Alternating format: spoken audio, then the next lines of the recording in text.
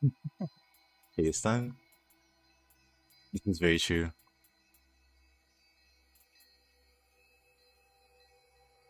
I've been consistently late. However, we'll fix that eventually. We'll fix that tomorrow. We'll be more consistent. Let's see. Hold on. Let me.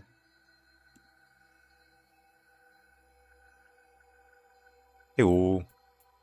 Hello, am I audible? Yep, I can hear you. Good. Do you have a lobby open already? Yep, just opened it. Right, expeditions, custom, search, depths with secret word. Depth. Well, I can't see your lobby. Let's see it. I can remake it. No, just leave it for a moment. I've started searching again. There it is. Okay, cool. Okay. Just, Steam having a hiccup. Alright. Let me adjust a few things here. Okay.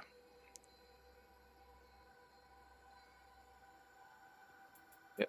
How you doing, Mr. Cheese Lord?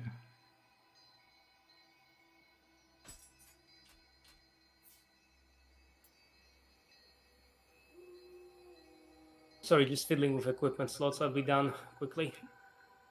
No problem. Take your time. Take your time. Let's see.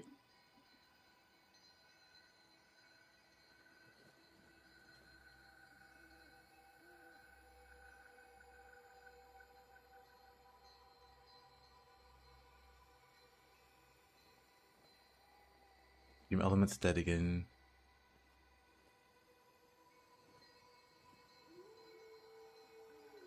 But how you doing, Marcia? Also,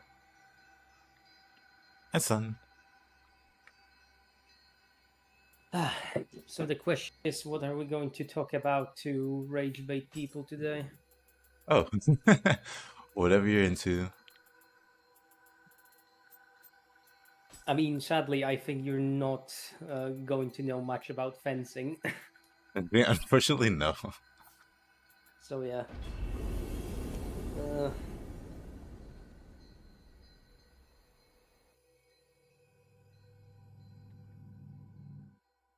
how about something easy like game balancing? Game balancing, sure. Do you have a particular game in mind? It have to be something we both played or we both know how it functions. So I could just rapid fire everything I ever played, but I think we may or may not have to approach this in a more like general manner.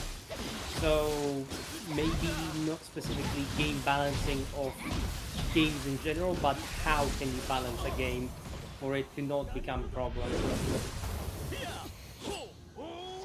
And that's a pretty hard one. Because whenever it comes to games, just in general, there's always going to be just a huge, like, natural imbalance of, like, skill from the player. Like, some players are naturally going to be really, really good at it. And some are going to be really bad at it. And so how do you balance it, really? You kind of just throw stuff at the wall and see what sticks, I feel like. I feel that this isn't a bad approach, but the problem with it is that by doing that, you can kind of end up doing what the Helldivers developers are doing, because they just did random nonsense and that didn't seem to work. So then they started to just like actually actively balance against what the community wants, and it quickly became very frustrating to play that game. I wonder, because I do hear that a lot about certain games. And I wonder if it's intentional or they're just misunderstanding feedback. In case of Helldivers, it's fully intentional. Like, the developers are at times outright lying to the community, like lying to their fucking team. I honestly don't understand, because later on they actually do streams and they're like, oh, we really tried, but you know, we just had to do it. Like, no, you didn't have to do it. You didn't have to nerf something that people consider fun. You just wanted to nerf it. Also, hey there, Farsi. Also, I'm ups. and also, Helldivers 2 in particular has this sort of balancing where they say they don't want metas, but they consistently keep buffing enemy armor values, which makes explosive weapons that were always meta even more meta. I'm not really sure what they want to do with it, but I think that this is one way to not balance your game and to ruin it, to never listen to what your community wants, to just introduce arbitrary changes that don't really have any rhyme or reason to them. I think that's like one of the worst ways you could try and do it. Yeah, I do. It doesn't make any sense to me. Because at that point, who's the game meant to appeal to if it's not being balanced for the players who actively play the game? And just like becomes a source of frustration for them. Like there's got to be some larger strategy. Or maybe not. Maybe they're just completely incompetent. I mean, the thing is that there's like a lot of content creators in that sphere of influence of that game that basically tell, and they're like included in the so-called propaganda commanders program. So they're content creators approved by the parent company behind the game. So they tell the developers, guys, do not do it. This will not go well, and the developers do it anyway. Wow. I was gonna say, maybe they're just in the pocket of those guys, but I guess not. If you have like, that's bizarre. Very often those content creators have the most scathing critiques of the game. Like they fully put it on blast. So it's not even that, you know, the people who are supposed to promote the game and are important figures from the community agree with the devs. The devs just, they don't listen to anybody or anything. And then, you know, there's this whole surprise Pikachu face when their community ridiculously gets mad about something the developers do.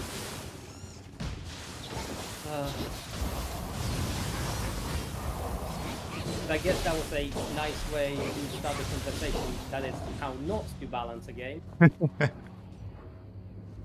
Yeah. Hey, Ali, how you doing? Yeah, because there is like a such thing as self-sabotage. Maybe they're trying to purposely tank the game for whatever reason. At this point, that's what it sounds like. Yeah, I was wondering if they're planning on doing that, and there's also one content creator that basically theorizes that they want to get the game to a state at which nobody but the most, you know, lazy, so people who literally glaze every single decisions that the developers commit to, remain, and that is somehow supposed to, you know, make it good for the developers. But I honestly don't see how that strategy is about to help, because the game went from like 500,000 players to 12,000 recently. Rough. Yeah. Hey, Hayabusa. I'm doing alright, Marcia. Getting ready for work. Hit me? What? Okay. Marcia wants to know, how is the winter in Onion Land? How is what? The winter. Currently, absolutely no snow and a few degrees above zero. Yeah, there aren't any proper winters in Onion Land due to climate change. Every now and then in my city we get like a few days of very, very like savage cold. Like I think last time it happened, because it's like this sort of small microclimate. We went to like minus 15 Celsius. One time before that, when it happened, we went down to minus 20. But this is like every few years. Normally you just get a few days of snow nowadays, and that's pretty much it. Which is really sad, because Polish winters used to be really nice. Hey there, Virgil.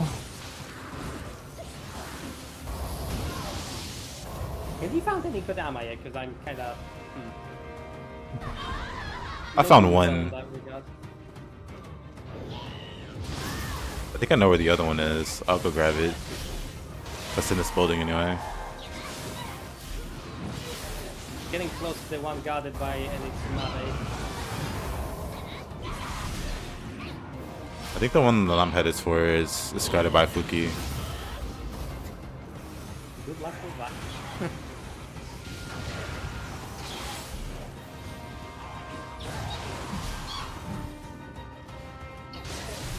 So how about something a little bit simpler? Because obviously I'm not even sure if you've ever played Helldivers. I currently wouldn't even recommend it because the game can like harness your PC and fry your CPU.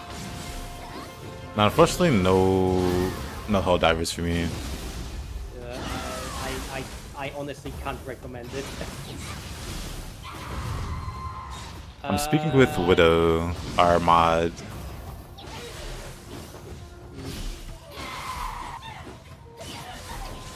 So, Ada, how about Nioh? What do you think about the balancing of this game?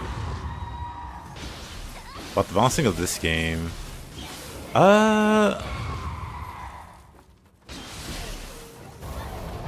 there's a lot of layers to the balance.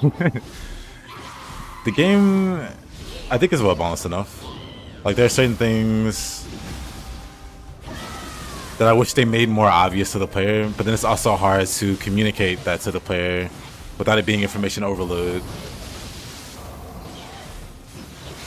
So this is a case of, like, it's a mechanic-rich game that's often overwhelmingly rich in mechanics to new players. Like, even, like, last night, I was seeing people being overwhelmed by, like, all the stuff that you can do in the game, or how to play the game correctly, or how it's not clicking for them because they don't get how to do XYZ. Correctly in what way, though? Like, for instance, like basic key management, or like how even equipment weight works. Carrier talisman. Yeah. I'm going the wrong way. But yeah, people are struggling with like understanding how weight works, so they'll swing twice and run out of all of their key because they're overweight, and they don't know why that is.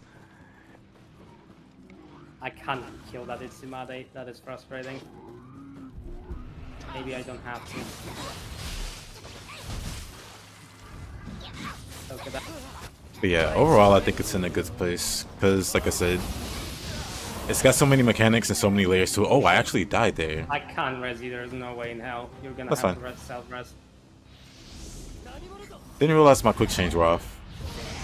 So, how do you know? And no one gets half the battle. Wait, isn't there a Kodama here? Oh, there is. Okay.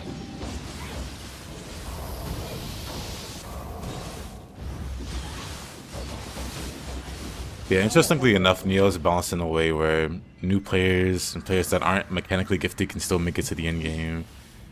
And then, like, skilled players can do all sorts of crazy stuff in the end game. I think that's great. I think that's fantastic. Like I mentioned at the start, it's hard to know how to balance the game around both skilled players and, I didn't mean to fall, around both skilled players and unskilled players. And I think Nioh does a pretty decent job of having a game that works for like all skill varieties. I'm quite happy with the fact that I can still play my Dama cheese builds and be able to succeed, but I do think that there are certain, like, let's say encounters or bosses, especially in multiplayer, that are completely out of whack in terms of what is reasonable and what is not. Yep.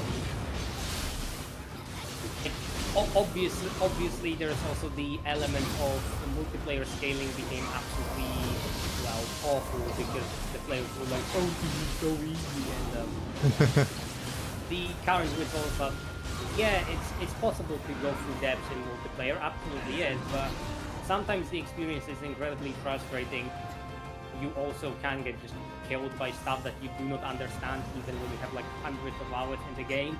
You get clapped by something and you're like, oh, that boss literally does not do that when you play through the new game cycle, so you just don't understand what even happened there. Oh yeah, the other Kodama is somewhere in that underground section, and Yep. I mean, I would say part of that is all these changes, or these particular changes, happened at the end of the game's life cycle, where there's like no polishing up to be done because they've already moved on, like, you know, following those final patches.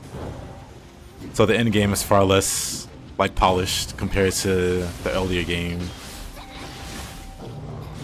See, Which my early entire game, yeah. problem Oh, with go ahead. that is the fact that it's sort of, and I don't really want to say that this isn't the first time they've done it with the oh my god, what was the name called? The Ronin game, Rise of the Ronin. Uh huh. Like, I am very sorry, but I view Rise of the Ronin as a complete abandonware.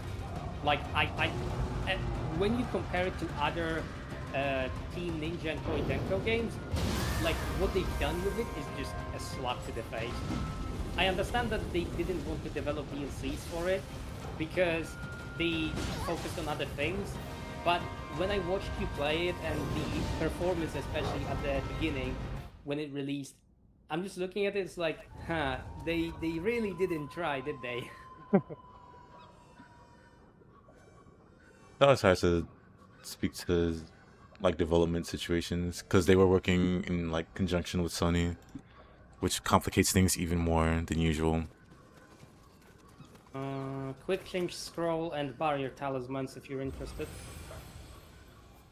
Hail Heroes. Let's see.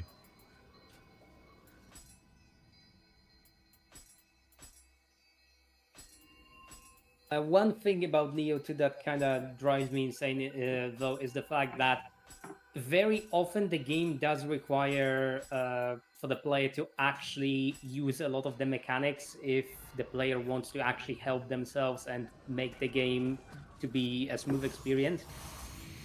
There are some bosses that, like, for me, without burst counters or yokai shifts, they're actual nightmare fuel to fight in depths. Oh look, what a way to Uh, start. Salty Runback, definitely.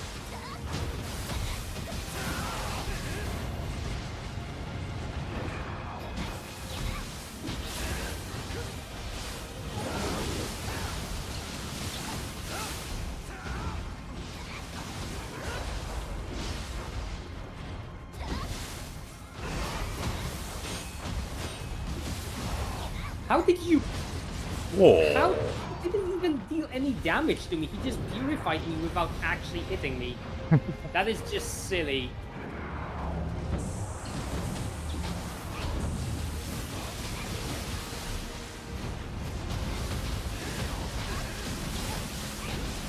Oh well, it is what it is, isn't it? Yep. So about balancing, certain hitboxes in the game and certain status effects just applying for no other reason than the enemy breathes too close to you. Yeah, I think that's been a thing since, or maybe was it a thing in Neo 1? I feel like it was.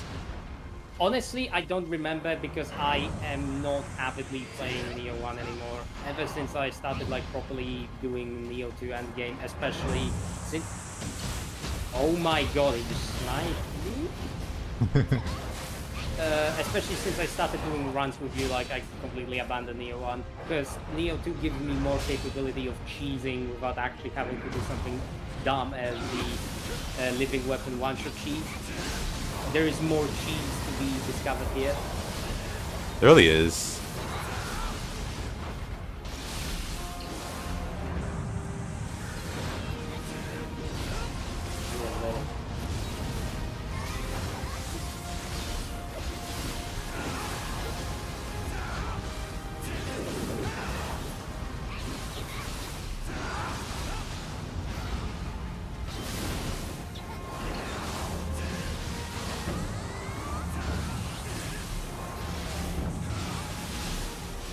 One thing that kind of grinds my gears though is the fact that, again, when you use the entire tools that you've got available, your experience is like drastically different to you. Oh my god, you just took 20,000 damage.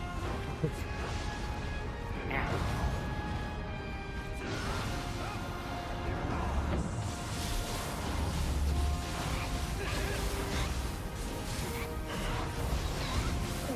Get knocked out of key already. Or not.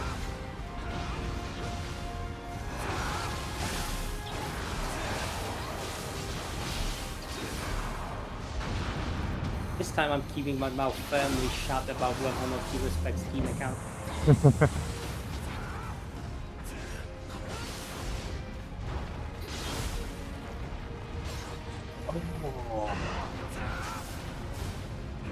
I'm just not rolling those like I should. Happens. I'm sorry, what? That hits twice!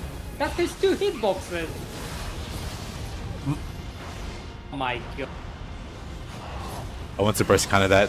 Boot's not fast Are you enough. Nah, okay, yeah, just get the hell away from me, Mr. White Tiger. What a shit show. Are we actually gonna get, you know, destroyed by the kitty cat again? That is just... Nah.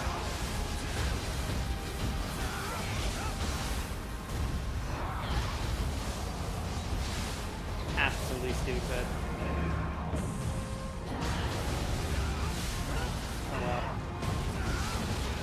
How? That's not even... Okay, I'm out of quick sword scrolls on first boss. That is absolutely abysmal.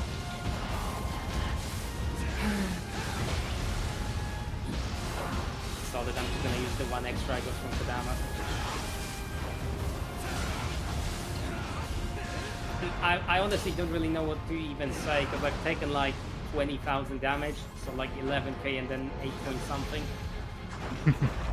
So that is just not survivable, and I am playing a very tanky build, so I don't know.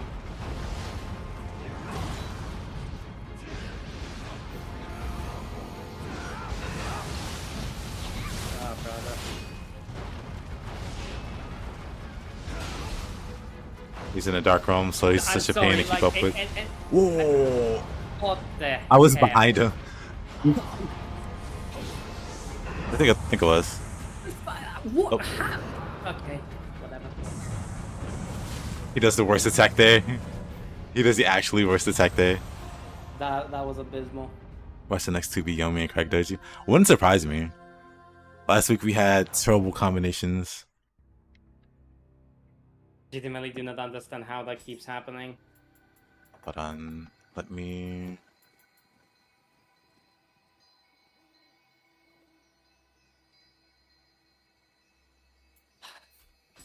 The annoying thing is that many of his attacks seem to have like a double hitbox, because this one just now, that I hit should not have X-Tag, killed me. But...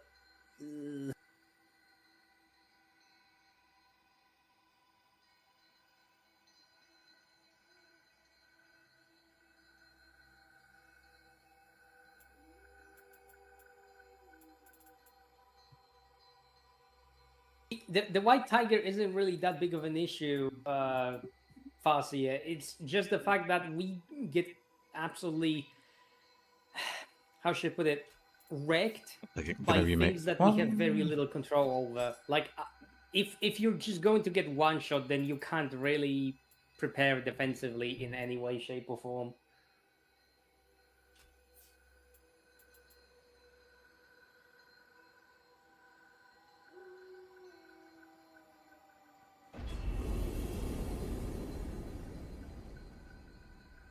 And again, this build is just like stupid in terms of defenses. Next to 60% physical damage reduction, almost complete elemental damage nullification while blocking, and so on and so forth. So I really should not be taking this much damage.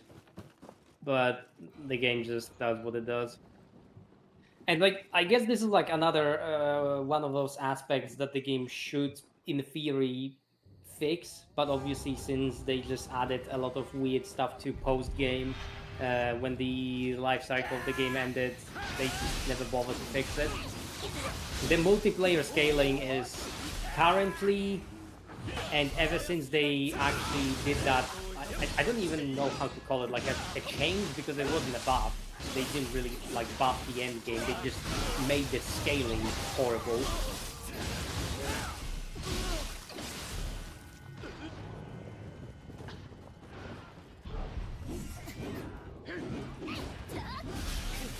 Ever since that patch, it just kind of became annoying to do consistent depth runs, and I never even managed after that patch to do a full clear. I was just too bad at the game, and I did not know enough PvE mechanics to make up for my lack of skill. Why is this guy so tanky?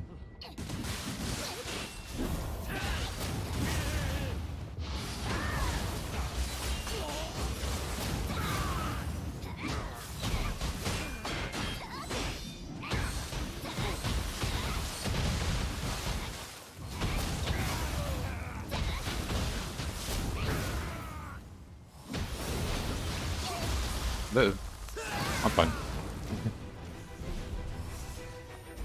That's good to know. Wrong Guardian Spirit for that. Oh, this is wrong way also. Shit. Must be the Sigma 2 Ice Ninja.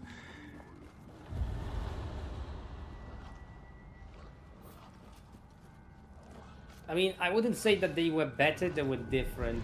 Toad in this game is a problem only due to the fact that it can just put you in a chain stun lock, and it wasn't that egregious with it in game 1. Yeah, But it Toad's a lot more still had a annoying in general. nasty arsenal of weird tricks on its disposal. God damn it. We do not do that. What elements does White Tiger have? Like lightning and I want to say fire. Like he throws explosive shuriken, I want to say. I could be wrong on that one though. Where is he going?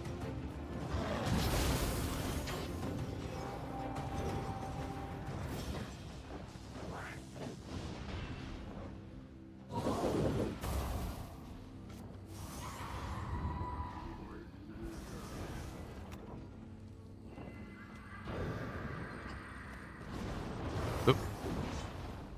I am getting wrecked by a bunch of small yokai because they just chain grapple me, and I can't really do much about it. It's kind of a not so great situation to be in, I see. Yeah.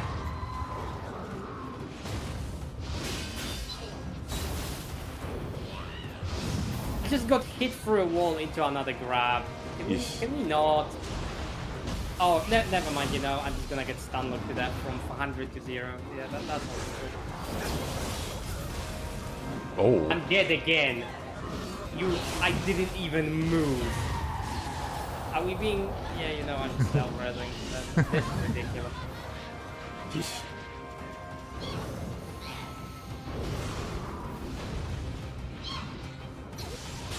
Okay.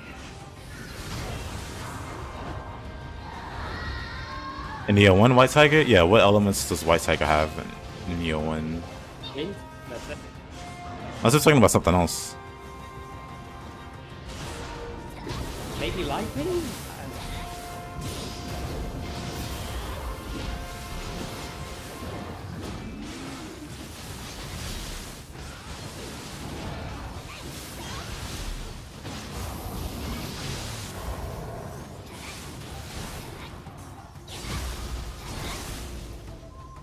You thought he just shot light?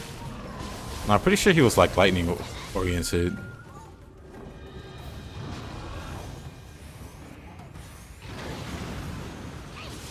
Depending on lightning or wind, I can't really remember properly.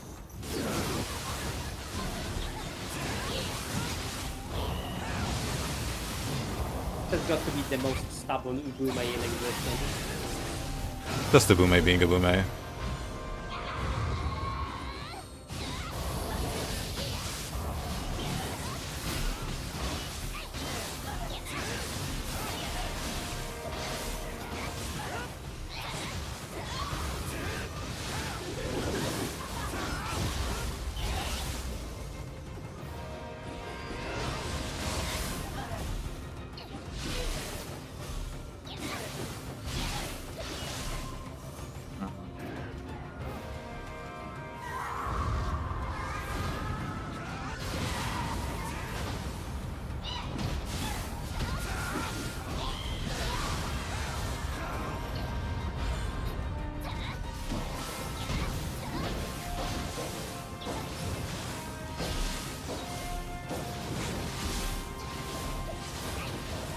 Benikusa attack followed by the burst counter is the worst attack ever. It's a reliable, like, tell that he's doing that red attack though. So when you see him doing it, he's gonna guarantee follow it up every time.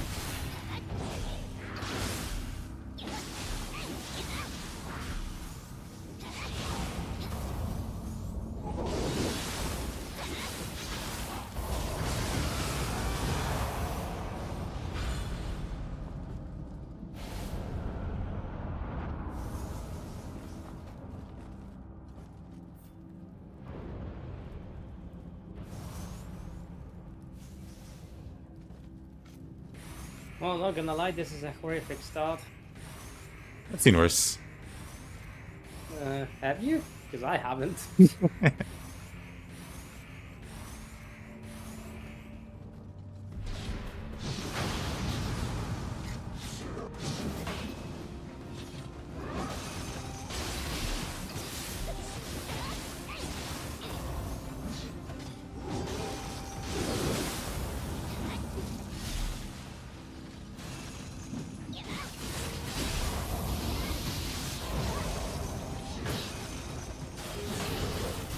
Oh.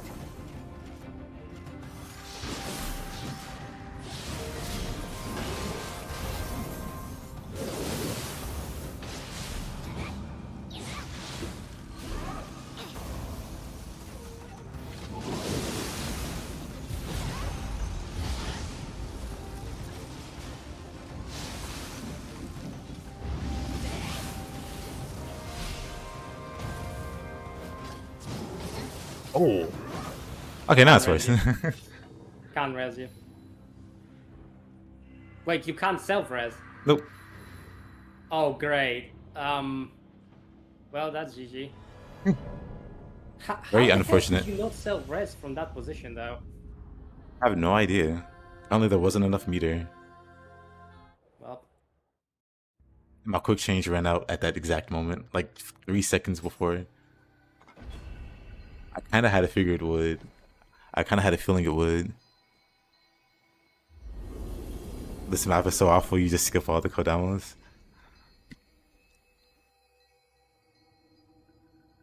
that's Widow like Moonless Snow Redux. Hmm. Hmm. Right, let's see the Kodama market.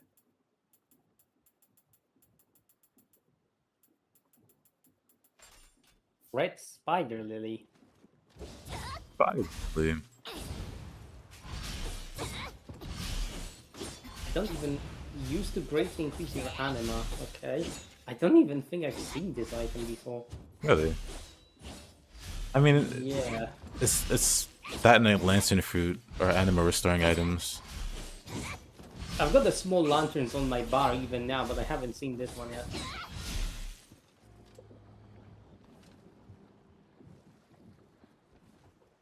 Left and right matter? Nuh-uh.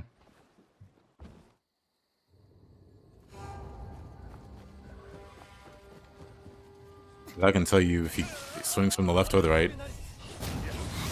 Just the windup's always the same. Oh, of course.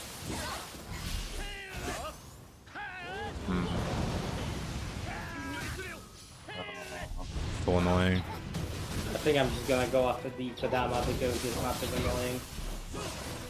Gonna go for the Kodama? Alright. You can give it a try. I mean, I more or less remember where they are now, so I'm gonna sprint through.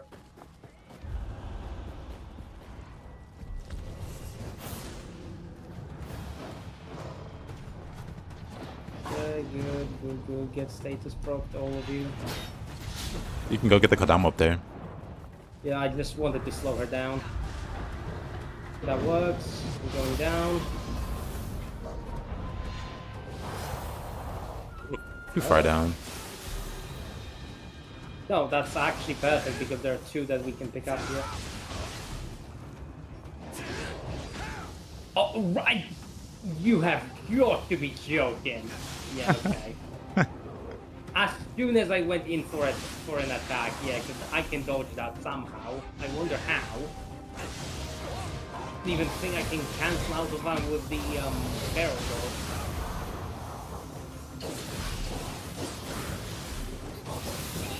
Pretty great.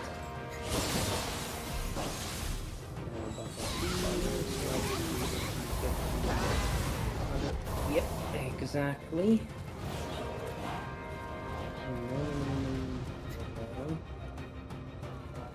This section. Through this section. Start. No, leave me the hell alone, Yume. I am not fighting you.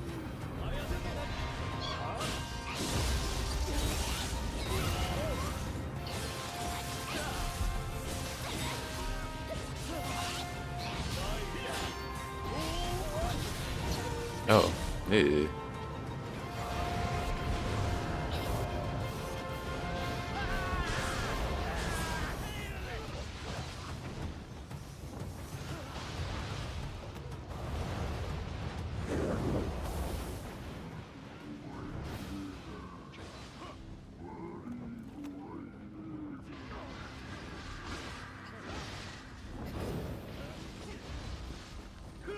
This will hurt.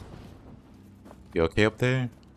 Yeah, I just got chased up here because I wanted to go through another path, but couldn't really do it under present circumstances. No, the second Saigama rapid fire Fuki is kind of scary. Yes, I agree. Mm. Here, brilliant. Oh no, that is actually good because from here.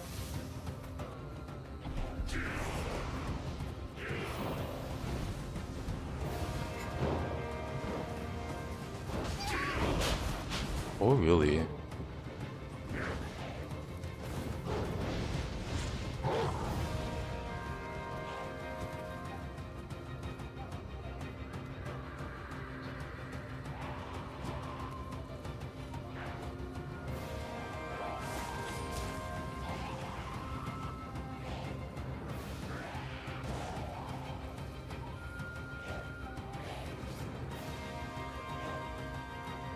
Easy. Beam us up, Scotty.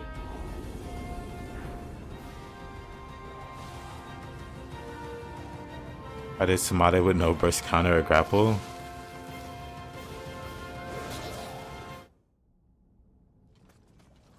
Is Samade's burst attack that scary?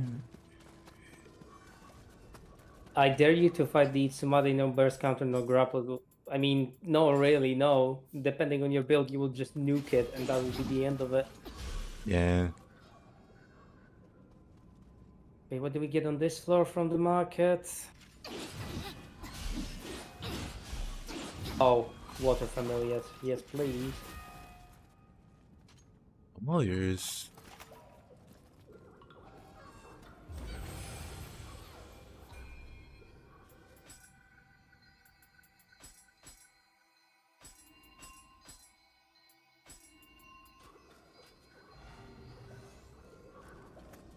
Let's try this again.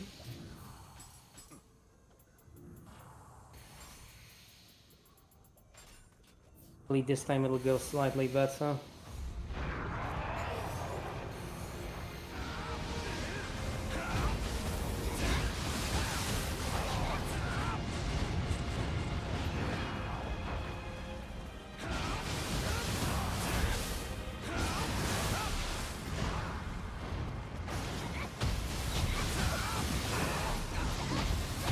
Oh, come on. I'm holding block button for heaven's sake.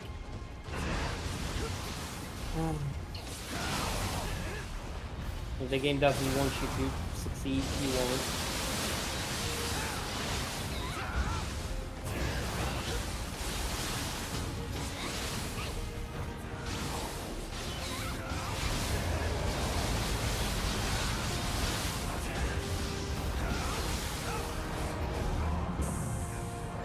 Really? Okay. Because its head was twitching as you were attacking it, it just flipped me with something that had absolutely no angle on me. Oh well.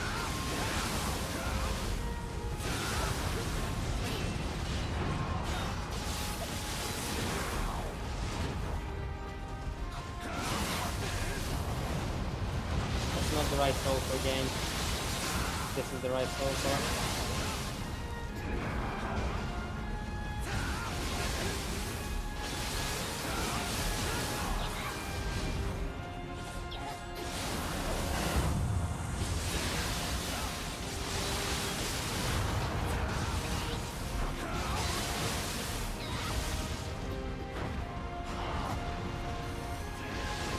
I was about to say, what was that fire debuff just like vanishing from him at a rate of 50% per second? What? The death thing.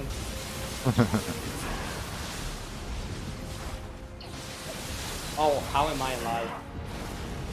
The power of friendship.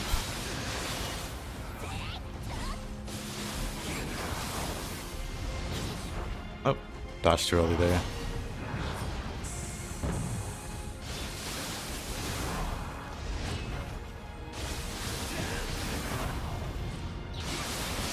If I don't ever see this cat again, I won't cry.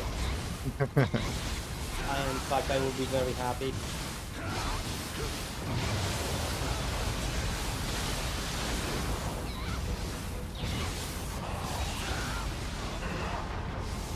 So yeah, about that balancing of endgame, there is none.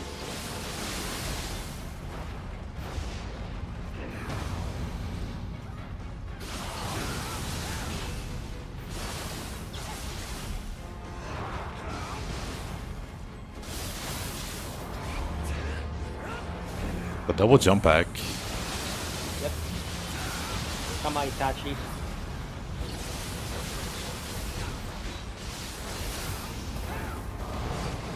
This is still not the right Soulcore game.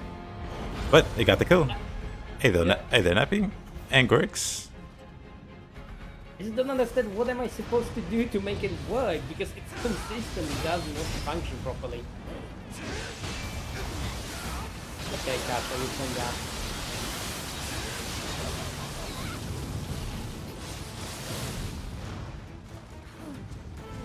The question is, can we cheese her with the drop for damage as per usual?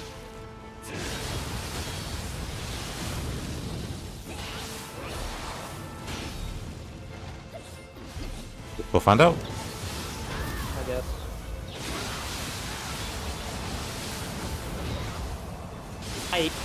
And again, that's like multiple times in a very short amount of time. This also just doesn't want to work properly.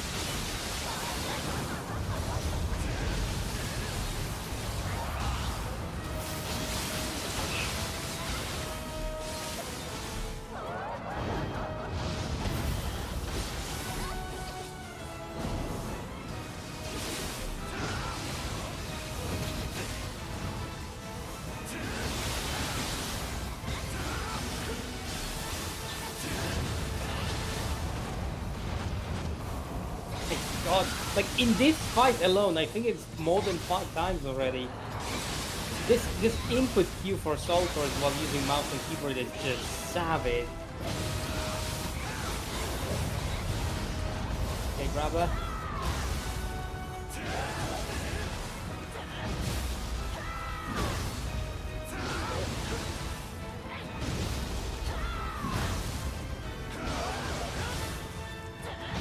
Yeah, def scaling and co-op together, especially the late game deaths, the last like 10 floors, the last 5 floors especially. Bosses are kind of crazy, health-wise and damage-wise. Mouse and keyboard, yep. Widow is a mouse and keyboard gaming Giga Chad. More like Marco recently. I mean, I play almost everything on mouse and keyboard, even like Souls games, PvP, Monster Hunter, all that stuff. I don't know. Oh, It would be him. You annoying little shit. look at my elements resist going.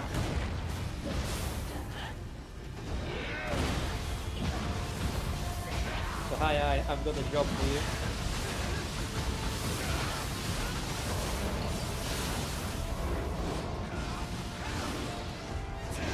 It's far more reliable for actual confirm. Yeah, boot counter is the easiest to get boot counters with, or burst counters with. That actually hurt.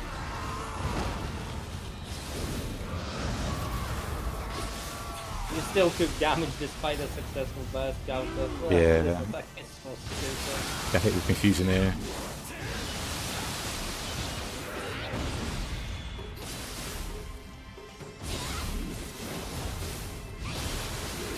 To purge my statuses, just a moment.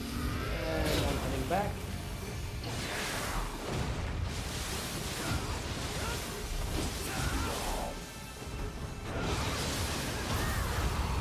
Yeah, I hate Nightmare Bringer also.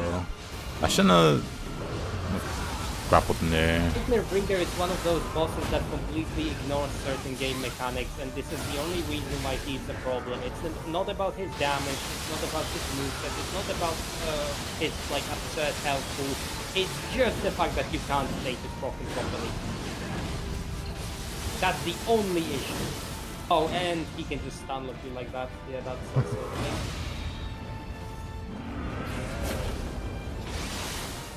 Other than that, it's mostly fun. Oh. Oh yeah.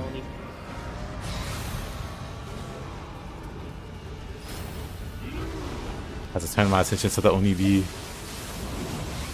I couldn't stop that burst attack.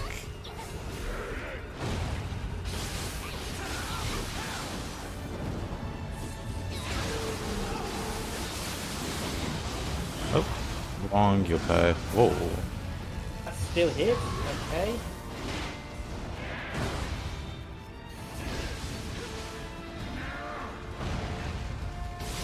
He completely missed. Hand cannons are really fun. I agree, Kevin.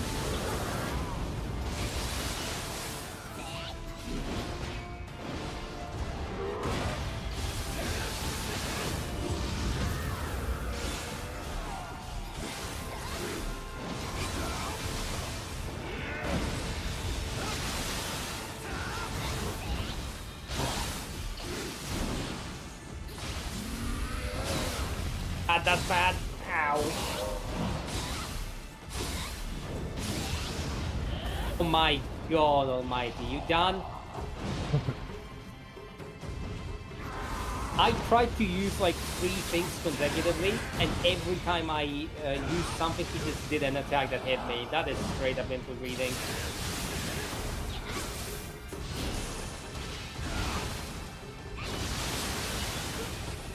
Thank God for elemental damage resistance. Yep.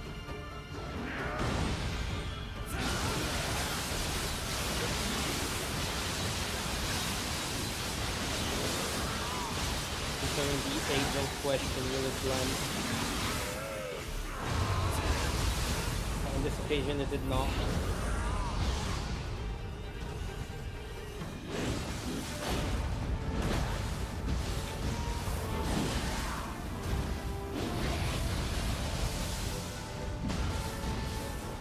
I'm just gonna have to hire him again if he's not behaving.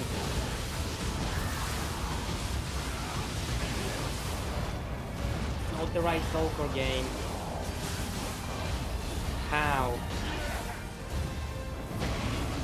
The annoying thing is that this Sulfur problem happens regardless whether or not I try to use Econ or what's his face, Shoot and Sulfur. So it seems to be just, hey, the game is buffering my block input for so long that genuinely I can't use a different Sulfur output than the one that's on block. In that case, on Ryoki.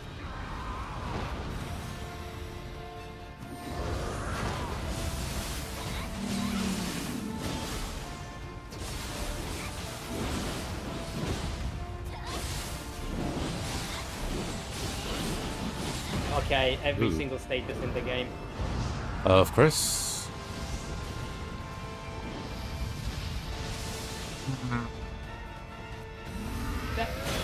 Okay, well at least this time I took damage from it, whatever.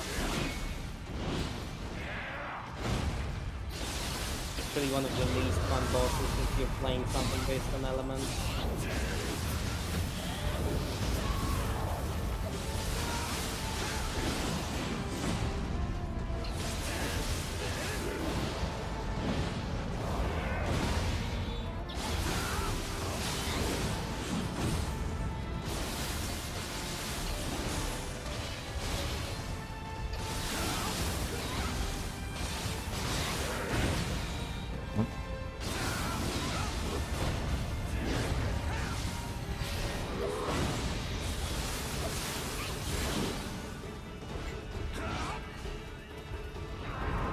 He's so stinky. Unfortunately. I mean, the problem is that, again, I am playing something that is mostly focused on tanking, and I kind of wish I could insert more damage in here somehow, but I don't have an option. I really do not.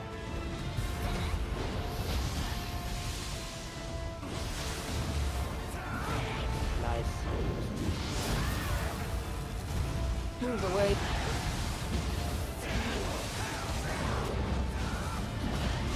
Any weapon suggestions? Not yet. I'll do weapon suggestions after.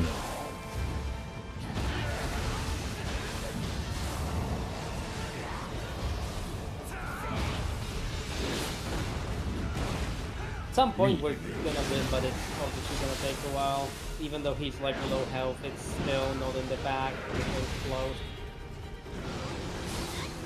Oh, I missed him. And that missed me. I was good in that circle, but it missed me. Oh,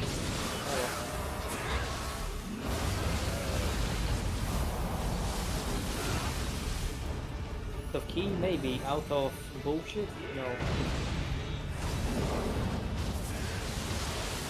And then get in the bag, there we go. Ja, die spielen wir überhaupt zu den Sonfa. I mean, I can use Kusin Sonfa for the stage itself, before the boss fight. I'll use something else. Yeah, so about that balancing of endgame, just... there is none. Yeah, like I said, they just didn't polish it before moving on. They just released the last patch. I was like, good luck. We did exactly what you asked for. Enjoy the consequences of your actions. It's fine to a degree, but at the same time, I don't understand why would you break your own game. But you know, it is what it is. It only has a problem in. Did I just get hit by that? Yes, I did. Okay. Stupid Caracas umbrella, come on. There we go. Well done. I think we're not gonna try and sprint for this level because we know the consequences of trying that. Oh. There we go.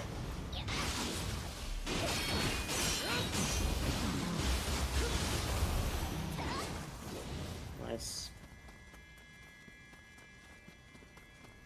Did I have lightning stop on? I do have. No, I have what you call it, the sake. Daojin sake. Yep. Went the wrong way.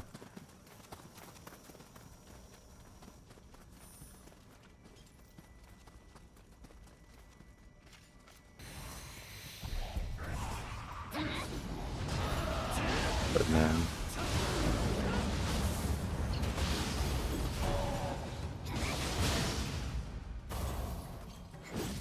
Oh, really?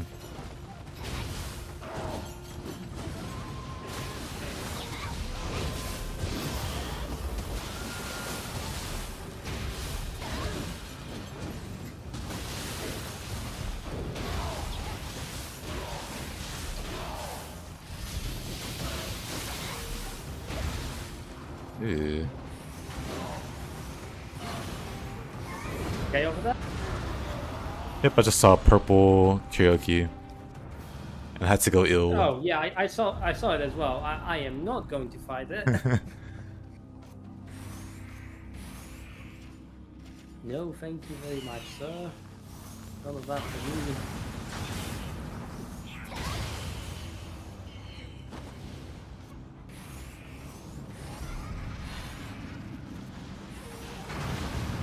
That red one is a different story altogether. That one we can bully.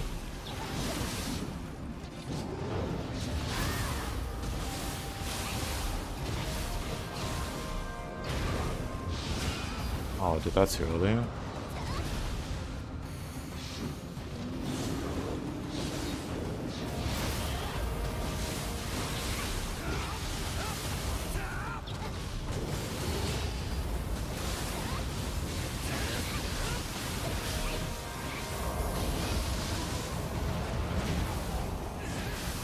Fair and balanced damage. Fair and balanced Yomi. Oh, Yeah, we need the key. forgot about that. You get side down to 25%, but you cannot keep. Yeah, once he gets to 25%, he goes a little crazy. Honestly, just shoot him with the cannon once, then as he falls second time, as he's on the ground third time, as he rises fourth time, and then poke him a few times. That's the lazy option. And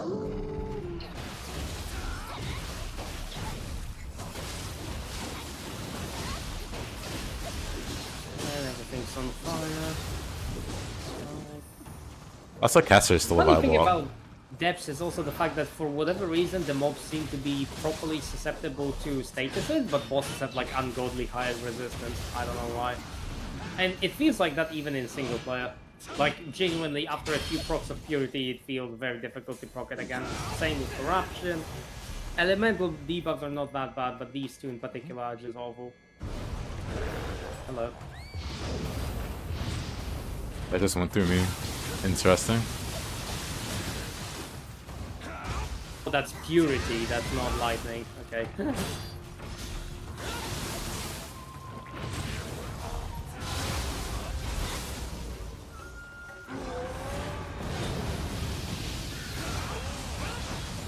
$23,000. Agile? Tengen Kujaku is a pretty strong Guardian Spirit. Is Yep. the element randomized or is it based on your stance? It's randomized.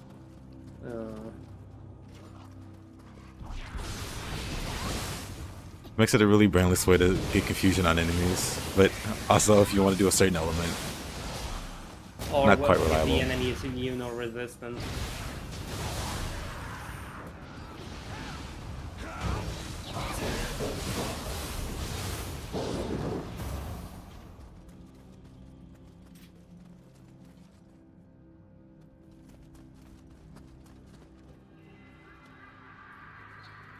By 2 more. Yeah, Shockwave is like very underrated as a talisman. Honestly, with how much damage it does, I never used it until the Dual Blades playthrough, and even then, on Dual Blades, I resigned from it because there were other options I could pursue. Maybe in single player, but in co-op, it just wasn't doing it.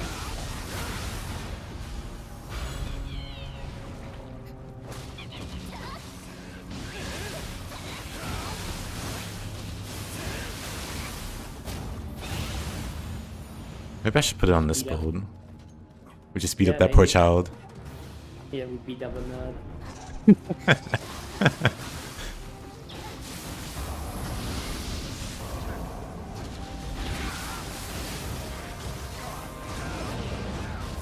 But 1 million elemental statuses for every enemy.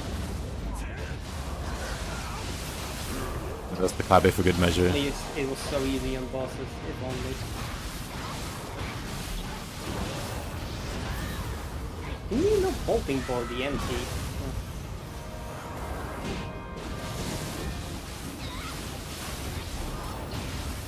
That's not something you can bolting for.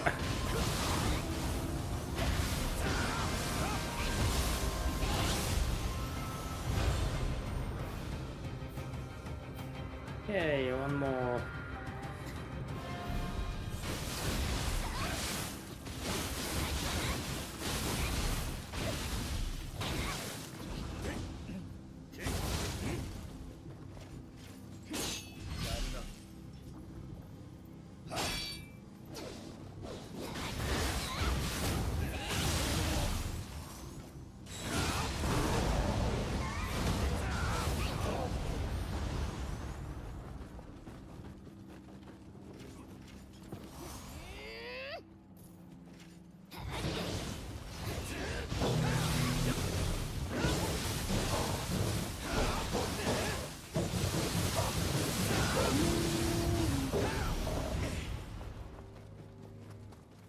The Poison Sofa, have a low level slime in the pocket. Sounds like. Also get the use the Snake Guardian Spirit. Yeah, Snake has like percentile based increased poison accumulation. Yep. And then any non-elemental soul core you use can apply poison at a pretty high rate. That requires a Guardian Spirit though, no? Yep. The Kuri, I believe. Oh, no, that's for paralysis. The snake Oh one yeah, does poison. Shirohami or Yumehami, whatever the hell, the snake. Yep.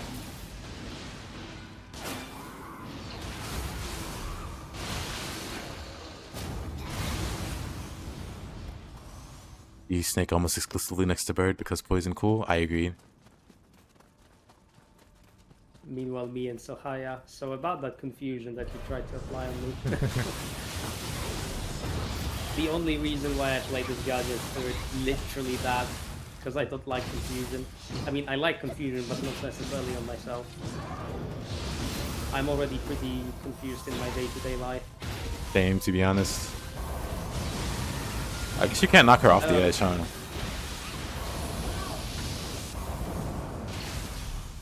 Crowd control measures.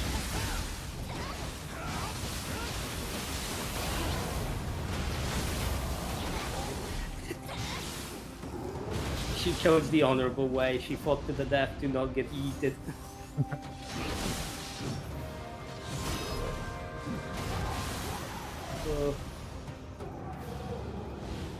Lethal gun be added to any tonfa, yep.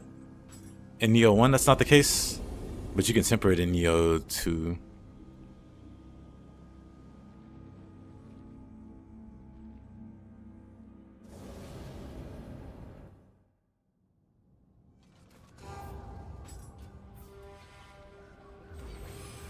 Alright, what do we get from the market, if anything?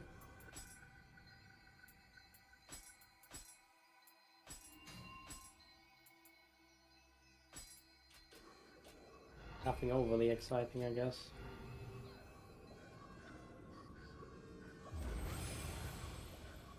Guardian Spirit Talismans can't hack now, can they? Nope. Well, I've got like 8 of the consumable ones.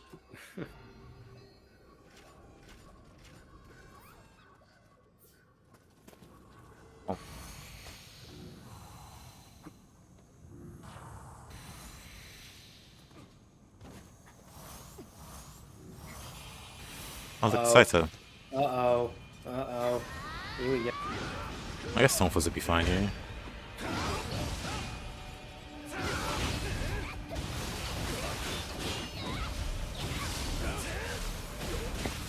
Nice. Hyper armor. It's Gorix's favorite boss.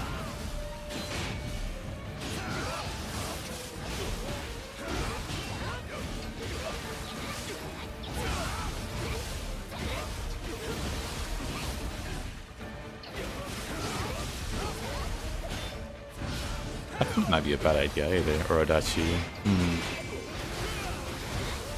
Odachi against him is a gamble, I'd say. Oh, yeah, more iframes. How about more iframes, you absolute piece of shit? I have an Odachi. Wait a minute. He just literally faced through 2 Moonlit Snow Reduxes in a row. That is brutal. The Saito things. Yeah.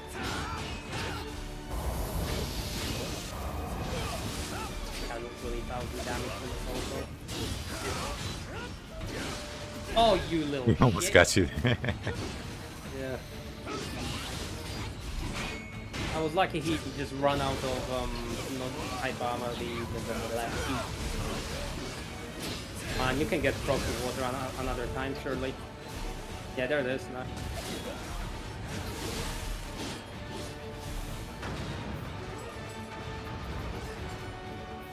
Used to get close.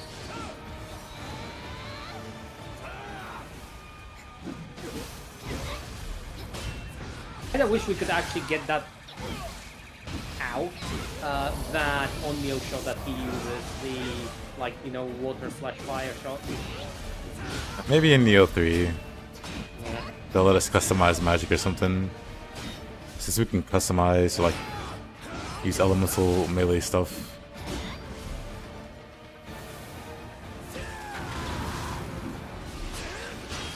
You little bastard. That was sneaky. Oh, that almost one-shot me. Yep, and he just hyper armored your attack, and oh, he's regening like crazy. What is that game? Maybe dual Come swords on. then.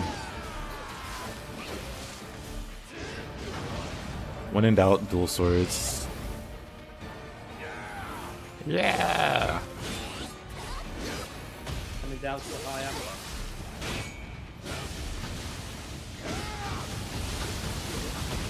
He almost did not get frog. I'm impressed. Rest are horrified.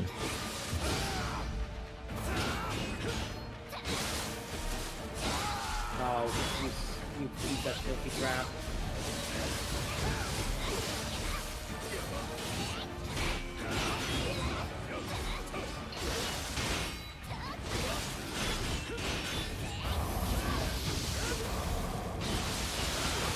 He's fallen into my trap. For some reason, he's not getting hit. That's still... Oof. What on earth is that hitbox? Excuse you. In what? On what earth? In what afterlife or whatever does that hit? Ugh. He seems very interesting, you know. What a cuckoo's call. That was actually instant.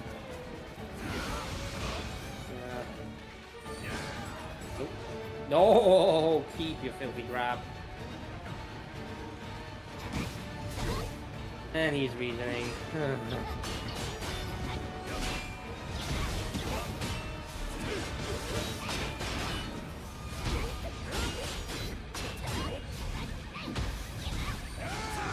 I think what doesn't help is the fact that his buffs are so absurdly long. Like, even when you fully spec for Onyo, you'd have issues with this sort of buff uptime as he does have. And yeah, he just That's high annoying. armors both our weapons at the same time, because why not?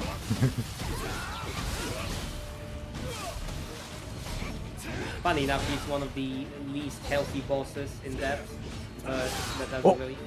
I teleported in front of him somehow. I was behind him.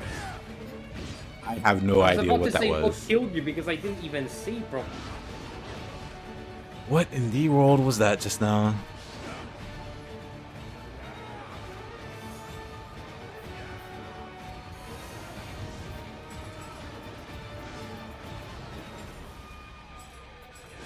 Animation cancelled.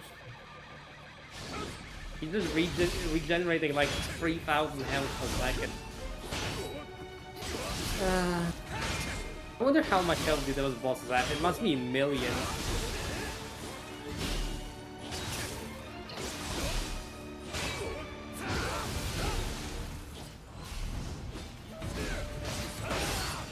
Chris. Oh my... Yeah, casual 25,000 damage. Hey there, Andre. Ah yeah, nah, he goes filthy EI. Oh.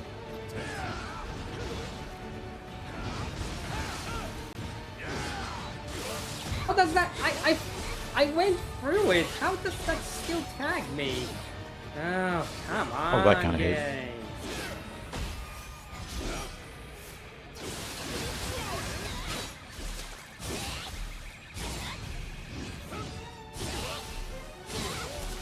You know what, if that doesn't help, we're just gonna do this again. Because we're kind of losing the control of the fight right now. He's not even at his fun low HP phase.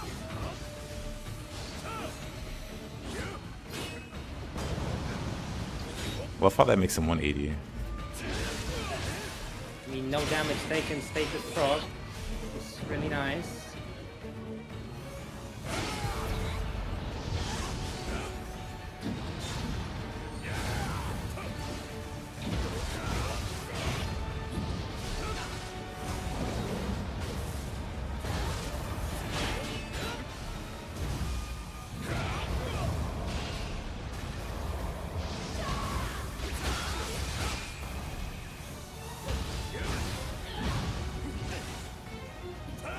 Okay, that's I the don't slowest even know what movements hit me in now. that situation. That's kind of crazy.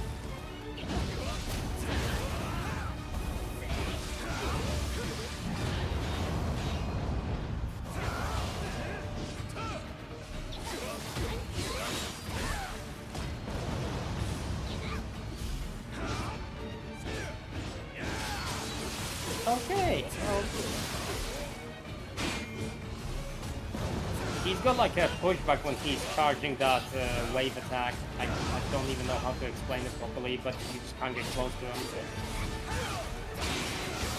Can your T break already? Or you can just hyper armor my attack. Yep, you do that right up.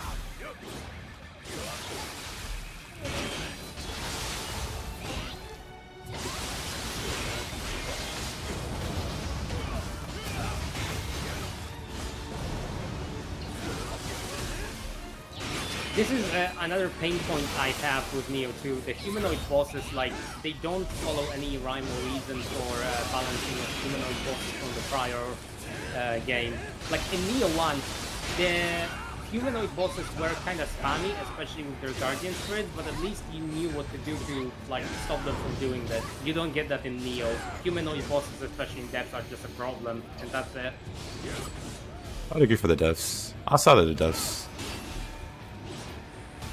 Like, all the humans have their own quirks, but they're not too bad. But then when you put the devs into the equation, they become quite bad. Yeah, Honda literally running you over while you're behind him. Yep. Oh.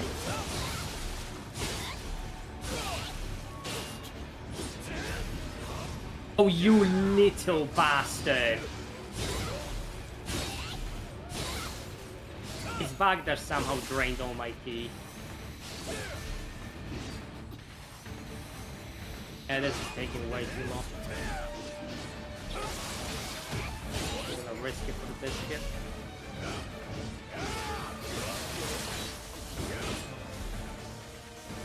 Got that elemental resistance he gains.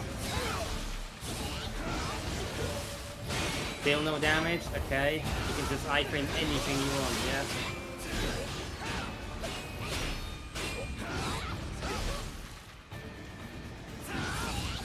Yeah, that drains all my ki and just instantly puts him into a position that is a counter and almost death. Yep. Or actually death if you're low health. What the hell is that attack? Why does it instantly drain your ki? You can't even react to it. Oh. Oh my god, that is bull. Yeah, I think we're gonna lose this.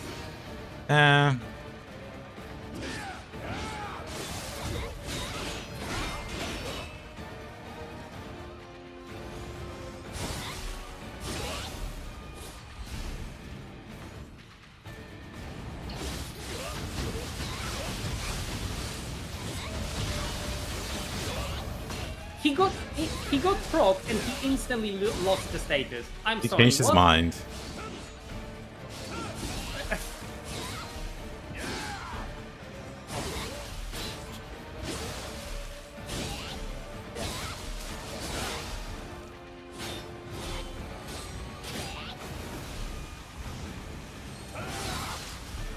Shitting me. I was behind him. He just pulled me forward with the attack and killed me. Come on, game. Whatever. If that's the hitbox quality we're working with, I'm gonna start using that. Okay, yeah, you do use Titan, whatever. You.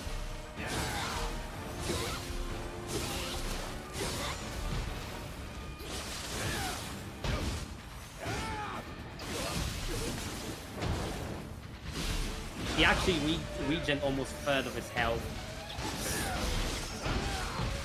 What a move.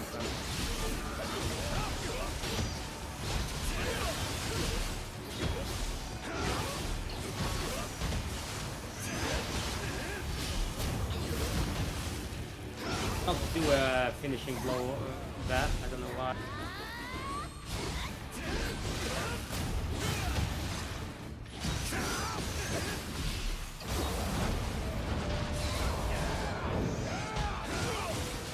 Pretty bad.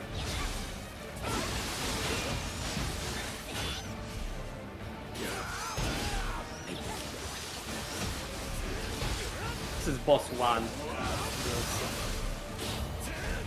Listen. And yeah, sure, you can just iframe my Salto. I don't mind.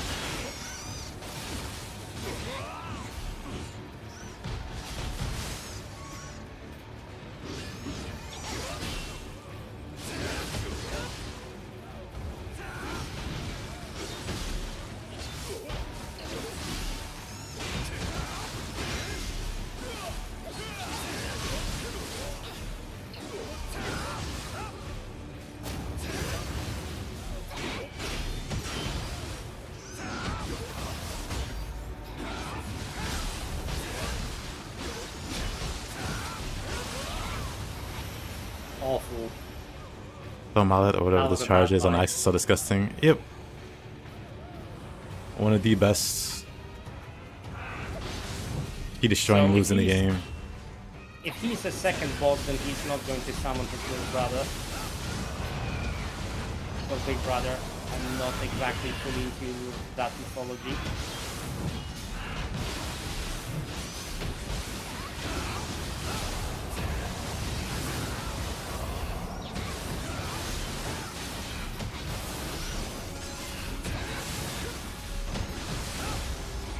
Oh, what? Oh, that was a grab. I'm so sorry for wasting it. Oof.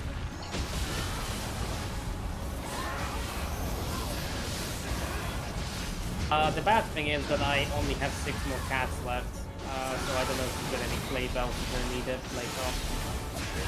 It'll be fine. But he instantly recovered on his key, which is great.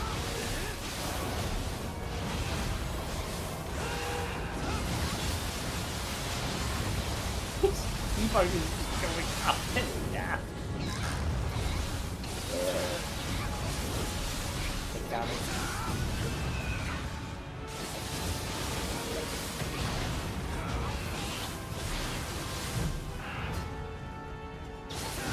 Hey, combo?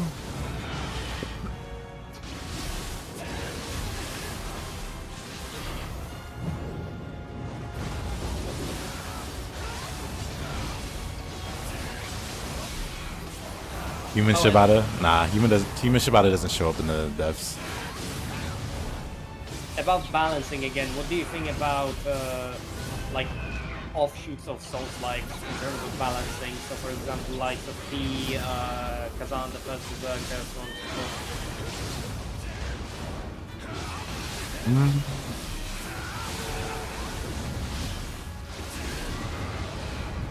forth. It's kind of everywhere in the balance department. I think for the most part, at least the good ones tend to get the balance somewhat right. There tends to be some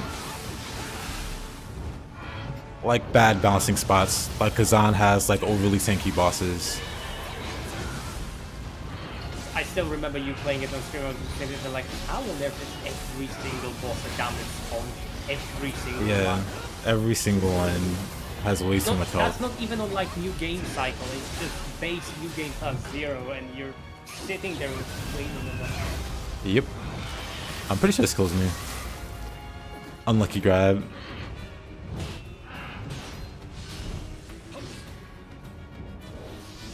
Res you that. I don't know why.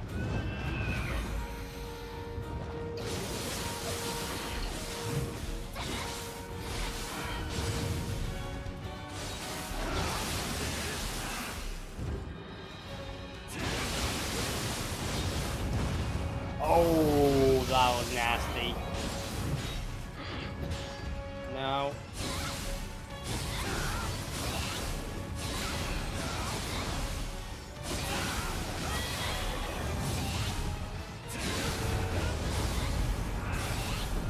He's gonna keep doing that. I might have to just start blending him with Julie.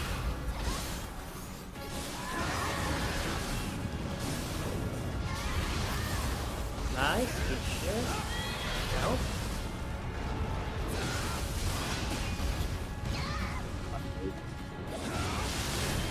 Like how this attack, for example, is a long-ass charge, but the damage is completely reasonable. It just doesn't like kill you or anything. Meanwhile, Saito 25,000 damage from some rando stab.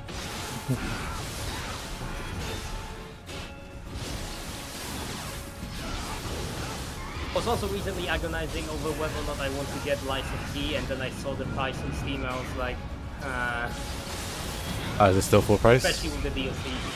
Ow, ow, my rib. What did you say just now? Is it still full price? It's basically like with the DLC over 350 tabullions, which is more expensive than Nioh 3, which isn't yet released. Yeesh. Oh, it's just no. Like, he's not hard, but hyper armor. the hyper armor counters he has.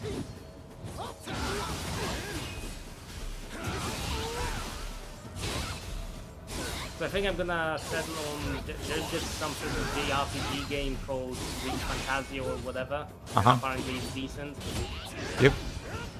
It's like turn-based, so yeah, let's see if I wanna go. Yep. That was one of the first games I played on stream, actually. Oh really? How was it?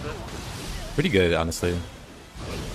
I was expecting to not like it because it's made by the same people that made Persona. I don't hate Persona, but I don't particularly care for it.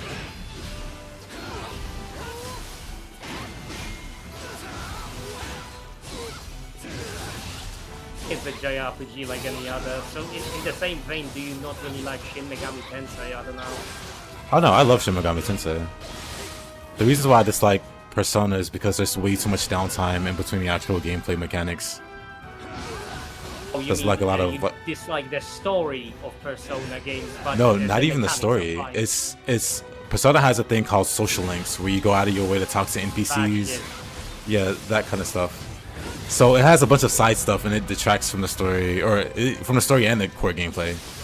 Because you do all these like random things you may or may not care about and interact with these people whose stories you may or may not care about. And the game's like... Oh, go ahead. Sorry, go on. No, go on. I interrupted you. Yeah, so the game has like a calendar system where like every day matters. So every day you have to kind of like work on those social links or other side things like studying or so on and so on. None of those have anything to do with the main story or, like I said, core gameplay, making your party, building your party. And it kind of detracts from the experience for me. Honestly, I think that there is a way to make such distractions good or make such distractions bad, and there is one game series in which they're made like absolutely flawlessly, and that's Yakuza. You can go do the story, or you can race your go to pocket racing car, and if you're going to do the story, I am going to personally slay you. You will go and race your small RC car. You will go and buy a property, you will manage a cabaret, you will literally do every single side activity and you will enjoy it. That is not debatable. The social link thing is cringe, yeah. I wish it were optional. It might be cool for like a first playthrough or something, but after that, it becomes a huge, like, detractor, yeah.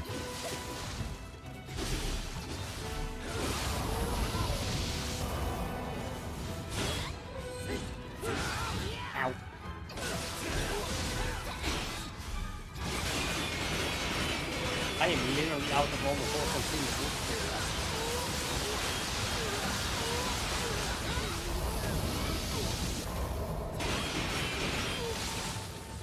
What? Will it blend?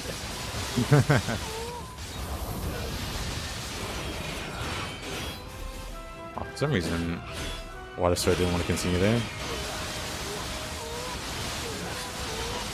Oh no.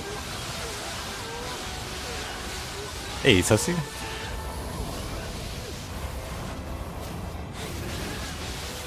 Oh, just...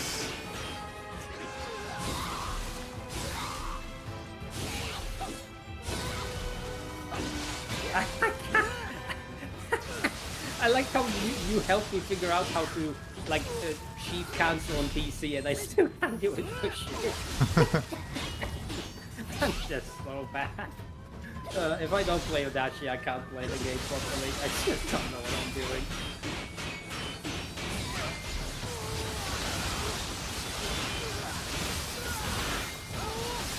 Get out.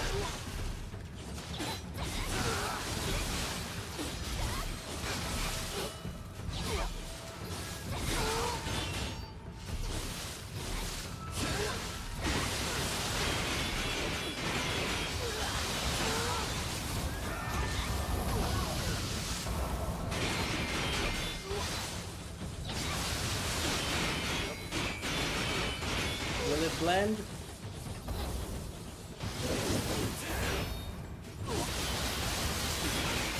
Will it blend? Will it? Yes, in fact it will. Very easily. What a tank. Oh yeah. How come your key doesn't fade quick with that quick slash skill? Double A agility.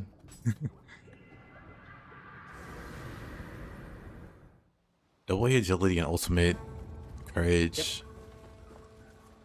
What about do it? This Did you fall in the water? absolutely. Oh. Oh my god. Oh yeah, it's a crab. I was about to say you said like 80k damage.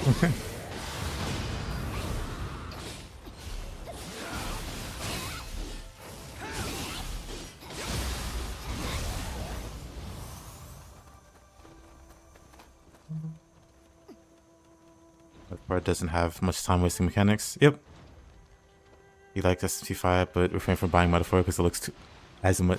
Yeah, that's the same hangup I had. I was really wary about Metaphor being too much like Persona 5. It honestly isn't. It doesn't have the same like time wasting mechanics.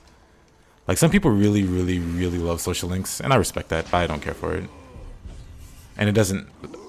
Metaphor doesn't have that kind of thing. On top of being just a very interesting game. I mean, hey, that is good. Honestly, last time I properly played JRPG, it was a few years ago when I got into the Nino Kuni 2, if you know what that is. Yep, I know what that is. I absolutely adore the art style they have from Inheritance from Ghibli. It's fantastic. And I genuinely think that the game has a lot of value, not necessarily for kids, because some of the mechanics, I don't even think that kids would understand them. But some of the mechanics, when you give this shit to a teenager who can appreciate both the like simpler moral aspect of it and also the mechanics, yeah, that is just going to immensely increase the playtime you can get out of it. Literally a game that gets better with age, both yours and the age of the game.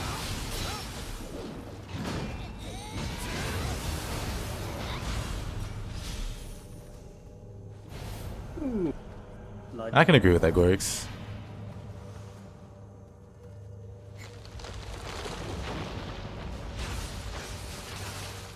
Ow. You okay back there? I got chumped.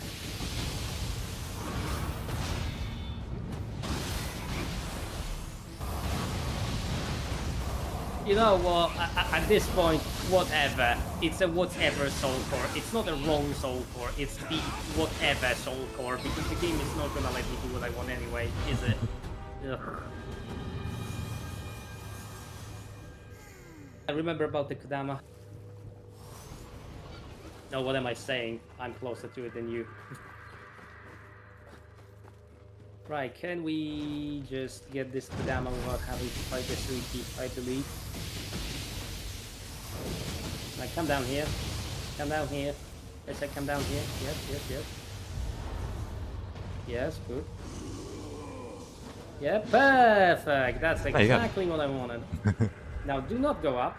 No, no, no, no, no. Do not go up. Leave me alone. Run away. Run away. We've got nothing to see. Nothing left to scavenge here. And there we go. One annoying mob less to fight.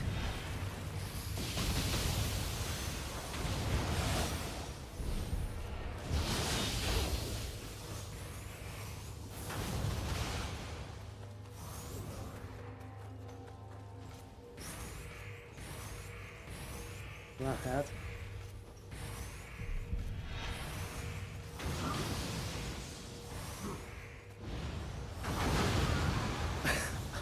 Why are you making a minefield? Why not? I don't know. They just decay very quickly. Very fun to set up, honestly. Yeah.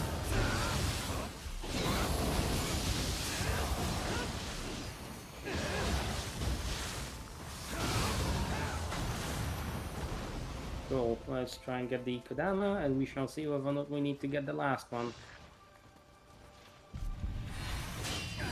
No. Oh lordy. Poor skeleton.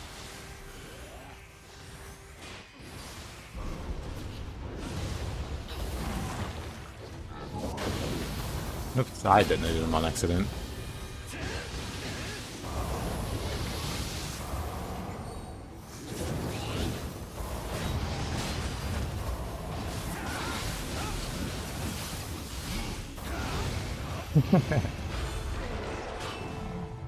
I check, sorry, you got one.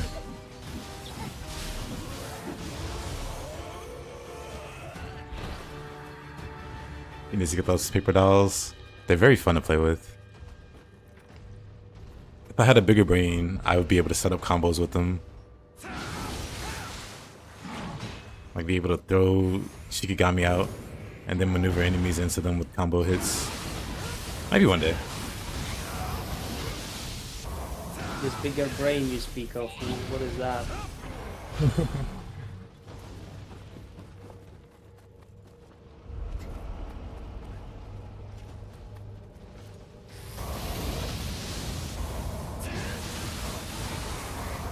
Casually doing like 30,000 damage with one cast on Solitaire.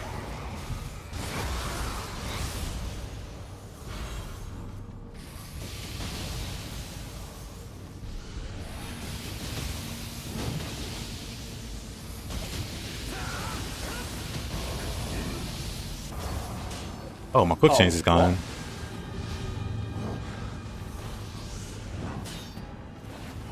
Me still not paying enough attention to it.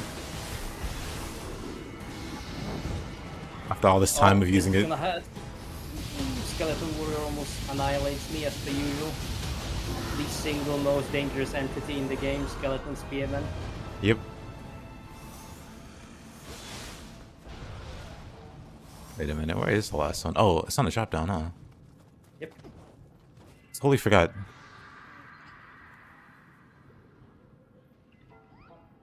But you just decided to kill all enemies. Casual genocide.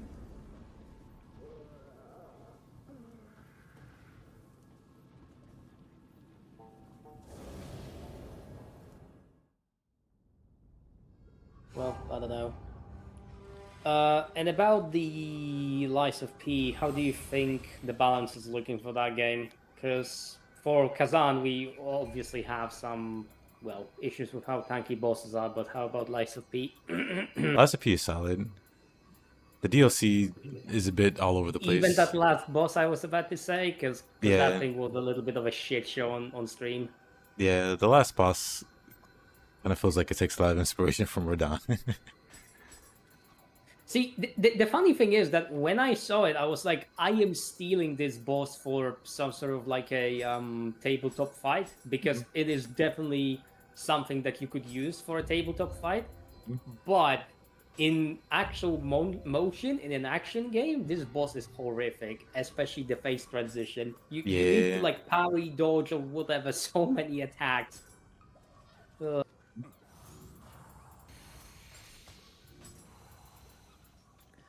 Which one would be, do you think would be a better buy, the Re-Fantasia or Lies of P? Depends on which genre you like more. Indifferent, as in Different. either or works. Well, if you are really into RPGs, I would recommend Metaphor.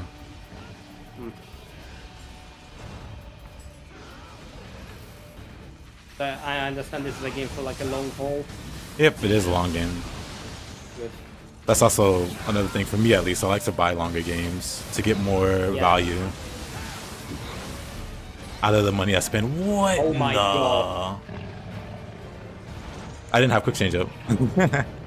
How though? Like, the fight barely started. Did you run out of quick changes? No, that's not possible. What the hell? I just didn't have it up. Oh. As in you have not clicked it. Yep.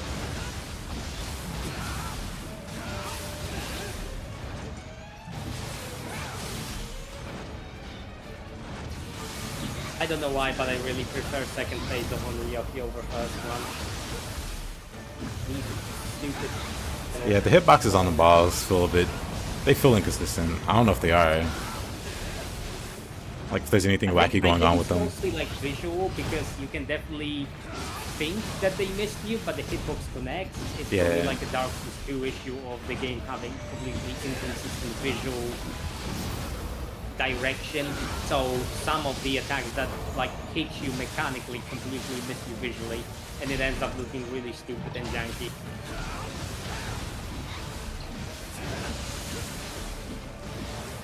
Okay, this is slightly better now.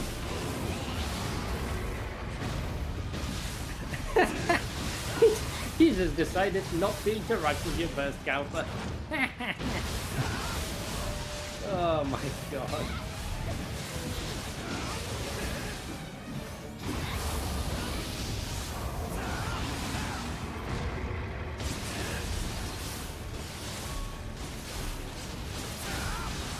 So, He I keeps have to kinda- ask, is the boss it like me? tilting out on your screen? Yeah, as he's well? kind of Yeah, he's doing a little workout. yeah. I think he's trying to Yeah, find that's where the balls are, but he's going the wrong way. His AI kinda couldn't process that.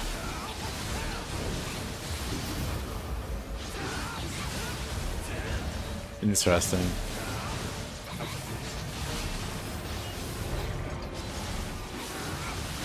He does thinking grab.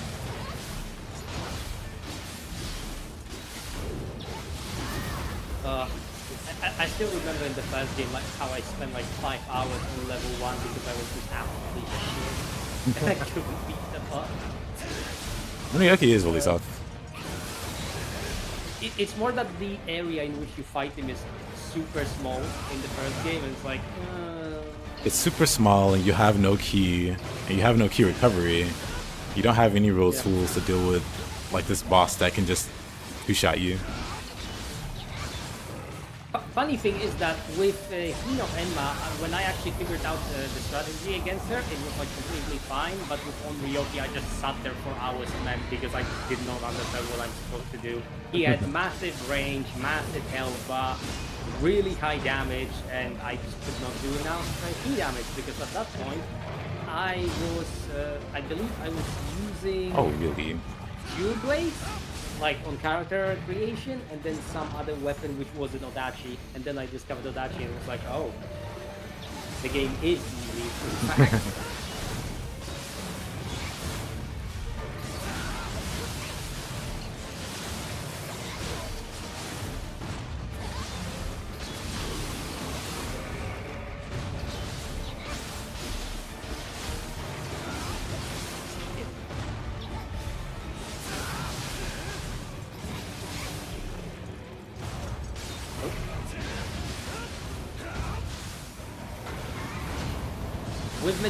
With Mizuki, it was a similar struggle, but it was only due to the fact that when I saw the burst counters and the yokai shit, I was like, yeah, I'm not using that. So I just refused, and yet again, I sat there hours on end because I couldn't kill the boss because I wasn't interacting with the mechanics properly. Nioh doing the dance again. Yep. Funny enough, I actually really liked an Enra fight, but to this day, oh no, why? We're about to get run over. Send police, send help, all available units, there's an electric car on the loose.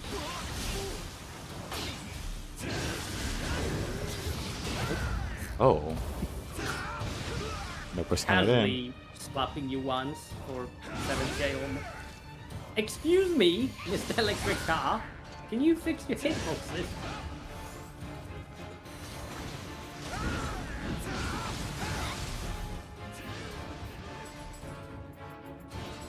Nope. Oh, I somehow blocked it. What? I thought that was an unblockable.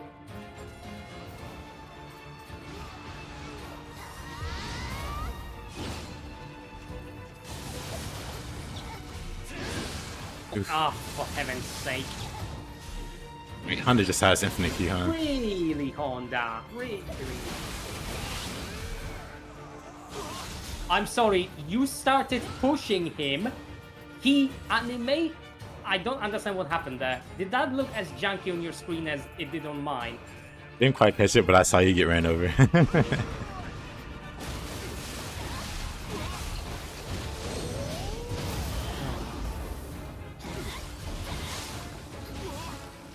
on my end, you basically like pushed him back, and he was doing a completely different animation, and then I died. So that was fun.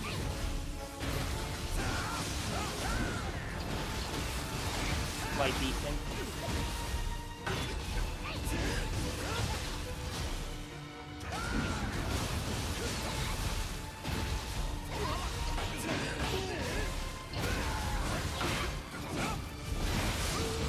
Are you being... He's out of key! How is he doing that shit? Come on, Jay. Whatever. That's the kind of experience. Hits. Okay, you do you.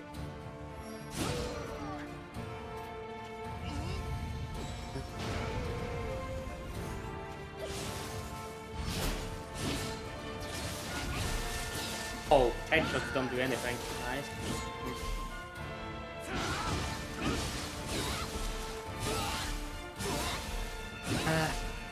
Okay. Really don't want to use cats again, because if I do that, we're gonna run out and it's going to be a problem. What an insane, you annoying bastard.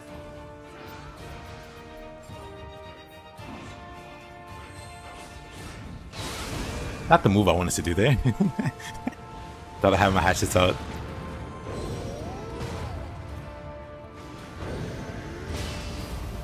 I wasn't a breast counter for reasons.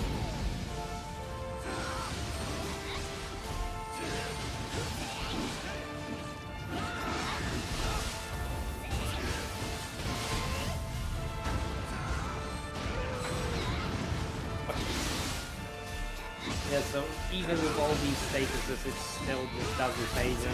Out of key doesn't matter, he's in animation, so he just doesn't stagger.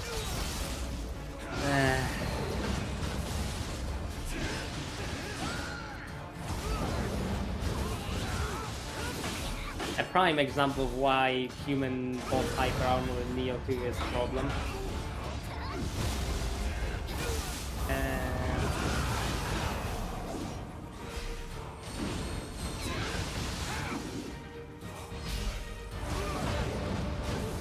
That was a good cancel, because he was about to heal.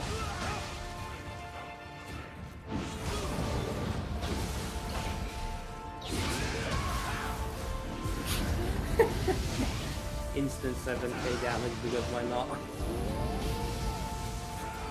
Oh, really? So, you stay the hell away from me.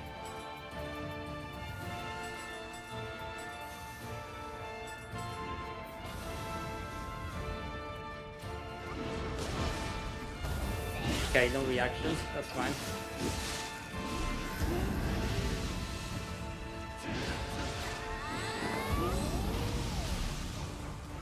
Bloody hell.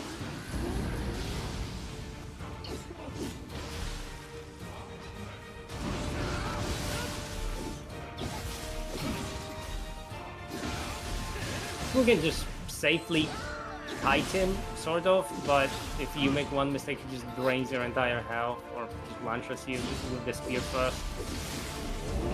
Okay.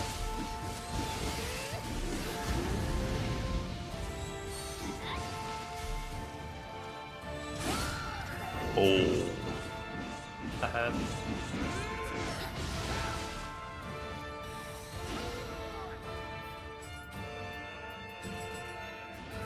Holy shit, come on, Honda.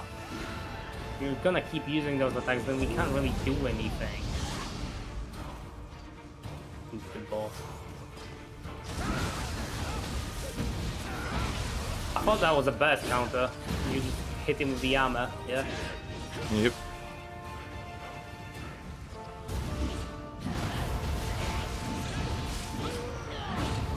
How is he doing this? He's literally tanking heavy attacks from a yokai ship. If he's not...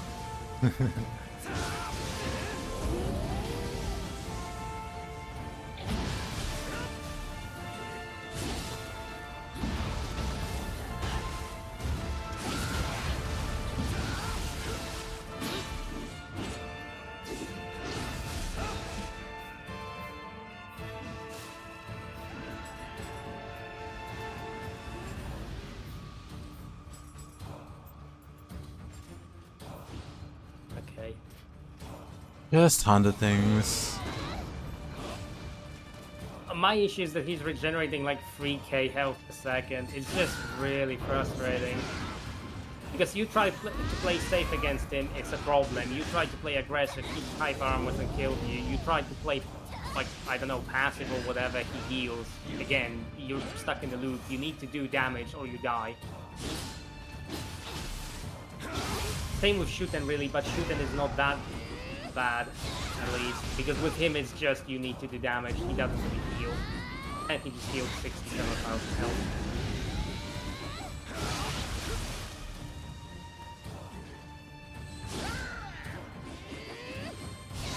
Oh, okay.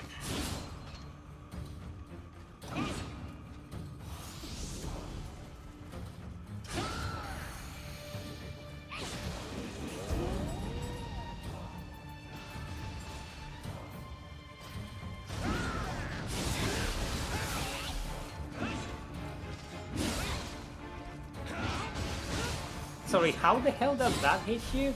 Good like question. That's a forward moving. I don't even. Oh, okay. And then probably hit me? Okay, doesn't. 20,000 damage. Okay.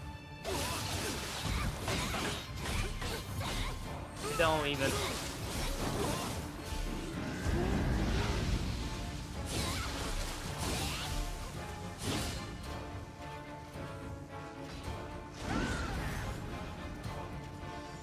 How am I meant to contest that shit? I think you can dodge this thing, whatever that is. Yeah, I don't think you can dodge it. I tried the mind's eye dodge it with dual swords just now. I just don't think that's happening.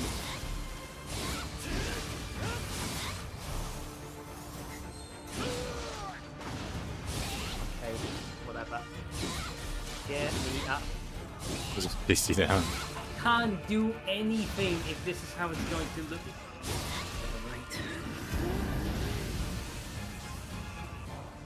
Where are you? Oh, you're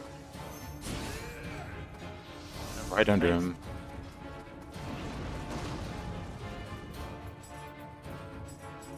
Seriously do not know what to do about this. He's been at this 1/3 health for a very long time now. This is just infuriating.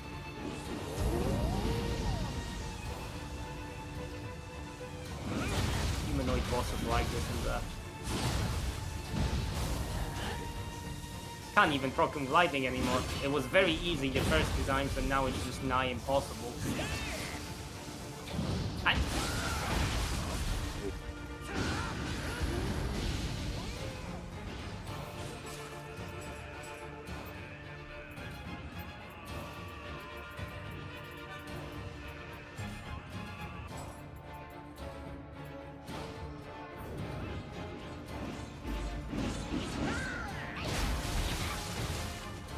Okay, he doesn't care for range damage at all.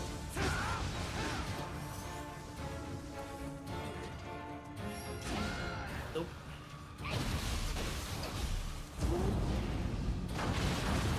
Heal for 70k again, come on.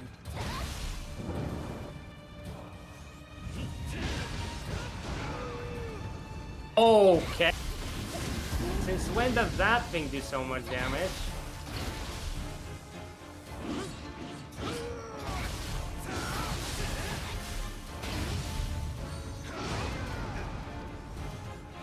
Right, so half damage is 2k, but in that situation, before he just did 7, which is not how the game works, but okay.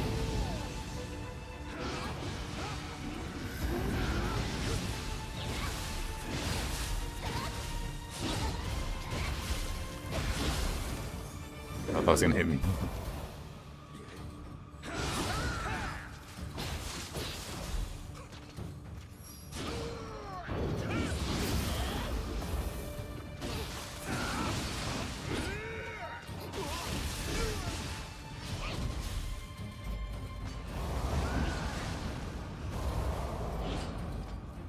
Lady Osakabe doesn't stagger them. What the? Just the Giga Chat.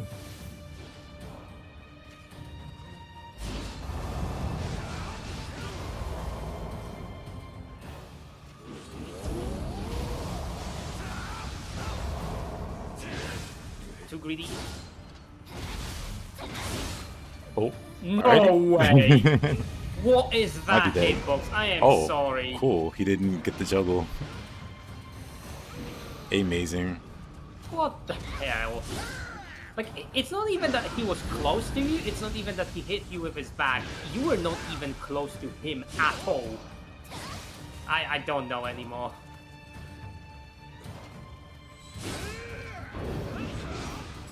Of course.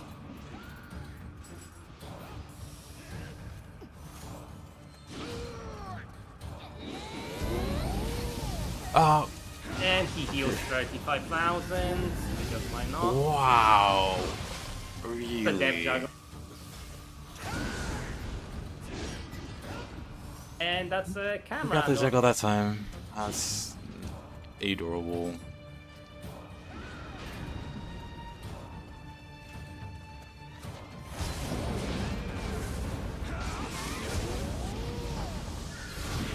Next boss is like Tate or something like this, then we're screwed. I barely have any resources left.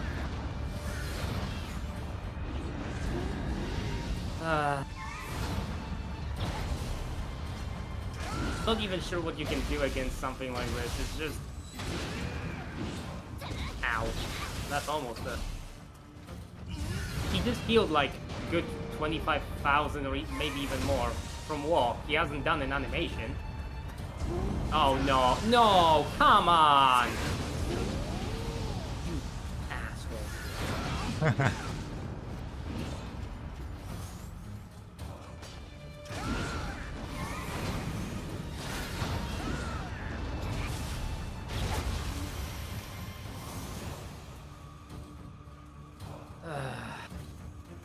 That's only 28.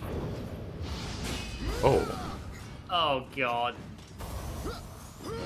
Normally I'd be happy, but this guy is almost as problematic as Honda, like in terms of hyper armor and other stuff. Yep.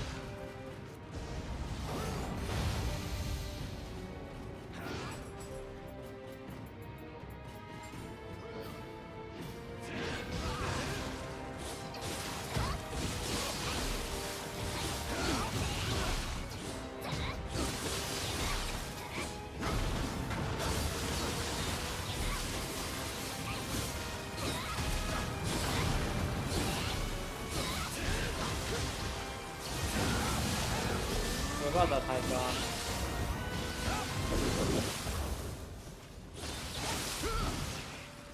Are you being quite serious, game? Oh, good luck. I'm sorry. I just... How does he hyper armor all of this? Come on.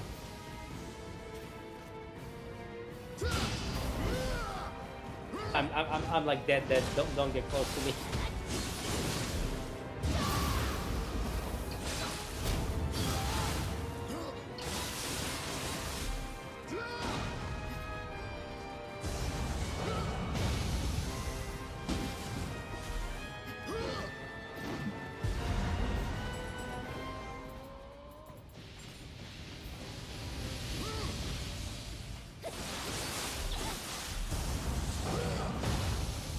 Yes, I was not wrong.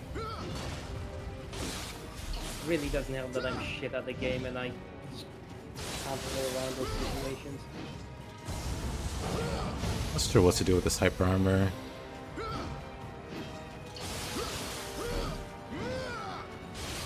That is kind of the problem because he is going to regenerate if he doesn't get hit and he has enough hyper armor to kill you when you hit him. It's such a stupid thing. The infinite hyper armor that he has. Oops. Wrong button.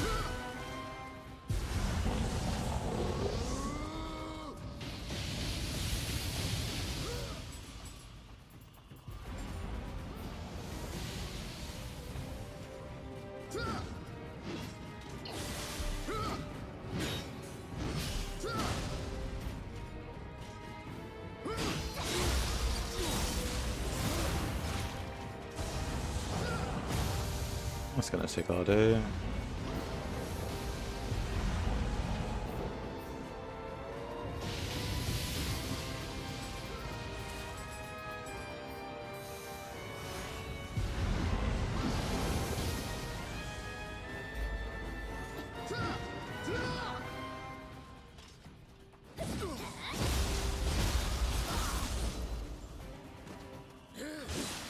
He doesn't stay down long enough for me to grapple him. What the heck?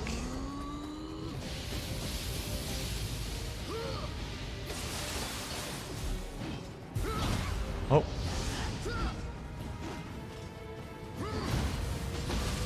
Yeah, he doesn't stay at all.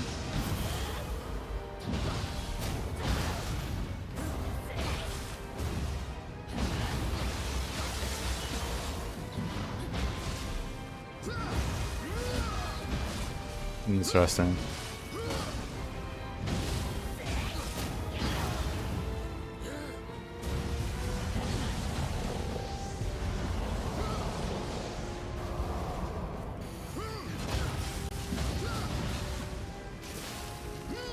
Oh, there's also ads.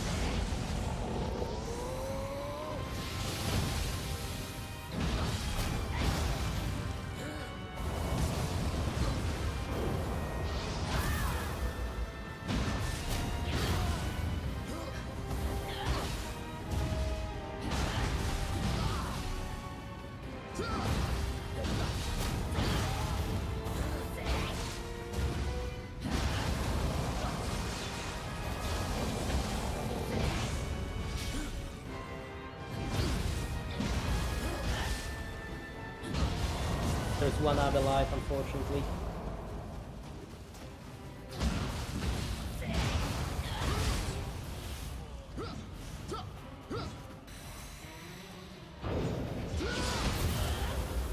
Huh? How the hell do you take damage from an attack that you burst counter? This is so silly.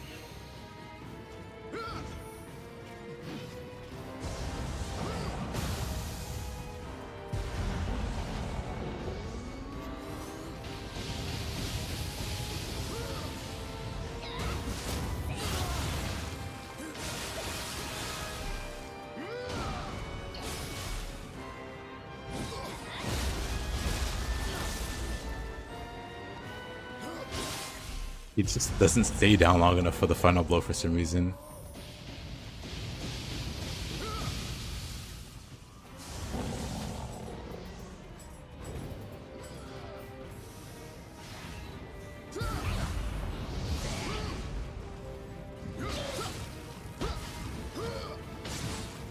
What a combo.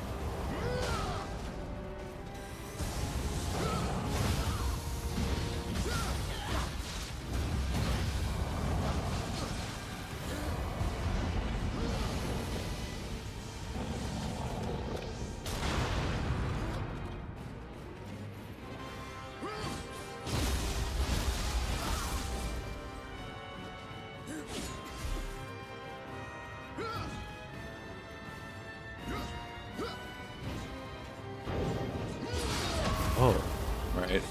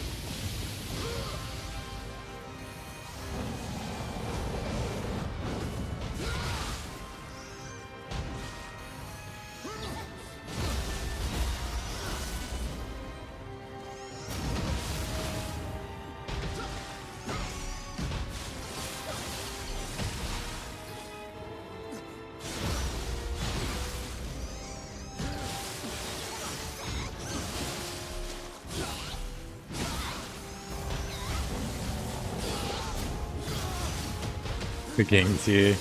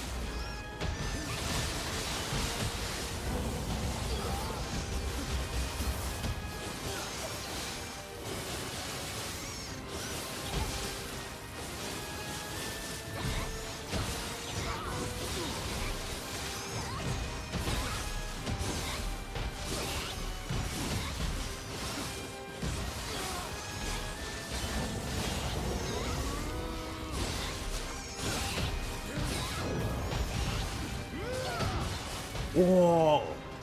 What in the world? Unfortunate. Yeah. What? I mean, it was a valiant try, I guess, but I think I'm not gonna do any more today because I'm just actually frustrated. I'll stay in the chat for the time being, but That's fine. I Unfortunate. can't help but wonder why are we getting such incredibly poor RNG with those bosses? Because floor 1 was pretty bad, then floor 2 was okay, and then this floor it's like, oh, you get literally. The first one was Saito, right? The second Yep. one was Honda, and the third one is Obsidian Samurai. So all of those three bosses have massive problems with hyper armor. I just don't get it. Like, if the game wants to kill you, it's gonna kill you. Like, there is no doubt about it. But at some point, I think I don't really want to play depths if I'm going to make the tankiest build that I can possibly build, and then Honda is just going to do, hey, sorry, he's going to go, hey, I've got like a lot of damage, so now you died despite the fact that you're full health and you've got 60% physical damage resistance. So it's like, okay, well, I'm just gonna die then. Saw die. Right. Well, time to look in this chat and observe what you do on stream. Alrighty, but we'll get him next time. I mean, I'm kind of hoping we will because this is getting depressing. Yeah, a little bit. I think what stings the most is definitely how we fail, because it's floor 28 again, and it's like, hey, the game gives you a terrible string of bosses, which is impossible to play around because you just get the boss that you get, and that's RNG, and you have to live with it. Maybe the time has come to unleash the cat menace again. Maybe I should farm 40. How many was it? I think it's like 49 soul cores to sacrifice on the altar of science.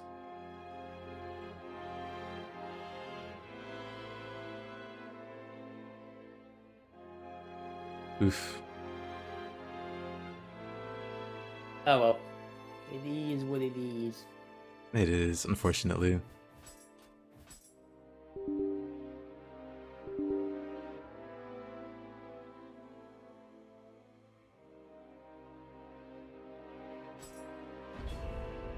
But in line with prior conversation, what do you think about something like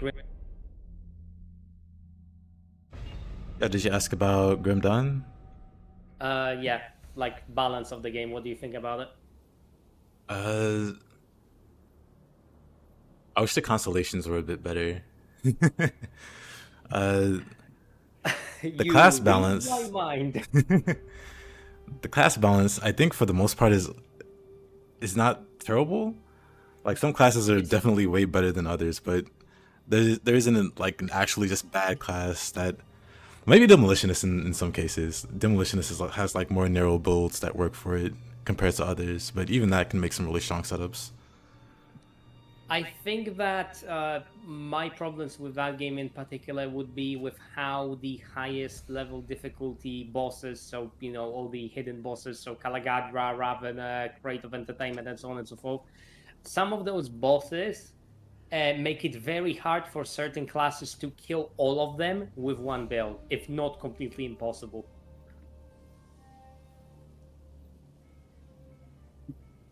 Yeah, the super bosses. I mean, I understand super bosses having like a niches. You have to have like your most meta setup to beat them. But I wish it would be the case that like any build can beat them, even if they do have to like super min max that build. But I don't think that's the case that just any like setup can beat them. I think Kalagadra can be killed by most builds because she can be kited around.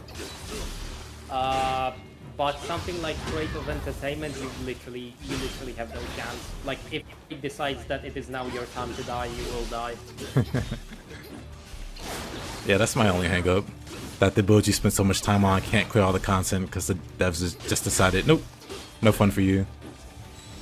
No fun allowed. Go make another build.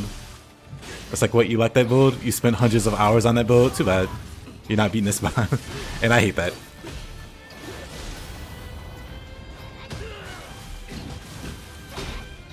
Another pet peeve I have is the fact that there is way too much power difference between classes. I was figuring that was going to be the case with the DLC classes. Because, you know, DLC. But honestly, Soldier's still just like the best class. Much to my surprise. Yes.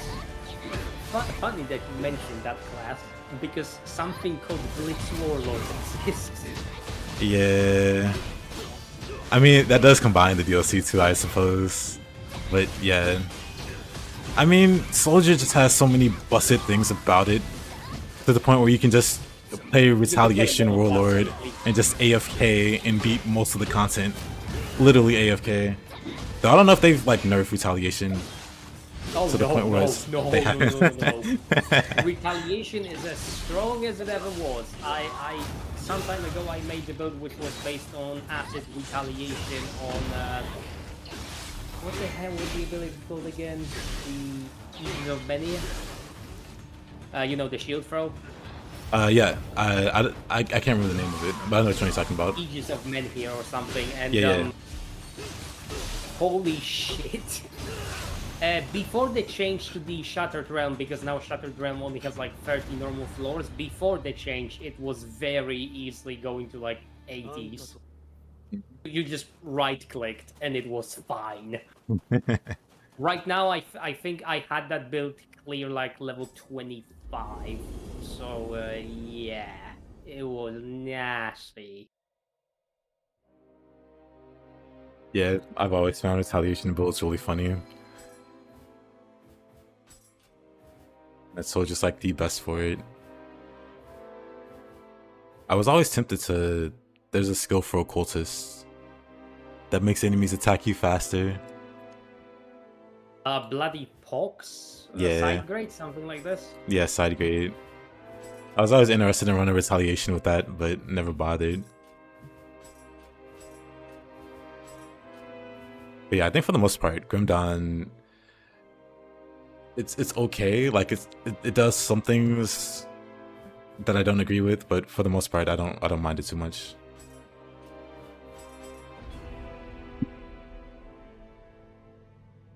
I think my only problem, again, aside from how the super bosses are balanced, is the fact that there are clear winners. The one is in just like classes, because you cut out a bit there. Classes and balancing of them, because you know how Blitz Warlord is a thing and how that thing existing is basically an affront to any and all balance of that game, right? Yeah. But for whatever reason, they decided to give Nightblade extra armor instead of physical resistance on the dual wield passive, and I'm just sitting there like, you have literally just taken like anywhere from 10 to 15%, depending on how many points you put into it, of physical resistance away from every single Knight and Nightblade build. Why would you do that? And to this day, I just don't understand the rationale behind it, and the devs did not bother to explain it. Nightblade too strong? Those blade spirits. It really isn't. It really isn't.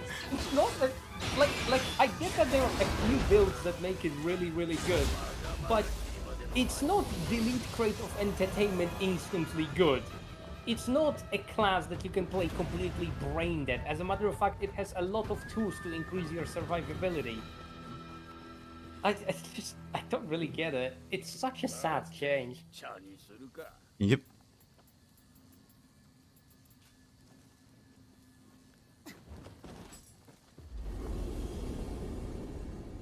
Right, I shall be back in a moment. I just need to obtain more hydration.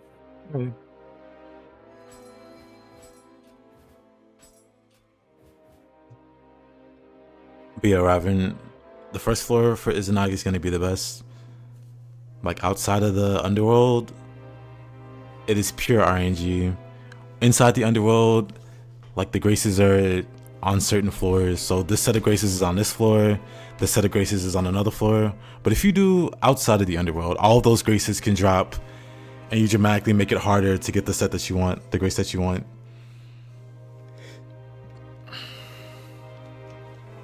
I think the only other alternative would be to,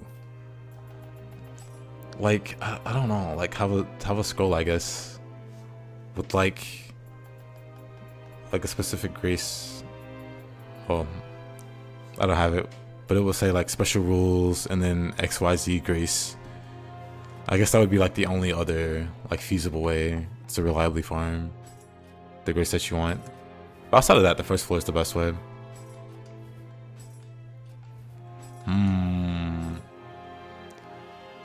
Abduction is just gonna go so terribly.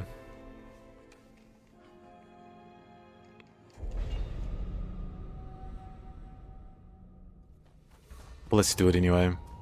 Oh, this is the default. Okay, never mind. I guess I don't have the randomizer going. Wait a minute. Okay, that's fine then. Didn't turn the randomizer on. Let's see if we can keep this kid alive.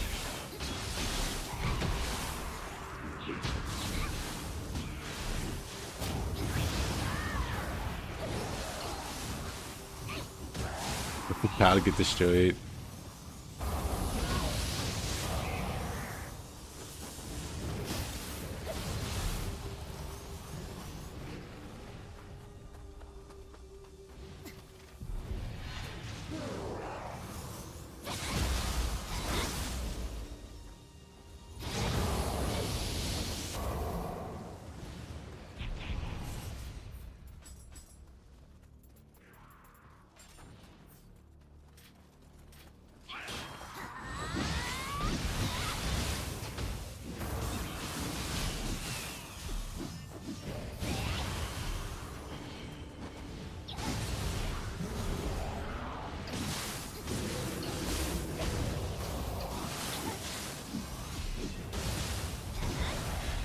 Not the lightning.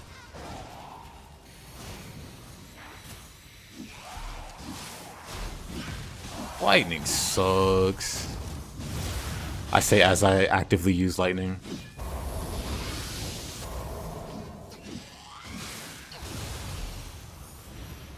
There we go.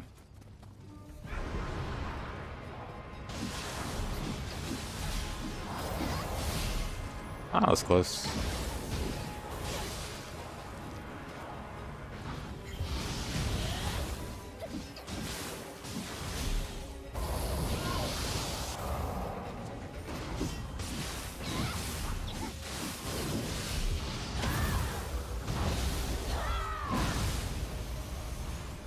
Yeesh.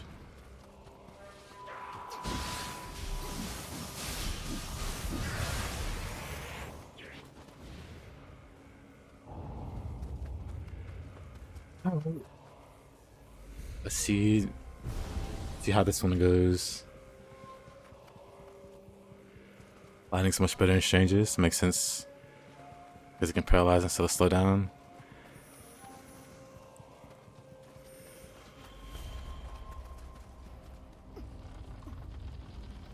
I've been meaning to play some more strangers.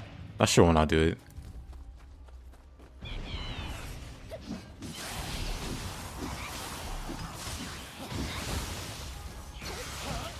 Oh. Oh no. The Gaki's larger than the kid.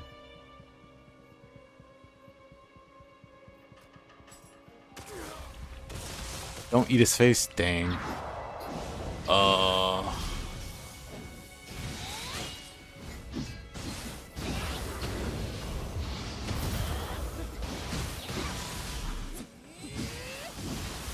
Can't believe Farsi would do this. I don't know if I can keep him alive.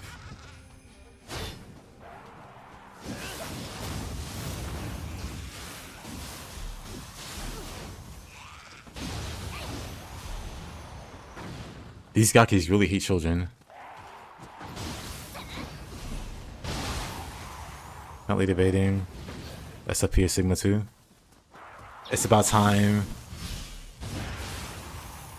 It's about time you took down the Tengu Bros. Me and Widow had enough bad luck for all of us, so you'll have nothing but good luck in your run.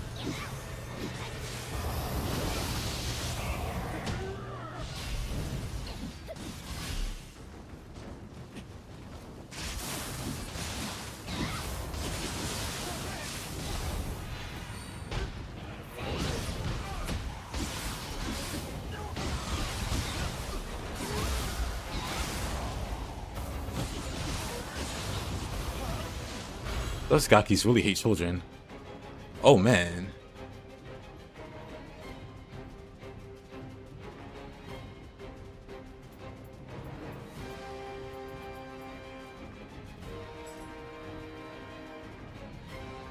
And there's just more lining up in the back.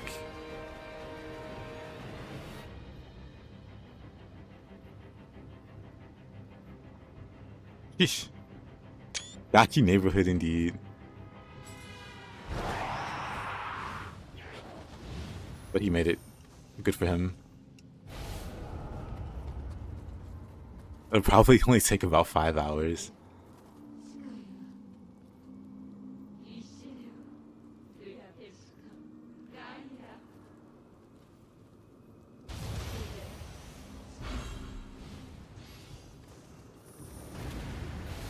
Yeesh. And the Gaki Garden. I was saying that 5 times fast. Also, 1 second. Gonna check and see if I got my package. 1 second.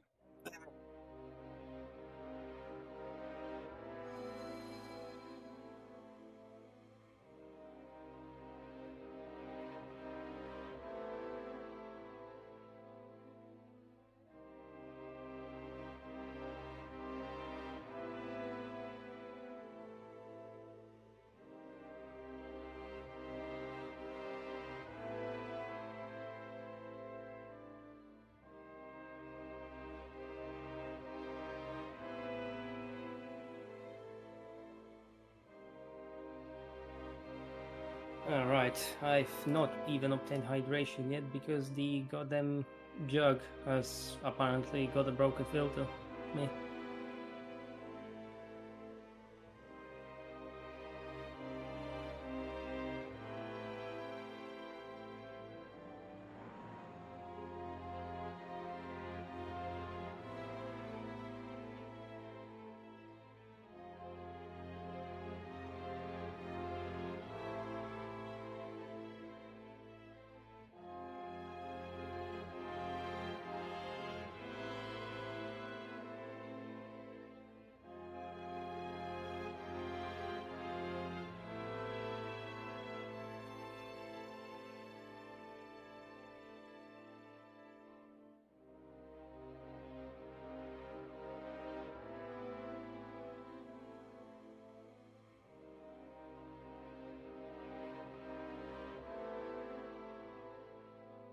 Hey, little, I'm back. Yeah, I'm almost back. Unfortunately, I had to swap filter in my filtration jug, so it's going to be a bit more No worries. time before I can obtain hydration.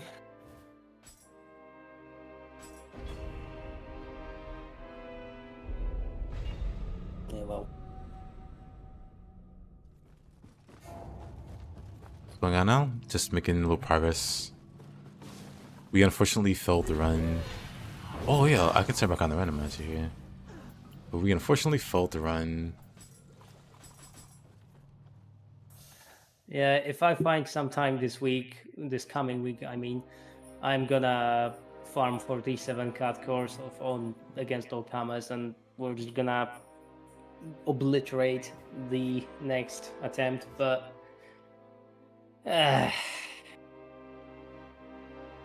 it kind of feels bad losing due to extremely poor RNG and mismatched like build, so to speak, viability, because tank builds, generally speaking, do not do well against other tanky enemies in this game, because you just do not have enough damage to kill them before they win the war of attrition.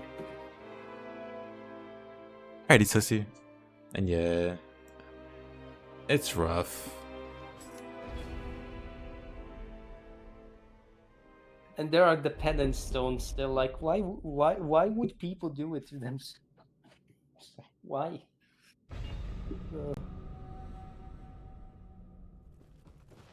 Truly, penance stones are for those who have all the bosses downloaded and saved on their brain.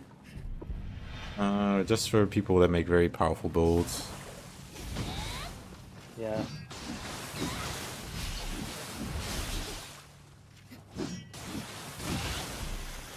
This guy's so tinky. I don't wanna hop over to my fire build actually. Let's do that.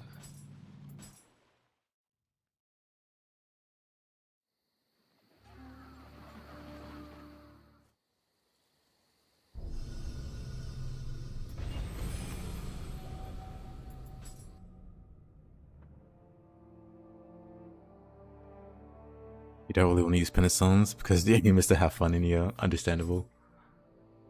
Same, honestly.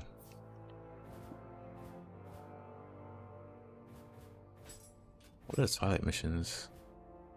I could do these.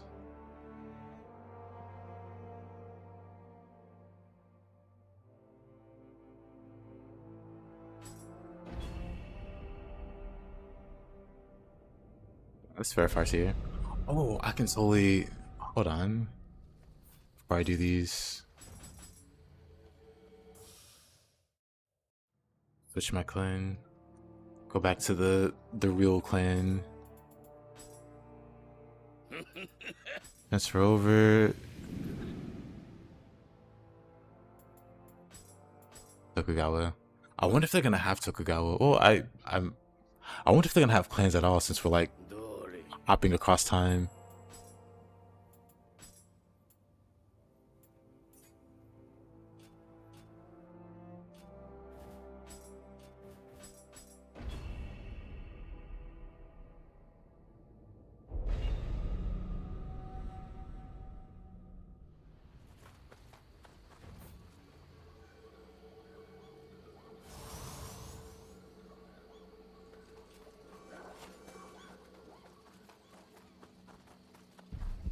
Oh, it's a Honda.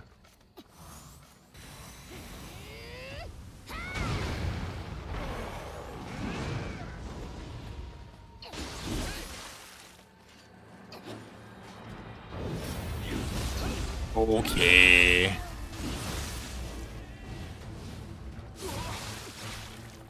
You will only have the Divine Dragon Order in Nioh 3.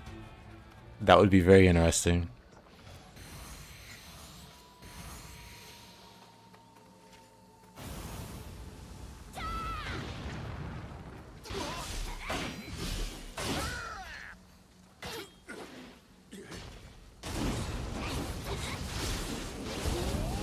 Not the lightning.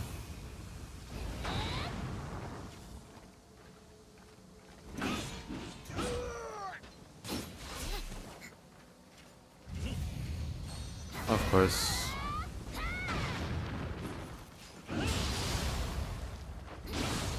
Oh, it's such an awful place to fight this guy. I'm just gonna shoot more fireballs at him. Come on down, Mr. Honda.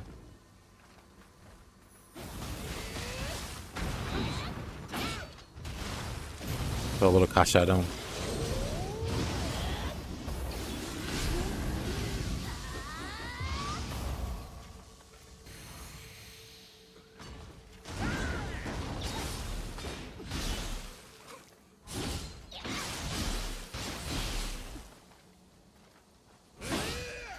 Okay, mister. Oh, does he heals too? But why?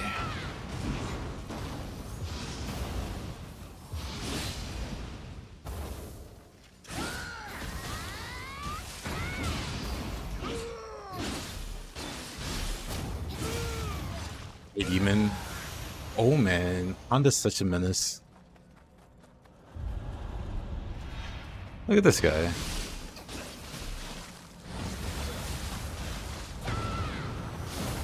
Hilarious even. So cramped, yeah. Another Honda. We get Honda and Wimpy Bandit guy. Attack of the Wimpy Bandits.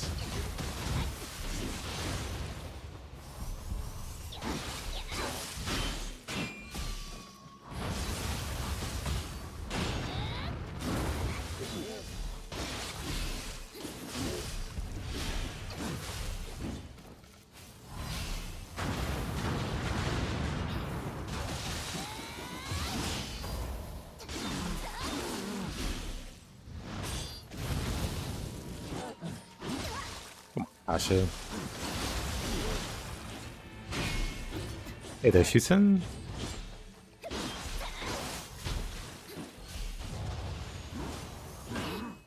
Lock on to the Rokurokugi. Baptism of Flames is correct. We do love our fire here. I hope they make damage over time builds viable in Nioh 3. None of that when the enemy's poison they take more damage. Let me do more percentage damage. Right, well, this time hydration has been obtained. Nice.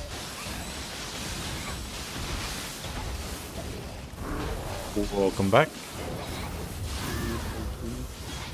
We And saw our about, friend Honda. Oh no. Did you run him over? Yep. Nice, good. Vengeance. What were you gonna say? About the Grim Dawn still. Like, I feel like the game is wasting a lot of potential with the constellations, as we prior mentioned it. Because very often there's only like one optimal constellation combination for any given class. Yep. Which is it's so frustrating because the system is pretty good actually. It's a really very good. expansive passive tree, but you're forced to pick the ones that are in any way, shape, or form working for your build, and you just end up with playing the exact same thing for the 10,000th time. I don't know.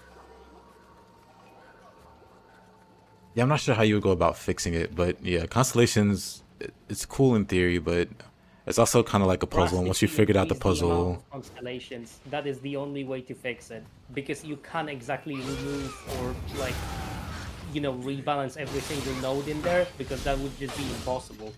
So you would have to add more or increase the amount of points you can spend, not by much, but like by 5 or 6.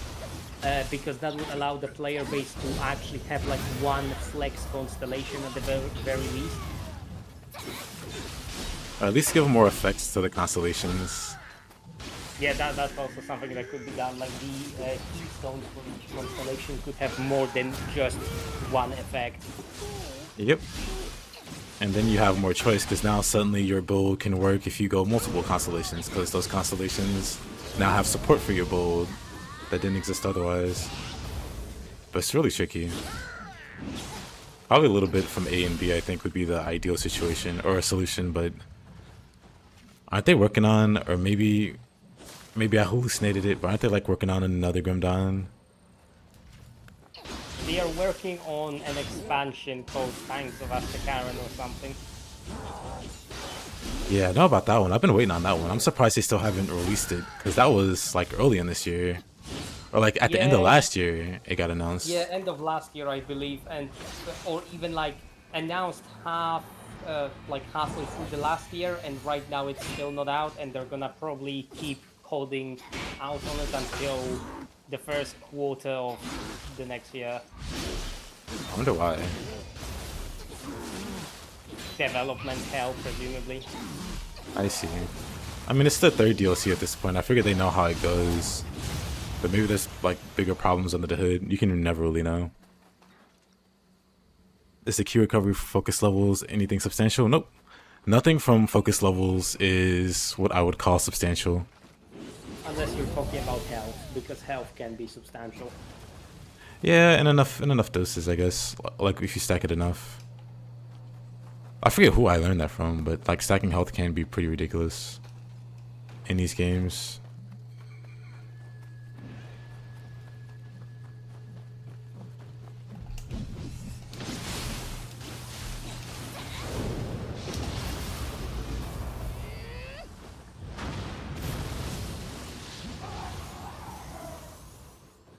I think I might be real original and do a fire bolt for Nioh 3.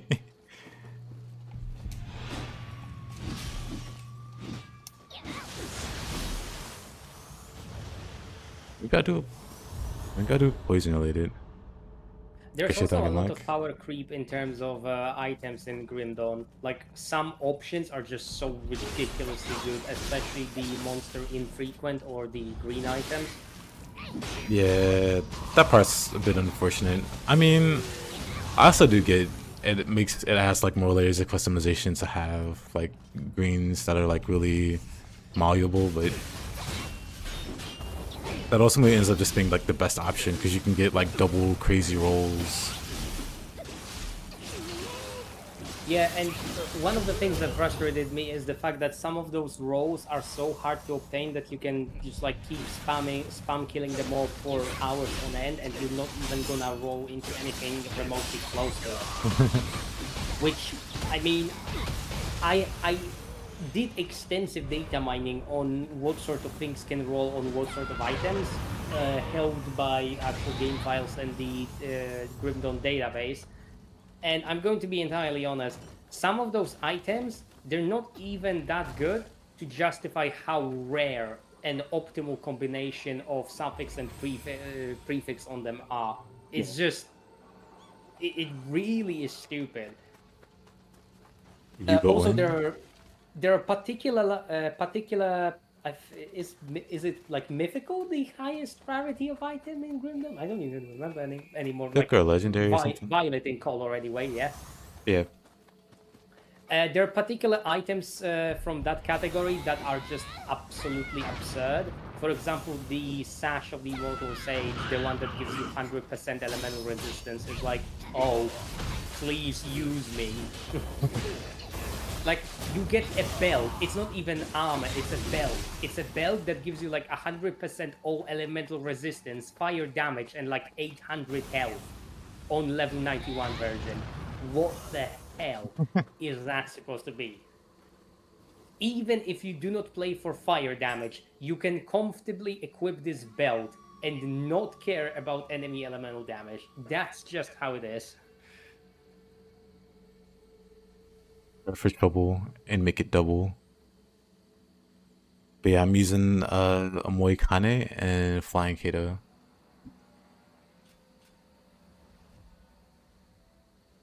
Yeah, heroes. I might. It's either gonna be fire, or it's definitely probably gonna be fire, more likely.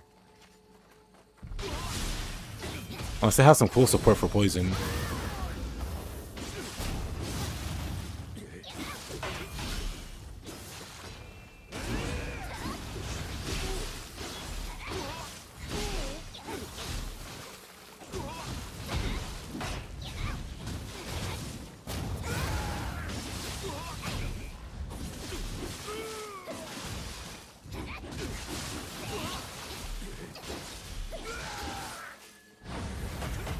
Oh.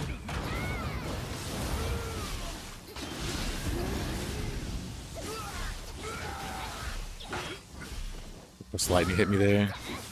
Why wouldn't the lightning hit me there? Okay, buddy, that's enough.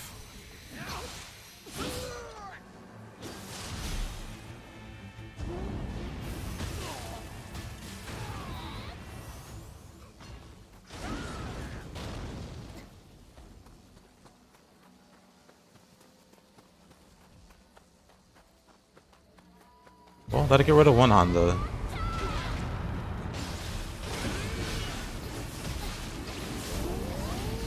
Aww.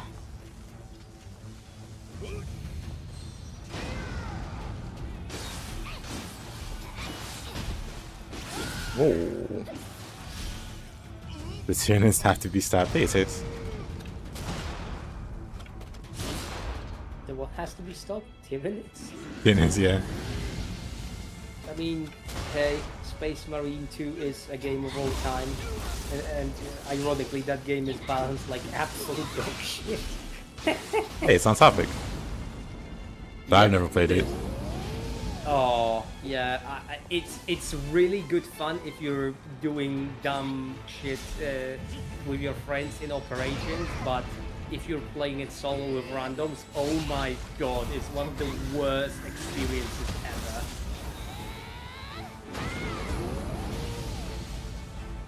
Sounds like a familiar situation. Oh, great. There's another Honda.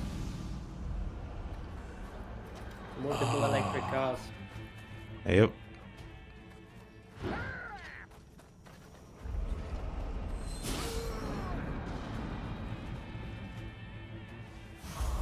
How you doing, Mr. Taze?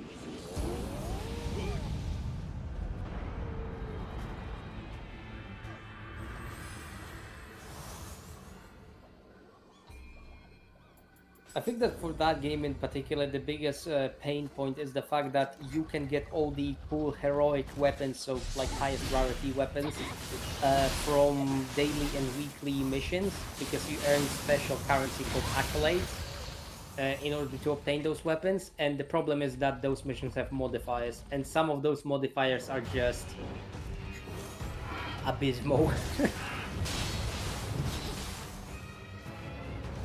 For example? Okay, so if you haven't played the game, what I'm going to say is going to make absolutely no sense to you. So I'm just going to feed you some raw numerical values first.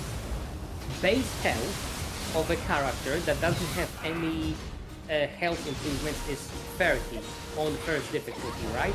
Mm-hmm. On highest difficulty, this health is reduced to 15.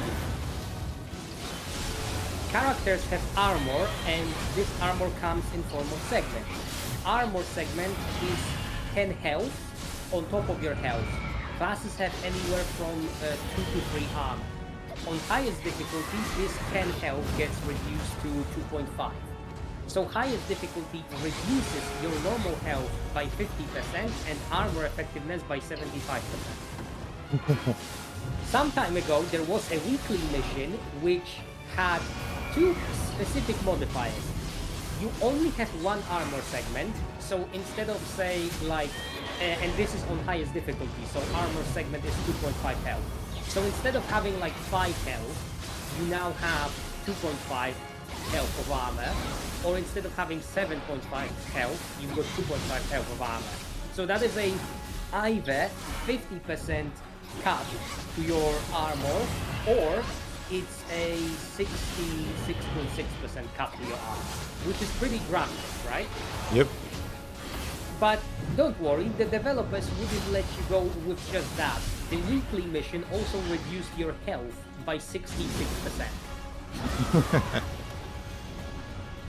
So the total health reduction is from 30 to 6, which I'm sure that nobody needs to have this explained, that your health is now only 1/6 as effective at absorbing damage, and your armor is now only Depending on your class, let's assume you have something with 3 armor, it's 1/4 times 1/3, so 1/12 as effective.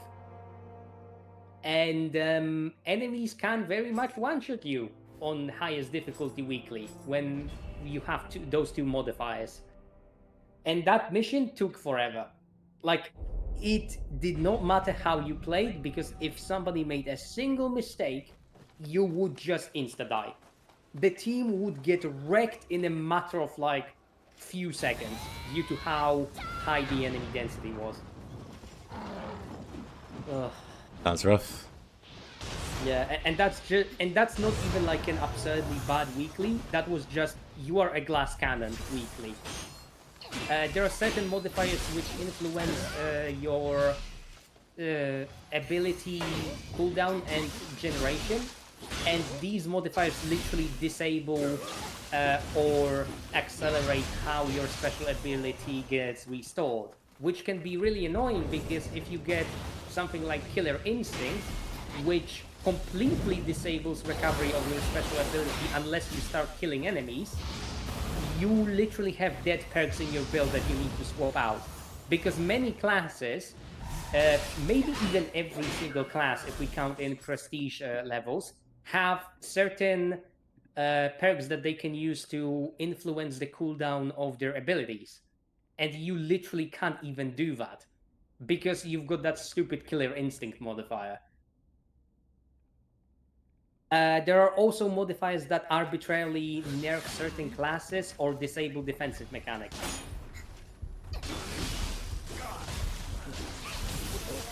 So imagine you're playing Nioh and you can no longer block. How funny would that be? I'd live, personally. Okay, how about every time you dodge, you take damage? Well, now you might be taking it a little too far there, mister. Yeah, that is also a modifier. I see. So, yeah, those modifiers turn the game from a very fun, pleasant experience into an absolute sweaty shit show.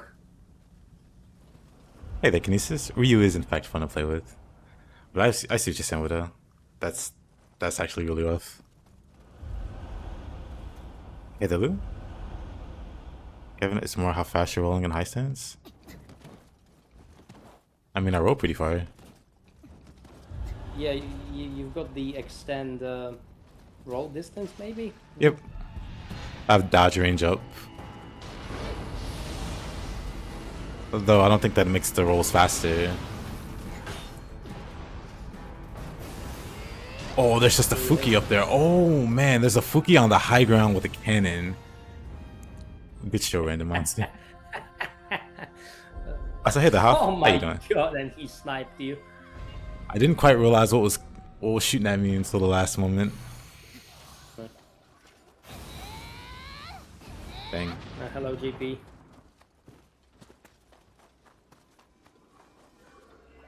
Yeah, Kinesis, I'm blaming you for that one. I'm docking your pay. I'm also shooting. Why not nuke it with feathers? I don't really use feathers in that way.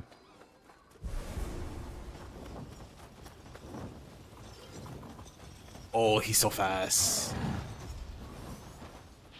At some point, I'm gonna have to do like a proper run through depths with feathers only. This is going to be pain. I mean, it depends on your build, I feel like. Because it could be not too bad. Yeah, I've got like 2 ninjutsu builds that can effectively spam feathers, but one of those builds doesn't even have AA agility for whatever reason. I don't actually recall why that is. And the other one is the kunai spammer. So I set it up to spam kunai, not feathers, and thus I will get like pretty bad damage with feathers, even if I do start spamming them.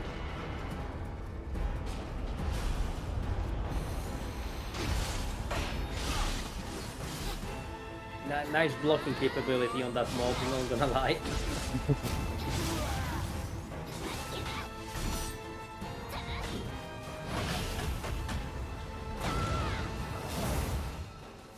So how you doing, Mr. Fletcherson? How's your day been?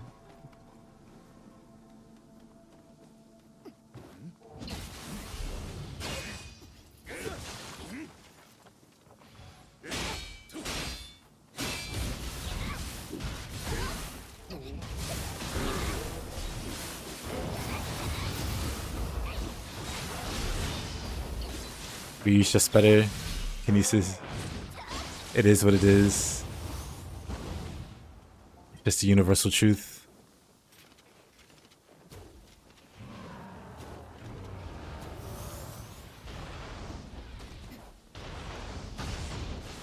Oh, of course that hits Yomi. What? Nah.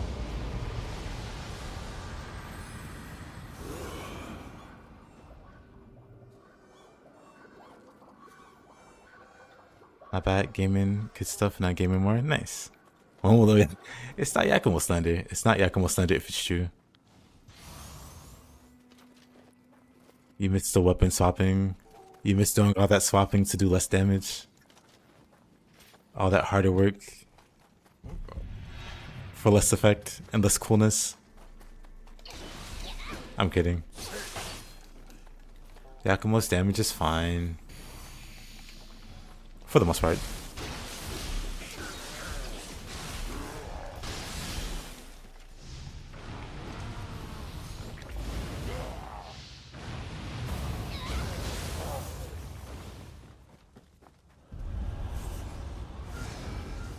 Oh, what? No. I hear Kashin Koji. I don't like what I'm hearing.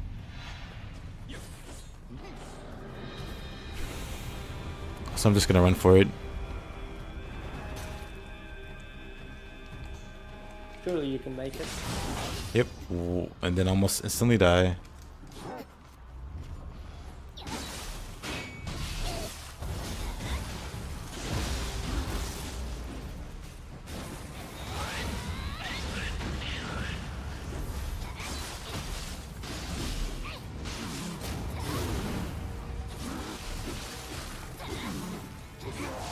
Back to the balance discussion. How do you feel about balancing on Vermintide and Darktide?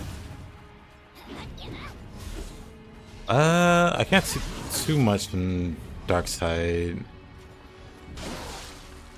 Vermicide though.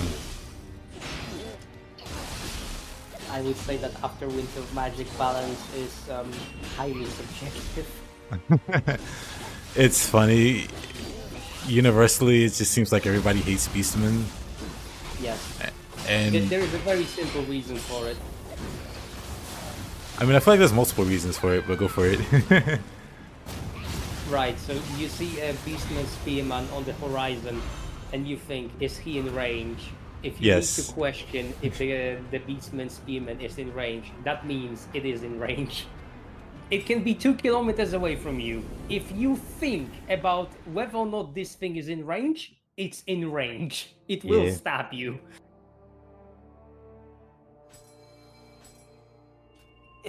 Other than that, the minor talk can be a little bit bullshit on higher difficulties, but genuinely speaking, the biggest problem with Beastmen is the fact that the basic Beastman Spearmen can utterly annihilate you. Even if they physically do not make contact with your character, you will get hit by their spears from absurd ranges, and there is nothing you can do about it. Because the developers refused to actually address that problem. Yeah, Beastman tracking is a bit crazy. The banner guys are also a bit crazy. Under extreme circumstances, they just make things excruciatingly worse than they should be. I think I don't really mind the banners so much as the spears. The spears genuinely ruined that faction for me. Yeah, by themselves, the banner guys aren't a problem. It's just that they amplify. It's because they spawn and empower the problem child that you're describing.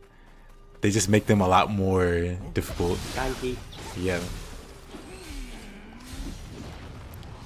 So by themselves, they're fine. I would even argue they're interesting and well made. They run around, they put down a banner, you can destroy the banner, they stand in place so they're not a threat while the banner's going around, or while the banner's buff is going around.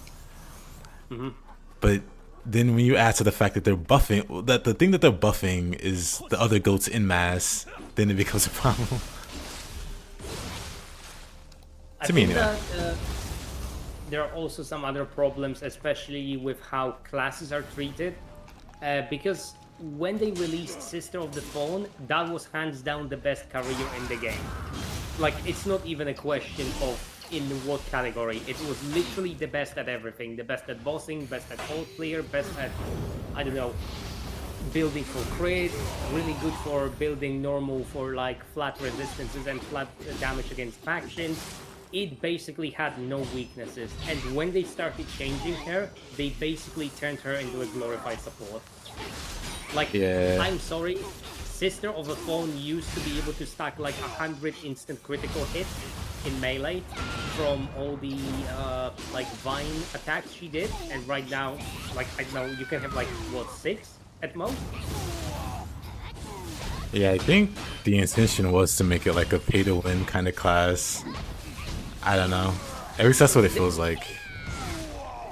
The issue is that if they wanted to make it a pay-to-win class, right? They did do it, and then once the people who play the game bought the DLC, they just nerfed it into the ground. I think because of the like the non-stop complaints.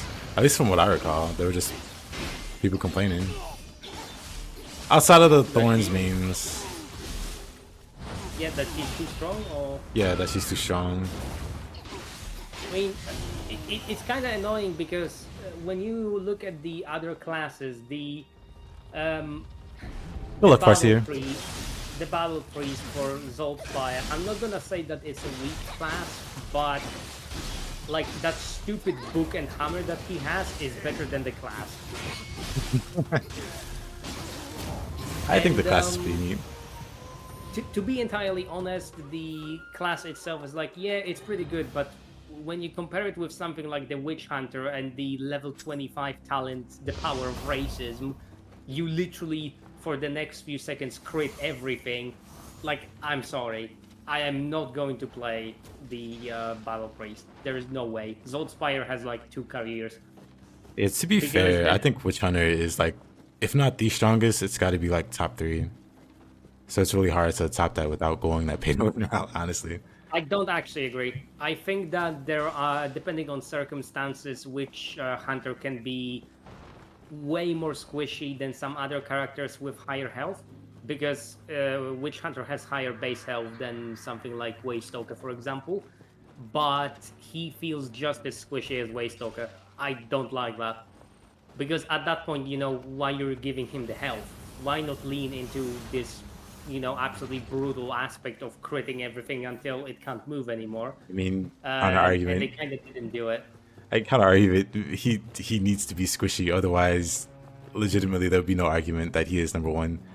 But the fact that's what I said. If they wanted to, you know, lean into him doing all that damage, then he should have just been 100 base health flat.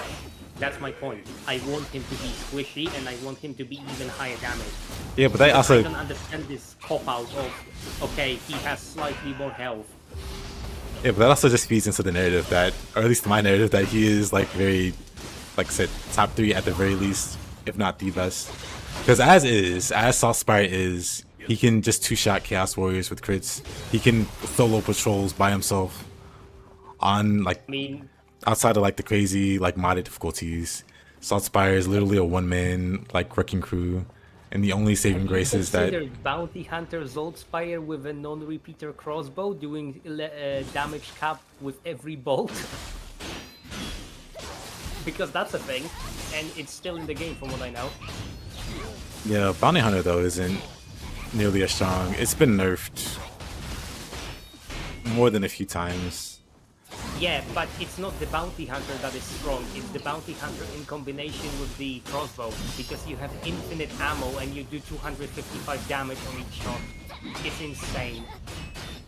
Like, I mean, in terms of single target deletion, not even Shade can compare to it.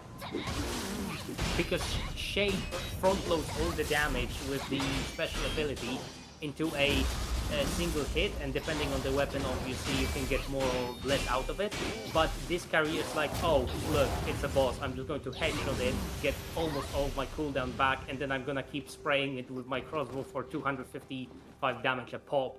Like, it does not win against Shade in terms of raw burst, but it wins in the long term easily. I don't know if that's the case anymore. Shade, I mean, I guess we're talking on like different balance patches, but Shade, Like well-played shades can stay invisible for pretty much like any entire encounter because they have the ability now to just parry and then go invis by dodging. And when they're That's invis, new. I I yeah, I, I haven't heard of that, so that's new. yeah, Shade has Kinesis. kind of Yeah, crazy. sorry, go on. Oh no, go ahead. Kinesis 255 damage is enough to one-shot Chaos Warriors on most difficulties, and Chaos Warriors are the toughest mobs. Yep, and I was gonna say, Waystalker has piercing shot, which still hasn't been changed. I guess this is meant to be like a skill based thing, but she just gets her ult 100% back, and pretty much she can delete faster than Bounty Hunter. And it's not really a matter of aim; it's more understanding how the boss moves. Because once you understand how the boss moves, you just train your crosshair over. Like it's just raw practice with the piercing shot and Waystalker, just as it is for Bounty Hunter. I think to me this argument doesn't really hold water because with Bounty Hunter I don't have to care where I aim with the crossbow. Like it's, or at least when I was still playing the game, the class was broken to a degree at which you were like, oh, it's a Storm Vermin on highest difficulty. Dead. Oh, it's a Chaos Warrior on highest difficulty. Aim vaguely towards the head. Dead. Oh, I see. So it's more that the crossbow you think is strong. Yeah, no, it's the combination of Bounty Hunter and the crossbow. Because Bounty Hunter, I don't know the current talent, but he used to have this stupid talent that gave him instant crit on, like, cooldown. Yep. Right? He still has it, plus shot. Yeah, okay. So when you pair this with Scrounger, you can probably already tell where this is going, right? Yep. It's pretty much infinite ammo, and when you use this talent correctly, it resulted in you critting something to the head, and then instantly having another bolt in your crossbow, because for whatever dumb reason you could sort of soft cancel the animation, and you can fire the other bolt almost instantly. So that's like 500 damage in 2 shots instantly. That is a massive amount of damage. That is enough to kill every single mob, elite, and things like that without any problem. And this can be done consistently. That's my point. You don't have to think, you don't have to learn anything, you just point and click, point and click, point and click adventure. Pretty sure that's no longer a thing in the game. Oh well. Because I do play, yeah, because I do play Bounty Hunter quite a bit. The thing that I like is the volley crossbow. But I was gonna mention, doesn't deal with armor too well. I was gonna say that Zealot also has a means of getting infinite ammo with Scrounger. Just because he has a feat now, or a talent now, that guarantees him crit after a certain number of hits. Yeah, I think I saw that when I was still playing. Which is pretty silly. I don't even consider Zealot here because, in my opinion, Zealot after Winds of Magic is a shadow of its former self. I mean, Zealot's still one of the stronger clans. I mean, yes, I am not gonna deny that, but would you rather have the, in terms of like raw power, would you rather have Zealot from pre-Winds of Magic or the current Zealot? Because, I'm sorry, the Zealot from pre-Winds of Magic was literally impossible to kill. And if you can't die, well... I mean, that's still Zealot. Left click. Zealot still is... that's still Zealot. He still has insane... Like, once he gets going, he's one of the hardest things to kill outside of, like, Ironbreaker Barden. I guess in Sienna, but... No, Unchained is probably the hardest to kill by the virtue of her being able to channel damage into Overheat. Oh my goodness. I guess starting with this. Oh, that's rough. Do I want to bother with Mr. Nightmare Bringer?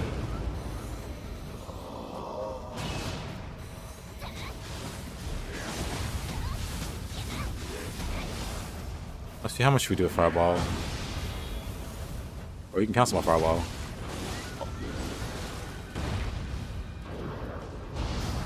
That's fine. We'll fight him. Oh, that's decent actually.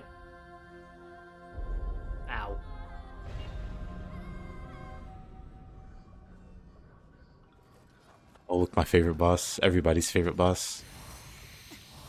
Uh, Other than those two Zoldspike careers, which are like instant source of memes, while I was still playing the game, Waystalker with a Hackbane shortbow and all potion effects. That was disgusting. Bosses were melting in seconds. Yep, Waystalker has a lot of cool setups. Hagbane's still one of them.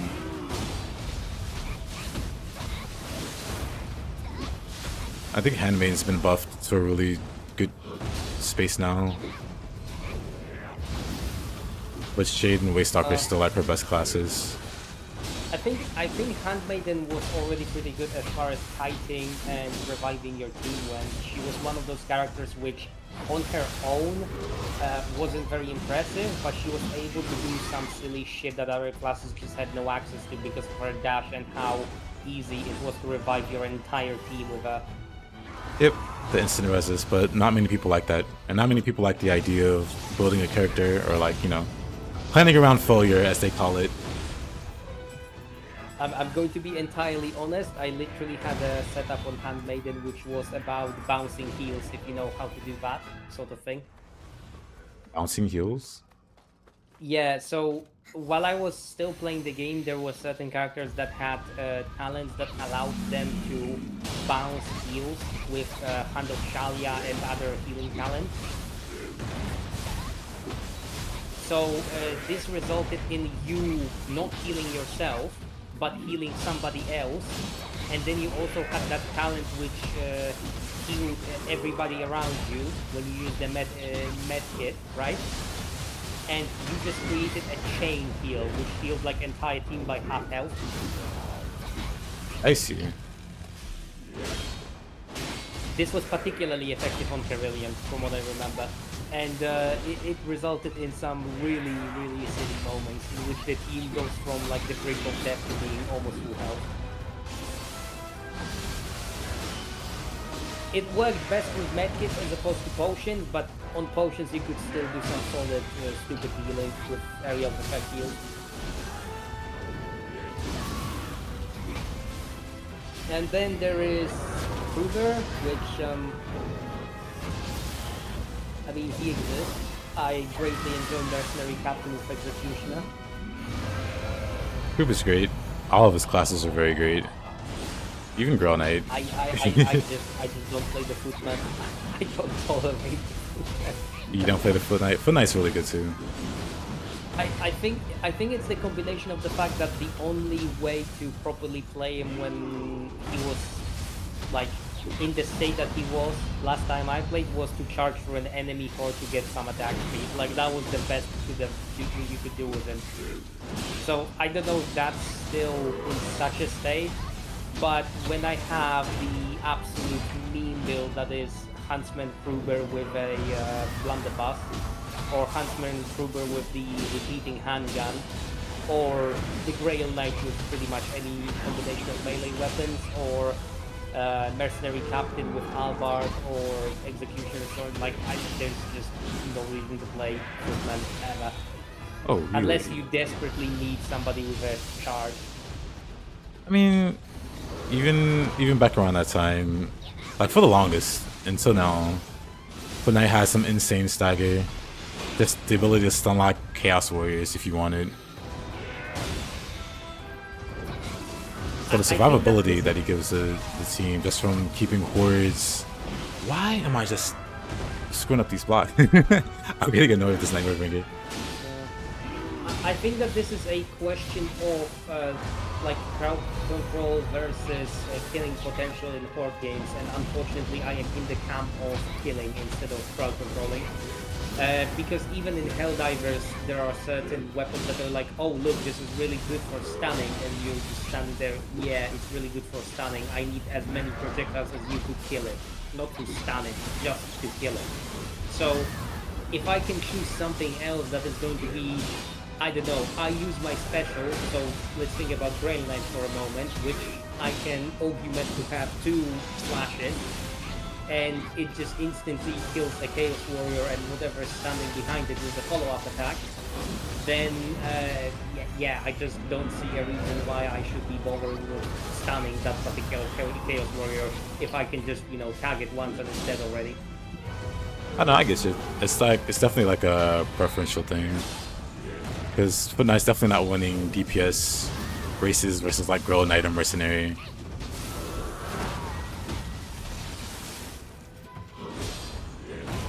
Or you can just play, if you're really good at Hooker, you can just play Longbow or the Precision Handgun on Huntsman. But good luck with that, because I played Vermintide for like 800 hours, and I think I am not good enough to play that.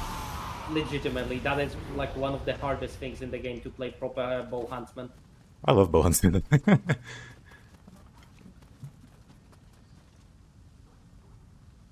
Oh, how are you playing while talking? Somehow. Yeah, magic, exactly. Although, as far as classes go, Bardin used to have a very funny build on the first class, the Ranger Veteran, which was my favorite class, probably. You are aware of how his ultimate functions, right? So Well, when he uses his ultimate, he gets critical damage on range shots, right? I'm trying to Or see at what least that, changed. Yeah, I know what you're talking about. I know before yeah. that used to So be a thing. what I did was I used that and the engineer pistol. You can probably imagine what happens next. Yep, I remember it. Uh, During so the you time that build I played for Chaos Race, the Masterwork you build for pistol. absolute spam, and you just spam your ultimate, you spam your pistol, and there were builds which, when you fought a boss in some sort of like a animation, idle animation, or when it was staggered, you could genuinely pull the trigger from the alternative fire mode, and it would die in a single burst. Yep. It was insane. Yeah, there are serious. Although I have to say that infinite bombs is also pretty entertaining. Oh yeah. Though I personally played for potions, Good night, because Kinesis. having all potion effects at all times in every single mission.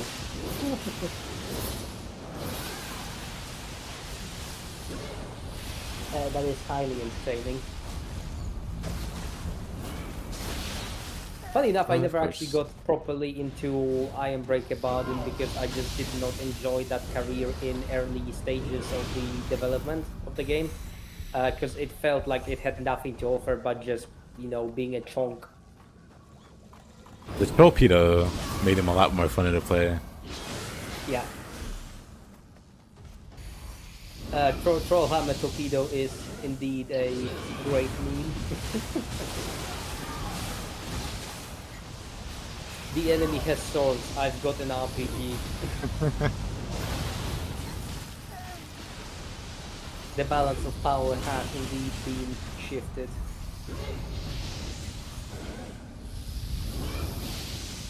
I think Yomi in a small space is just no bueno. Abysmal. Miserable. Yeah. Just gonna let her hang out there.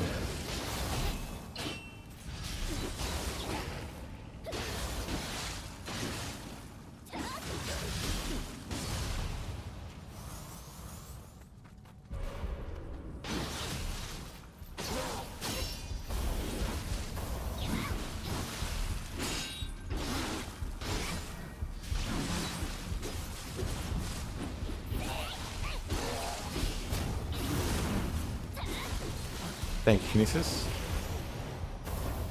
So how you doing, Artorias? How's your day been?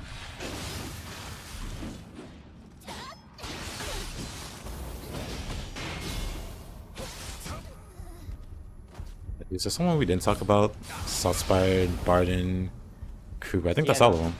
Sienna. I like playing Pyro Sienna for the crits. Otherwise, I don't really play Sienna. I'm going to be entirely honest. You either play the first career or you play the Unchained, and that's it. Sienna has no other careers. That's Exactly. unfortunately the consensus. Infinite dashes with stagger. Yes, please. Or you never take any damage because you channel it into overheat. What happens when you overheat? Well, you do even more damage. Oh, that's not a problem, is it? 20,000 damage later. Oh, it is a problem. Yeah, serious. I've been doing alright.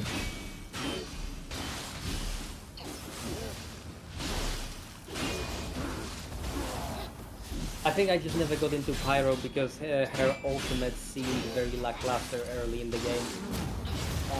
As opposed to, having, well, stun on demand multiple times, uh, healing and heat venting on demand. Like, the skull just... Yes, it was very high damage. Yes, it could kill a bunch of enemies at once very quickly, but It did also just did stagger. not... Yeah, but it did not provide the same value of double dash stagger. That, like, just... Nah. And after they released the flail for Sienna, oh wow, that hurt. Unchained became even more absurd because flail obviously goes through shields. So all you do is heavy attack into heavy attack into heavy attack into Yep. heavy attack, And it and you also occasionally had. just Oh, go block to ahead. vent. It's Yep. so stupid. It also had insane stagger, so if you put opportunist on your weapon to increase stagger, with enough like versus stacking, you could stun lock Chaos Warriors with Unchained with Flow, and it was I am very going to very be silly. entirely honest. There is only one way to play that, and it's max crit. You just go max crit, and that's it.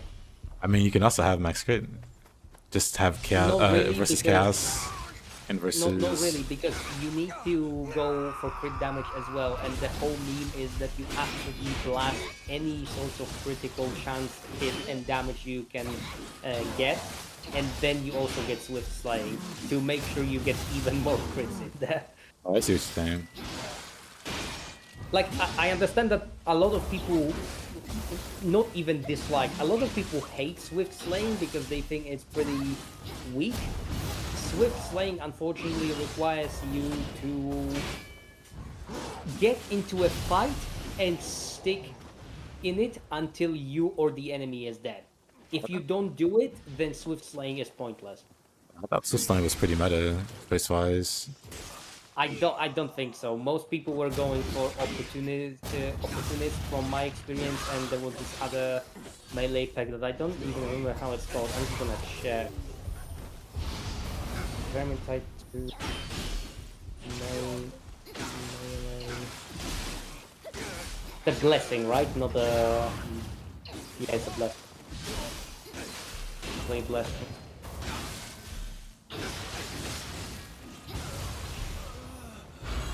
Oh, it's a trait. It's not Yep. a blessing. Blessing is from Dark Tide. So I saw a lot of people going for opportunist and parry, because if you're Really? good at timing blocks, then you basically never used any stamina. It's interesting. Meanwhile, me with daggers and no block cost reduction. Where's that? Well, I mean, hey, on Carillion I basically went full crit as well, so I was the crit addict, and I'm not afraid to admit it. I mean, yeah, again, that's the whole reason why I played Sienna, or Sienna's Pyromancer.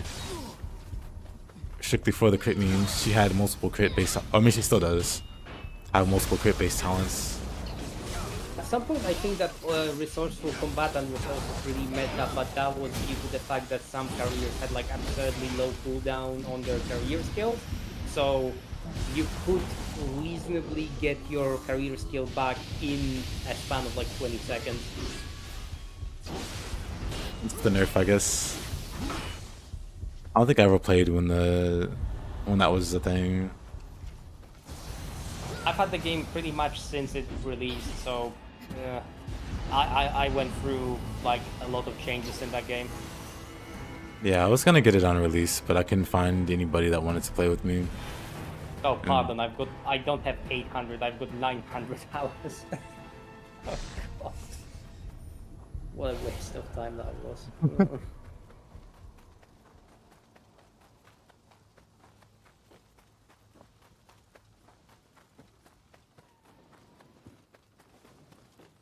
Zolts, Baden, Siena. Yeah, because there's only 5 of those guys. Yep, the Ubersreich 5 or 4. Or 4, it does not matter.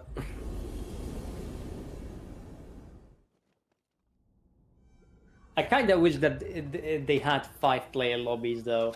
That is the one change that I wanted to see at some Missed point. That, opportunity, you know. honestly. Yep, absolutely.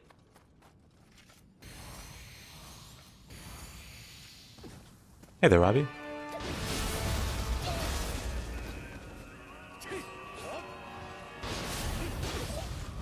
How you been?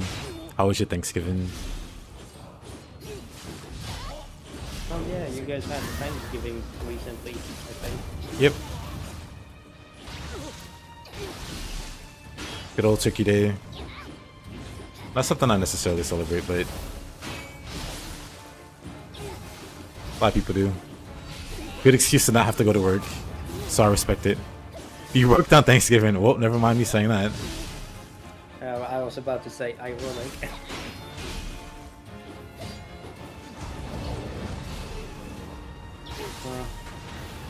I don't know. Oh. As far as Dark Tide goes, I think that game is better balanced in terms of what enemies you can fight, with one notable exception. Because whoever invented scav trappers, I think they should be fired, and not from work, fired from a cannon. You think the chapters are bad? I'm trying to think which one I dislike the most. I think I currently just dislike bursters, just because I'm not good at reacting to them in time. See, the funny thing is that due to the fact that I'm playing veteran, I do not care about them because I can triple push them. So they are never going to explode on me if I play properly. Even if I genuinely let them get close to me, I'm going to triple shot them and that they're not gonna do anything. But with trappers, it's like, hey, it's a leech that shoots through horde, that shoots through corners, and shoots through terrain. Like, I am sorry, that is just abysmal. If any of those things, like any of those three, were patched, like they can't shoot through horde, which I think would be a change that would nerf them too much. But at least the net should just not go around corners. Because holy hell, you can literally get clipped by it and you don't even have your face around the corner. You get clipped by something that you can't even see or react to. That is just not fair.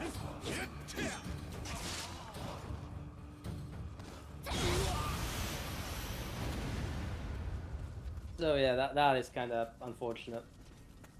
Robbie? Actually, I dislike the mutants. Those guys are annoying. The good old big iron on your hip kills them in one hit.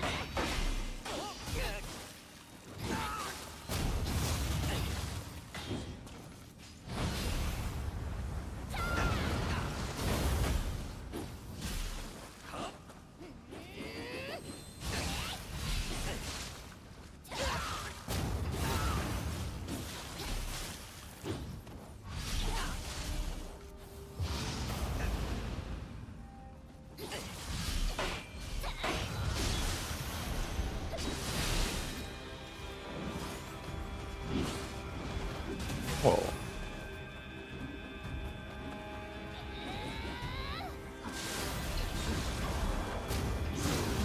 Yep, this is more randomizer.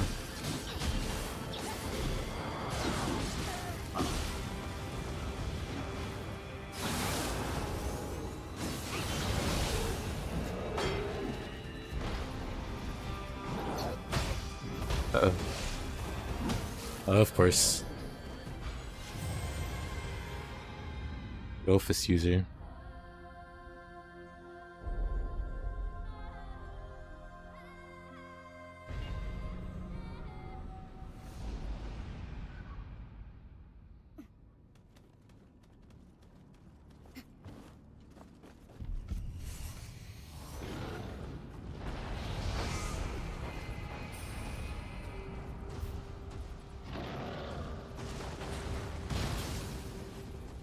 Cool.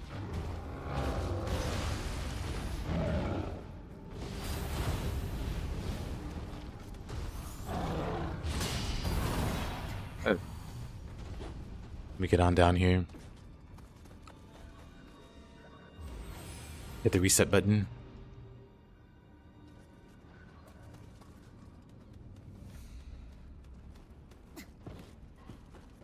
Yeah, just playing around on a randomizer. Trying not to get rusty at the game. I've been playing other games, but I gotta stay on top of things. You know, who's really stay getting closer and closer. But if anything, I need to be playing this a bit more.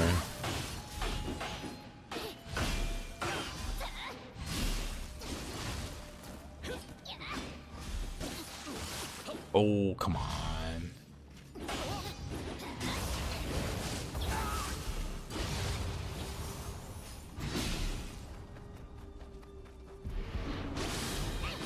Alright, now there's a guy there that killed me last time. Oops.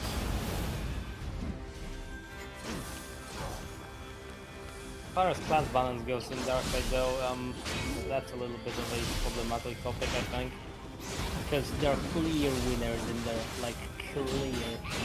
That was?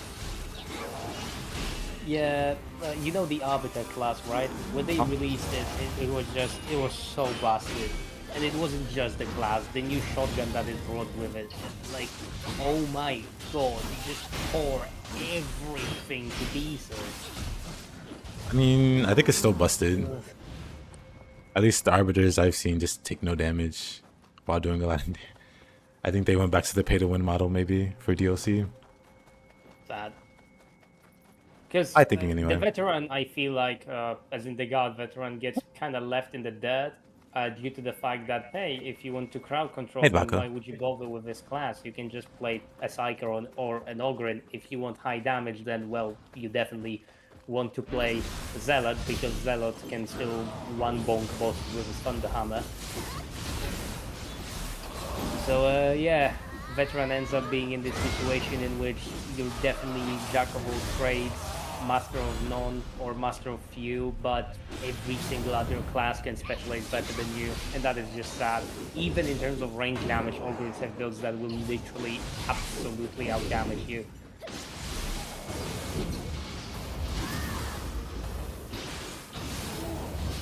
What about sustain wise? This veteran has that one cool ammo sustain. Yeah, ammunition and grenade sustain are nice, but again, that is just being a jack of all trades, because you have keys that open many doors, but none of those doors really lead to you becoming the most valuable member of the team. That's the problem. Like, I enjoy playing veteran, that's the only class I play, so I think I've got some claim to knowledge about the class, but when I see that the only way for me to like even try and compete in single target damage against other classes is, hey, you just have to play Bolter or Plasma, I'm like, yeah, I don't want to do that.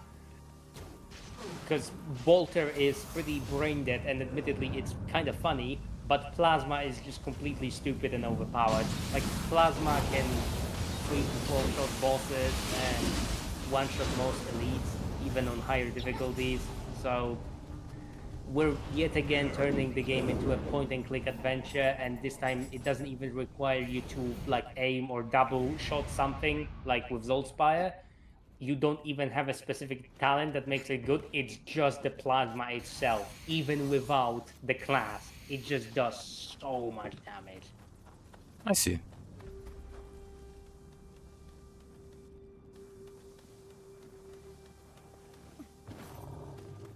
Which class were you actually playing in Dark Tech? Because I don't recall off the top of my head. I've been playing Veteran too. Oh, nice. What sort of build? Executioner, stance, stealth, or shout? So I've been running stealth to stay alive as I learn the game, but I switched to the executioner one. I'm Yeah, using exec stance the is fun. what is it called? The Hellbore. It looks like a sniper rifle.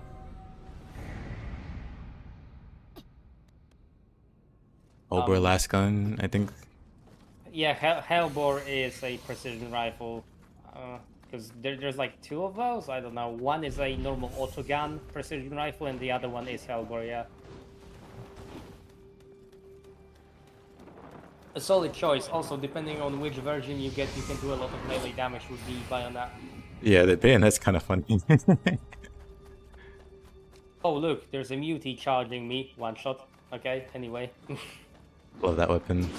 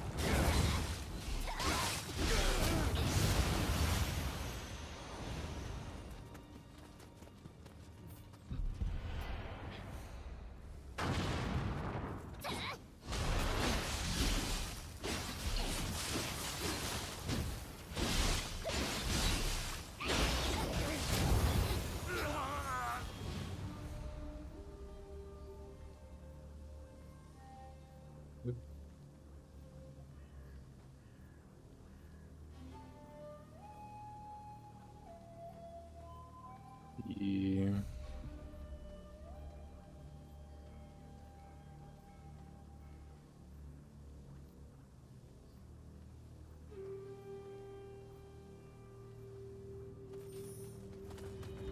What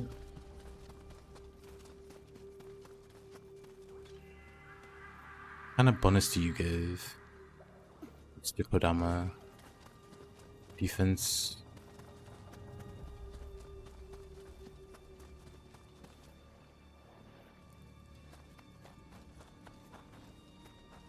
I can go this way. Oh, this one is going to be good. What do you think about Dark Souls balancing? Dark Souls balancing. And not like any particular game, but first of all, series as a general. Yeah. It's got like a really basic formula that's hard to screw up. But it's also something you can really easily break by stacking buffs. Which has been the case for every game, and especially true in Elden Ring. You have so many more buffs now. You legitimately one-shot. I saw somebody throw 2 pots at Radon and he dies. The DLC. Yep. So it's like a very simplistic game that's hard to screw up. But then also you can just completely break it without too much effort. I think it was best the simpler it was, because they've tried to add depth to it, but it's not been like meaningful depth. It's been, oh, of course I died there. It hasn't been meaningful depth. It's the kind that just leads to more exploitation, and that's unfortunate. Yeah, the issue is that you just can't rework an entire combat system by adding fucking jumping to it. That's not how it works. Yep, I agree. And To me, I think what you said initially is the correct answer. That those games worked better when they were simpler, because Dark Souls One, admittedly, had a lot of ways of breaking it, depending on obviously which version you played, like the original one, the Prepare to Die edition, the remaster, whatever. Um, but notoriously, the giant dad meme exists for a reason. And Zweihander is probably one of the, if not the single best weapon in the game due to how easy it is to access and how fast you can access it. So, I definitely think that the balance of those games in the PvE section was always completely scuffed. But if you weren't going like super out of your way to ruin the experience for yourself by playing the most broken piece of shit build you could, you genuinely could have a lot of fun with overcoming the inherent difficulty of the game. Yep. Unfortunately, there's also the PvP side of things, which is yes, it exists.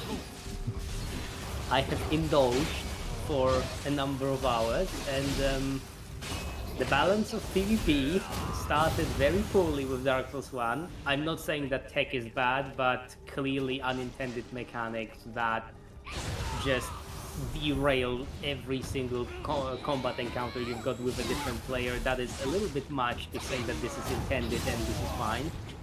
Then comes Dark Souls 2, which actually, Dark Souls 2 probably has the best balance for PvP out of all those games, but the problem is that Dark Souls 2 has not stood the test of time. Because the next game, which absolutely had worse balance, did stand the test of time. Because even now, if I fire up Dark Souls 3 and I go to Crucifixion Woods to Cracksmax, if you know what that is. You do? Or you don't? I do. Right. If you go Cracksmaxing right now on PC, within like, reasonable level brackets, I am willing to bet you will find players to Cracksmax with. Even now. Oh, I don't doubt it. What, like 9 years later? I think, because it released in 2016, if memory serves. Yeah. And if not for 3, 1 would probably still be the most popular. 2 was just unfortunately dead in the water off rip because of Miyazaki's lack of involvement. Honestly, I am of the opinion that Gankerzaki mostly ruins whatever he touches. Oh, I'm not saying that's the reason. I'm not saying it's a good reason. I'm just saying that's the reason the masses you step away from it. Yeah, real unfortunate. But yeah, that's why the masses, they listen to the big Dark Souls streamers, Dark Souls 2 bad, and it became a bigger meme than it should have been.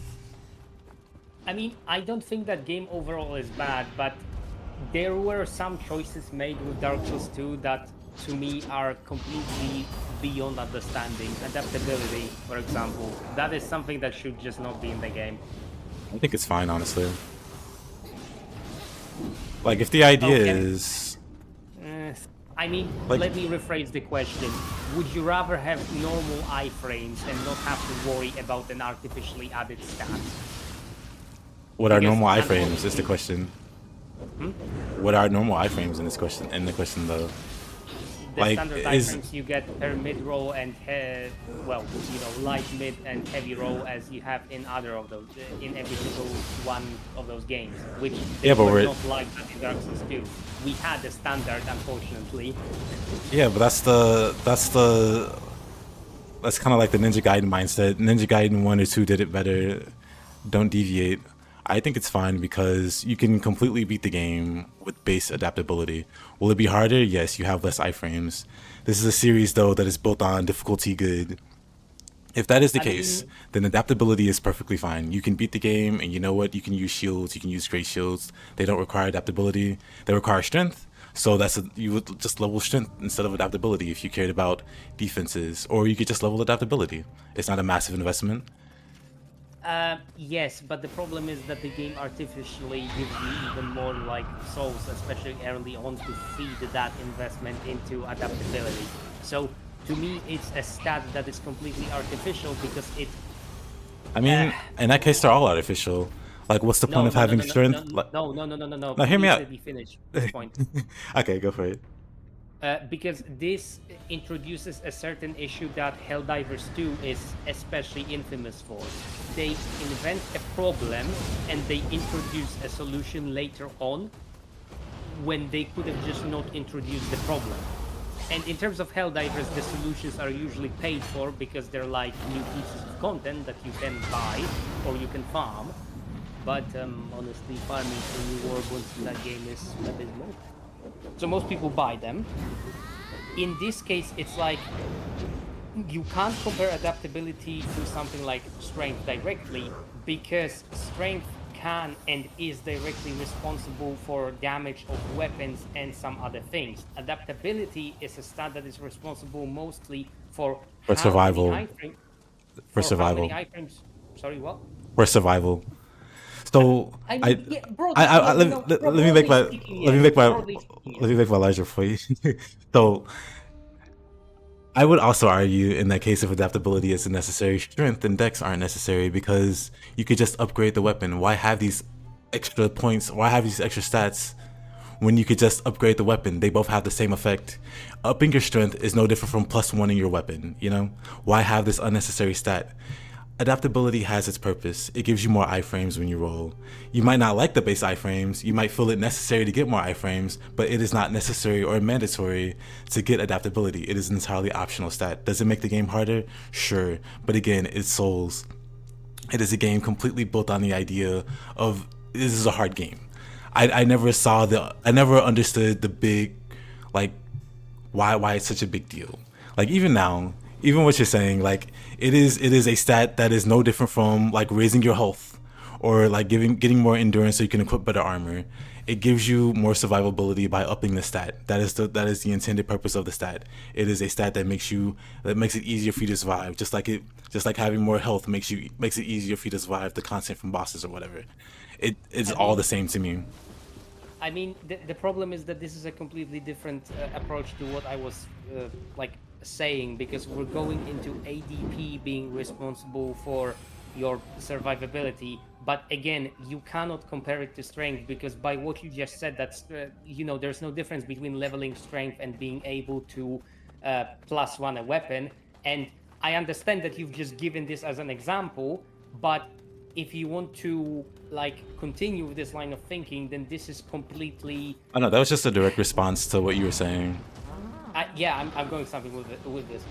It's not the same because the strength interacts with scaling of the weapon as well. So if we want to now just start nuking stats from top to bottom for whatever reason, for example, because instead of just having strength as a stat or dex as a stat, we could just remove the scaling system from all weapons and just have weapon upgrades. Yes, that would work. That would be It would great. make the game simpler. I don't honestly. I am completely indifferent about whether or not they would do that or not. Like I don't care either way because I trust them enough at the very least to think that they would be able to properly tune this because it's such a simple thing that From Software at this point is capable of doing it. And okay, prior to Elden Ring, they were able to do it. Right now, probably not. So to me, it's not the same as saying that strength is completely artificial because strength does not only determine the damage of your weapon, but it also scales it and I it agree allows with that. you to two-hand it or whatever, or power stance in terms of stat requirements for weapons, right? So it's interacting with more systems than just putting, and I would need to But I fact would check how argue, many. still, I would argue like if one of the points of contention is that adaptability, you need adaptability to meet a certain threshold, isn't that no different from you need to meet a certain threshold of strength to equip this weapon?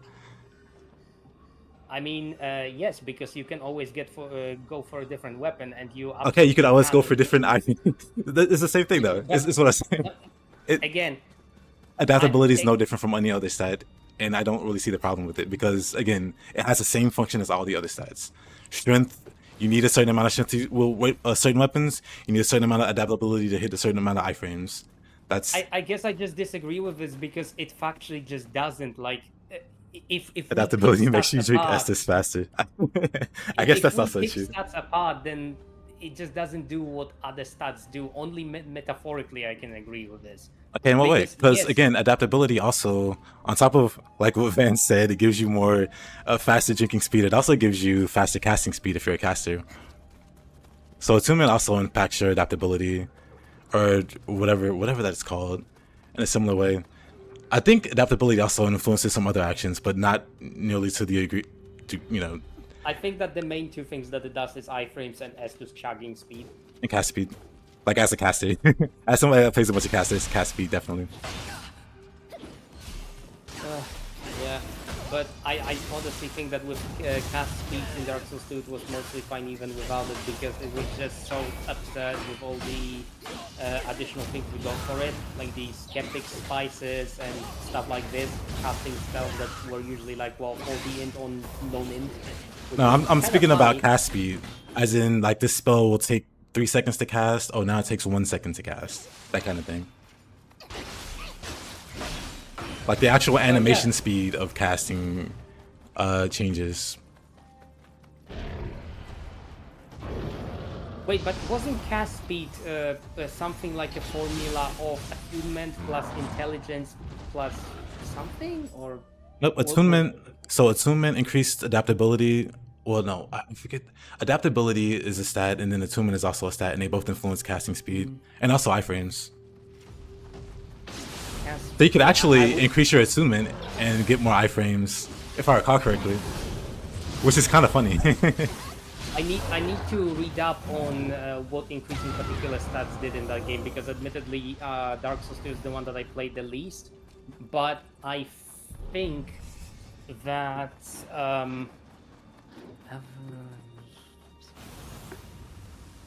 oh, agility is a stat. Yeah, so adaptability and attunement both influence agility. Yeah, that's the stat I was thinking of.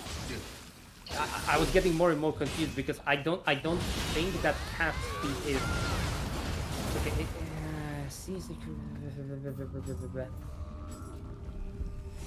Also the impact of, oh my god, I need a proper breakdown. I need a text. I'm pretty sure that I've got it on my disk somewhere, but casting speed will increase for every 2 points in attunement, for 4 points in faith or intelligence. It doesn't seem like agility directly influences it.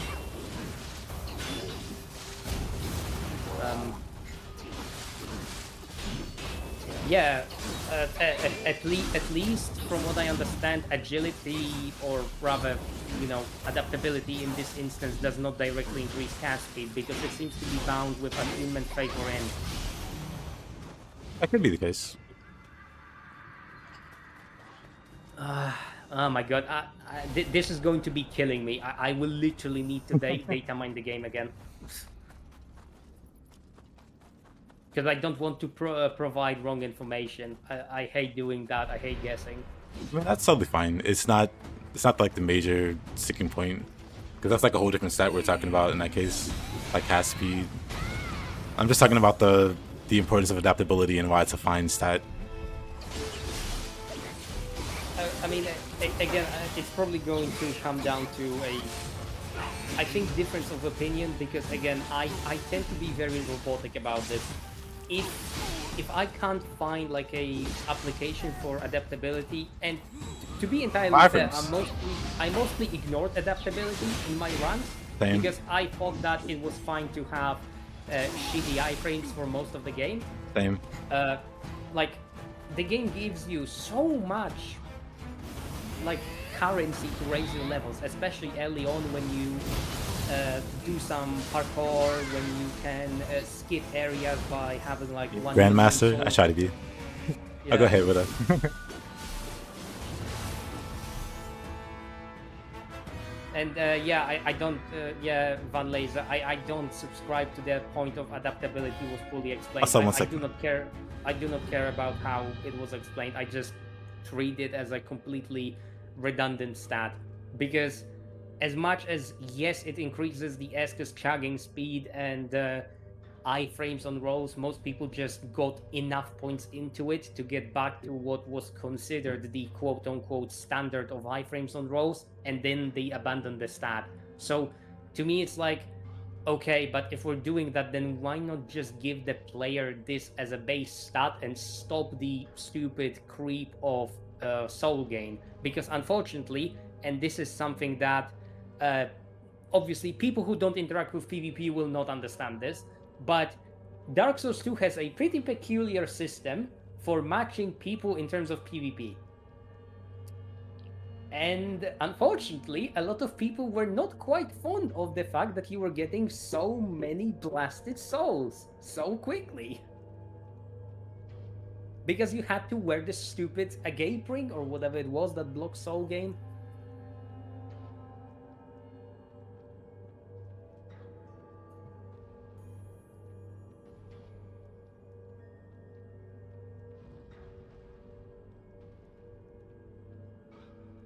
I'm back. What I miss?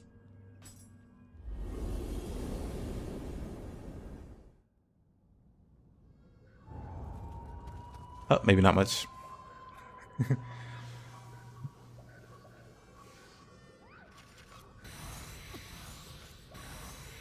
Hey there, Rev. Good to see you. How you doing? I think you moved away from your PC for a moment. I Yep. made a point about adaptability levels increasing your soul memory, which is an unfortunate after effect of people putting levels into that, because there are certain mechanics in terms of Uh, Dark Souls 2 PvP, so the one thing which that I would agree with, I don't mean to I'm cut you sure off. you're aware of that. Yeah, the one thing that I will agree with is soul memory is a terrible mechanic. That's like the one thing that I would absolutely agree with anyone with. But it doesn't matter. Soul memory is literally how much total souls you've accumulated. The levels don't really calculate into it. It's whatever progress you've made, the sum total of souls that you've acquired throughout the entire playthrough. Whether you use them in adaptability or strength or whatever, doesn't matter. I, And yeah, the, and that's the point why is that I don't.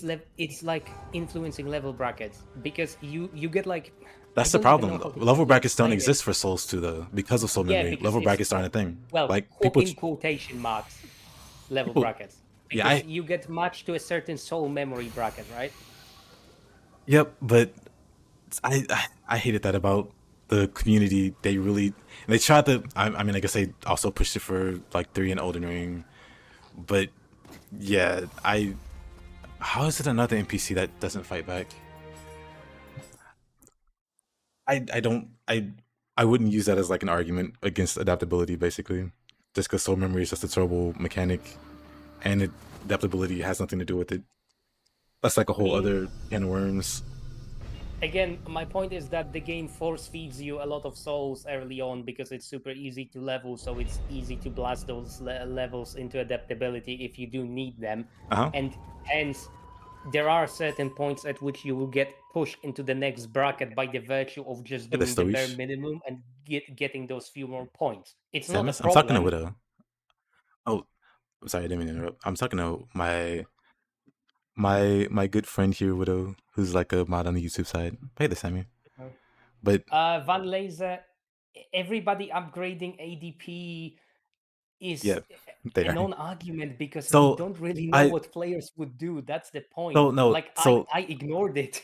so the thing that a lot of PvPers used to tout when Dark Souls 1, when all the arguments was happening for the meta level, when they were trying to decide, is it going to be 100, is it going to be 120?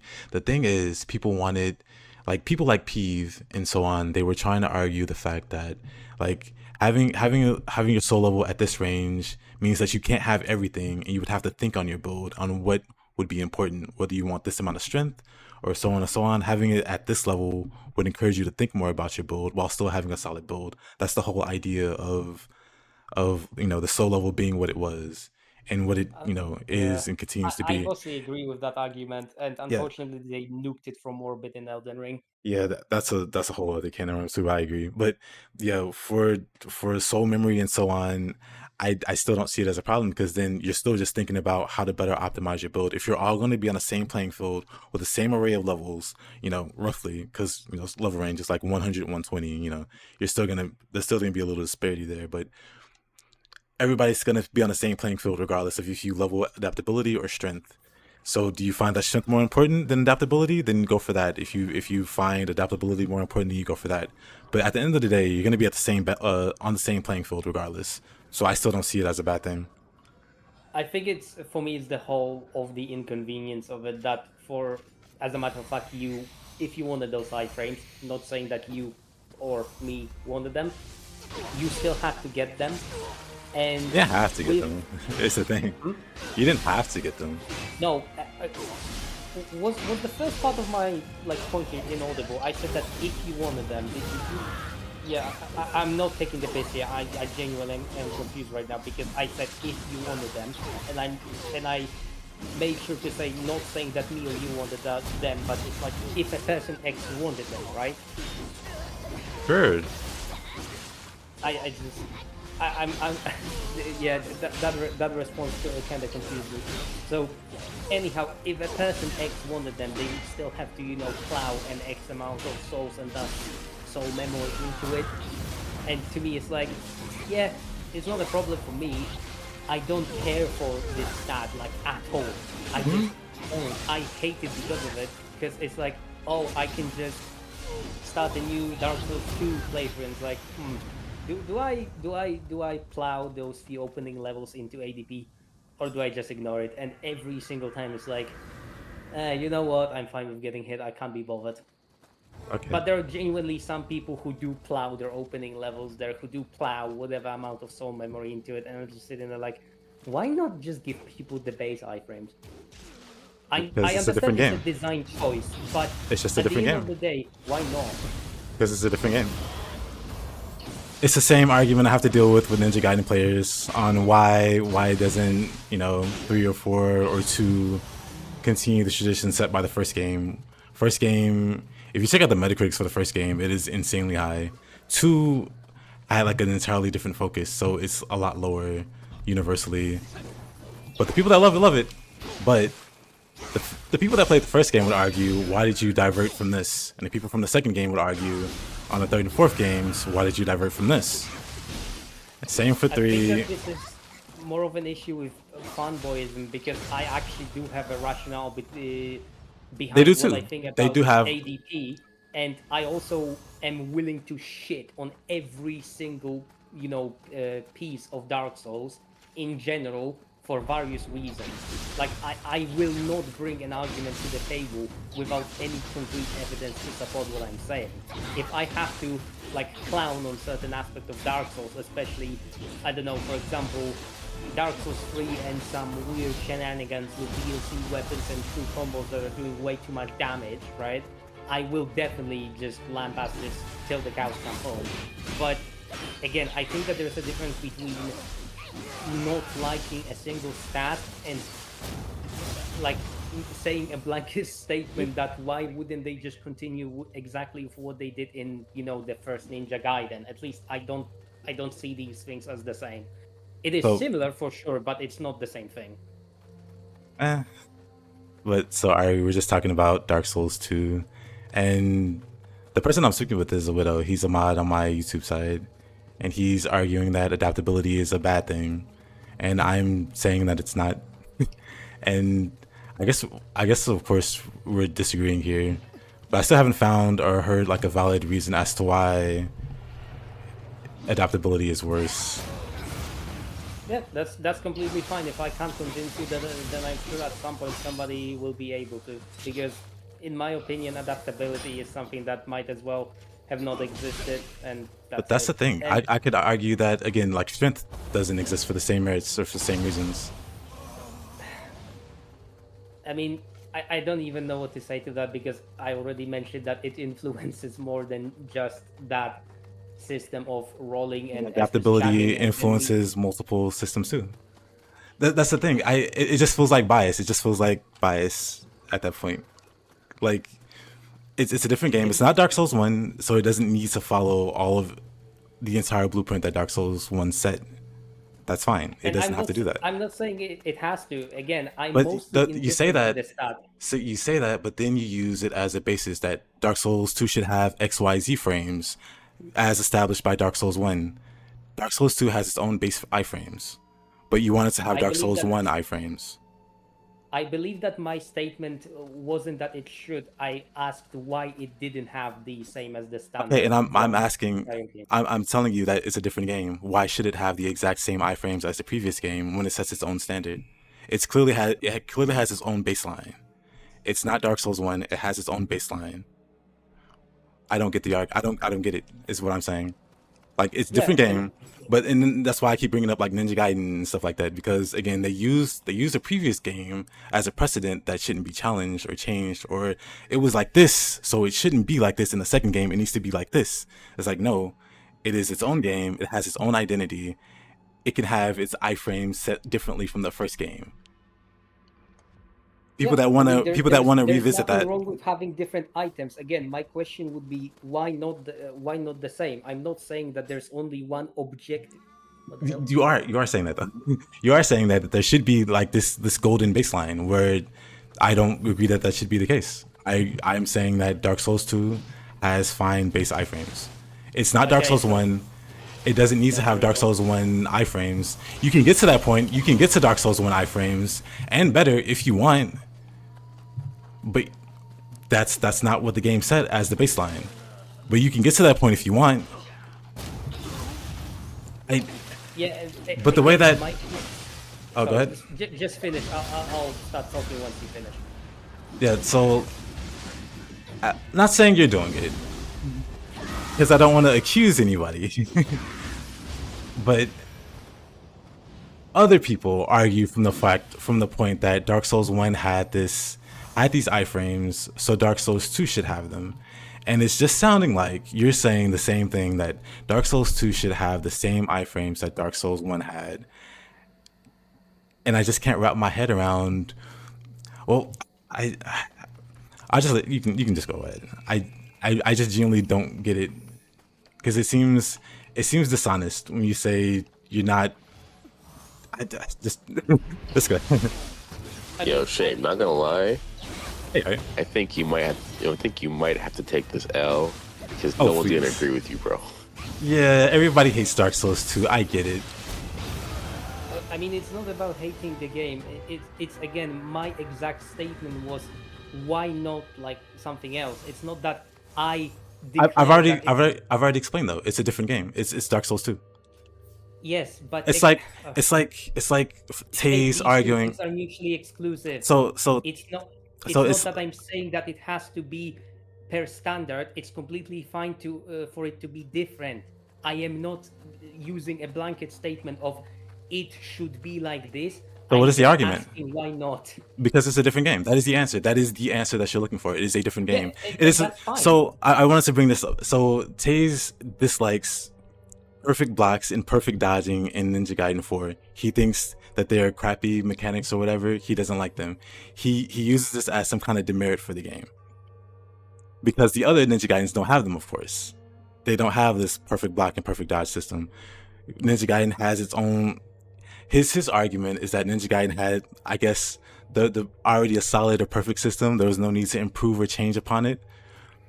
And I just disagree. It is fine for a sequel to add. It is like getting mad that Dark Souls is like getting mad that Nioh 2 has like yokai abilities and stuff like that. Like, yes, the other thing I'm mad game about does is the deviate. yokai shift and burst counters. Yeah, the game does deviate. That doesn't mean that it's like, I I just don't get it. People get worried about sequels. They want to hang on to what the original did, and I guess that's it. Can't really reason with them. But again, if you're wondering why it's not following Dark Souls 1's like exact iframe number, because it's not Dark Souls 1, it's Dark Souls 2. That's it. That's a completely fine response. I don't disagree with you. But, on the other hand, I can just keep questioning why not the same, because they seem Because to it's a have different gone game. back to the idea that they set a standard for those iframes. And at that point, Did they, though? in my brain, it's just like, okay, so basically they did thing A, then they did thing B, and then they just went back to A, And as we both know, Dark Souls 2 gets kind of clowned on for many things, adaptability included. What are because these many things, though? That's another thing. What are Uh, these many things? Well, just I would have to open the differences between Scholar and the base game, but one of the things that are pretty much undeniable is the fact that between Scholar and the base version of the game, I mean, I'm just talking about base Dark Souls 2, not necessarily the DLC or anything like that. I'm talking Just the main about game. I'm talking about it as a whole, like as a DS2 and DS2. Okay, well, so in this case, I just and want to talk I about did not Dark know Souls that 2. you were just referring to the base Dark Souls 2. Honestly, this is on me. I should have figured out that if we were gonna go through each Because if we're gonna game individually, that's my bad. I apologize for that. no, there's no need to apologize on it. What I'm saying is Dark Souls 2 was hated off rip, like immediately before Scholars even existed. Dark Souls 2 immediately got slandered. So I mean, I know the reason. Like we all know the reason. I hate Scholar more than I dislike Dark Souls 2. And that's fair. Scholar is learned the entire game. Scholar is its own beast, and it's definitely a game that's out to kill you, and a lot of no fun allowed, depending on your mindset. So I agree. It's more that item placements were swapped, for example, so that was already fucking annoying me because it's like, hey, I know I'm gonna get Sublime Bone Dust in that location, and it's like a whatever insert item X that's worth nothing, and I'm just sitting there like, oh, that's brilliant. I mean, great. Different game. Where's the item? That's fine. That's also fine. This is a different game. I mean, yes, but at the same time, this is a reheated piece of meat that somebody has served us. So I was honestly expecting that they would have the same locations. People, I say, as a broad audience, are not fan of the Fragrant Branches of Yore. I only dislike them because there's one particular statue in the Black Gulch that you have to unfreeze. I'm pretty sure you know which one that is. You want to unmute? I mean, go ahead. But I mean, Scholars is its own thing. I don't really want to. Oh, go ahead. The Pyromancers into the Last Sinner on higher new game cycles. Fun. I mean, I didn't really mind that. Okay, I'm gonna look at this from the perspective. I'm not even mentioning another game because I think Shape's argument is mainly, oh, this is a different game. So I'm just gonna talk about Dark Souls 2 when it comes to this, right? So I need to ask you a question first of all, right?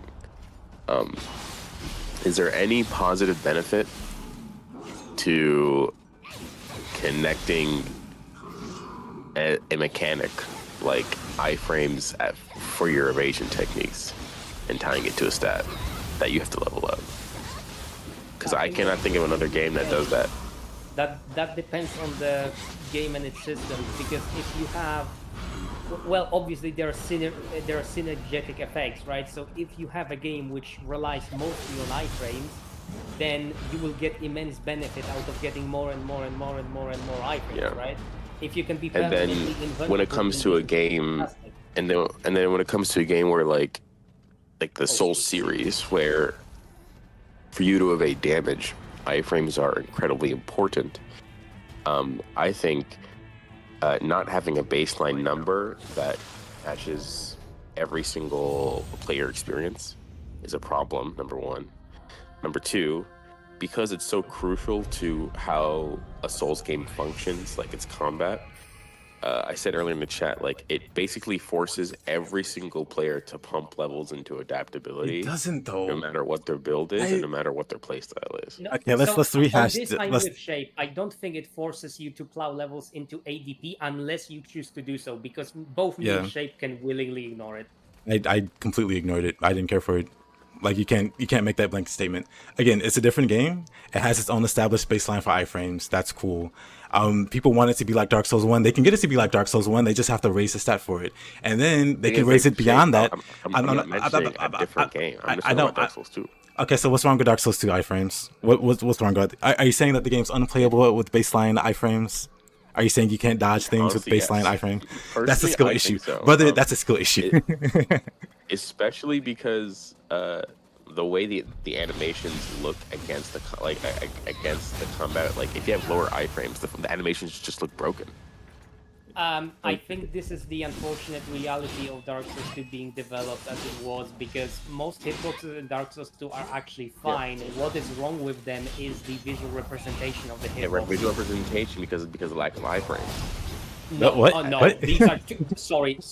This is objectively wrong. These are two completely different systems. What I am referring to is Pursuer misses you visually, but you get impaled and grabbed anyway.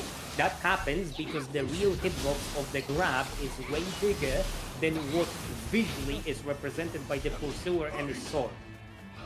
So, no, this is like yet another can of worms, which this is actually pretty indefensible, because I bet that anybody here out of us three can like attest that there are certain grabs in Dark Souls 2 that visually completely miss you and you get grabbed anyway. Oh, yeah. Yep.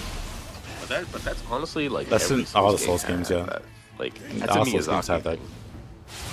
Miyazaki wasn't involved with 2, but yet 2 I know, has but the like, you know what I worst mean? Like examples that's of a Same that. framework. FromSoft like Same port mechanics of or some- like engine or of some whatever. of their grab attacks. Also, 1 second.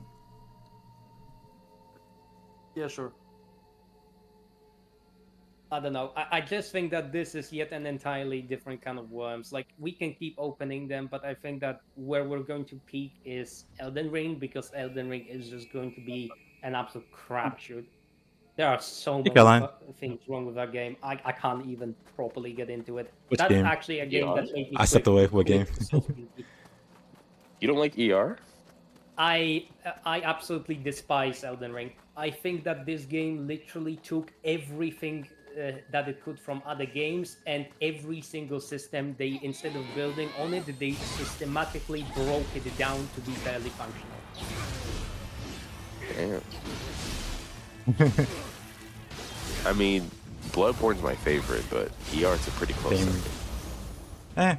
I think I like Bloodborne, but it's only for PvE experience. I absolutely detest Oh, I mean, yeah, PvE. like Bloodborne's PvP is I kind of a purposely play meme. offline. Like every Souls game, I purposely just play offline.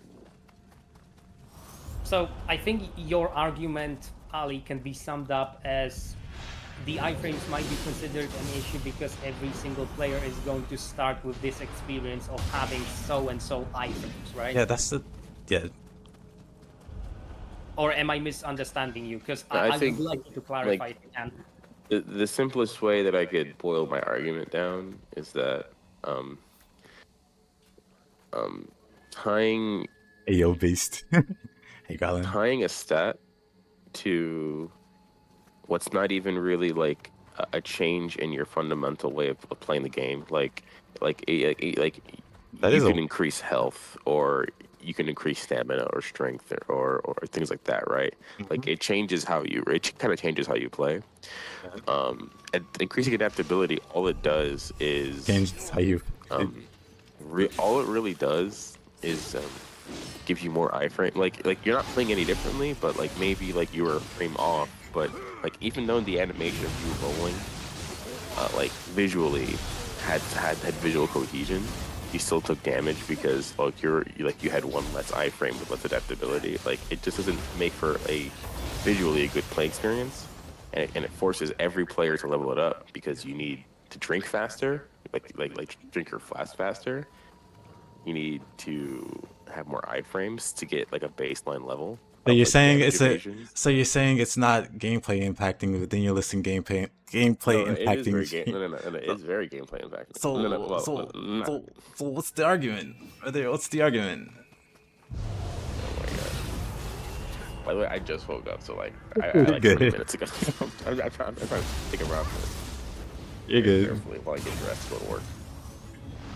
I think that you're right, Van Laser, because assuming you can generate enough like non-hit me situations, then health is irrelevant. On that I agree with you.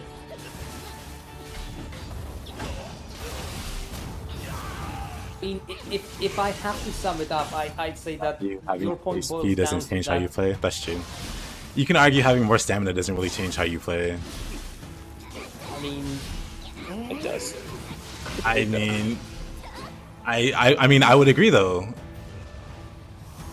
But at the same time, that's why I'm, that's what I'm saying. Adaptability influences the way you play. You might I'll put it like this. Every single stat other than adaptability changes how you play. adaptability changes in the same way. What do you mean? Like physically changes what you're like the actions that you're taking. The only difference with adaptability is that you just gain more iframes. That you You gain more get iframes. better That lets you be. evasion, Yes, and that's you drink huge. faster. That's huge. That's like that's huge though. What do you mean? That I know, but like having more like, iframes, it change. Yes, it you're does. still rolling you're Brother, still rolling the attack regardless. Brother, if I know I have more iframes, I will be a lot more aggressive when I fight. That's true. That I don't know how you don't see that. Like knowing that I'll be able to get out of this situation really easily allows me to control how aggressive I am. Like, oh, he's going for the swing. If I don't have the iframes for this, I'm not gonna bother. Just like with Nioh, I know what stance I want to be in for the iframes to get out of certain attacks. As a Nioh player, you should understand the importance of what that means. So when you say it doesn't change how you play, like we make these minute changes and stances to match the situation in Nioh, or at least I do. Like when I see a big attack, I go high stance because it has better iframes for that, or mid stance once I'm at a certain point. Like, And that directly influences how you play the game. like, if an enemy goes for a swing, I'm just gonna press roll no matter what my adaptability is. Okay. What Because that's just how you play. That's how you play Souls. when I see an enemy, when I see an enemy, I hit R1 Yeah, of course. and use stamina to hit R1. Like that doesn't change the way. It's just like the only difference is just adjusting your timing to account for the lack of iframes. So you're changing your playstyle. I mean, to be entirely honest, depending on which attack is triggering the roll, you don't really have to adjust that much or not adjust to make a meaningful difference. I would say that with other stats, you are also not necessarily right about them influencing a gameplay like directly. They influence gameplay on certain brackets because you might need a certain level of attunement to do something. You need a certain level of strength to be able to dual wield, or you need You need a certain amount of adaptability to that. Yeah, but I'm going somewhere with this, and I'm not disagreeing with you here, Shape. I'm just being saying cheeky. that stats in general work in brackets in those games because you have an X amount of requirement for something. And with this, I would agree that yes, other stats can more meaningfully impact the game, but at the end of the day, both like those stats and ADP will have certain brackets on which are really, really useful to you at any point in the game. So I kind of don't understand the point, and I think I'm getting more and more confused because this is like straying from what I originally said. I just hate or I dislike or whatever, insert another word. Just, I want to burn it with fire. I want to torch it and then pour salt into the ground until nothing remains and nothing can grow there anymore. Whatever.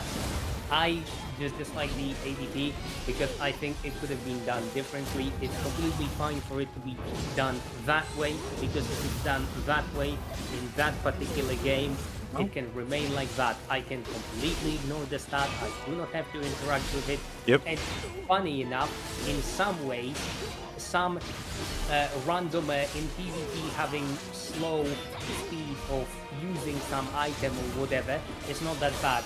Ignoring the fact that Dark 2 actually, I think, blocks Estus in PvP, if my memory serves correctly. So, to me and what I primarily engage with in those games, ADP is like, yeah, I can get more iframes, and that is pretty much going to be it. It's not going to influence my casting, it's not going to influence if I need to heal, because the amount of healing in Dark Souls 2 that is done by Estus versus other means, because the bloody, what are they called? Life gems are a thing. And honestly, for just PvE, life gems completely break the game. If you save Melinta and you spam life gems, you literally will struggle to die, even if you don't dodge. Really silly. Hmm? Which is pretty silly, but Yes. I don't really mind it. Yes. Because I started Souls at Demon Souls, and do you know what Demon Souls uses for healing? Herbs. You can get 99 herbs, but you know what? You can get 99 what is it? Green herbs, half herbs, full herbs. You yeah, full moon grabs. Yeah, Golden grass, exactly. there's so many grasses you can have 99 stacks of that you can completely trivialize the game if you go Plenty out of of your way to life do so. gems. But the one thing that I would say, and that would I deter like always new say players, yeah, you gotta spend your level, you gotta spend souls to get it. And I mean, I would just rather level up. I can just take the L, fight the boss again without spending all of those souls to get life gems, and then level up faster. That's like a personal preference. I got 99 hers. Ain't that right? I think I wasn't like referring to personal preference here. Again, I try to be robotic when I look at those things because Oh, I my wasn't accusing experience you of and anything. I your was just experience is saying, completely different. But objectively, the life gems can and will completely trivialize the game if they somebody can. chooses to abuse them. They can. Yeah, I don't disagree with that. It's definitely possible. But I'm saying that that's not even like a knock against Dark Souls because that existed in Demons. Yep. But to me, however, this leads neatly into the next point. The fact that and this is something that a lot of Disney Star Wars fans say, that, oh, this was in prior movies already. Okay, the fact that something was bad previously or something was derailing the balance of the game previously is not a green light to do it all over again, is it? But here's the thing. I don't think that's a bad thing. I don't inherently think it's a bad thing. Just like I don't think Sloth and Nioh is a bad thing.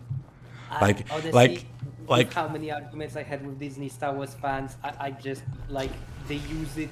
People. I mean, use I it can agree. I can agree with you that to that's a defend bad thing. Anything and everything. It can get to a level that is just silly. I agree. And People can use it in a bad way. 100% agree with you.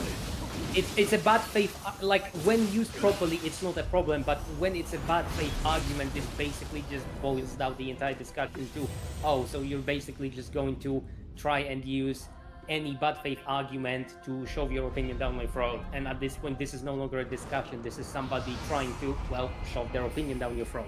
Yeah, and so I'm definitely not trying to do that. Of course, like one of the things Yeah, that I'm I disagreeing understand. with is, Dark Souls 1 is not Dark Souls 2, so the iframes are different. I'm not going to do the same thing and conflate Demon Souls and Dark Souls 2's life gems. I'm just saying I don't also think it's a bad thing. I should also say.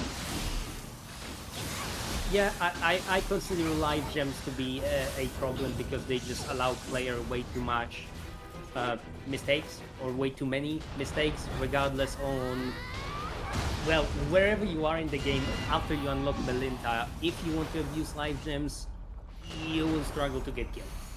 I mean, I don't think it's. My thinking is if they wanted to put a limit on it, they would, because they limit the consumables you can buy at other vendors. Like they could have very easily put a cap on Melinda if they wanted that to not be a thing, but they never did. She is fully intended to have that for you as a player, as a resource if you want. So I don't think it's abuse. She even gets more of those life gems. Like she gets different types of life gems at unlimited quantities. Yep, she gets like cycles or something like that. Yep, she gets like the bright bug that speedrunners use to completely trivialize the game. She gets those. Yeah, because you do so much more damage in those things. Yep. But again, things that are there, things like that, I'd never mind in games. Like I said, a lot of people talk crap about Sloth and Nioh. I think it's fine. I mean, hey, I recognize that Sloth is absolutely stupid, but I am stupid as well, so I use it.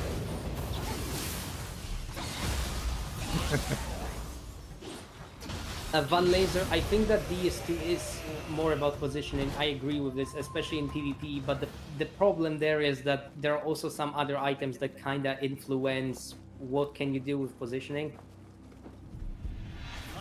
Like what? For example, there is this one suit of armor that disables backstabs and stuff like that. In general, Dark Souls 2 had a lot of which is a great thing. I hated backstab, especially. This is an opinion, but I just completely. Backstab is like another kind of worms because the backstab animation, or rather crit animation in Dark Souls 2 is so. Oh my god, it's so wonky. I know exactly how it works, but it literally does not matter. Because any minor like animation change or stance change in some like mob would lead you to either backstab something out of the blue or completely with the backstab despite you connecting with, that little hand slide for the backstab. Just backstabs are an entirely different kind of one that I'm not opening. It's just that, yes, Dark Souls 2 is pretty tactical and you can do a lot of good positioning, but there are also ways to completely invalidate that, so that is just not fun. Are there other ways? Other ways to what? Invalidate it? I mean, as I mentioned, backstabs have a certain trigger animation, right? And this animation needs to I just land... strictly mean for like iframes and ADP as it pertains to that. Oh, okay. So yeah, so going away from backstab. Sorry, I did not understand you there. Any other ways in which Dark Souls 2 is different, or? Yeah, no, well, I guess I just leave it at that. It wasn't really a big deal. Well, I think that power stancing is obviously quite a good and unique mechanic, which was different than what other games had in mind for it, because Dark Souls 3, for example, obviously does not have power stancing. It has paired weapons instead. Which is silly. I hated that. It's like, hey, it's a weapon. I understand that they wanted to keep some systems, but I just don't understand why they got rid of power stancing. In general, I have my own problems with how power stancing is implemented from, like, quote unquote internal consistency of the game and so on and so forth, because you could have some really fucking silly weapon pairings, like the Warped Sword and the Nagakiba. I'm sorry, what is that? Amazing? Yes, it was amazing. It was absolutely amazing, because it linked one of the scummiest weapons with one of the other scummiest weapons, and you can always, you know, two-hand one of those weapons, and it created a really nasty blend. Which I think is what the system is like. That's where it shines, when it does stuff like that, where you find these really cool synergies. Yes, but the thing is that normal dual wielding, because I also approach this from a point of, hey, I actually know a thing or two about, you know, weaponry at this point in my life, and it's like, yes, power stancing in Dark Souls 2 is cool, but I think that implemented how it is right now, and this problem, it escalates even further in Elden Ring. Like, in Elden Ring, I'm just going to absolutely lambast that system of power stancing, or quote-unquote power stancing, till the cows come home, because there are certain weapon classes that just don't do anything with one weapon, but power stance their absurd. So yeah, that is great balancing from software. I just wish that power stancing did not make weapons so much inherently better. Like, you can have a rapier, but what if you poke them with two rapiers now? It's going to be nearly twice as good. Just basic math. Yep. This is something that I agree with. So, like, one-handing a weapon in Elden Ring basically makes them stand off. Yeah. You never want to do. It's true. Unfortunately, there are like a few fringe cases in which you want to have like non-paired weapons, but it usually means that you've got something in your offhand which is used for like passive pressure, roll catching, or whatever else. And unfortunately, they put exactly zero effort into trying to change that state of affairs. And yeah, but before we even get to Elden Ring, let's just finish with Dark Souls 2. In terms of PvP, I think that Dark Souls 2 had the best balance out of all of them, but it just did not stand the test of time, because frax maxing and other stupid activities in Dark Souls 3 were just something that players resonated with more, so they stuck with it.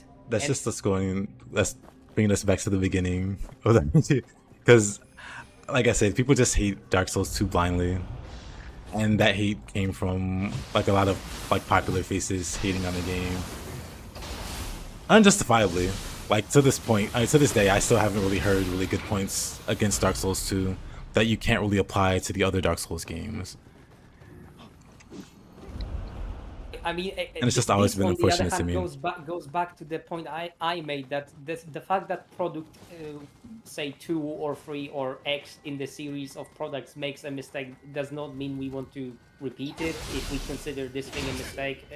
And again, I mainly have a problem with this because this is how fans of Disney Star Wars argue.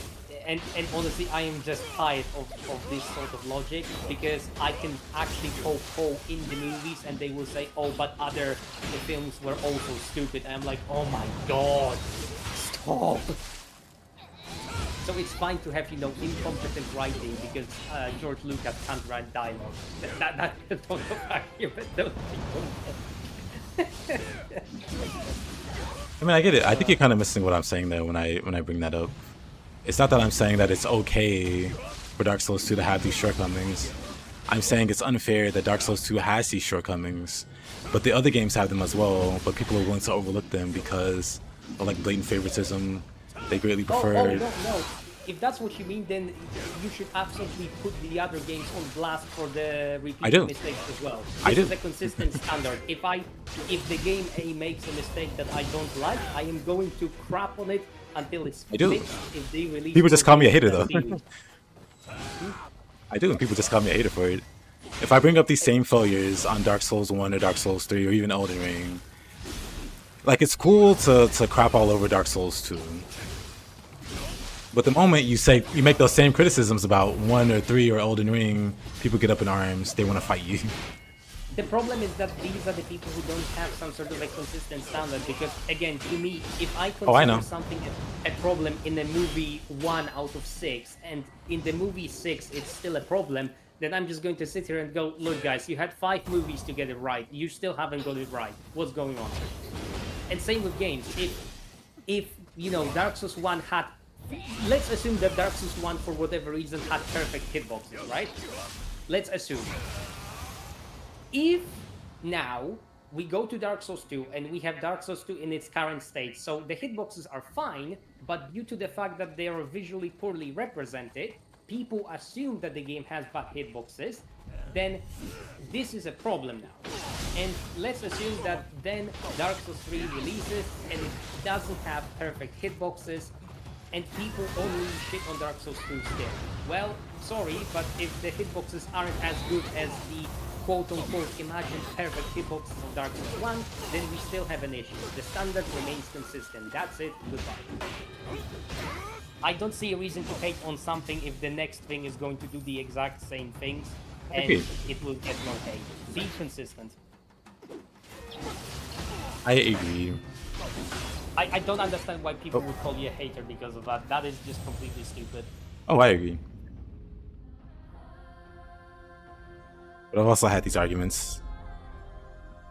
To be fair, games making the same mistakes with each entry does make the latest worse in some way. Not uniquely, but you're right. It makes the latest one worse because they never learn from their old mistakes, and it's like they're doubling and tripling down over bad mechanics. That is the point that so many Disney Star Wars fans struggle to swallow. The fact that George Lucas is bad at writing dialogue doesn't mean that the dialogue should just be abysmal in the next movie. Jesus Christ.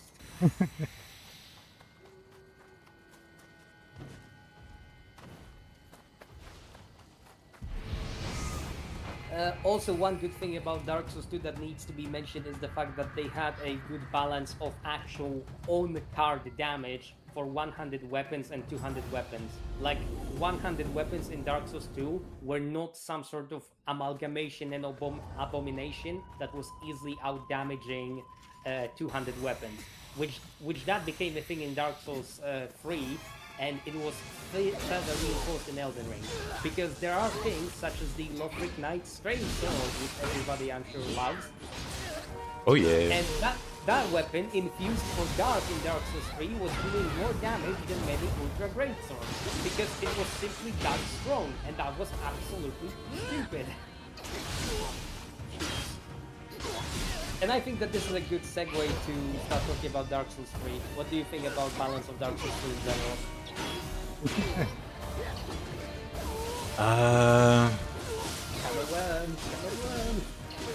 Dark Souls 3. I mean, I still can't complain about it more than I can Dark Souls 1, so I'll say on balance it's better than Dark Souls 1, but definitely not great. Yeah, I think I I agree. mean, on launch it was awful because the Dark Sword, while just being like a random straight sword, stepped up in the game for damage reduced. Yeah, but again, Dark Souls 1 was way worse. Especially if we're talking about launch. I can complain for an hour about launch Dark Souls 1. Coming from somebody that played a lot of Demon Souls, going against the Dark Souls, especially PvP, and the non-existent balance, or the broken weapons, or the overpowered rings, or the glitches. Dark Souls 1 was just unbalanced, unoptimized, unpolished, as Taze would call it. Yeah. Dark Souls 3 had balancing issues, but it wasn't as broken a feeling or broken a mess as feeling as Dark Souls 1.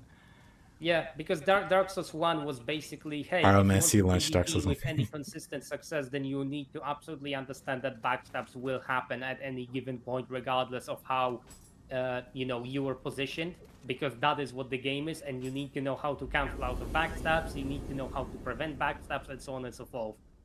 And this was frustrating, because many fights in Dark Souls 1, I have won by backpedaling. I have won because I put my back to a wall and they couldn't backstab me anymore.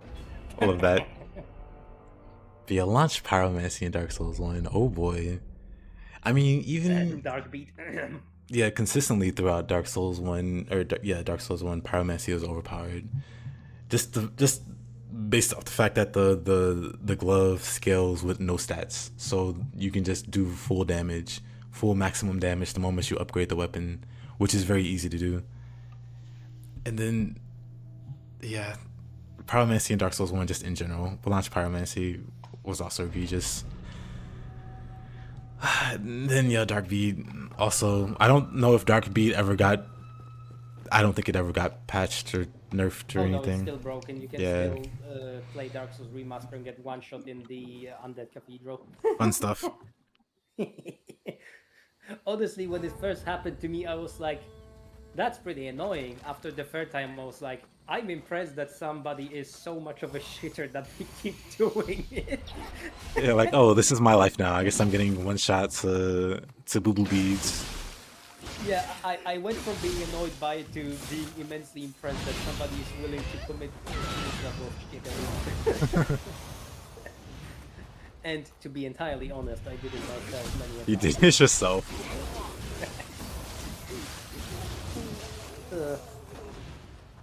In general, I think that Dark Souls 3 had the best running multiplayer for a long time as well, and I got the most fun out of interactions in particularly Aldrich Covenant, because I was a very active Aldrich, and I've spent hundreds of hours in Underworld. Dark Souls 3 is missing a keep pull system. I feel like games just need to steal the keep pull system from Nioh. I'll be happy if they do that. If they're gonna use a stamina system, have some way to mitigate the stamina usage. But go ahead, I'm sorry. I just read the statement. Don't worry about it. I think that my crowning achievement was basically running a fight club in Underworld for the entire night, and the team, that is me and my friend, never actually got defeated. We never actually had to reset the area a full 6 hours. And the best thing is we have done it with the giant torches. We were cosplaying a torch gang, so we had follower torches, gargoyle torches. Not bad. And actual sweat were losing to two idiots with torches because we were... as soon as people started playing like scumbags, we just retreated to the area prior to the elevator, and we just kept the entire corridor covered in flames. Nice. Best Souls PvP session I ever had. Just absolutely ridiculous, stupid fun. Hey Sarge, Kazan implemented a Nioh-like system? Not with keep pulsing though. Unless I missed something big.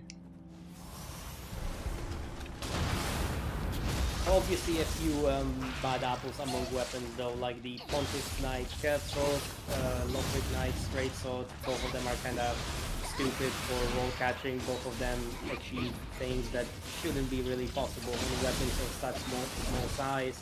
The one big offender I remember was it Karthus Twin Blades or whatever?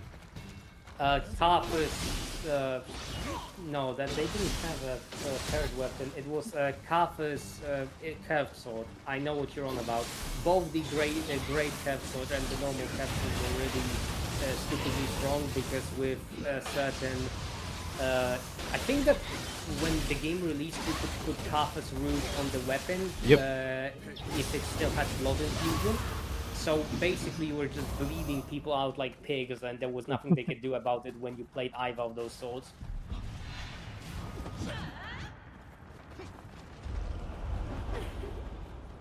Could you repeat the last line?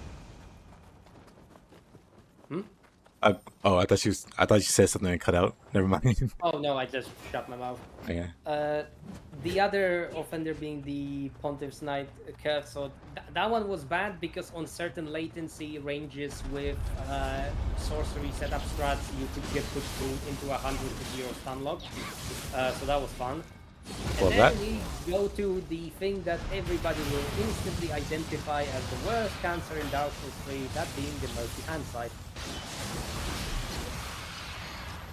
The murky hand. It's like a dagger, right? Yeah. Yeah. Goofy dagger winning against 3 gankers. I honestly, I did really dislike the murky because and unfortunately I have 4 end left. Oh well. I disliked the murky because it was a low stamina cost, very fast, very spammy, with quick step weapon, which also had dark damage. It was basically everything that every single bigger weapon could not fight against. And honestly, if you did fight a good murky spammer while that game PvP was still pretty active, and you beat them with anything that wasn't another murky, then you were actually good at the game.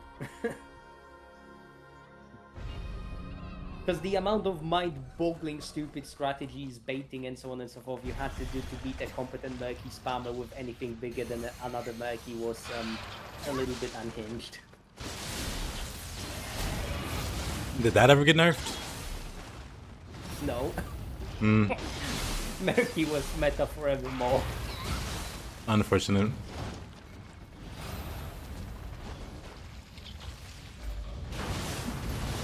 Because yeah, by that point I had well checked out of the PvP scene for Dark Souls 3.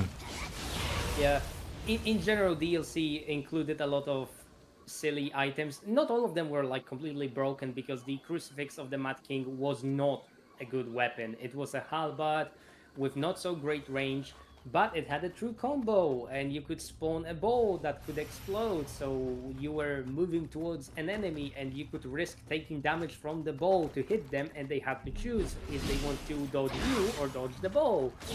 So some of those weapons were clearly way too broken to be introduced to the game, but some of them were actually really fun and they allowed creative strategies.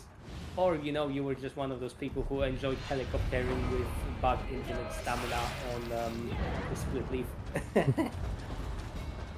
Same Chrono, I agree. But I thought the Mad King's Crucifix was one of the cooler looking weapons. I just never got around to using it. Man. I used it almost all the time once I got my hands on it, because again, the funny orb, it's like, oh, will you dodge me or will you explode? Or will you actually not explode, but you will get hit by me? Plus, having a 3 or 4 hit true combo depending on the latency never hurts, does it? Nope. Especially against gankers.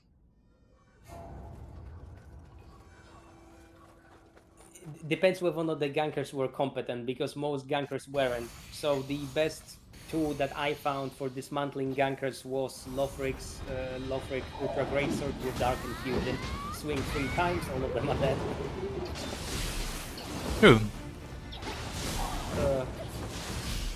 It's a shame that Ultra Great Swords were basically backstab bait unless you played really, really well. But that's just another thing about balancing those weapons.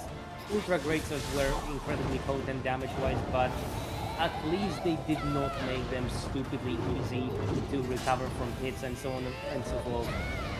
And this is, I think, a good moment to mention Elden Ring, because in Elden Ring, Ultra Great Swords are absolutely stupid.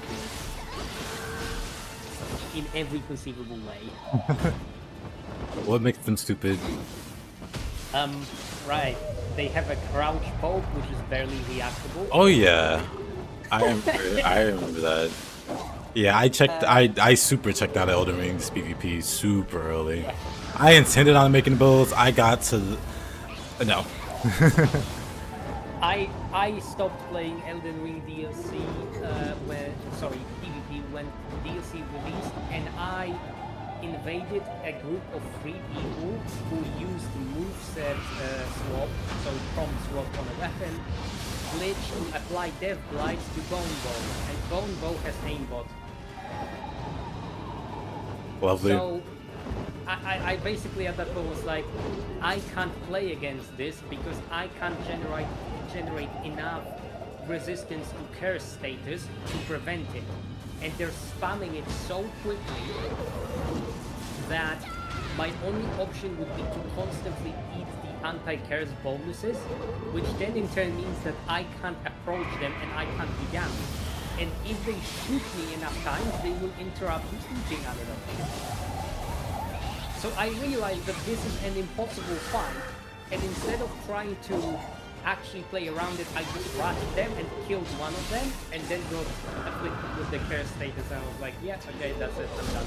The DLC literally gave gankers all the tools that they needed to make it completely unplayable for invaders.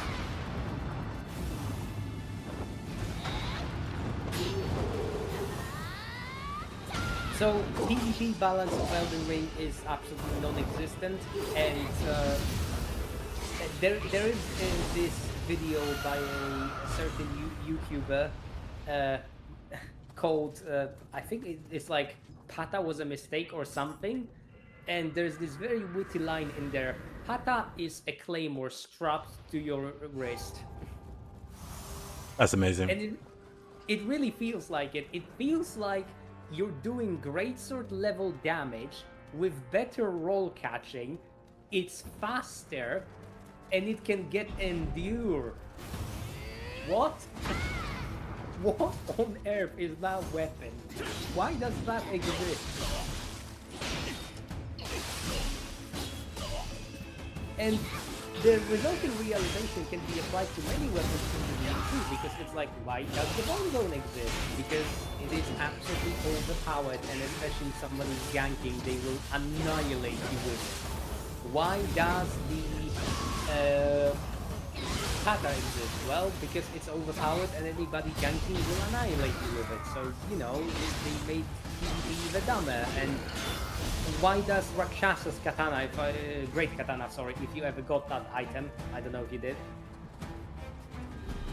Yeah, I did. So that particular katana, for whatever reason, has higher hyper armor on attacks. So, well, you just don't stagger as easily. And it's a great katana, so it has a really good moveset.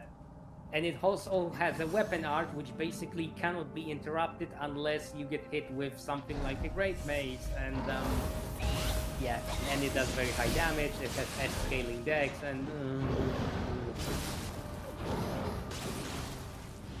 Oh, Yoki. at least it's not a Fuki.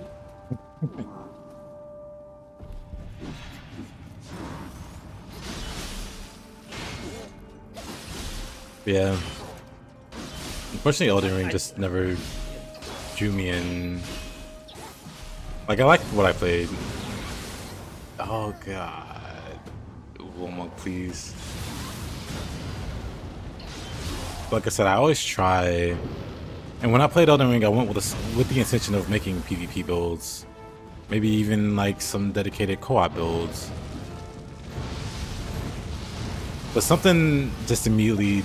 I just immediately saw red flags. To the point where I never even made a proper PvP. I'm gonna die. I never made a proper PvP build. You got burned out of Elden Ring and never finished it. I was able to finish it. I got one buddy that made it to Millennia and quit. He was like, no, this is actually just the dumbest thing I've ever played. And just never returned. I think that the timeline for me was something like, hey, I started the game and I bought the game from my friend from England, right? And we intended to co-op play through it. But he didn't have nearly enough time for that co-op playthrough at that point in time. So I just started going through the game at my own pace, which was obviously very, very quickly because I absolutely blasted it when it released. But the issue is that I very quickly realized that this game had worse world design than any of the prior games. And to this day, when somebody tells me that this game is open world, I will laugh in their face. I will literally laugh in their face. It's not open world. It's a joke. It's like a theme park. You see all the rides exactly. and stuff like that, and yeah, the caves, more attractions, and it's not really open world. It's like I don't know a good word for it.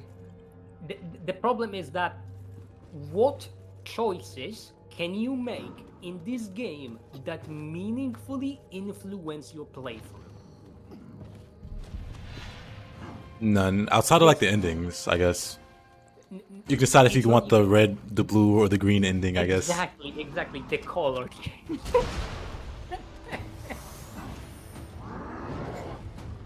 Overall, you have basically only two choices. You have to choose how you will enter the capital, and you have to choose an ending. And that is it. There is nothing else which you can choose to do, because these two things will force you to progress the game on one designated by the developer path. And that's it. Yep. And to me, at this point, it's like, hey, so basically this is the same as Dark Souls 3, because Dark Souls 3 has a lot of branching paths, and Elden Ring has even more branching paths. It's not an open world, it's a tree with a lot of branches that branch further. A tree? An tree? Miyazaki's a genius. Thank you for opening my eyes. But yeah, generally speaking, you know, I started the game, I very quickly deviated from the normal path and I went to fight Radahn, which was a colossal mistake because Radahn on early patch was... he existed and thus he died. Basically that. His hitboxes, from what I remember, were reduced by like 30%. So that is a radical nerf to any sort of boss that does a lot of damage in melee. He got nuked from orbit. So I did Radahn very early. I did the river well that was next to that silly little castle that you have to take for Kenneth NPC. And from that point onward, I didn't really try to properly build my character because I just wanted to discover everything that the game has to offer. I started meandering around, you know, minor dungeons, caves, and so on and so forth. I found some cool weapons, and then I found the one and only wind blade called Goatskin Peeler. Because obviously a wind blade is a wind blade, so I had to play it, and that was the worst choice I made during that playthrough. Because I blasted through the game so quickly that I got to the Goatskin duo with one Goatskin Peeler at like level 14, and I was level 70, and that fight was absolutely miserable. I can imagine. Because I did not understand the mechanic that they had, and I honestly thought that if I killed them both at the same time, that would end the fight. Because to me, that was logical. Because I fought both Goatskin Nobu and I fought the Goatskin Apostle already, so I was thinking, surely they're not gonna make me, you know, sit there and fight the same boss over and over again in the same encounter. and they did. And that was basically the beginning of the end for me, because Ghost Skin Duo was the first encounter I considered bullshit. With the privilege and hindsight, I say that encounter is actually really easy, and I was just not good enough at the game, and I didn't have enough cheese on me to actually win that encounter easily. But at the point in time where I was, this encounter was borderline unplayable for me. Because I was undergeared, underleveled, and not prepared. Regardless, after I was done with that, which took a few long hours, I fought Malekith, and I did not enjoy that fight at all, because I thought that I had this, claw item for him, and I just stood there. I was like, well, it can stop the power of the Black Blade, but in fact, it can stop the power of the Black Blade sometimes, because you can only parry the golden shining attacks with it. And if you're that's pretty playing goofy. the game for the first time, and he's doing a lot of particle effects, I am very sorry, I was paying absolutely no attention to whether or not his stupid sword was shining gold or not, because I was trying to not get killed.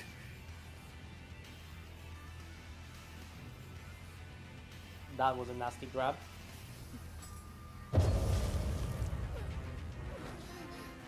You did all small repetitive dungeons, you're close to beating Millennia, then you realize you were bored playing it. That's fair. Like I said, my buddy made it to Millennia also. He was like, he was checked out. He was done by that point. He was like forcing himself to keep going. But it was Millennia that just pushed him over and made him go, this is kind of symbiote. It is essentially a death by 1,000 cuts in many cases. Yeah. But once I was done with that, I think this is where I fully understood that there is something inherently wrong with the game, because after that you obviously get the boss gauntlet, right? Mm-hmm. You get Gideon, which it's Gideon, so everybody kills him first try. To justify what I just said, I did not kill him the first time because I was not prepared for the amount of spell spam that he was doing on early patches and the amount of damage they were doing. I just stood there, I was like, another wizard, great. After that, you get to fight, what was his face? Koralu and the first phase. Koralu, you fight somebody? You fight like a... Godfrey, the first Elden Lord. So, the first phase was basically me understanding that this game relies on a lot of area of effect attacks to hit the player. Like, Elden Ring has an insane amount of area of effect attacks as opposed to the prior games. A lot of bosses can only threaten you because they have massive, stupid swings or some, ground-hitting attacks that cause area damage. Not many bosses in Elden Ring have direct damage that is targeting you and not the vague area around you, which I consider to be a problem. So after I was done with that phase 1, I discovered that phase 2 was even worse in terms of area damage and grabs and whatever else, so I was pretty much done with that at that point. And then was Radagon. Yep. And that fight is even worse because he basically has... I think he has a grand total of 1 attack, which is a non-AoE or non-swing that offends a wide area or something else. So that basically infuriated me beyond any known reason. And then I got to Elden Beast and I was like, oh, okay, so I guess From Software doesn't know how to make those games anymore. Because Elden Beast was slow. It wasn't a hard fight, it was Elden just Beast stupid. was a choice they made. And the thing is, they removed Torrent from that fight only to give us back Torrent in that fight in the DLC. It boggles the mind.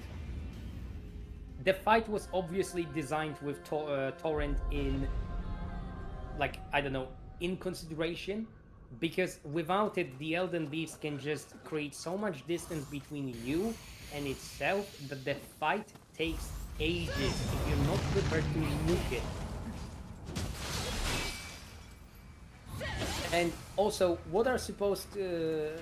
like, all the people who play holy damage builds, yeah, have fun. You basically do no damage to that thing. Yeah, holy builds kind of got shafted in Elden Ring, especially in the DLC, if I'm not mistaken. So that was just insanely annoying, but you know, I got through it and I was like, okay, so now I'm just gonna do old game activities, which is PvPing, finding all the hidden bosses and so on and so forth. And at some point, I got to Malenia, and I think that Malenia annoys me for a completely different reason that it annoys most of the community, because at that point I was already, you know, doing my historical fencing stuff.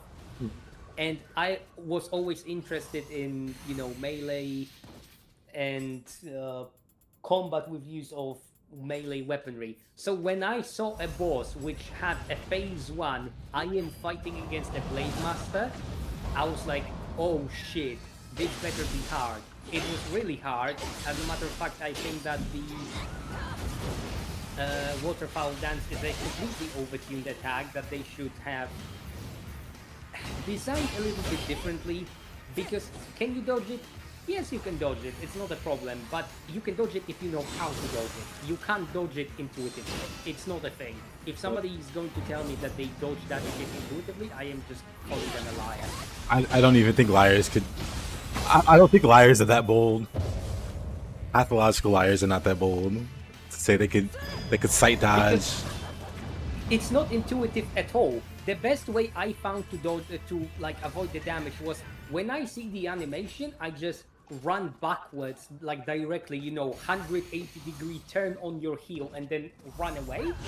Or you wait until the animation starts, you roll forward and left, you then roll backwards, and then you roll backwards and left, and you position your camera, because for whatever reason she tries to land like somewhere where your camera points to try and clip you with the attack as she's going for you. You position your camera in such a way that the third and finishing attack is going to land away from you. This alone is so convoluted that many a time I just decided to eat the attack of Endure. Yeah. I can't be bothered with it.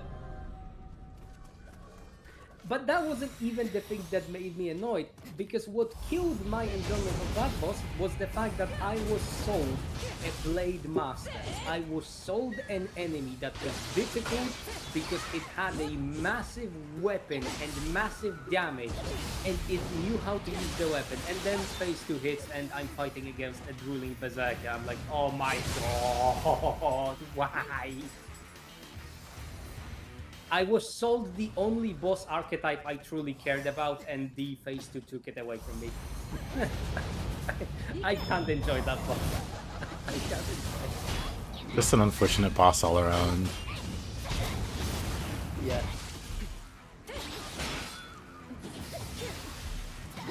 And then, well, DLC is a thing that exists. Oh.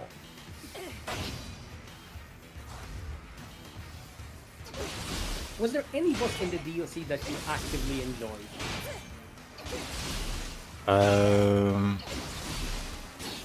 Honestly, not really.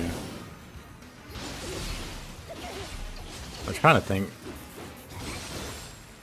Didn't really care for the dancing lions. Didn't care for the hippos. Big or small. I guess Rolana was relatively okay.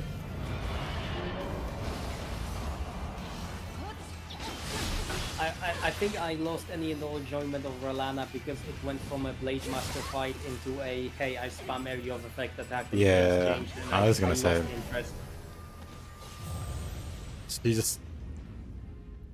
starts out okay, and then her second half, and then she's got that one move where she drops the twin moons or whatever. That's kind of goofy. That's one of those things you definitely also can't really reaction properly. I mean, maybe if you have like some really good reaction times. You need to identify the fact that you have to jump over it and not dodge it. Yeah, there's that it's too. Completely anti-intuitive. You have to know that attack's coming to know how to dodge it. due to the fact that I was, trying to get through the DLC as quickly as possible, I basically neglected collecting these skibidi tree fragments.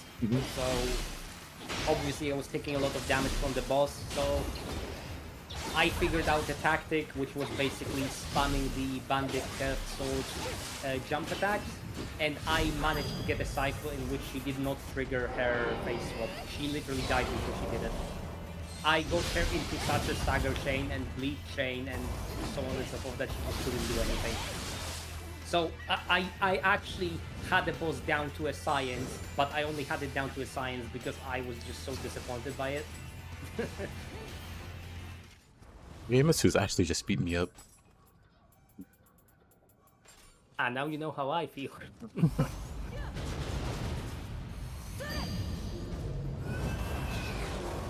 Being shit at the game, I would never. I mean, I do all the time. Be shit at the game.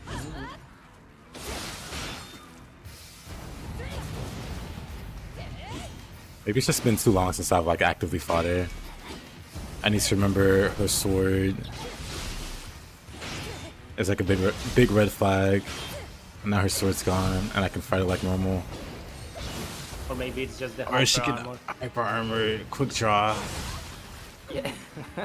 Ironic, I say it and she does it. Yeah.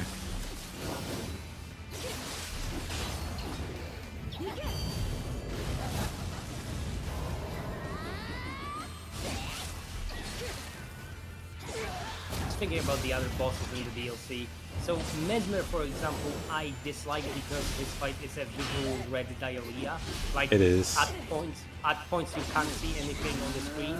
I personally have no clue what he's doing. But I will say one thing. His phase 1, I will at least recognize that if you can actually look past all the red on your screen, he is a very typical Souls boss. He has timings, he has patterns, and you can learn it and you can punish accordingly. Phase 1 is completely fine. Phase 2, however, oh my god. Who invented the snake form, and especially who invented the camera tracking on snake form, because they were high when they were designing that. As per usual, the hardest boss to beat is the camera boss. Classic.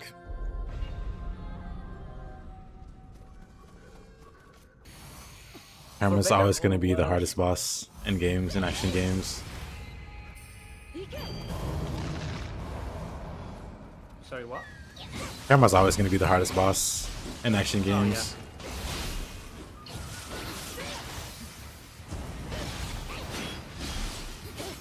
And then obviously it goes downhill from there because you get into the whole trek to Radan. So, funny enough, this is where I will mention the one boss that I didn't really mind, the Romina, you know, the scorpion centipede thingy. Yep. So I didn't mind her because I killed her first try. I don't even know how. I just walked into the arena and I thought that, hey, if I manage my resources properly, I will probably kill her because she's not that tanky, and I was correct. So in some ways she was just a Souls boss, and that's what I came there to play. I came there to play against Souls bosses, so, well, I won. And the whole gauntlet leading to Radan was obviously a shit show, because enemies in that area hit incredibly hard for no reason. There are enemies placed in places that you don't see, that spam spells and other things, so...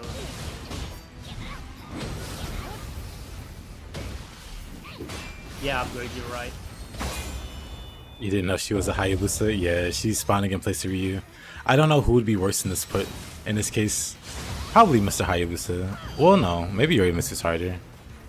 Hammer will only be defeated once we have perfect VR. Perfect VR. Ryu doesn't spam shuriken, you're fine against him. Yeah, as long as he doesn't spam his 20,000 damage shuriken. I still do not understand what they were thinking with that guy.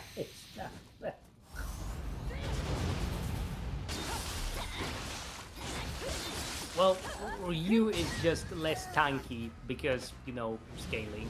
That's it. Also, does not hyper armor so much as Yorimitsu does. Yorimitsu just is almost worse than Honda in terms of hyper armor. This kind of comes out of nowhere, so it catches you off guard. Like, the sword gives you a visual indicator, but then she has hyper armor attacks outside of that. Like the quick draw she does. Yeah, and yeah, Greg, you're correct. Bosses in depth do heal when they hit you. Waiting for me to get caught by the other guy. You should be cheering for me. What do you mean? Waiting for me to get caught by the other grad.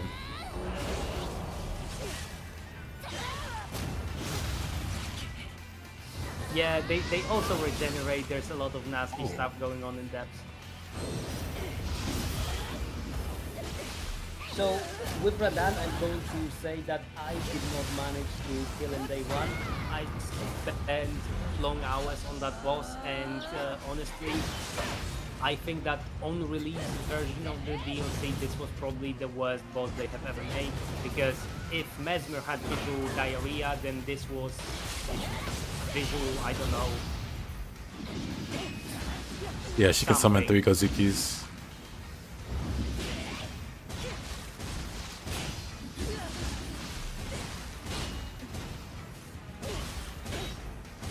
It was also pretty painful to find out that in phase 2 he has this, you know, meteor attack like Radan, but there is barely any, like, tell for it. You don't see a meteor up in the sky. He just lands after some time, roughly in the middle, and you die if you're not prepared for it. Then there was this cross slash. I don't remember. Did you actually play the game while the cross slash was still utterly broken? Yep. So yeah, that attack was basically on release. If you rolled it like you should, you would always get hit. The only way to roll it properly was to roll the first hit really early, because then the second hit had no business hitting you. But that is so stupid and so anti-intuitive that it cannot be considered in any way, shape, or form good gameplay. And they even fixed it later, so yeah, that attack was just straight up broken. And I got past your first floor in the Underworld just yesterday. Hey, the Underworld isn't too terrible. It's the deaths that has the crazy stuff going on. Yep.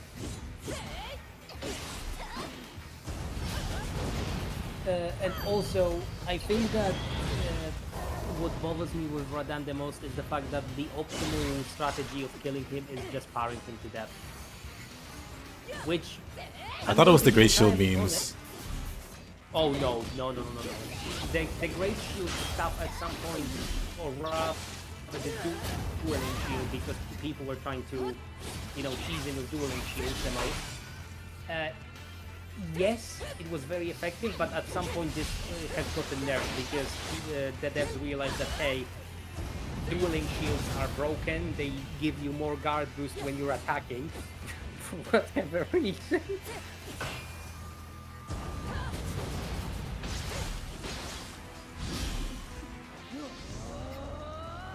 I was thinking no one saw the you should figure out how to break waterfall's tracking. They probably disagree with the unintuitive. Wait, I mean, if you have to figure out how to break the tracking, that I think that means it's definitely not intuitive if you have to go out of your way. Like, intuitive means you can just see it and like naturally respond to it. Like, if I see somebody throwing like a left hook at me, like I can intuitively know that I should probably get out of the way of that. But if they throw a punch at me and then I get kicked in the back of the head, that's not something I can intuitively dodge. Yeah, that's what waterfowl is. He's directly agreeing with us, though. It is like completely unintuitive. Yeah. I have had arguments with people about that attack as well when I was still more active in Souls community. And personal kid. Some people genuinely said, "Oh, just use freezing pot draw and it's fine." I'm like, yeah, it works once, and then you have to throw two. When people, that's how you know they haven't actually done it, or you know that they're full of just crap. When they advertise like, "Hey, just throw a water pot," like it's that easy in the first place. I'm going to be entirely honest. I managed to cancel, because I did an attempt like that, and I managed to cancel 2 of her waterfalls in a row. I actually poked her with the first pot, and then poked her with 2 pots, because I started throwing it early, because I was like, oh, this bitch is about to do it. So I just, threw 1 pot and then threw another one while she was in the air. It is a valid strategy. It is a very good strategy, because Frostbite increases the damage she takes.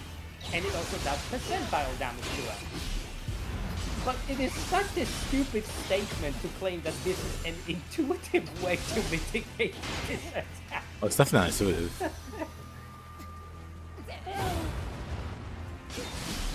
I mean, Garland, I figured out a strat based on running around or away from her, but this is in no way, shape, or form intuitive. It is just, hey, random bullshit until you figure it out. Oh, come on. But no, I've seen somebody try the freezing pot strategy and just fail miserably. So it's definitely not... Or maybe that person was just bad. I don't know. Maybe it was just a very high new game cycle and she couldn't be, frostbitten with a single pot, or maybe he did frostbite her before that. I tried the pots and it works. Like, in terms of effectiveness, it's a 10 out of 10 for me. In terms of could I have figured it out on my own, it's a 0 out of 10. I would have never thought of that. I mean, in theory, it definitely should work. Because I think bleed also, whenever you inflict freeze or bleed, it guarantees a stagger. So it makes sense. I did manage to get her out of that animation with bleed once.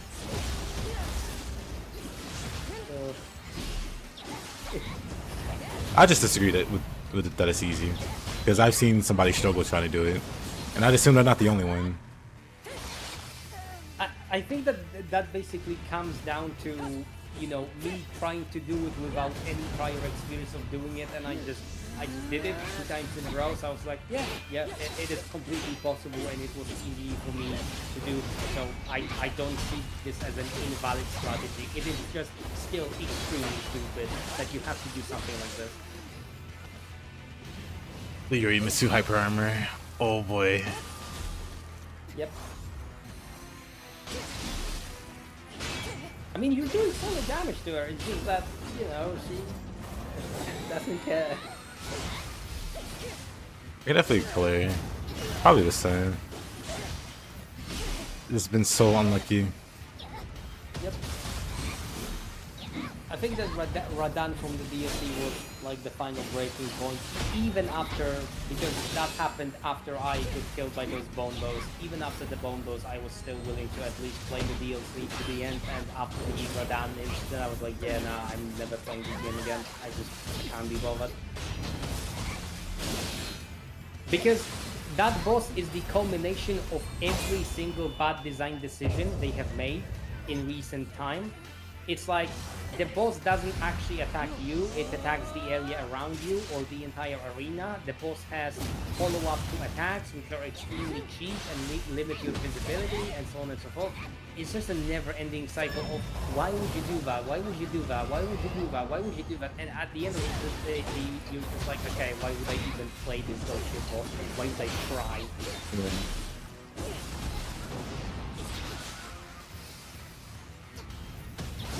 And I fully understand that there are people who have, cleared the boss, no hit, level 1, with a broken straight sword or whatever else, day 1 of the DLC. Blindfolded. But...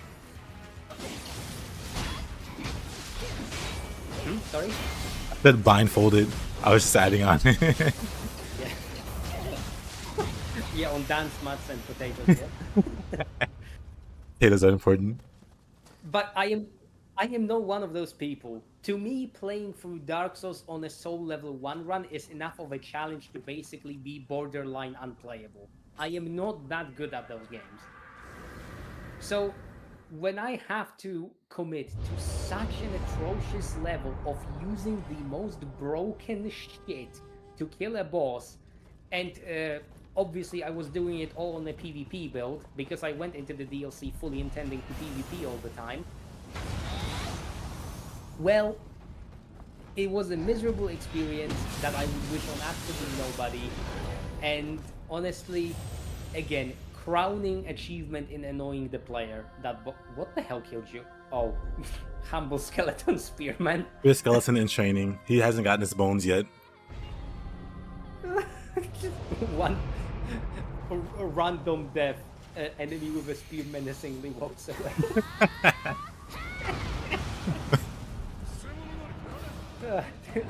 Classic Nioh, classic.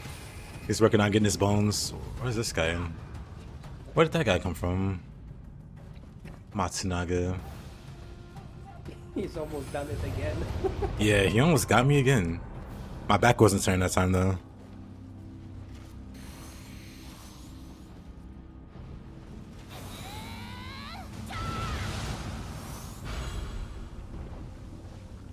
At the end of the day, I just think that they really should not have brought Radan back as that final boss. I think that there were still other unexplored options that they could have gone with, and I think that in general, it is stupid to reuse this boss because it's already in base game. And I understand that it's a completely different fight, but with the amount of absolutely lazy copy paste that Elden Ring has, I am sorry. But reusing a named character, not even the entire fight, but just reusing the named character, why? Reusing him, giving him passive moves.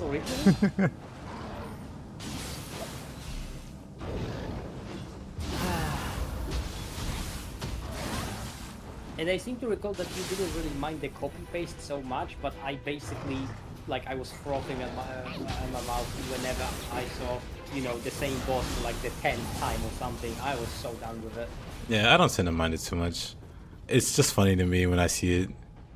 And then people talk about copy paste in other games. So it's like, brother, Consort Radon literally has Pontiff Sullivan's moveset, along with, you know, a mash of other things. It's like you can't get, you're reusing a boss while reusing another boss's like movesets, like Frankenstein together. Like you just exactly. It's crazy. I think that to me it was a problem because I honestly expected that with a big open map, you would basically have a lot of hard mobbing encounters. I did not expect the world to be so densely populated. Empty? It was very empty to me. Repeat bosses. Oh. Yeah, exactly.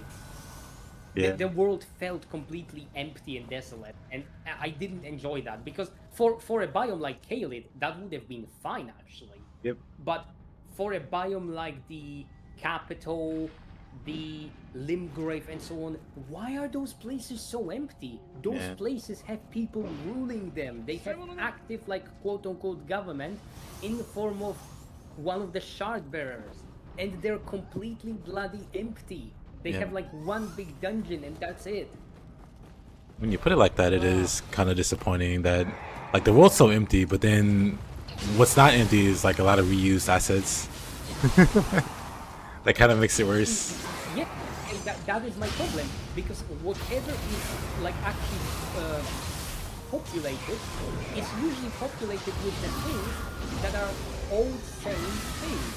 And I consider something like the basic model used to not be a big problem, but when you get a footman somewhere, right, and then you get a footman without the head, and then you get a footman with a slightly different armor color, and this gets repeated and repeated and repeated, you're like, oh my god, it's not even that, you know, you have actual humanoid creatures in this world, it's just the developers being absolutely lazy.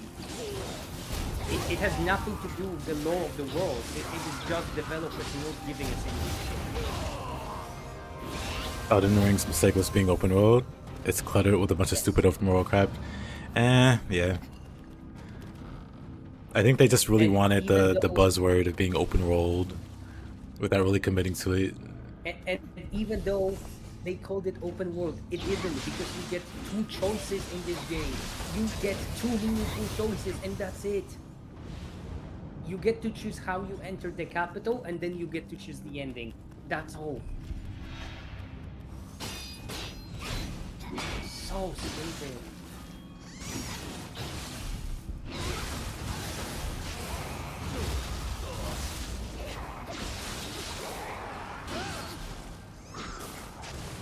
You hope Nioh 3 isn't the same. I hope it's not nearly as empty as Elden Ring. I thought that they reduced the price of the game because I am not buying it for that price that it has currently. Understandable. Even. I said understandable. Even if I have to literally not play the game, not do any hope, or just, lurking your streams, I would rather not buy the game on principle if it doesn't get any cheaper, because it is just absurd how much it costs. Yeah. The weird thing is that it's pretty much expensive across all regions. Like, obviously there are localized prices, but even those localized prices seem to be unacceptable to most people.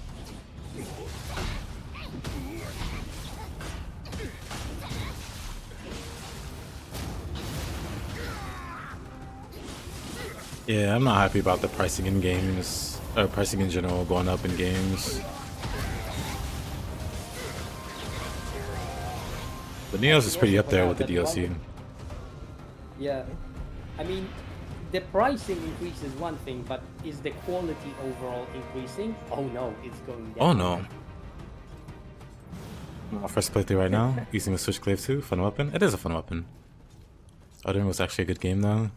There are plenty of open world games that have absolutely nothing in it. Okay. Like,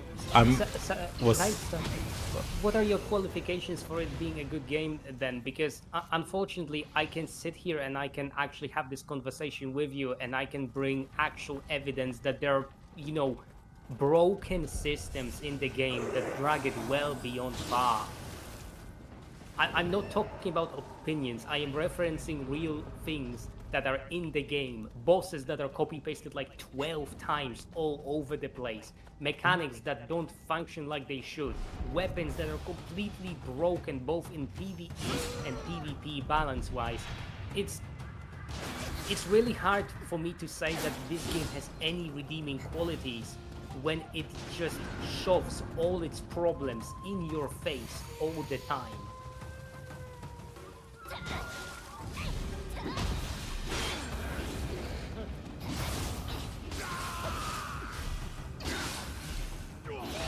But yeah, since we're talking about it, one of the big things is how empty the world is. That does kill it for me. Just, like, I get that, like, a big, like, focal point of Souls games is, like, this feeling of loneliness you have. Or, how you're, like, I don't know how to describe it, but they put you in this open world, but desolate, basically. Yeah, and you still have that same feeling of you're alone in this giant open world now. Versus, it's fine to be like alone in like these dungeons or on this like. But when you're like near a city or whatever, and there's like no NPCs to talk to or nothing, there's no one to interact with.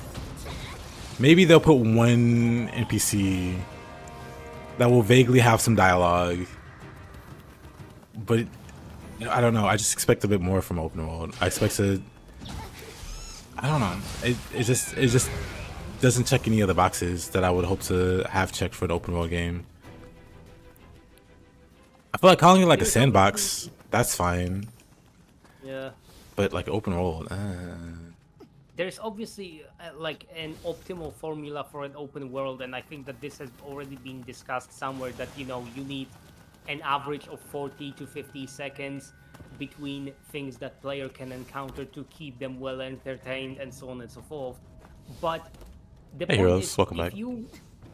If you want an open world game that actually has a lot of stuff to do, then I present you with Witcher 3.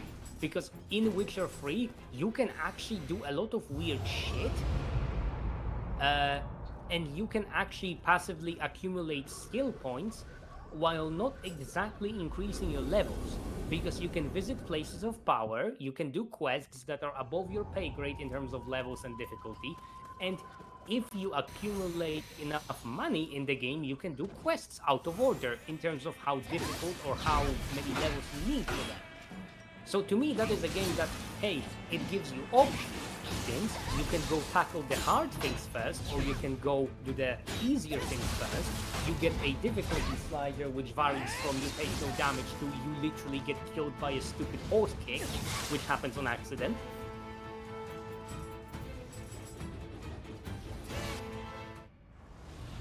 Well, Know them Gothic that's 1 or too 2. bad, Nightstar. I guess that those games should have tried better. The fact that something is worse than Witcher 3 doesn't mean that I'm going to excuse it. What? What sort of line of thinking is that? I am not going to admit that something is good quality while it is worse than the example I have given. What?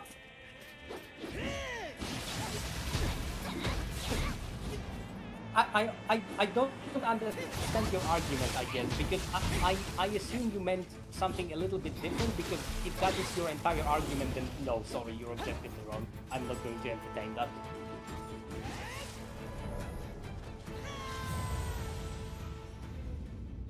Nioh 3 is more open level than open world. I'm fine with that. Nice.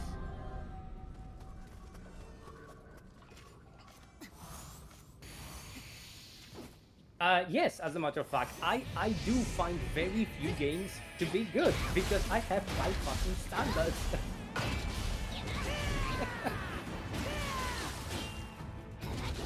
Yes, I'm applying the exact same standard to all of them, because if you do not have a consistent standard, then you can't formulate your opinions and your base of knowledge about anything, because you're flip-flopping. And if something you like is going to appeal to you more, then you're not going to get or give it the same scathing review that you're going to give something that you dislike. I don't understand the rabbit hole that we've just fallen into. I don't think I'm being unreasonable by having a standard and I apply it.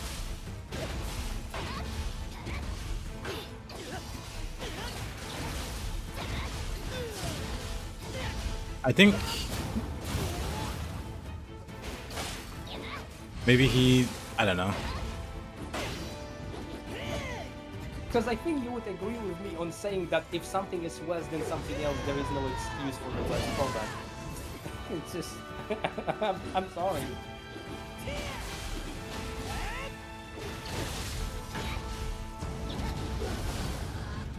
Oh my god, if the devs confirm that that's not going to be a thing, then that's great. That's so good. Let's see. The dev said that's not going to be the case. Well, good. I'm glad they're not gonna try, because I don't think they could really succeed on that too much better than Elden Ring did. I would expect like open level, because I could already see it in the demo that they were still going for like the mission-based structure while having like exploration elements, which I think is cool.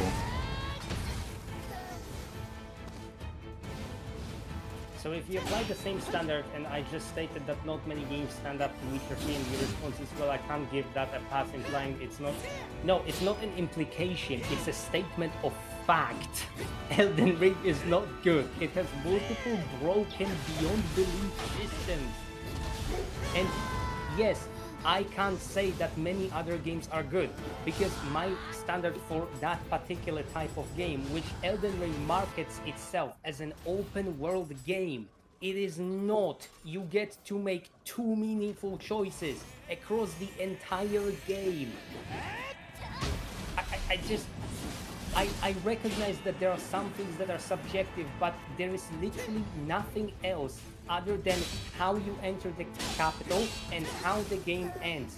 Every single other thing is just a non-choice. You can ignore it. That said it'd be less open than Rise of the Ronin, but more dense. That's good. I actually like the exploration from Rise of the Ronin, and I'm not really too big on that kind of thing, but I liked it with Rise, probably because the combat was really, really good. Yeah, that's irrelevant, Nightstar, because I have had my friends who are not Soul stands. I have had actual people quit this thing because Yeah. they had enough of the AoE attacks, because they had enough of the anti-intuitive attacks such as the waterfowl dance and so on and so Yeah, forth. I feel like. And yes, this Go is ahead. anecdotal because players have their own reason to play, but you can't tell me that my qualifiers for why this is a problem are just a problem because I'm a hardcore player. There are people who don't play these games because they consider them bullshit for one reason or another. Yeah, If I we feel want like. to go case by case, then we're gonna sit here all night. Yeah, I feel like most people that bought the game by far didn't beat it. You know, like we all have at least a few friends that have played Elden Ring and probably didn't make it past like Stormville. Like if you hold on. I was gonna try to pull it up. Like if you look at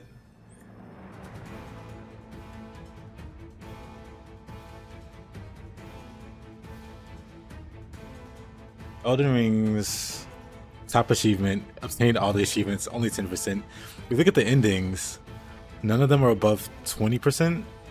Frenzied Flame is 16. Like the vast majority who bought the game, and there were a lot of them, didn't beat the game.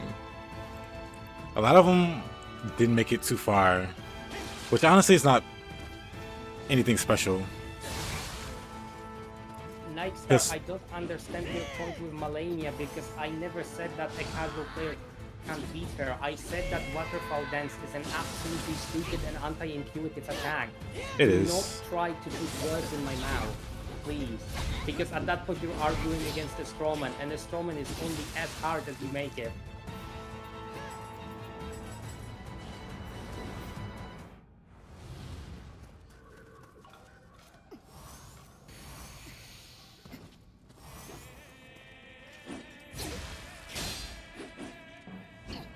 Go for the third hit.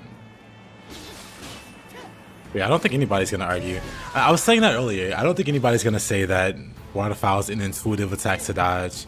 You have to actually like look it up or do some other kind of extra stuff. Nightstar being sarky about it is not going to help your case. I'm not sure. There's no need to be snarky either. Like Millennia's Waterfowl is a terrible attack. Right, it's Like- so bullshit that people can completely dodge it. Yes, they can, but have you seen what they're doing to dodge it? They're like perfectly timing their rolls, or they're walking around the boss and rolling in a certain pattern, or they're using items to interrupt the animation. If you're going to sit here and tell me that somebody can, without ever seeing Malenia, figure out the attack intuitively and without any issues, then I'm sorry, this is just not what is happening. The time release of the game has shown that this attack is a problem. Yeah, I have And I buddies. don't know why you chose this kill as the one to die. Yeah, I have buddies that have played the other Souls games, got some Millennia. Like I said, one quit. One was like, okay, this game just sucks. Like he just gave up. Another one spent 2 days on Millennia. He's not bad at Souls games. He's not a bad gamer in general, but he spent 2 days on Millennia. It's not a good attack because what was killing him was Waterfowl. If you don't like look it up, if you don't like have somebody like especially pointing out how to deal with that attack, and you try to figure it out on your own, you're gonna be there some hours. There are streamers that have spent 10+ hours on Millennia, and some of those streamers aren't bad. Some of them are, sure, but a lot of streamers spend hours and hours on Millennia because that attack is BS, all dying to the same attack. I mean, at this point, this discussion is strictly academic because this is a completely, strawman argument. I have never even talked about Malenia in that same way, so I don't know where this is going. Actually, that move feels like an So exploit. it's not going bad because Pretty Orphan, much. of course, was complete bullshit. Orphan, of course, has, at least in my opinion, only one bullshit attack. and What that's makes the him kidney BS? drag. Hold on, The what, kidney drag. The kidney drag is bullshit. Like, I will concede that any day of the week. is that like the projectile he sends out, or what is it? No, I'm trying to the think about what kidney that drag is. Basically, he throws the kidney and then he starts dragging towards itself, and it has a hitbox when it gets dragged. Oh, That is I see. stupid. Isn't she complete? That doesn't negate the fact that her Hasn't skill is looked at garbage. That doesn't negate that it's a bad. It's cool. That's all we're saying. It's bad. We're not saying that she's mandatory. You have to deal with it. We're saying that this boss is poorly designed, and that's like not even. That's like a segue. That's not even like the main point of discussion. Again, I was talking about broken systems of the game, and you got fixated on Malenia. I don't understand it, because the fact remains that this is just one of the multiple anti-intuitive attacks that this game has, but this is given as an example because it is particularly bullshit. Yep. And whether or not she is optional or not is completely irrelevant, because whether or not you choose to fight her or not fight her is completely subjective.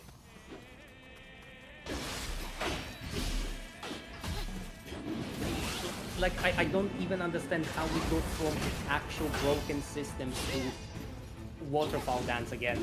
I genuinely am confused.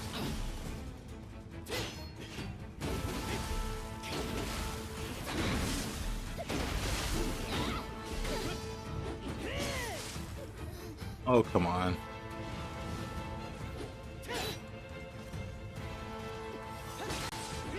Oh, come on. Why does Maeda have that Timu living weapon? He has a Guardian Spirit, so he can, in theory, use living weapon. He just doesn't have a really fancy looking one. It looks pretty mid. That's fine. Oh yeah, did you have a weapon request, Heroes? Because you brought it up earlier. I guess if anybody has a weapon request, I can swap to those. I'm kind of dying to Maeda, but I'm not trying all that hard. I mean, upgrade, it's not necessarily BS. I just don't understand the argument because, again, it's a strawman. I was talking about something else entirely, and, okay, maybe not even a strawman. It's more of a red herring because he has not taken my position and presented a weaker version of it. He's just deflected to something else entirely, and then he's constructed a strawman. It's like, ugh. Didn't sound fair.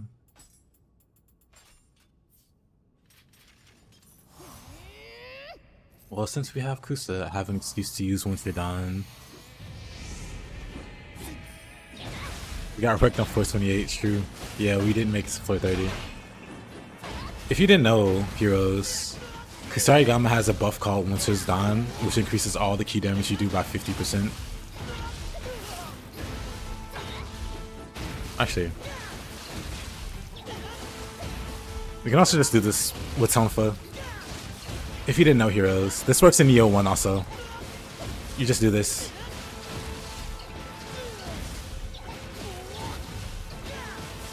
Because Tonfa is very balanced.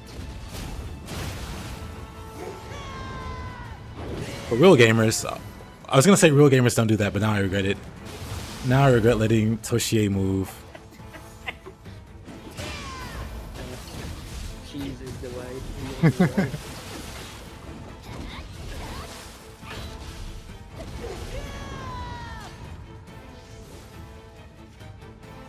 Watch it in the Moonlight Fliss? Okay.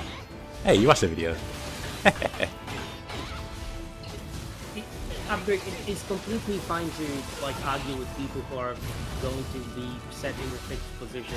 It's just the fact that, again, I don't like when somebody is going to repeatedly use Put words in your mouth. That's what gets me. It's not even that. It's about the fact that it's consecutively like, okay, I was going on about the game systems and now we pivot to a boss, so that's already a red herring, right? And then we create a stallman and then we just start talking about the things I haven't even mentioned. So that's like 3 strikes and you're out. I already don't want to talk to you.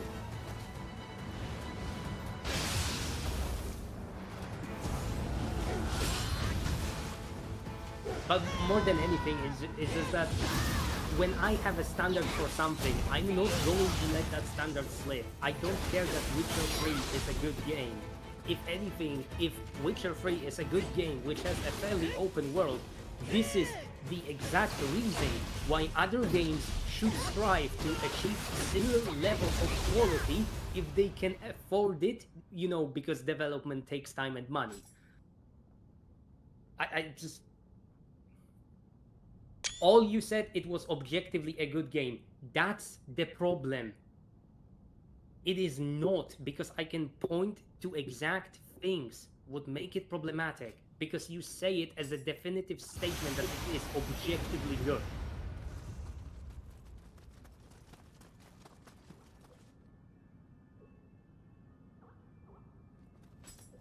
That's how I learned about Dynasty Warriors lore.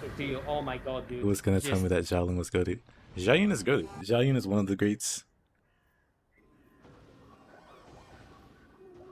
I mean, I said that it was a problem, and the first thing you said in there was actually a good game, though there are plenty of blah blah blah. So now you're basically pulling the card of, oh, I wasn't even talking to, and it's a you problem. Can you just get real for a moment? Can you stop using logical fallacy after logical fallacy to try and argue your point? Jesus, dude. Oh my god. Okay.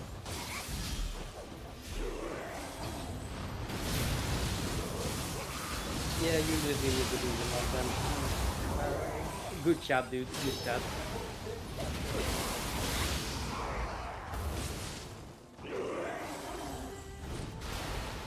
I mean, I guess I could turn you up.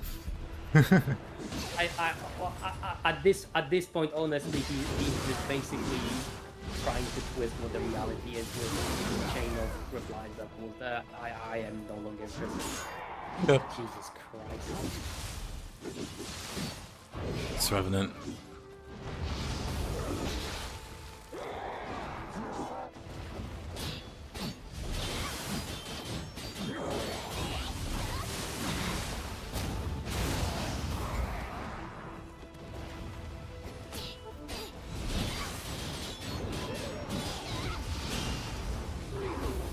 It's early.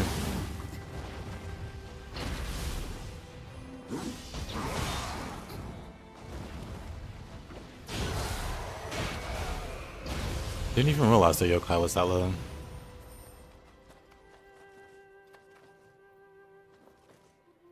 You don't appreciate him kicking that horse in his intro?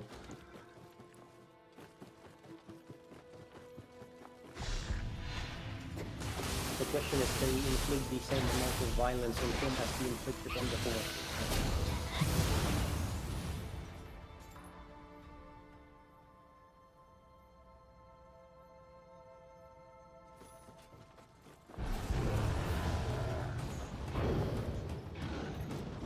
Heroes, what weapon did you say you were going to use for Nioh 3? Was it dual swords or normal swords? Actually, no, I think I talked to Lurch about it, not you.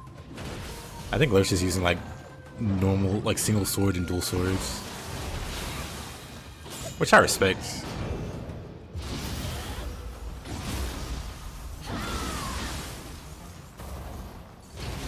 Right, I think I'm gonna make myself scared because it was quite clearly a wrong choice to bring up such a controversial topic in quotation marks.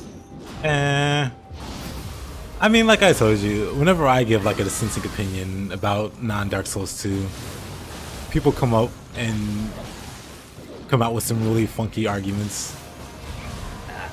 Again, it's not about the quality of the argument, it's about the repeated use of logical fallacies to try and make a point. That just happens too. You can't make a point if you're not actually making a point, for fuck's sake. That's what I'm saying.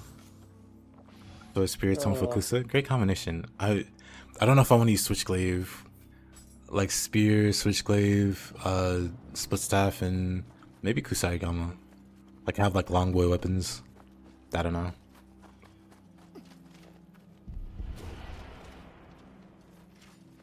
But anyway, I won't be poisoning air around here anymore. Bye bye. It's good having you. See you next week, possibly. Yep. Maybe we'll get him next. Maybe we'll get it next time. Hopefully we will. I will farm some cat balls. Bye bye then. Alright, later man.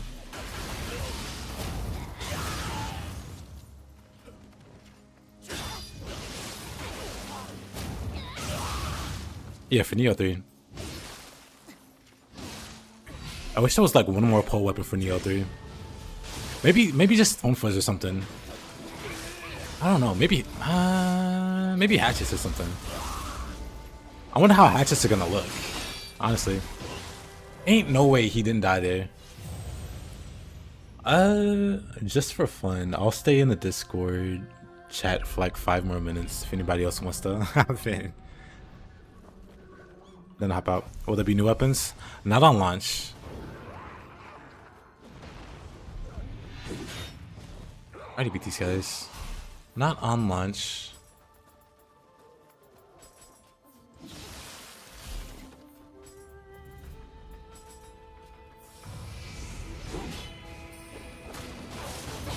It's understandable because now we have a whole different style with movesets for each. Change Tonfa for Ninja Sword, Adachi, the samurai weapons. I see. Can't wait to see more new things from the other. Same.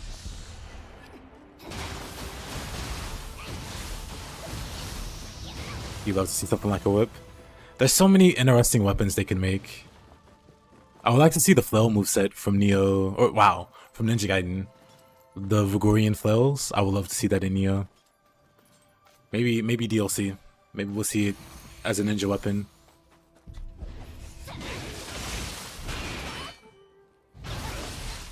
Oh.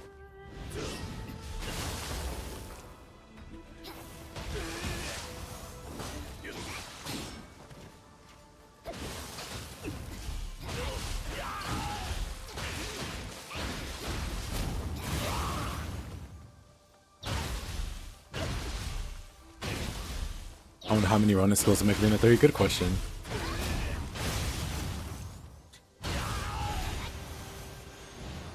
I wonder, like, I'm sure we'll have plenty of human enemies. I hope they, like, transfer some of the human enemies movesets from Ronin to Nioh 3. Because there was, like, a diverse, like, amount of movesets in Ronin.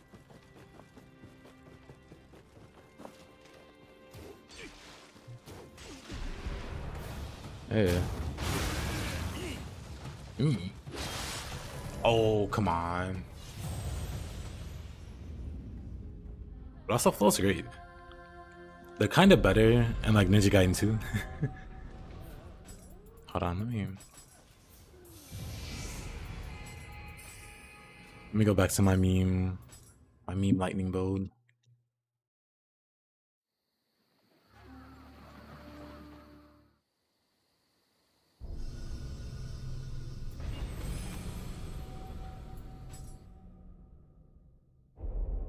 Want us to just play the fire build for a little bit. Now let's work on the lightning build.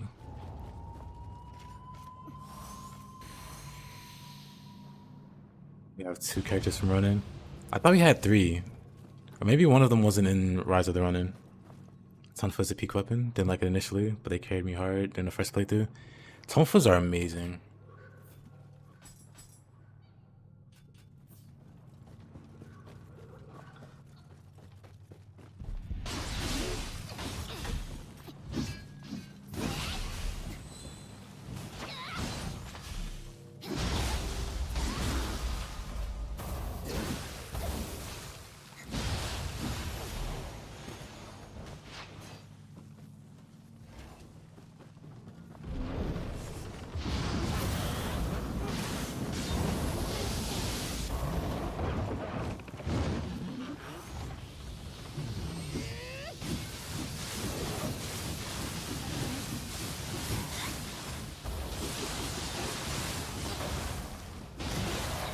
Paralysis is so great. It's just so funny also. Saw some footage of Nioh 1 Tonfa. What can an enemy do? Nothing. Same for Nioh 2 though. Like nothing changed about the Tonfa.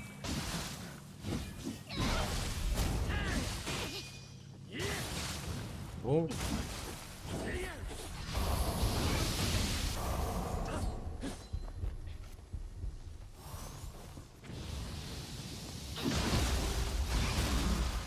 Yep, planning on it.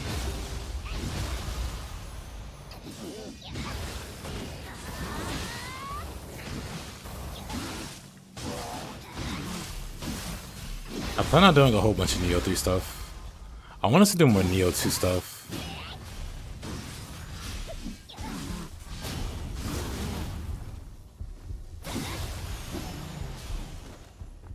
I think I just want to make like another maybe 2 or 3 videos on Nioh 2 though. But I want us to do like way more.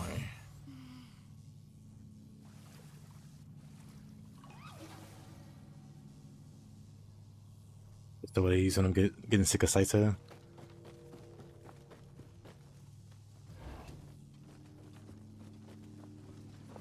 Is it true that some weapons gonna be exclusive to Samurai? Yeah, hold on. There is the pre-order bonus for Nioh 3. Hold on. The deluxe edition. Oh, leave it to Reddit. Leave it to Reddit.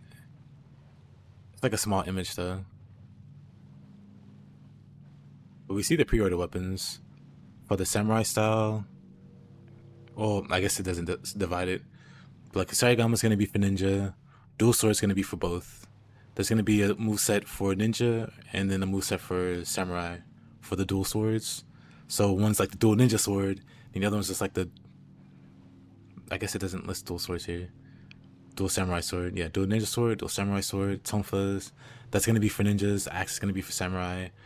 Hatchets I think are for ninja. Fists are for samurai. Samurais for samurai. 8A and 8B. What in the world? This is a split staff. They said nunchaku. This is split staff. Ninja sword, of course, for ninja. Spear. For whatever ungodly reason, there is no ninja spear.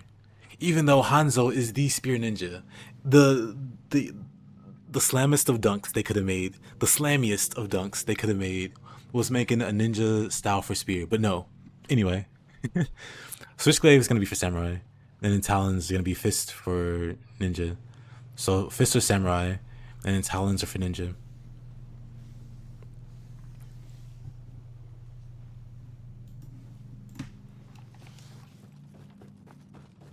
I was really hoping we would see like Spear Ninja, because we already got some really cool mobility moves with like Rainbow Ruse.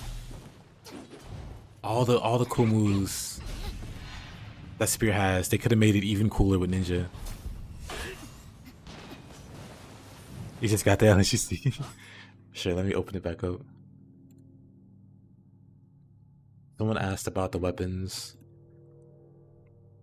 And these are the pre-order weapons, like if you get the deluxe edition or whatever. And identifying all the...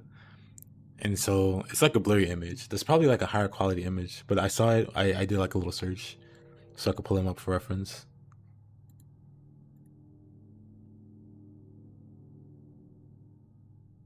But yeah, all the weapons.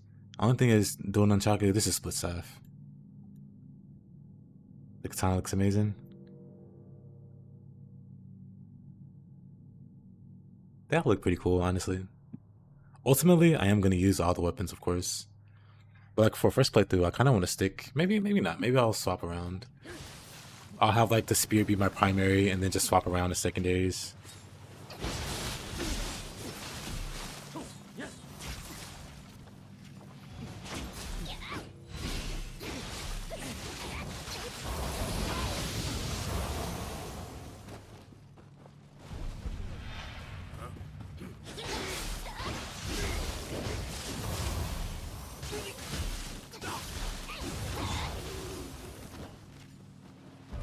I still feel like I can get a lot better with spear, or a lot more better. Wow, that didn't sound any better. I feel like I can get significantly better with the spear if I grind more. But still see things that I can improve on. So I want to try to work on that before Nioh 3 comes out.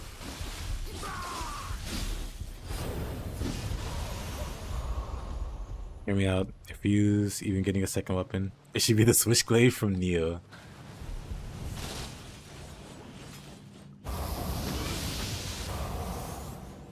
Hey Leo, how you doing? An interesting take. I respect it. Sword and Spear combo will never fail for a first playthrough. Not wrong.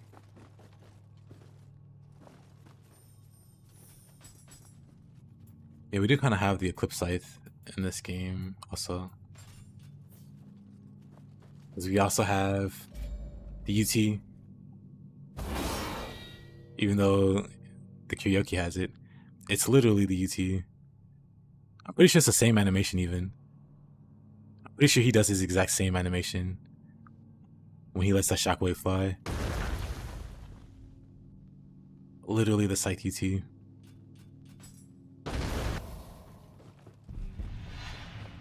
Just no D-limbs. Unless the enemy dies, I guess. Ah.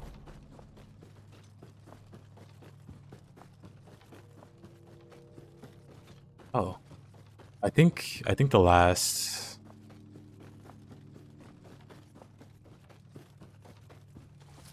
one's in here if I don't have it already. Currently running 3 different characters, 2 for co-op, 1 for solo play. My solo character is using sword dual swords. My co-op characters are using Spiro Dashi. Spiro Dashi is really, really fun. Tonfuku Sarigama, also solid. He was watching Ninja Gaiden 2 footage. She was like, huh, that Ryu guy's cooking. Let me try that with my scythe. Then he tries it and it's like, yep, that's it. That's my signature ability. I came up with it.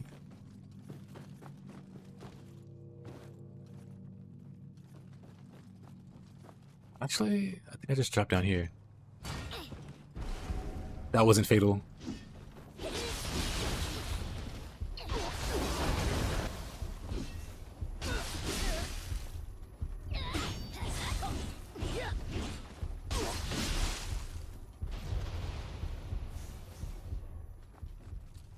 I do wonder.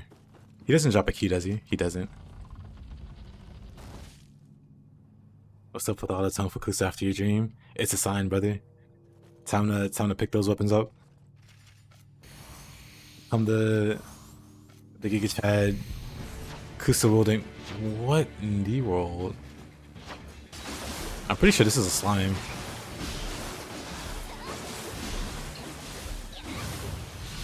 Randomizer being randomizer. Kusarigama's a peak weapon? I agree.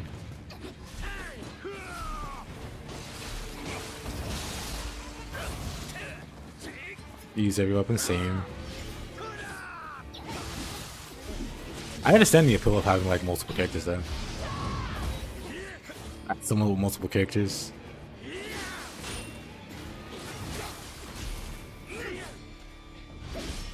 Oh, this is kind of awkward, huh?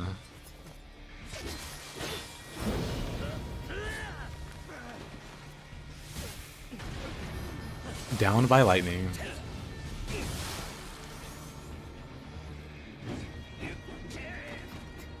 On which platform do I plan on playing Nioh 3? PC. Maybe I also get console. Get it on console, because I do have a PS5. I do also want to do like community, like co-op and stuff. That might be cool.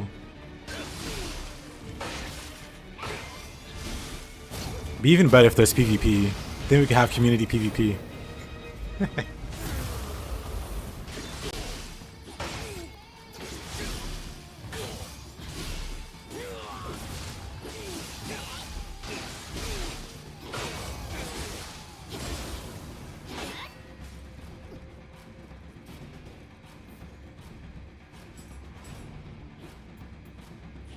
Oh, so the support.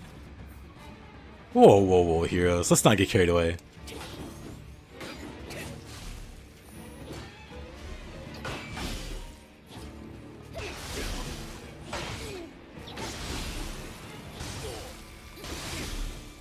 But I will say I didn't even get Nioh 3. Some very, very nice person gifted me Nioh 3 on PC. So it's not like I have to pay for it. Some absolute Giga Chad just gifted me the deluxe edition even. So if it ends up running bad, I mean, sure, I guess I'll get it on console.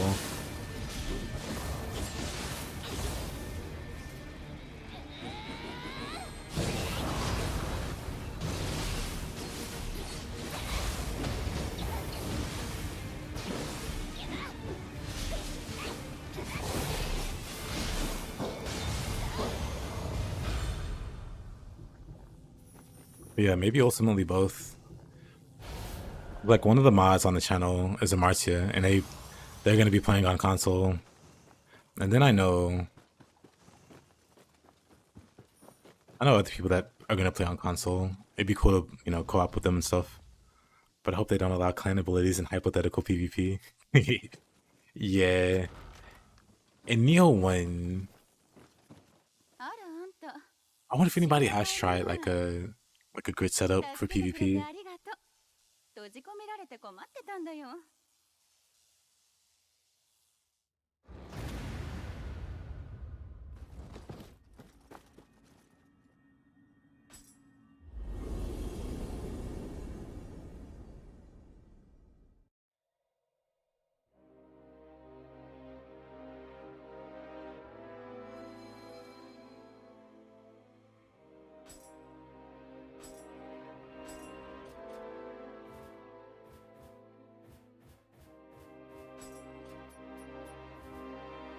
Of course, it's Pervading Waters. That's the one I haven't done yet.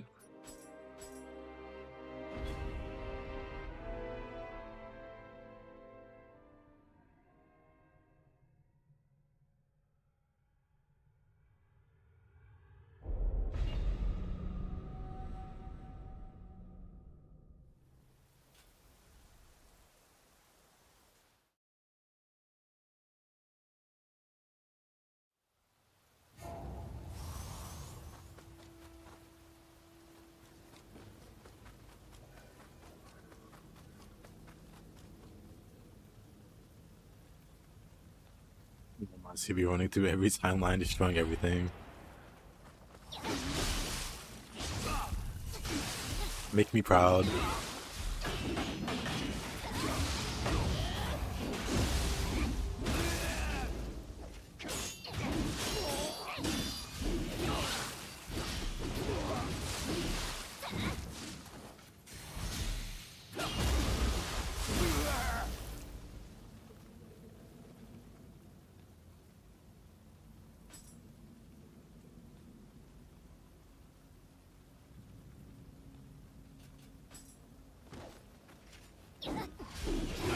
You doubted to run a good on PC? I want to be optimistic.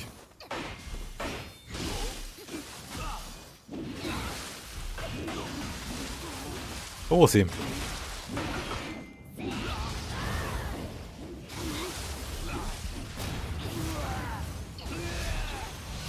You are now officially unemployed. You're now ex-workplace said that you not doing your shift due to electricity shutdowns in your apartment complex that happened in November is an absence with no good reason. That sucks. That sucks. I've had a job like that too.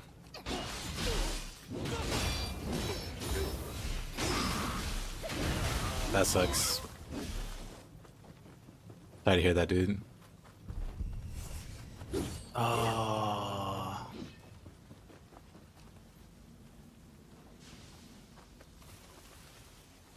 On the bright side, if it's a job that lets you go over something unreasonable like that, it's probably definitely not worth staying with them long term anyway.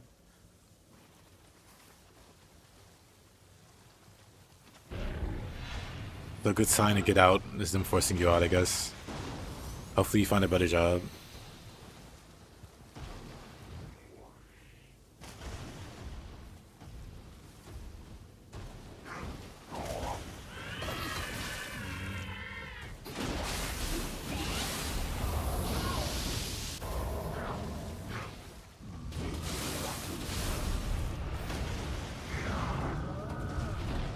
But a job like that than no job. No, that's true. Only reason I stuck around that one job. Like, what else am I gonna do? Be broke?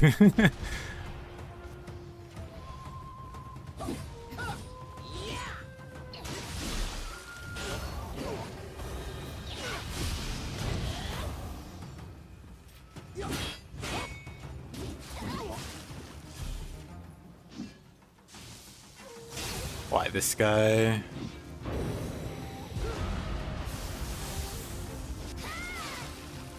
Got at each other.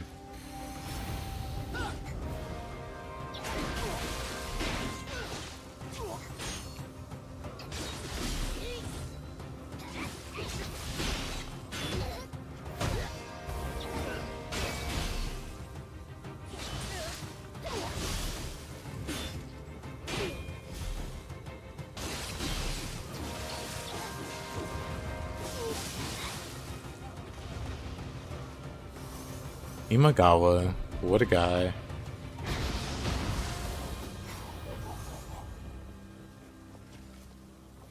If I do co-op on console, I'll make sure not to steal your spotlight too much.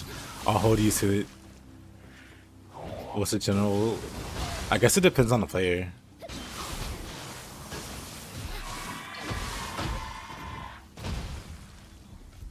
feel like that's true for any weapon though.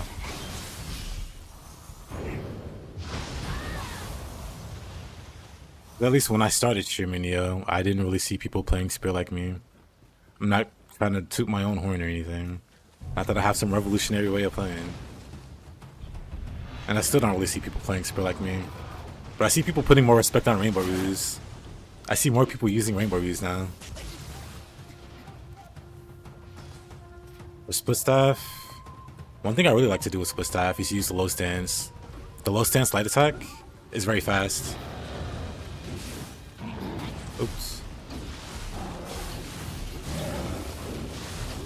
They can cut around an enemy with the low stance pokes.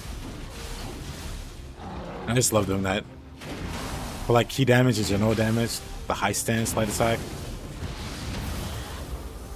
it's pretty good. Like the high stance light attack, no, the high stance heavy attack. I'm sorry, the Y, or not the Y. I'm stupid. That's okay. Never mind. I'm being dumb. Waxing his own spirit, yes. But yeah, the high stance light attack, very good for damage and key damage.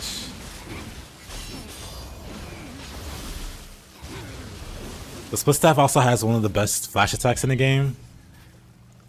This flash attack is very good. You can also hold it.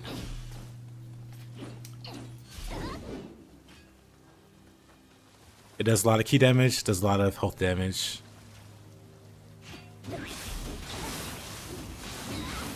Also Shin Splitter or Shin Crusher or whatever it's called.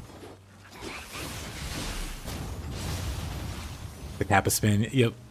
Oh man, now I want to do it with the Kappa Shell on. But yeah, my general playstyle with weapons is like basic attacks. Like if you see me use Spear for any extended amount of time, you notice a lot of what I do is like the running attack or the rolling attack or like the heavy attacks. You'll see most of my attacks aren't skills, they're the basic attacks. Like 90% of what I do. Same for this weapon. Just a bit slower. Although it is fun to weave in more skills with this weapon.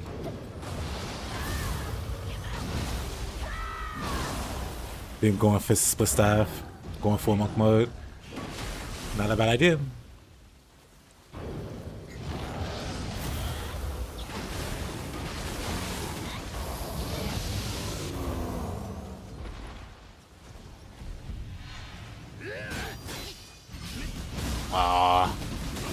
Whatever. What a guy. Stranger of Paradise method. Man, I want to play some Stranger of Paradise. Don't know when.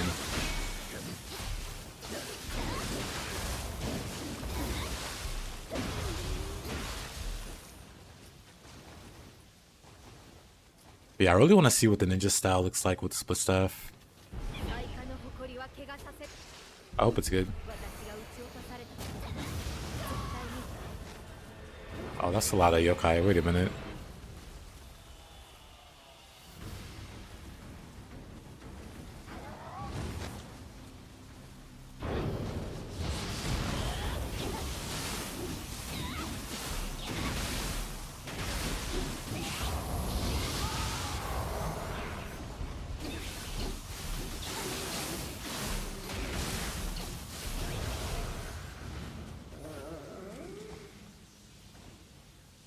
Not going True Monk and Stranger of Paradise is busted. Gotta hit 400, floor 200 plus, yeah. Still got progress to make.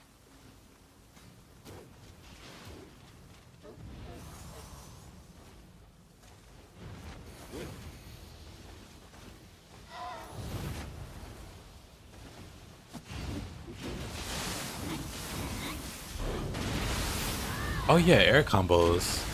I know for sure you could do like changing ways. I wonder if you can changing ways to go into the sky and then do like an air combo.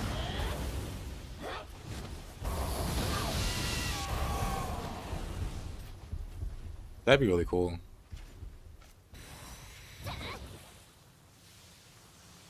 You just jump into the air, like launch the enemy and jump into the air, and then do like an air combo.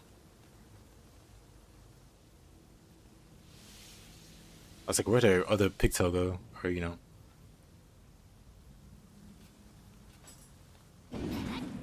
That'd be cool.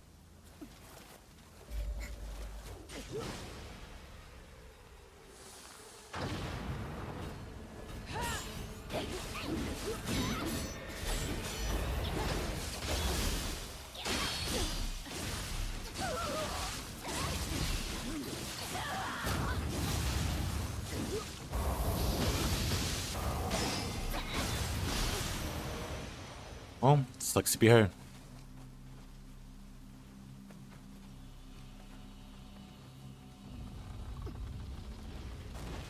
More short and shield with Lance guy. I really, really, really like the Sword Fighter in Stranger of Paradise.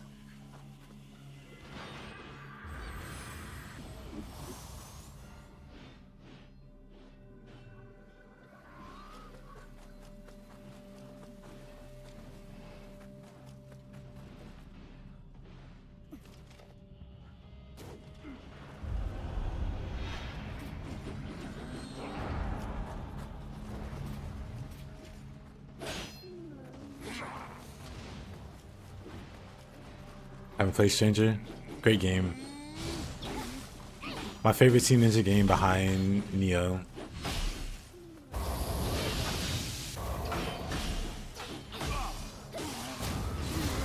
I guess Nioh 2 in this case.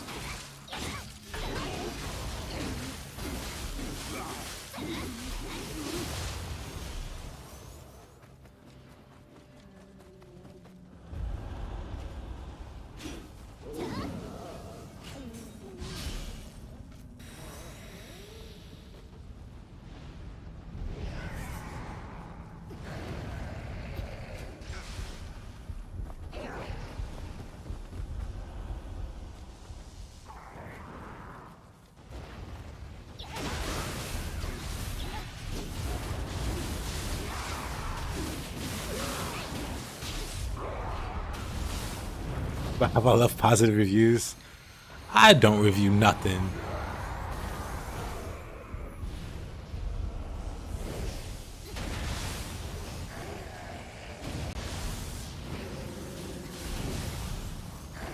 I was gonna say except XYZ game, but I couldn't think of one.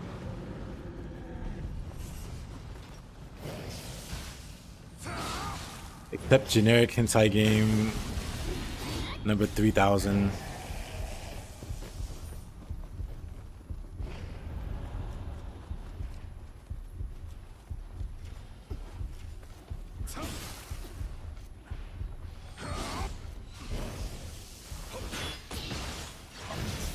Where did this guy come from? Of course.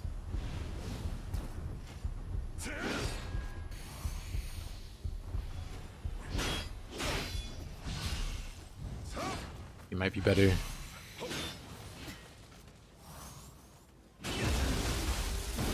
Like, dang.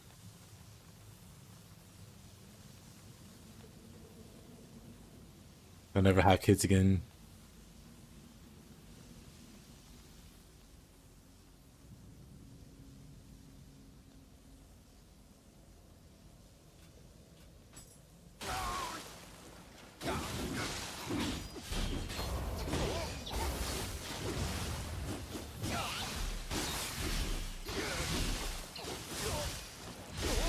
Stellar Blade.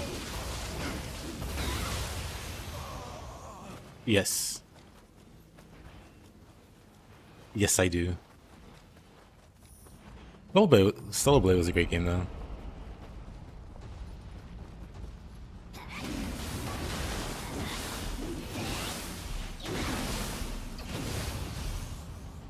Play Dragon's Dogma 2 exclusively. Dragon's Dogma 2 is also great. Going in a wheelchair.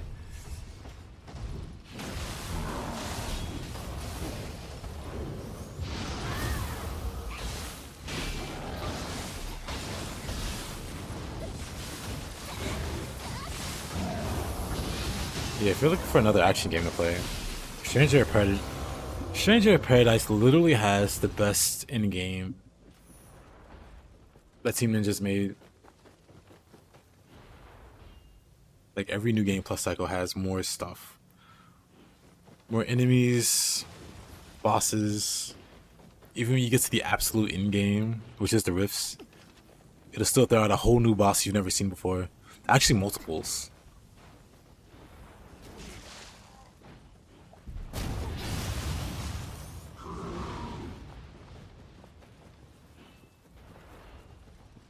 Like, what is this giant robot? Why does it have rocket launchers? Why does it skate around like this? What's going on?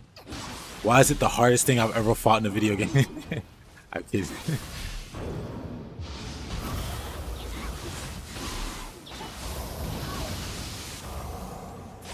I had to reinstall Nioh too because I want to say that I finished it before the end of the year.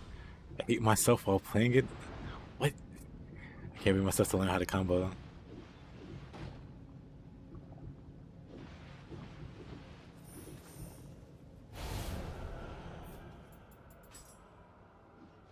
Or the katana. Or any weapon in Nioh. You gotta keep us. Hey Lucy. You just gotta keep us. It's not like, for instance,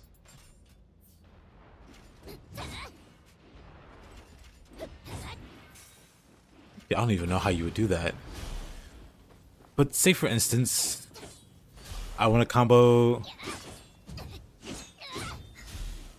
like Sword of Discernment into this. Like, you gotta keep pulse. Keep pulsing lets you reset your character and just immediately do another skill. That's how after every action I'm keep pulsing. Even the same action.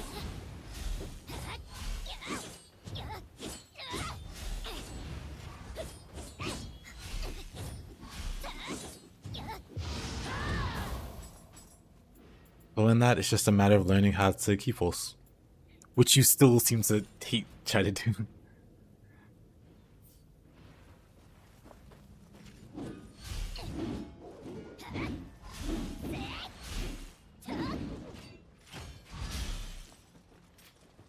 But yeah, that's it. Once you keep pulse, you can just immediately go into another skill, and that's how you would like link skills together even.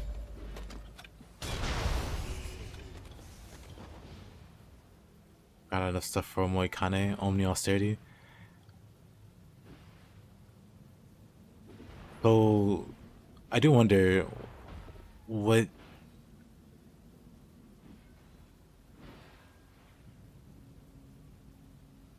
is there a particular reason for the Omni Austerity 5?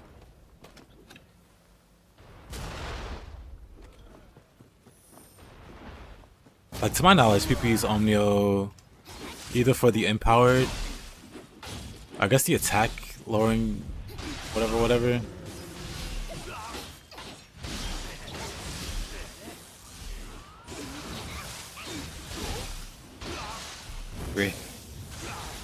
Ray.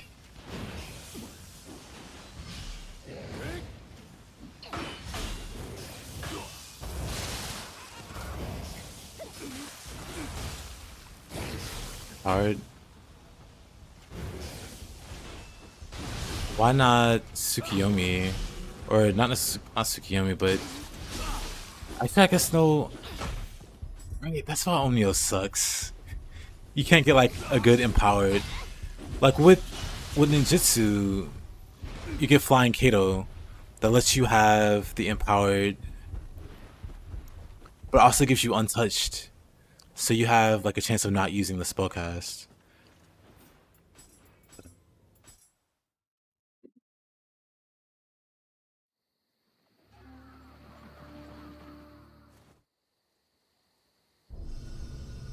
Yeah, ninjutsu's just overall better also. I guess I can go back to my... Dang, my Phoenix build, my Phoenix file is like 400.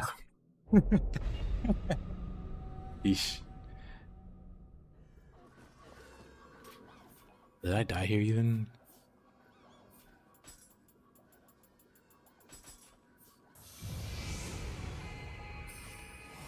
Like woven shirt. But yeah, with Flying Kato. What is my untouched even? Not that bad. My untouched is 59%. And then this untouched is 40%. That's with full Flying Katos. Untouched everywhere.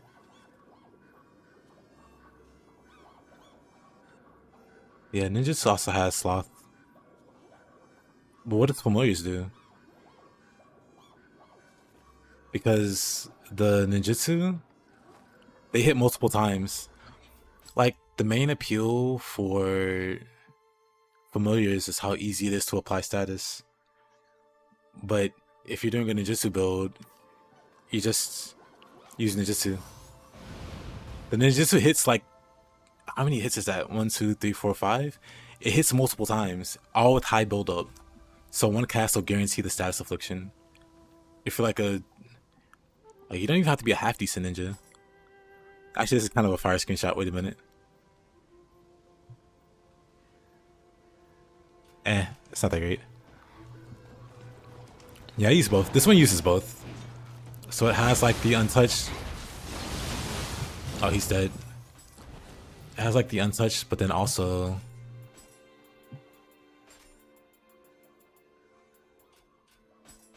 we use katana or something. We'll use the katana.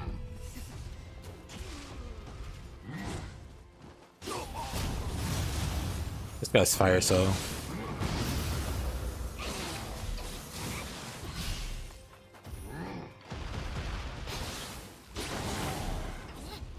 oh, also 1 second. 1 second.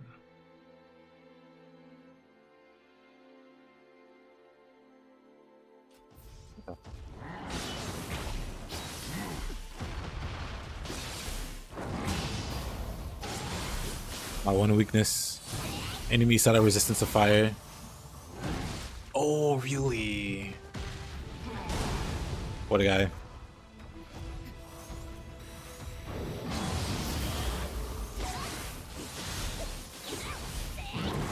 I shouldn't have did that. Buddy.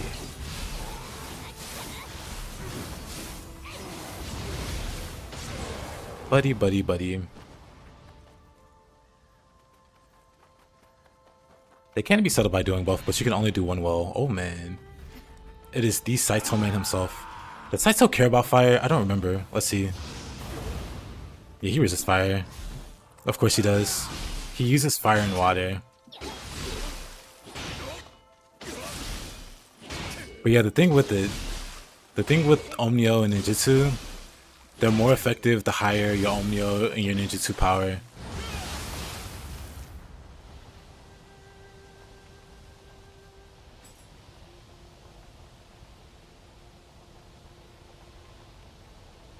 Saito in a fetal position.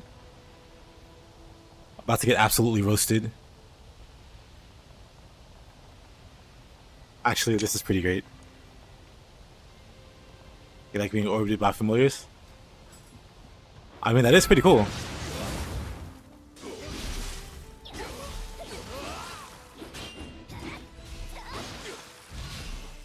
Oh.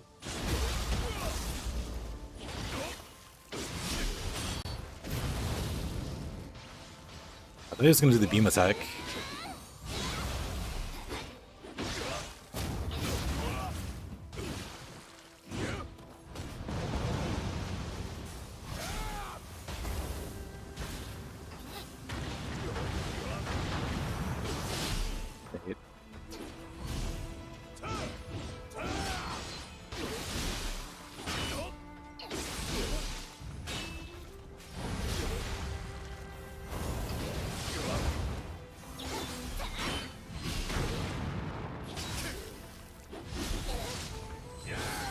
Oh, that got me. Lame.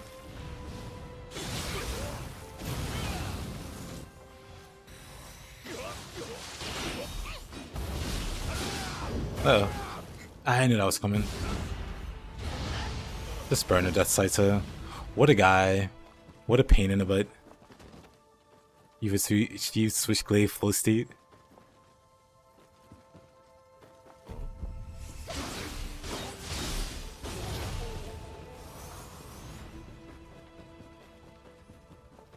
Is that another Saito? Why are there two Saitos? A little better than Kukai.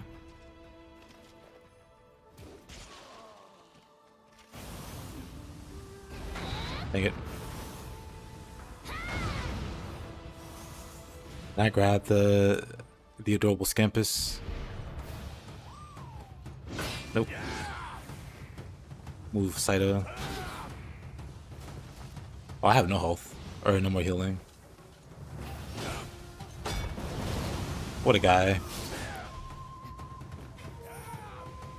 Me and my cattle solo this. Oof. Lived. Tokugawa is the greatest clan.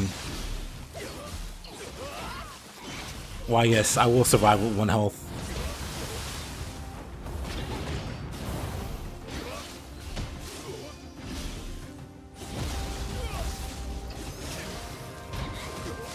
I mean, I try and call him Toshimitsu. That's way too many syllables.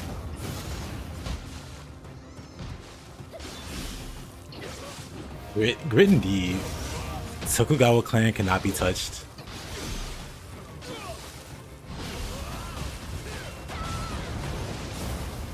What did he do? Oh. Wrong buttons.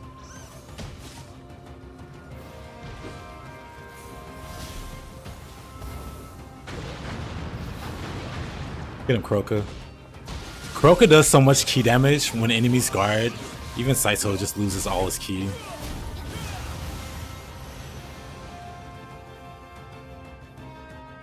Later, Lucy. Have a good one. You're a big Tokugawa fan? Same. Of the clan, though. The actual Tokugawa. We'll say I'm not too convinced on. But oh yeah, heroes. This build basically functions the same as... what you call it? The Nioh 1 version. But less guaranteed survival. Less absolute. Less 100%.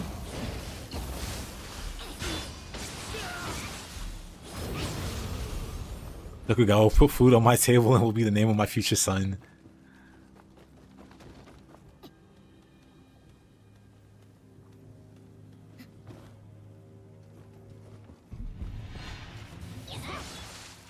Whoa. Whoa.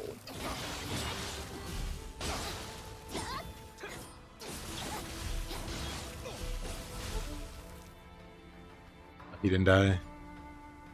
Still have no healing.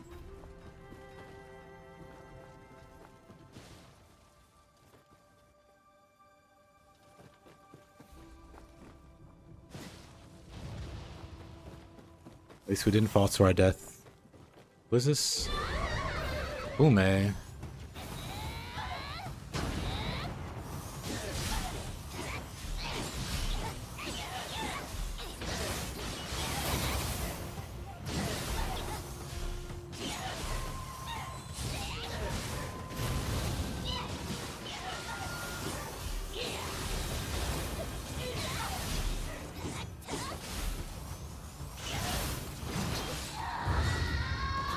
He would knock me off that.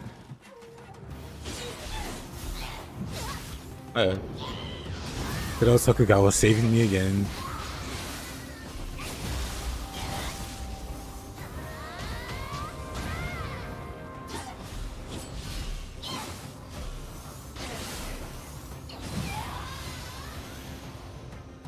I'm so good that Nioh 3 has us playing as a member of it. Grit cannot be beat. Hopefully it's in Nioh 3. And they don't like nerf it. Keep it where it is or make it better. Make it more reliable. mean, it's already saved me twice.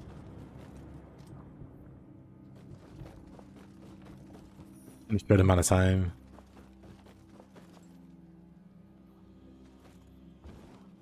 Not this guy.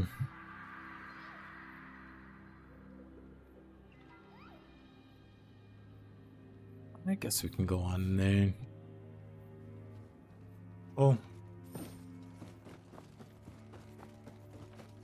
We can see what's outside.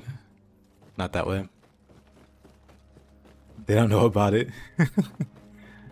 Yeah. No one really reps Tokugawa. Kinda crazy.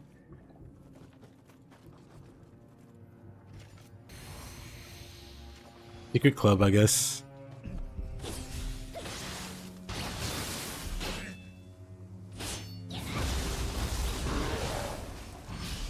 That's like 3 people in it. Yeah, everyone goes to Honda for survival.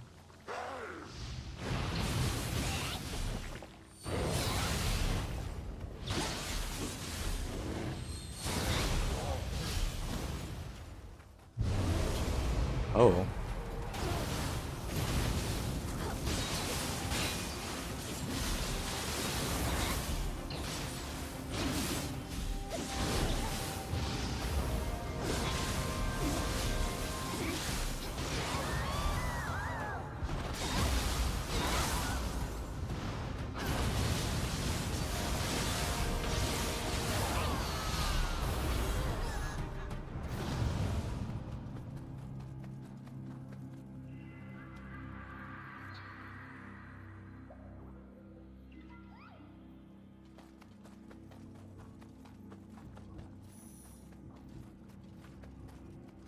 Critical elixir is also the most cracked. It is.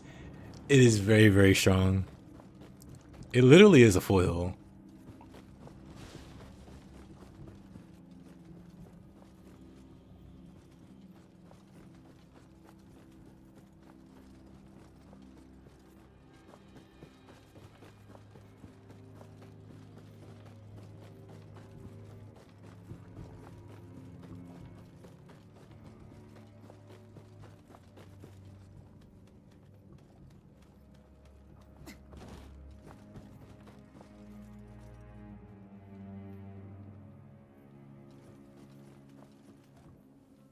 Let's go this way first.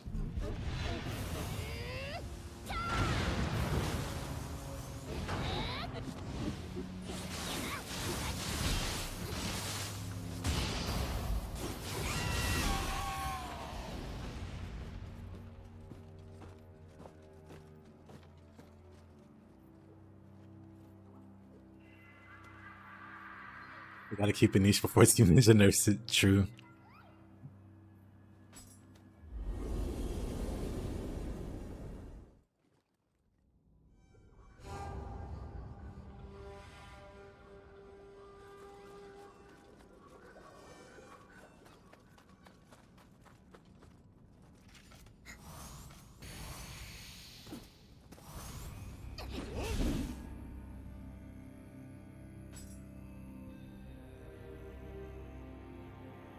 It looks like I got hit there. The cursed Kukai that has William's armor.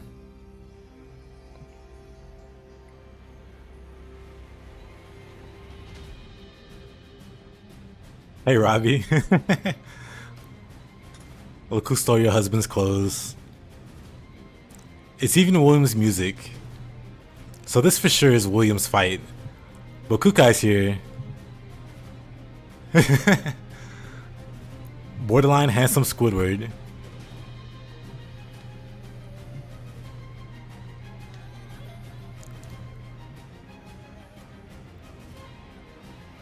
Honestly, that's kind of a great. I'm just rolling backwards. Oh, but it looks like he launched me into outer space.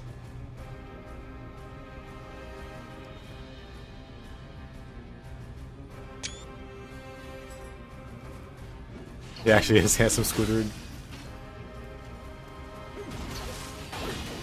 Which saved me, but Kukai don't care.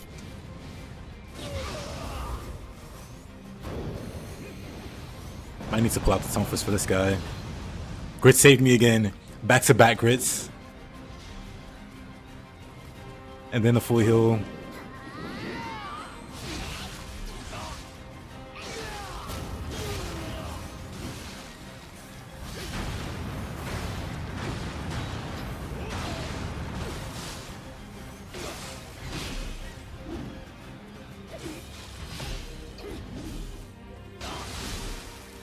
It's so peak. It is.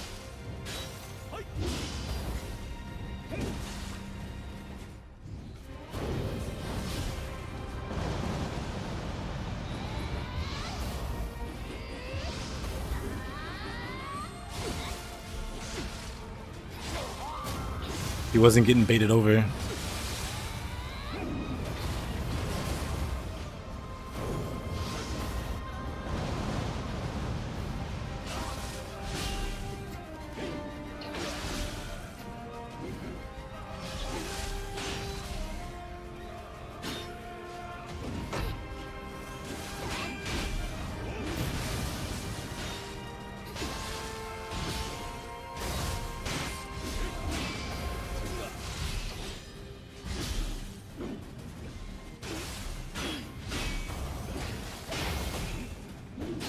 Brother, you have no key. What are you doing?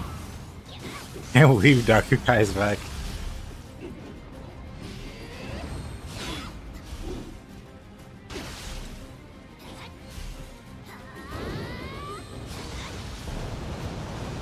Whoa, whoa, whoa.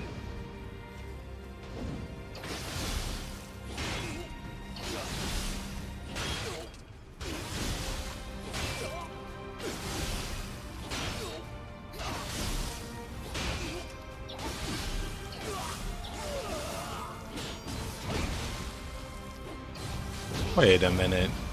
Grit saved me again. Whoa. Couldn't heal there. Triple grit. Back to back to back.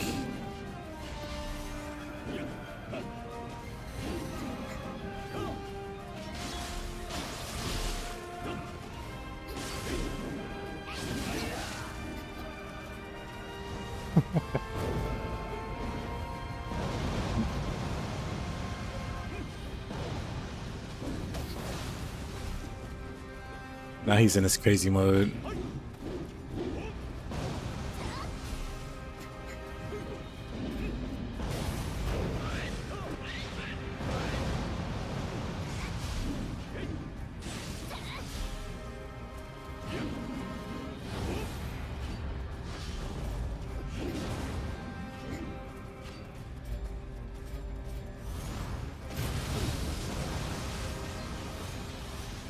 Yeah, just get hit in the face by Kasha. That's cool too.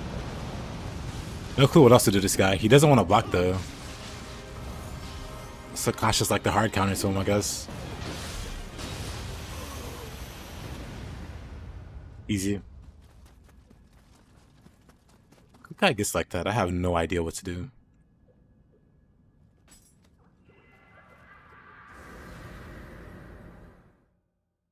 True heroes. It's true.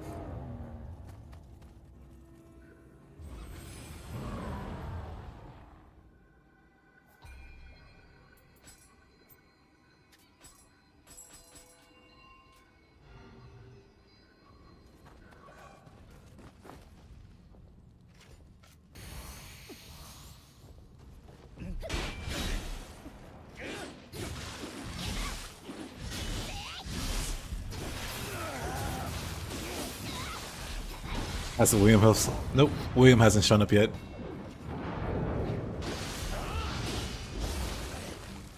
Do it again. Dang. And then I got taken out by the yokai.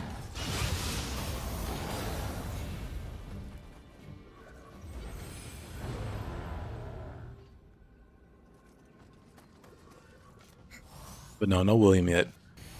Surprisingly.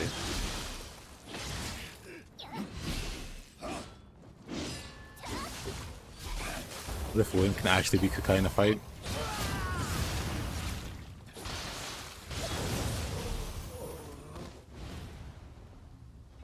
It'd be close. William probably wins though, because living weapon's kind of crazy.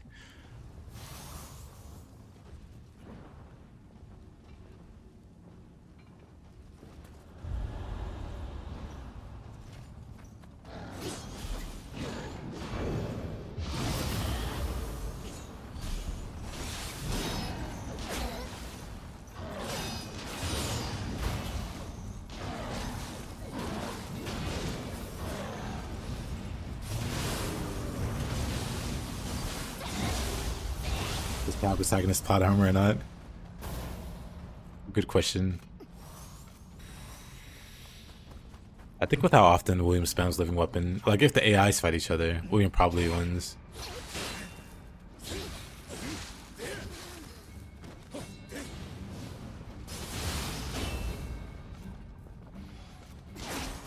Ow.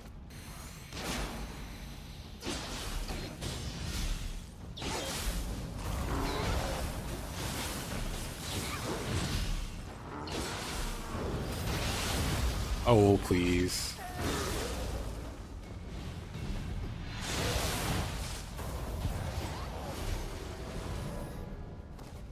His back was turned. I ain't having it.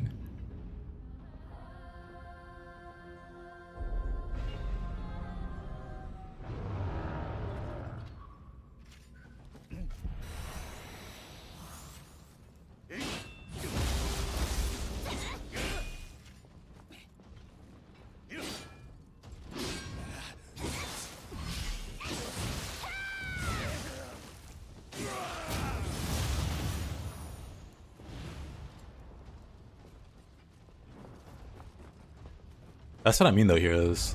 William does living weapon almost unprovoked. Kukai waits till he's low HP and then he'll do whatever he does.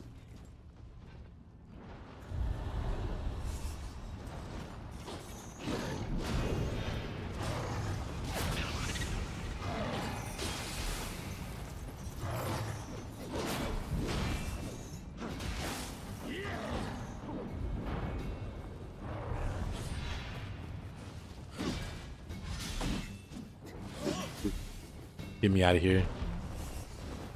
Oh no.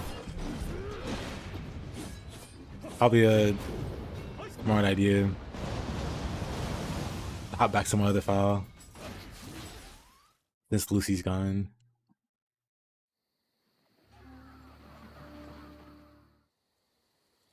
I was gonna show off the fire build a little.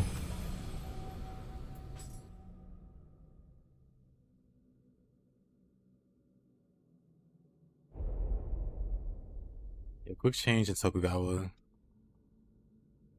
makes it really hard to die.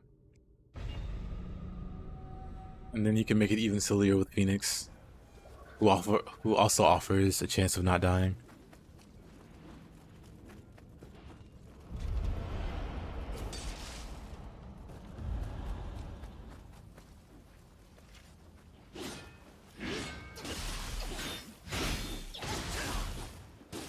We're fine. Yeah, it wasn't too terrible.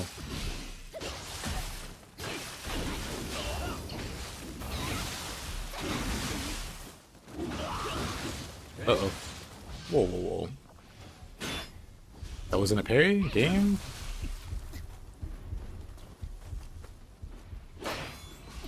Maybe wrong weapon. Maybe not.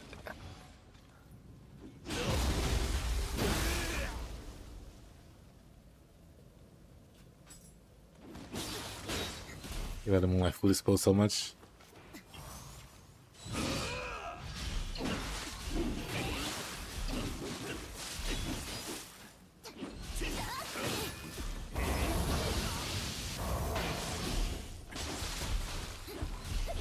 I really tend to like key damage in these games in general, over like direct damage.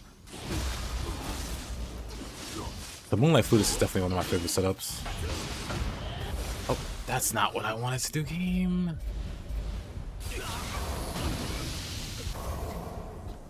I guess I just forgot that fast that I swapped to a different build.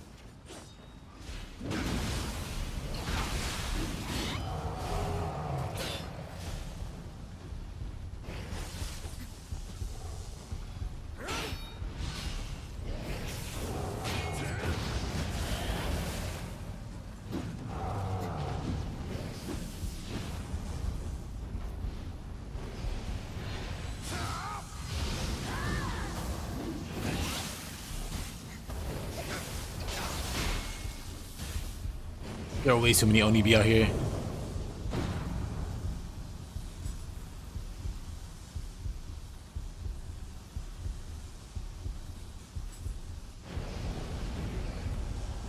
Make that 3 now, nice.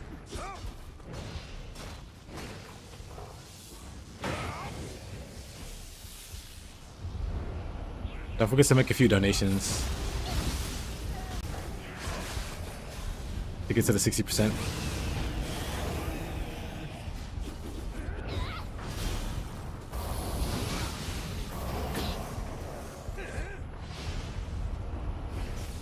Kinda wacky. All these Onibi.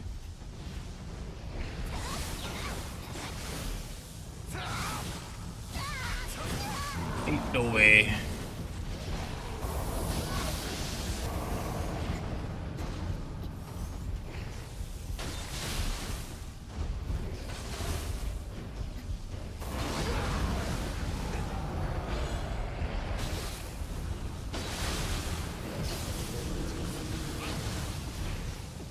Please.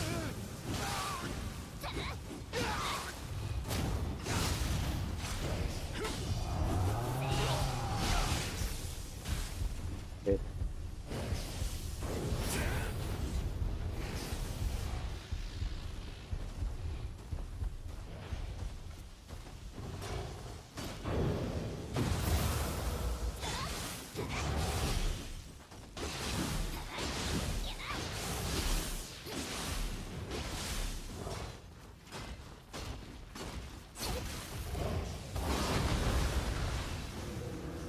Getting fixed by these lightning Onibi. What a pain. What a pain. That was a lot of kiting.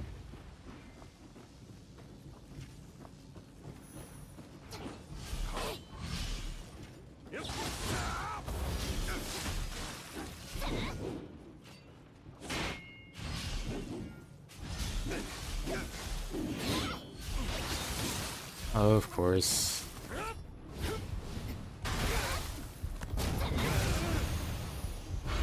Anyway.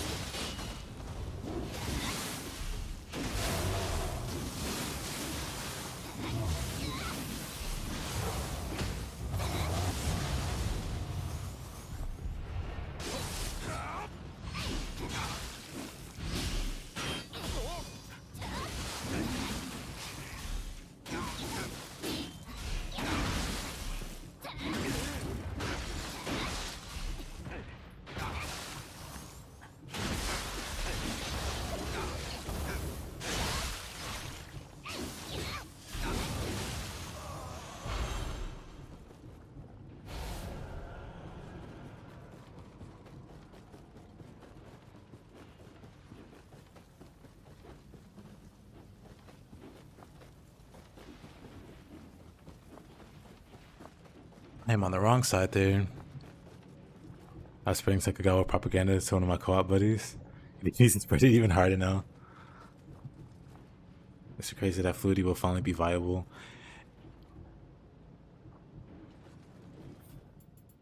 I wonder, is it gonna be a mystic art?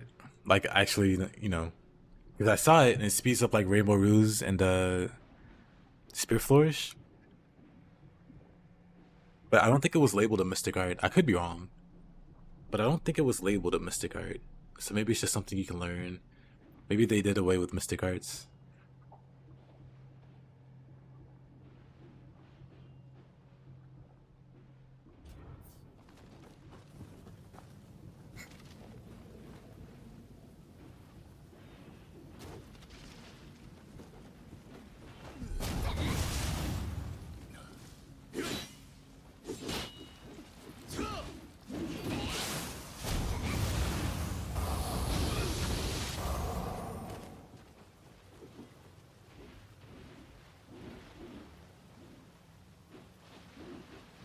I'm pretty sure.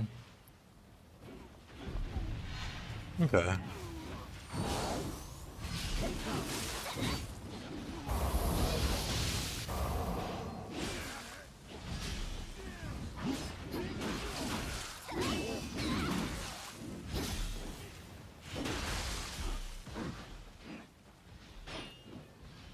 The first cascade your first try by being overloaded, you're getting carried here.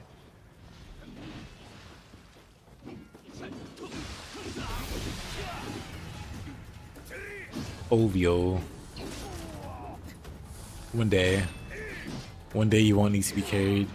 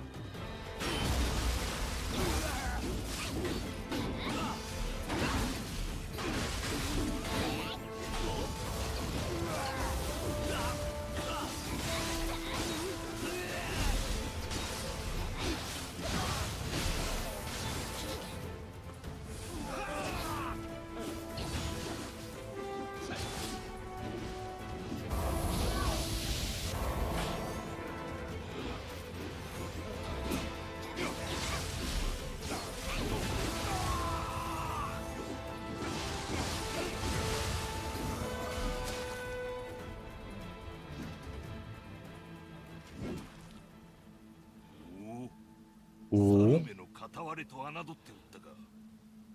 You're almost halfway there, Leo.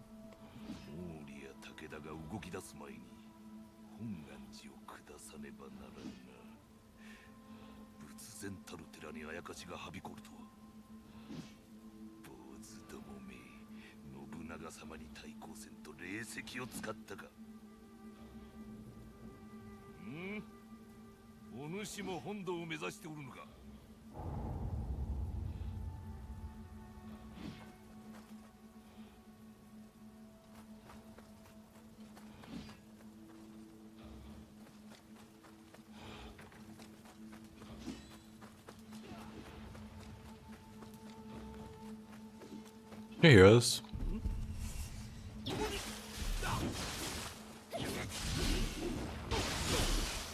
I believe though. I believe you though.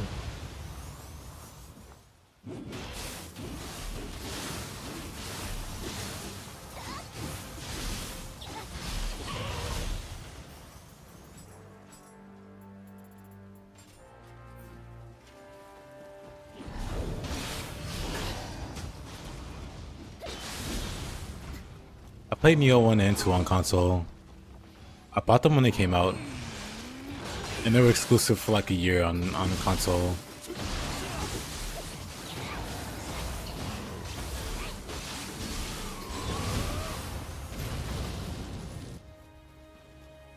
The most popular clan is tell me. Is that the one where you heal whenever you absorb Emerald?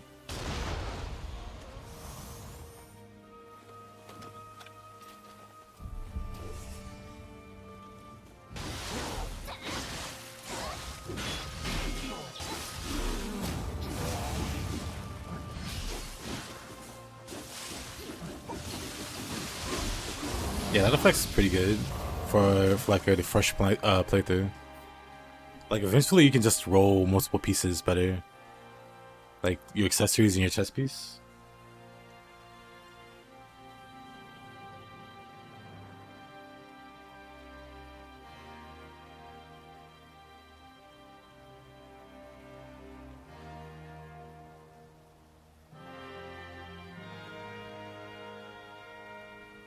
Oh, it's called a Crucible art.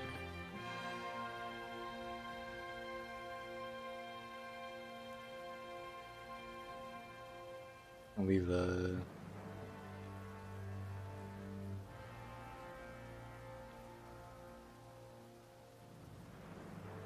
Yeah, just listed as a Crucible art. So you do get it from the Veteran Dojo. Let's see.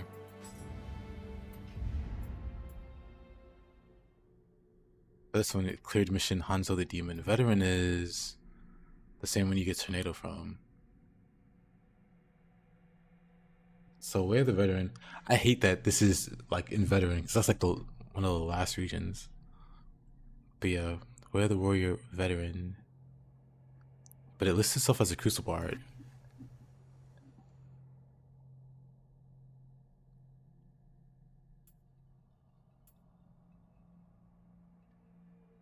You see skill type, Crucible art. Skill type, Mystic art. There are some locks. I guess it's locked for Veteran.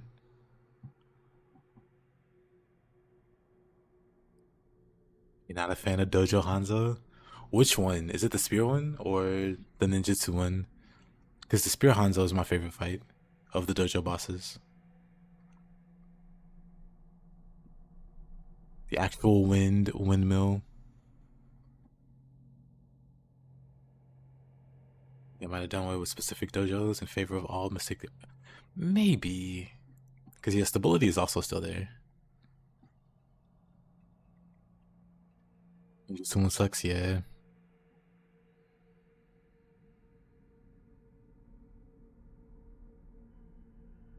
Hanzo likes the 1-inch punch, true. I never thought of it like, never thought about it like that. But that is kind of a 1-inch punch, huh? Makes me like that skill even more.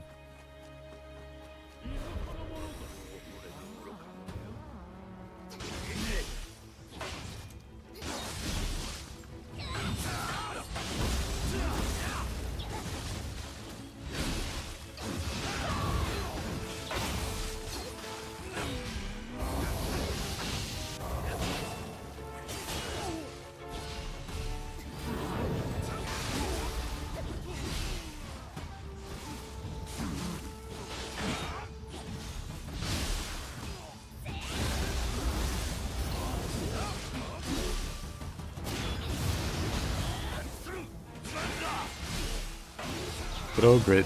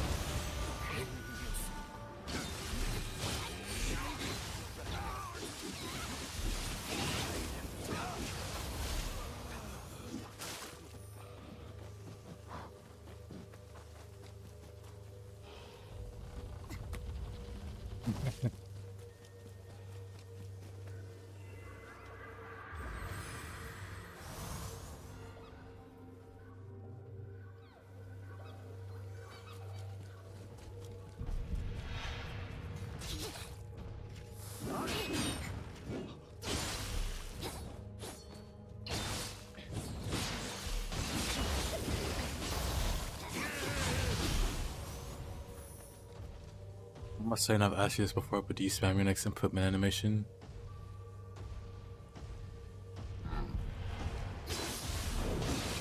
For the most part, no. It does depend on the input, though.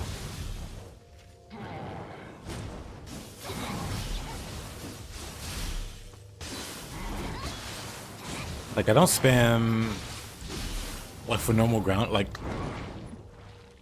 I guess for, like, neutral inputs, like these, like, if I do a rolling attack, I'll spam it. It's like, if you do the input too early, like that, it won't come out. Like, I'm doing the attack. There, it came out late. So I do it there, I spam it there. I also know the exact timing. Like I know the exact timing. But if I do it too early, it doesn't want to come out. Or comes out very late. But if I spam it, it'll always come out. No need to time it. Get Discord.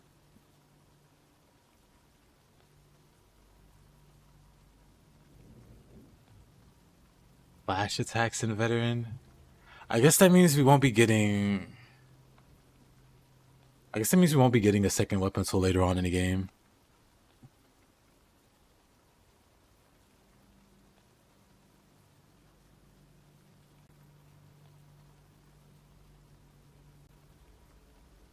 Like that for Nioh 1 also.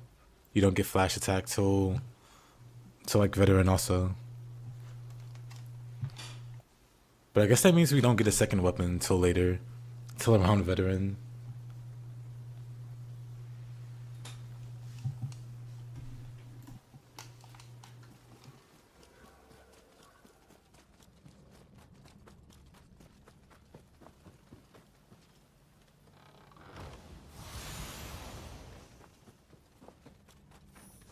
Hey Electro, how you doing?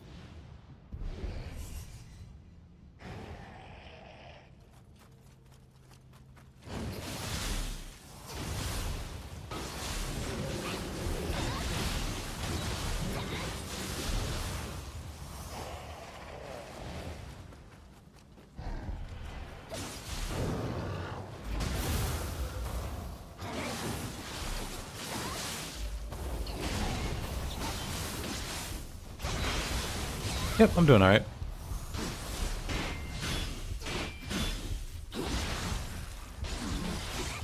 Thought he had me.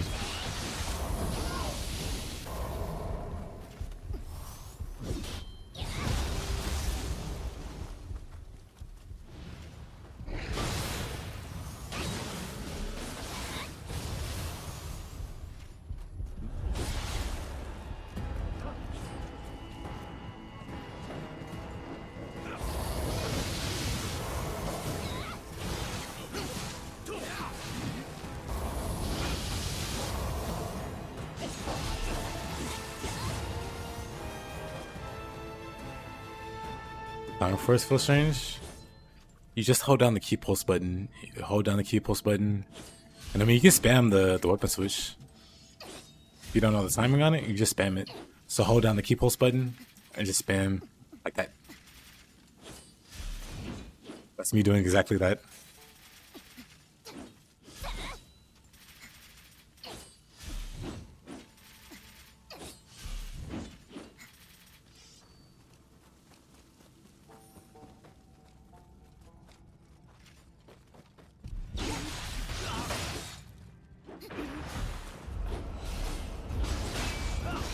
Oh, please. Oh, hey, it's great. How about that? Oh, I didn't have my sword out. Wait a minute.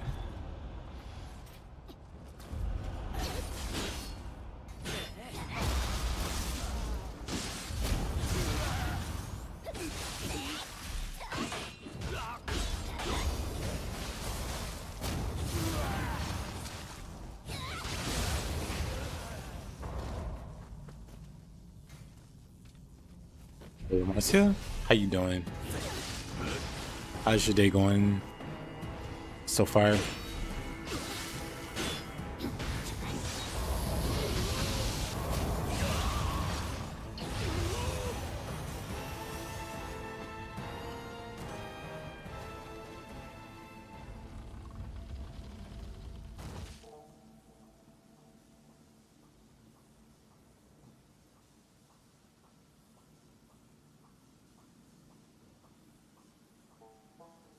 Nah.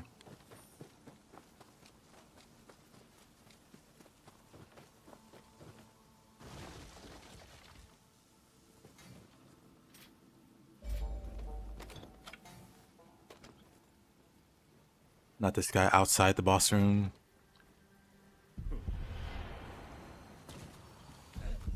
Might have to turn the randomizer off to fight him anyway.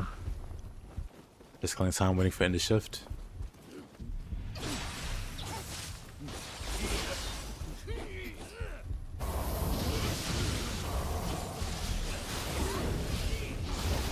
Oh, come on.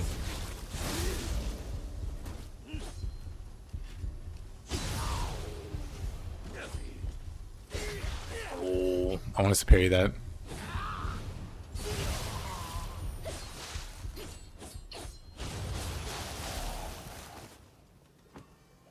Trying to do things as slow as possible. I've been there.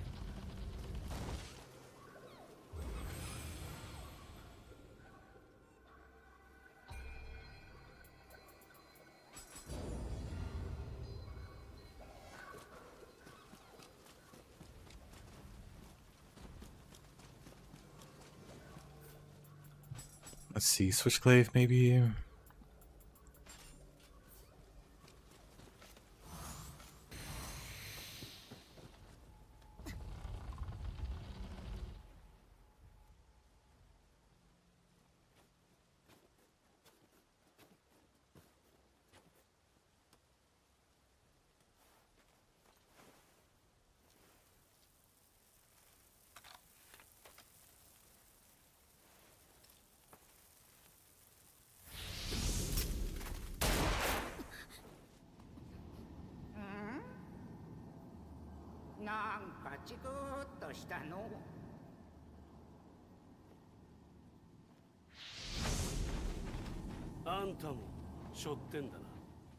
It'll scale you down, but your weapon imbues are still gonna be in effect. So if you have like a crazy build, you'll be at like a lower level, but those effects will still make you stronger. So like use weaker gear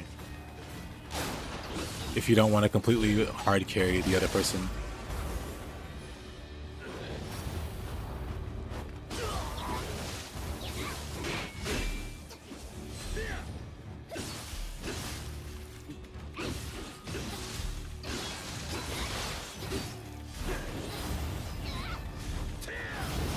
Oh.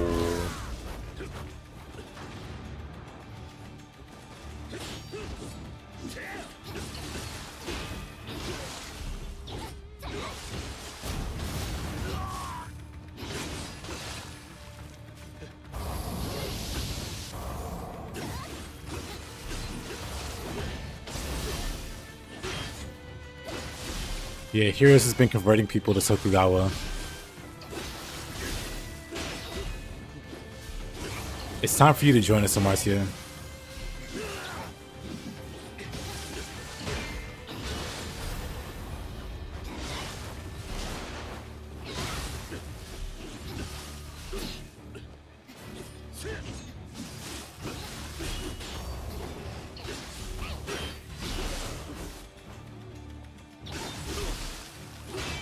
Oh, is that Hardy Tokugawa like her?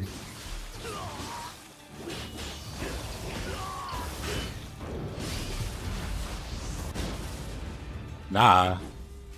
What do you mean, nah, Marcia? We're not asking you, Marcia. We're saying join Tokugawa.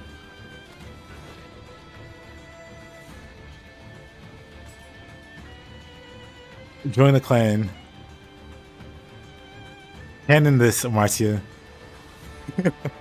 Join or canon this.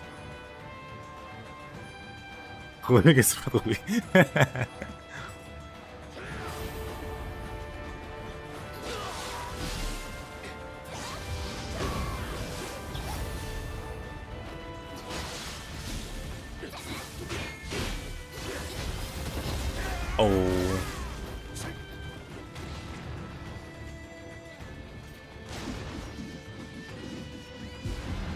Oh.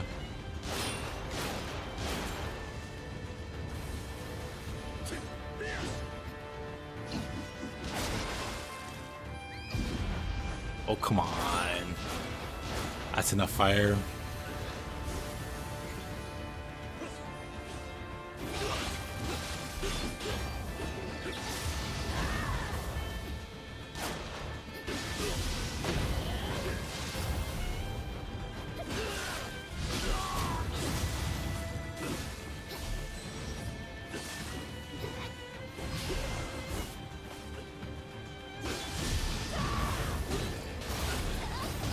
Oh.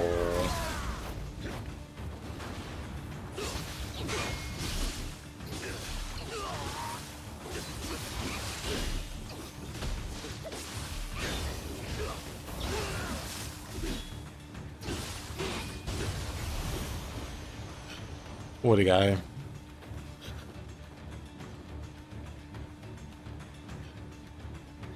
You think you picked the worst weapon in the game, Kusarigama? Kusarigama is really strong. There's nothing wrong with it. あんたも霊石のせいか厄介なのが寄りついちまった。 Good night, snowboarders. Hope you have a good sleep. Tiger's Theme is top 3 for you. Tiger's Theme is consistently great. I liked it in Nioh 1. I'm glad it came back in Nioh 2. Magoichi is slightly more annoying to deal with in Nioh 2. But the theme is a welcome one. I expect to see Magoichi in 3, honestly.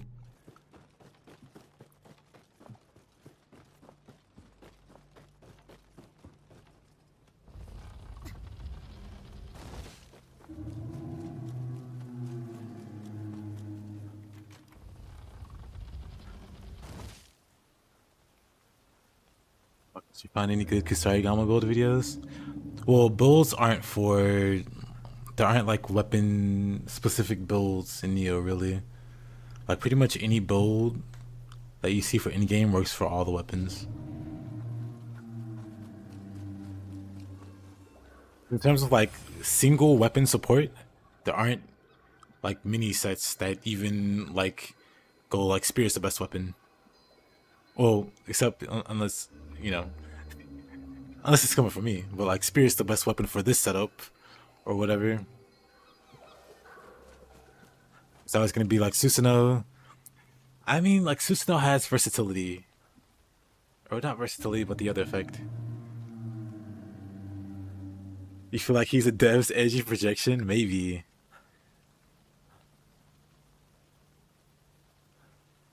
Yep, Izanagi Susanoo is very strong.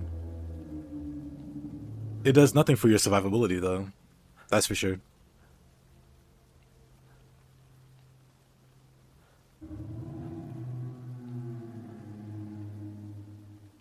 Like if you're trying to survive, if you're in the depths, I mean, Oyamatsumi is probably the go-to. But I would invest in Quick Change or like Honda or like Tokugawa. Like if you want to survive, you have to like make an effort towards building into survival. Switching weapons isn't gonna make you survive any better.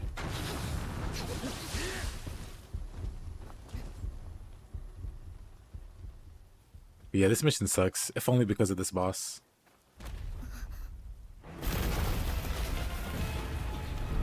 Hey, Lee, how you doing? Use veteran set. You're in the grapple damage clan? I mean, Maida's a fine clan. I somehow didn't... I can yokai shift, wait a minute.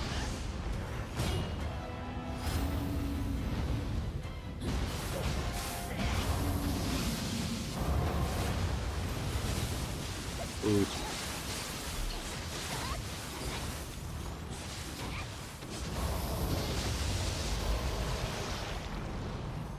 Does this work on this guy?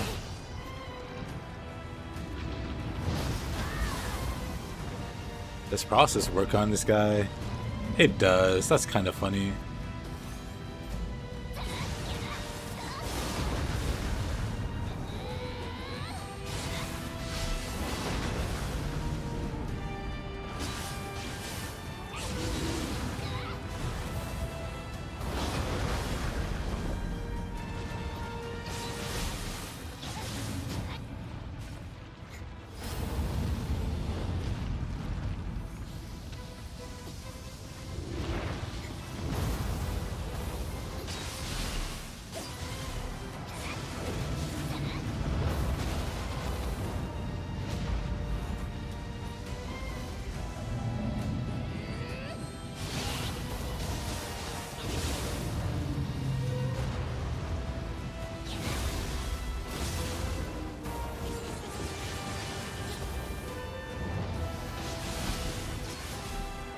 Is Unscathed Damage Clan good? No. Absolutely not.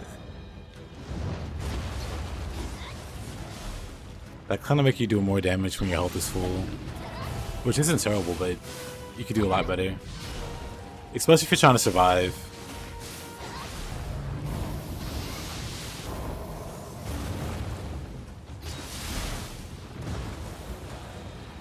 All this lock-on's getting me killed.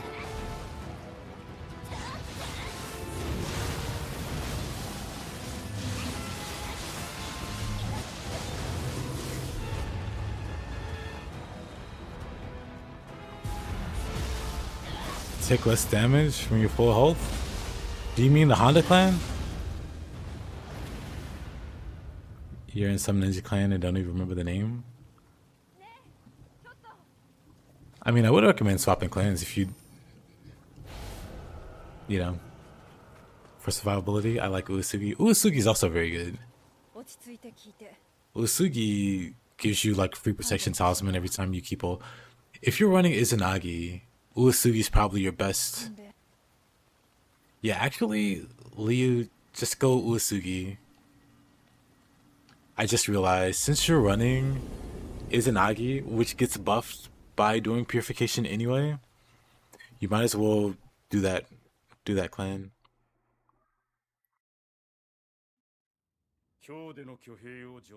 Uesugi's Peak? Yeah, let me hop on over there. Show you which one I mean.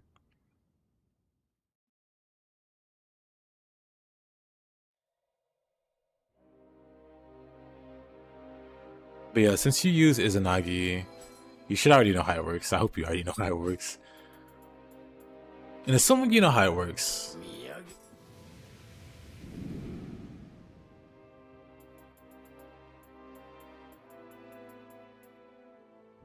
you get this, which is you literally take 0 damage up to a certain threshold whenever you do purification.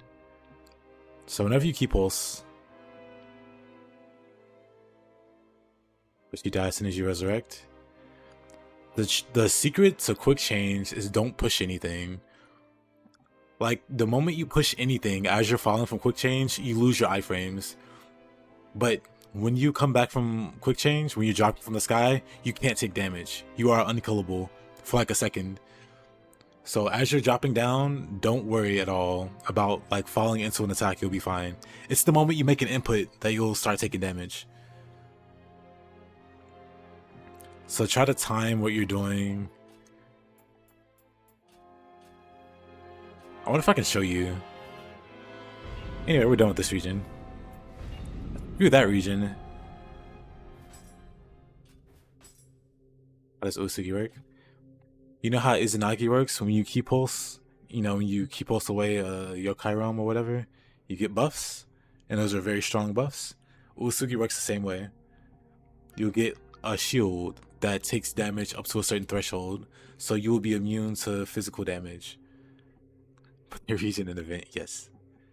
You'll be immune to physical damage up to a certain threshold. And it goes a long way. Purification, yep. Purification. Dispelling the little clouds. You don't know what clan you should use with Hayabusa? You just use a random with ninja bonuses. Look at the survival ones. Or if you don't need survival, just look at what would suit you best. You remember protection buff? Yep. It's literally that. You get a protection buff every time.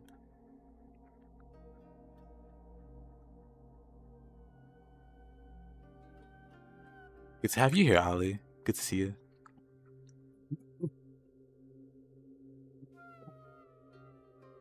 Cough, cough. But yeah, protection buff. I think Amarcia said it skills with magic. I'm not sure if it does or not. But if it does, you have a good reason to skill magic, I guess. Or invest in the magic. Now, I'm pretty sure Barrier Talisman actively works against Izanagi.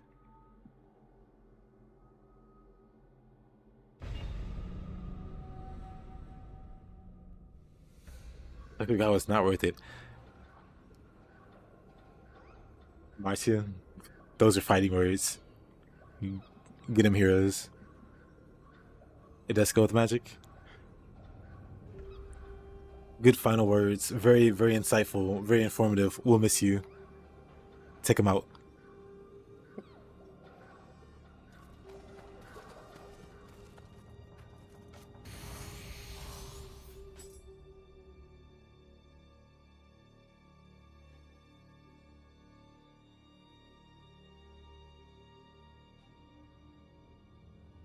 hit him with the wussy snipes if you have to. Since you guys are boys.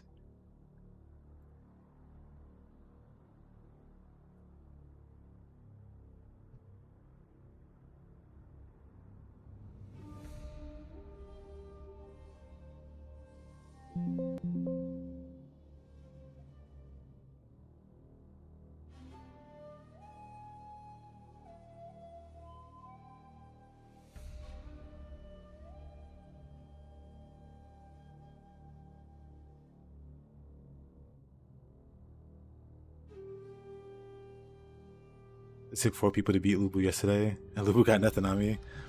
Okay.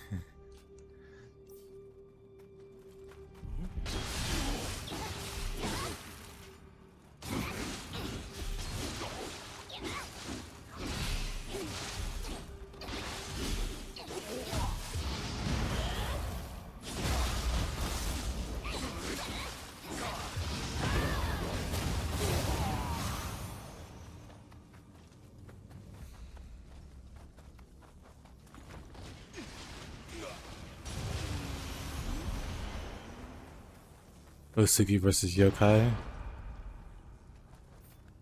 It's Tarimoke. Hold on. It's Tarimoke Soul Core. If you run Izanagi, you want to have Tatarimoke anyway.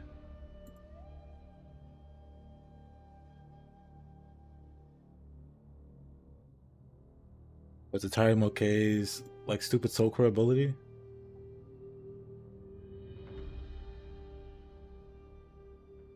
Dang. Pikachu. The stupid owl. This guy, he uses Soul Core.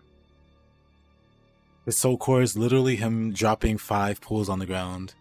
And if you run Izanagi, you should be using this anyway. Because it just gives you access to the full stack of buffs in one cast.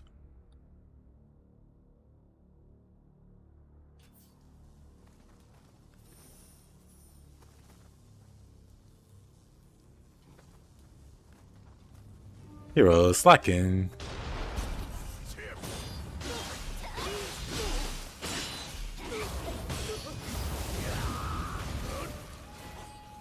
Oh, this guy.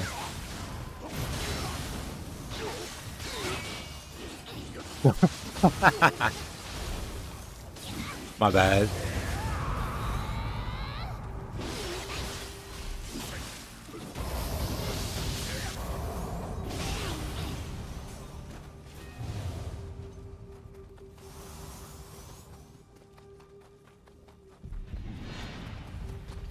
That Binke?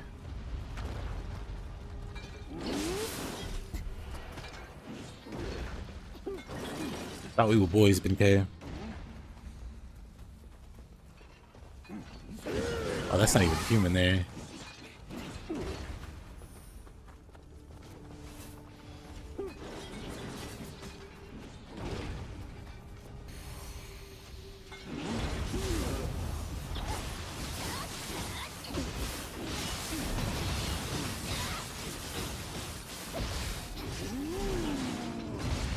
Oh, whoops.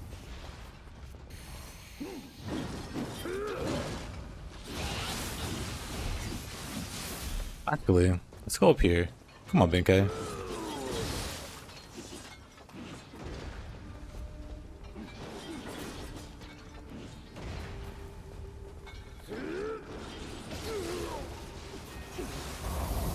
You fool!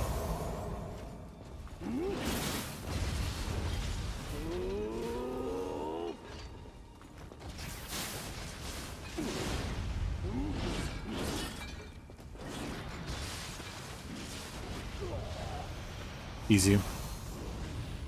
Easiest fight of my life. You and Ippon, Anuyoki, Kasha. I wouldn't replace Kasha. I like Kasha.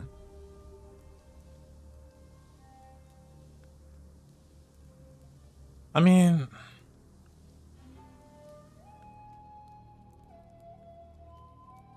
I guess it makes more sense to get rid of Kasha than the others. I just like the move speed from Kasha. And I guess the healing she gives is nice, but the movement speed buff, too good.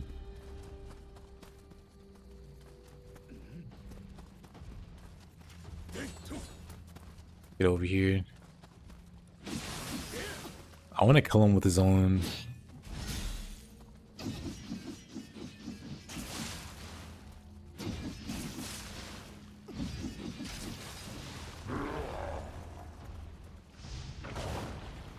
Get over here. He's gonna knock it over himself, darn it.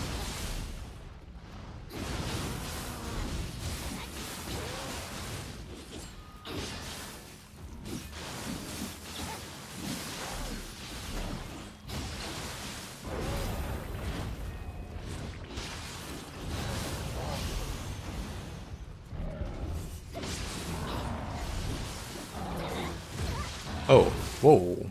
Uh-oh. You never use this ability? What the?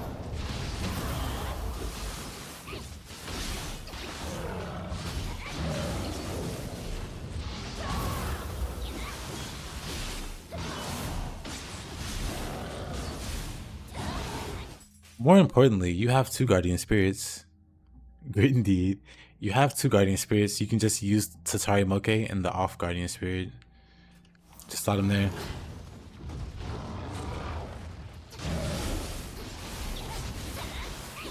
Marcia chose violence today.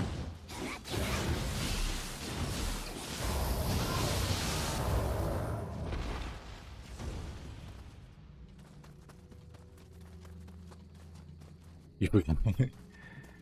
I mean, that's a good way to remember to use both guardian spirits. Because even I sometimes forget I have like another guardian spirit.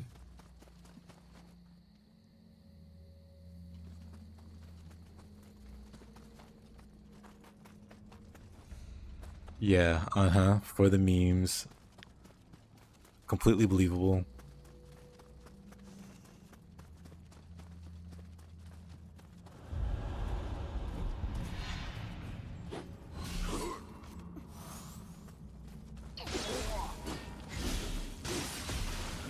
Can't believe we raised a hater in this household.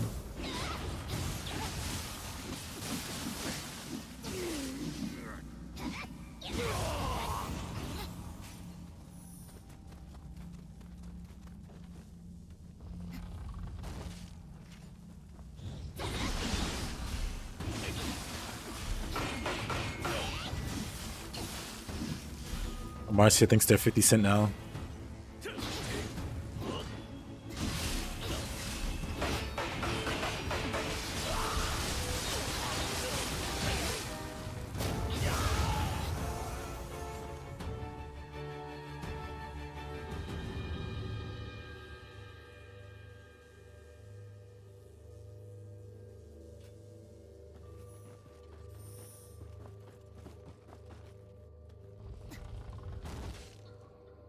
The Rupees is my new rapper name.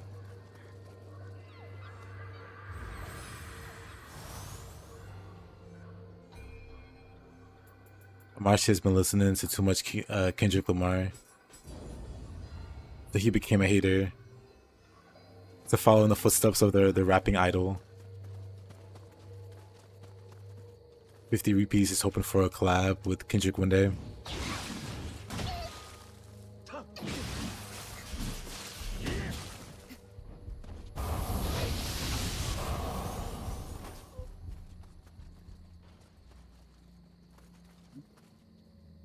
Notice how Honda loses in every game, but not one Tokugawa clan member has taken a massive L. Technically, Ieyasu is undefeated in Nioh 1 and 2.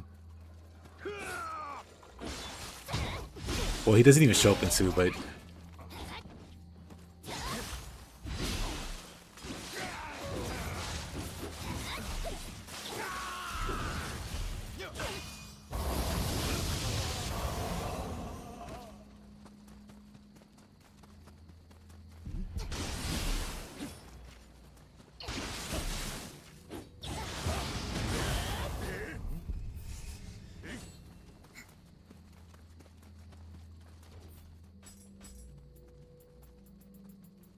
Switch up the old weapons. Untouchable. What a claim.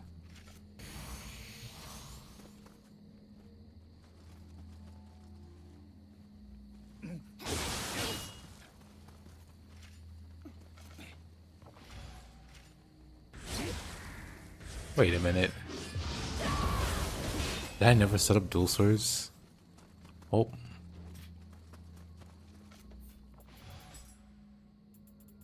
Let me check this one too. That one's fine, that one's fine. Well, these are all fine.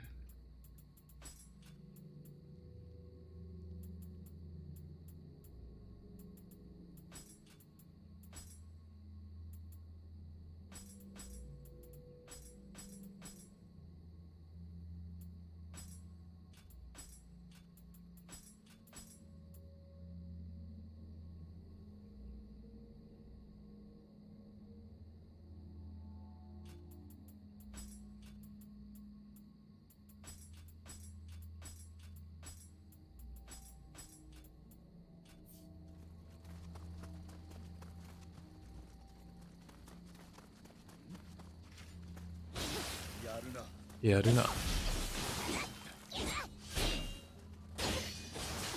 Why does he move so fast? Who does this guy think he is?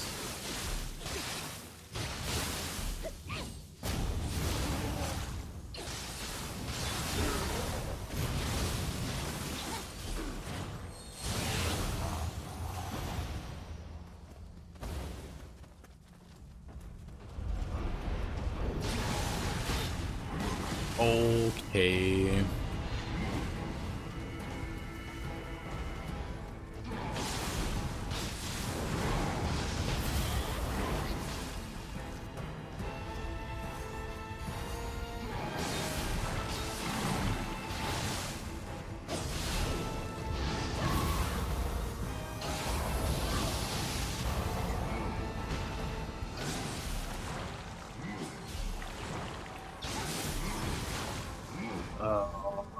Crit them.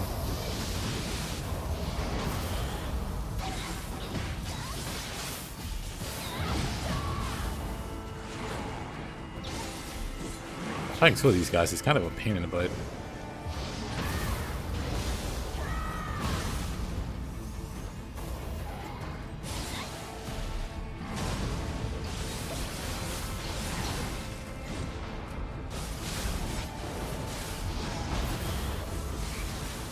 That is pretty accurate.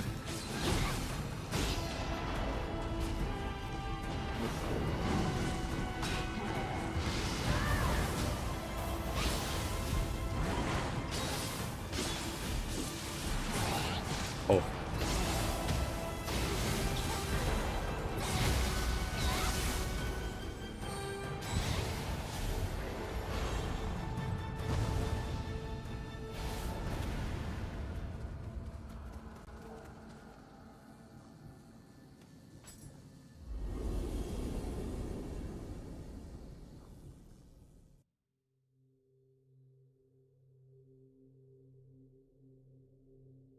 Dang, I'm gonna deal with the call out.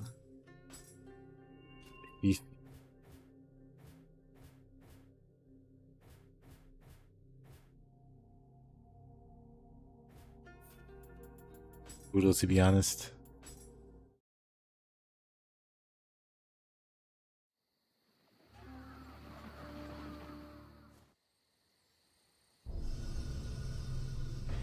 Oh, wrong one.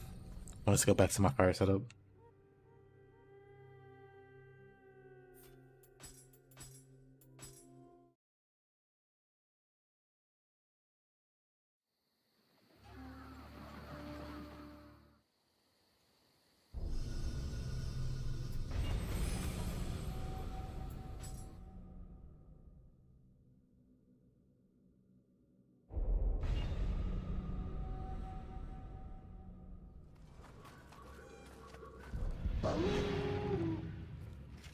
I have fun wishing Tokugawa was as good as Uesugi.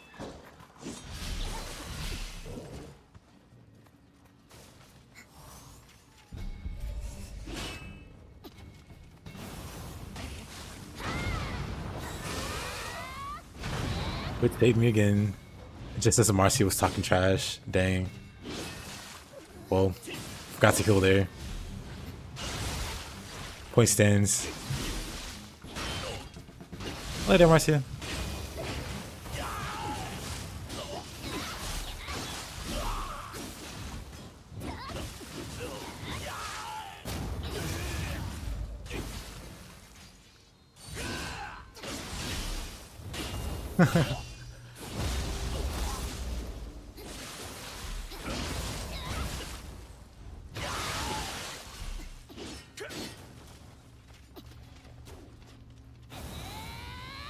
They knew they were losing that one, so they had to make a grand escape.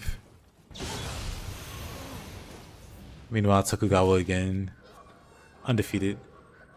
What do I think of Merciless Barrage? It's a little slow. It's good though, if you don't mind how slow it is. The animation is just too long for me. Also, 1 second. 1 second.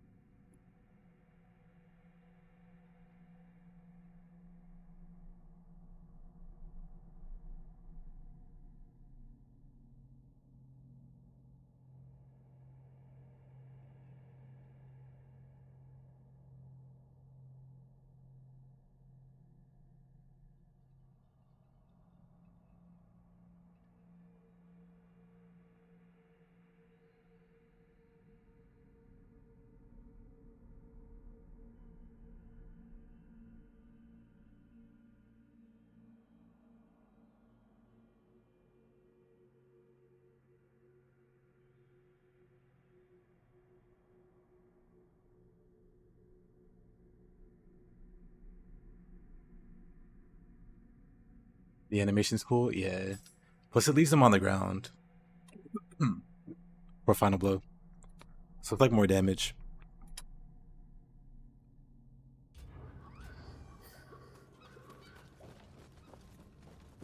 I just don't like how long it takes.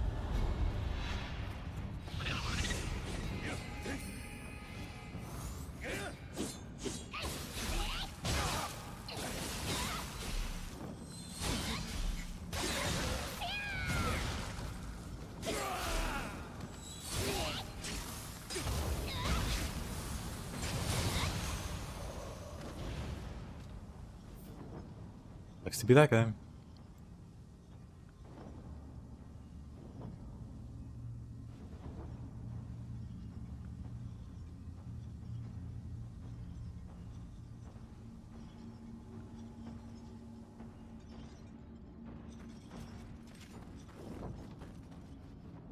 What is that I'm hearing? I guess it's just Fuki.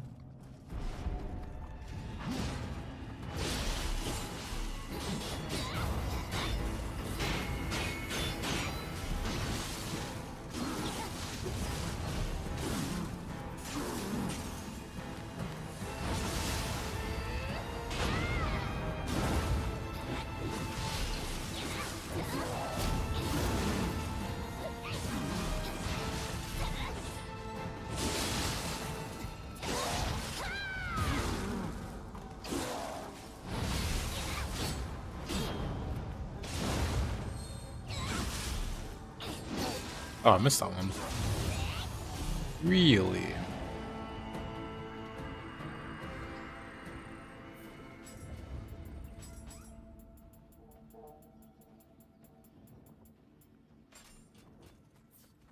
For some reason, you used to be playing Nioh 1.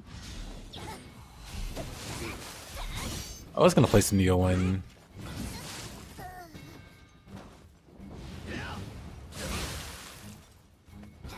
After the co-op.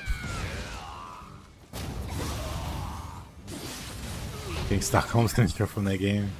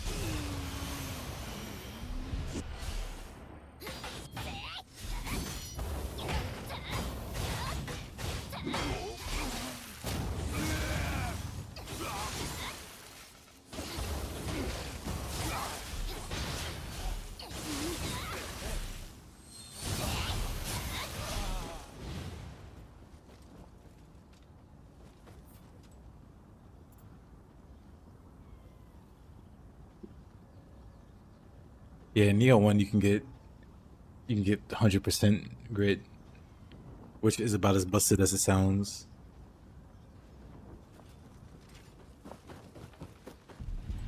This naked idiot go away already. Nope, more naked idiots. That only be died and kept going. What? Reminds me of the dogs in Ninja Gaiden. What the heck was that?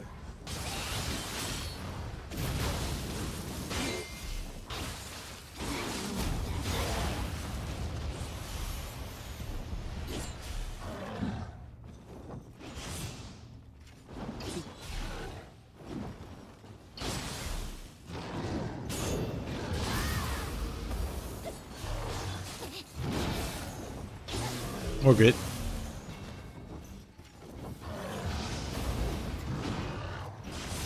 Oh, can heal.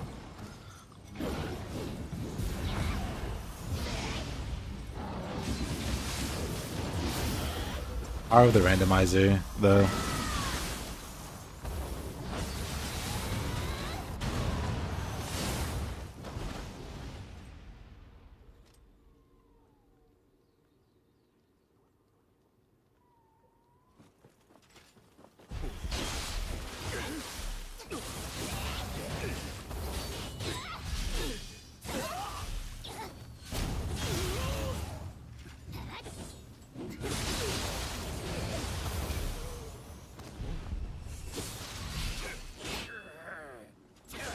Oh, bad parry.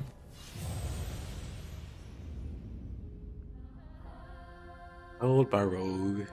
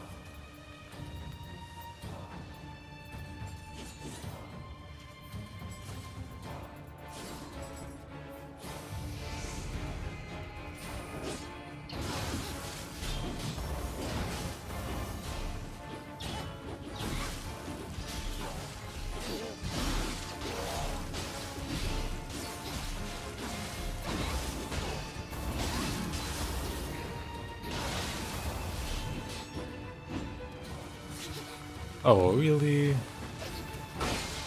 Oh, that just completely took me out.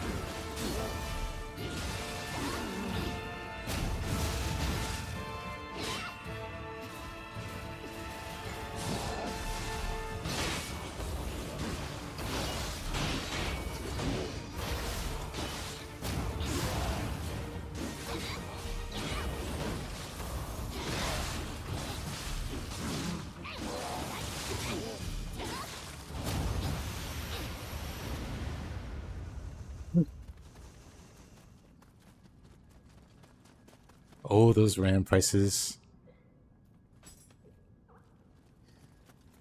Makes me hope nothing bad happens to my PC and I have to upgrade it anytime soon. Because, oh boy, the pricing's pretty dumb.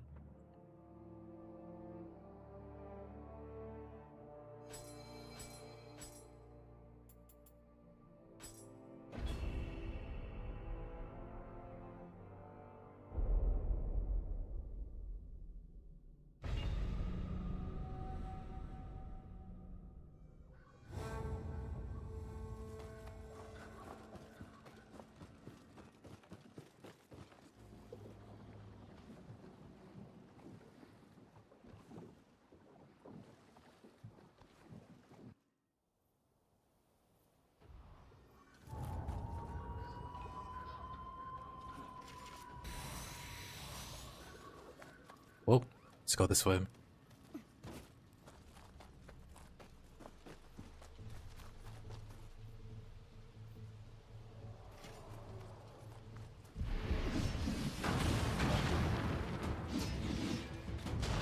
Ah, I'll let it go too soon.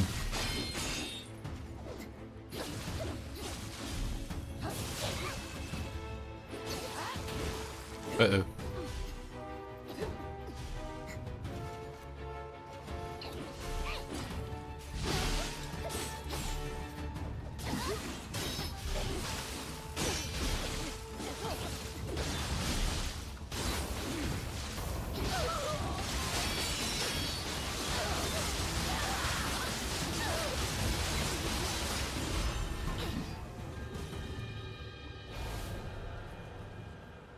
Would I still be able to play Nioh at 120 if I buy a monitor that goes up to that? Hook your console up to it? Should be able to, yeah.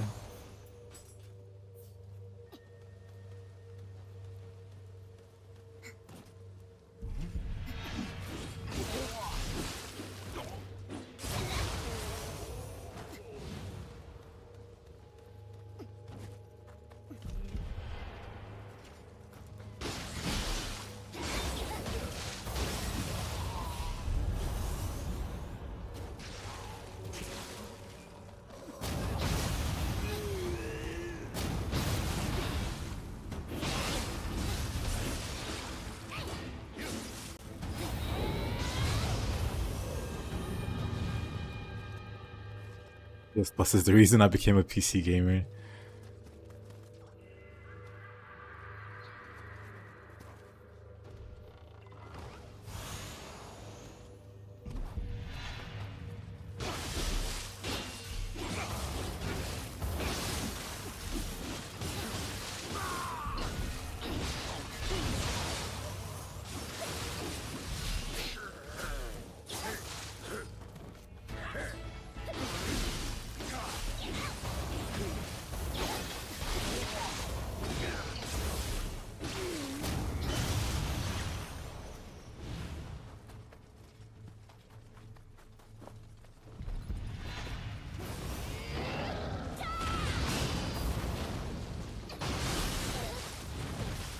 Oh, sure.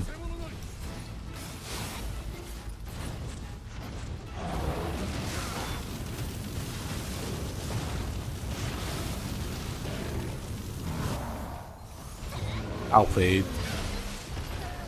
Double outplayed. What happened there?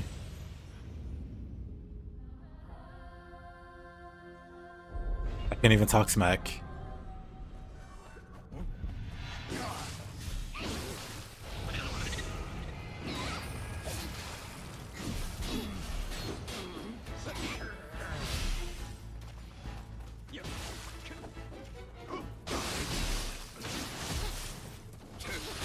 Oh, come on.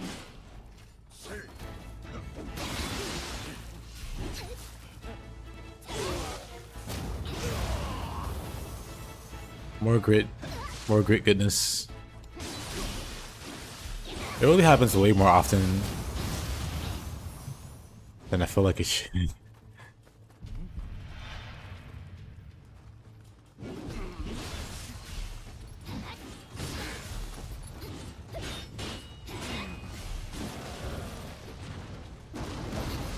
Oh, great again.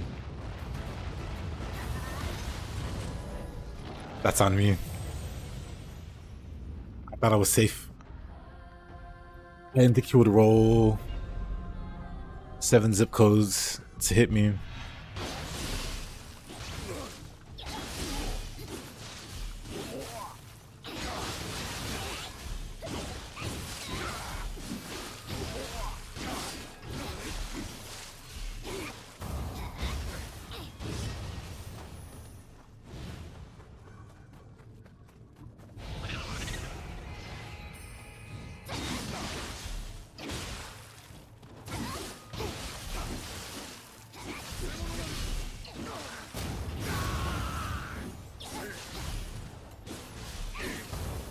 I wonder what the split staff's gonna look like for Nioh 3. Oof. Dang. The split staff has like Darting Cloud and Radiant Moon. They're kind of slow. Especially Darting Cloud.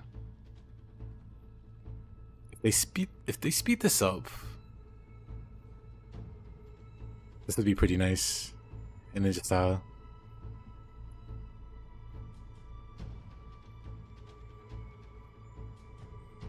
Your second favorite game is Zelda Link to the Past, but it's locked on Switch behind Switch Online.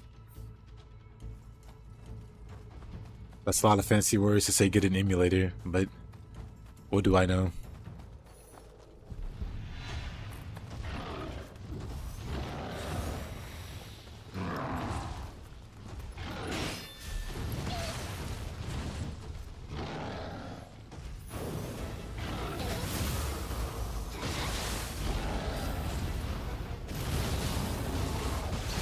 Whoa, buddy.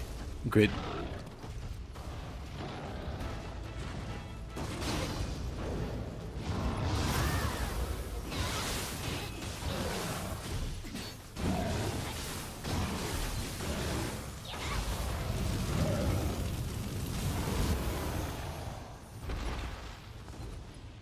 We don't own games anymore. Pirating isn't stealing.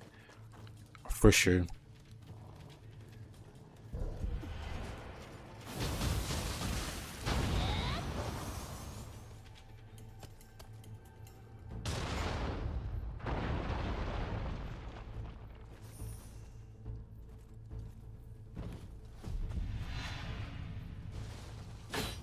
Dang it.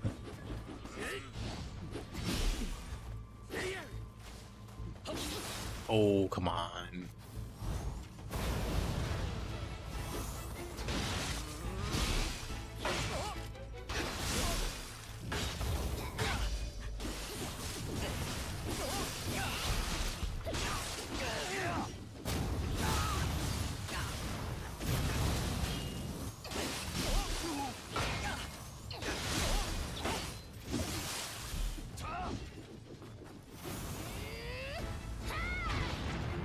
Really? Uh-oh.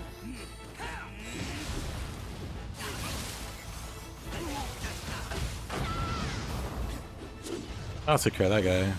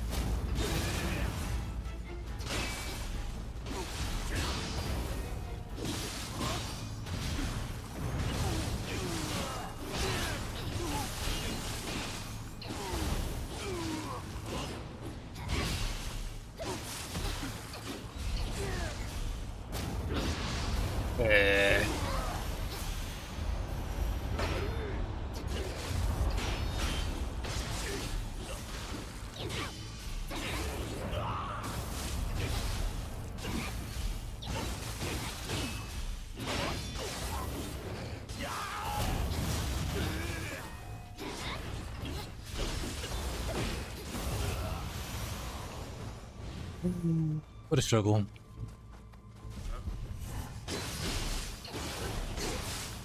Oof. More grid. More. Oh, never mind. Didn't figure that sign.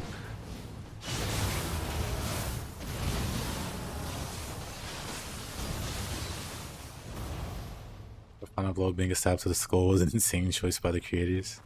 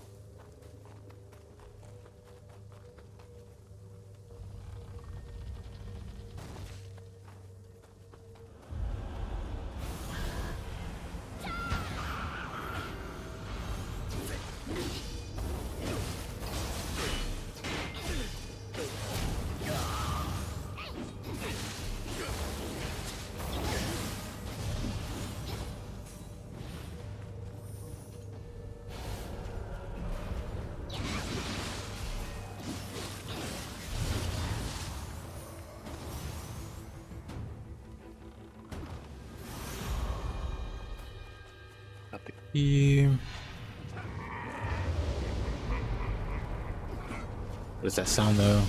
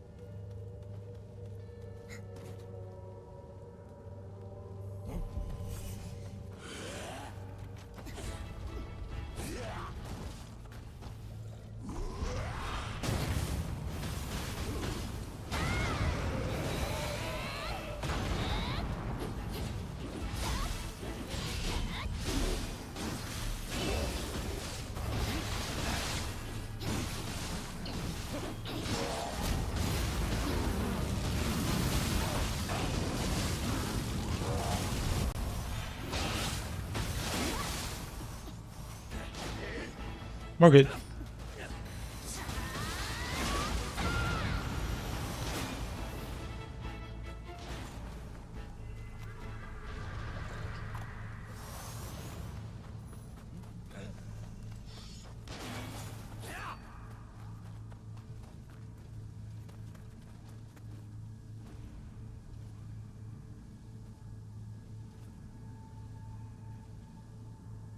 Oh, someone that I'm missing then.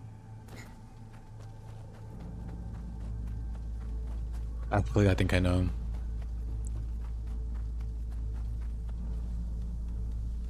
Here, no?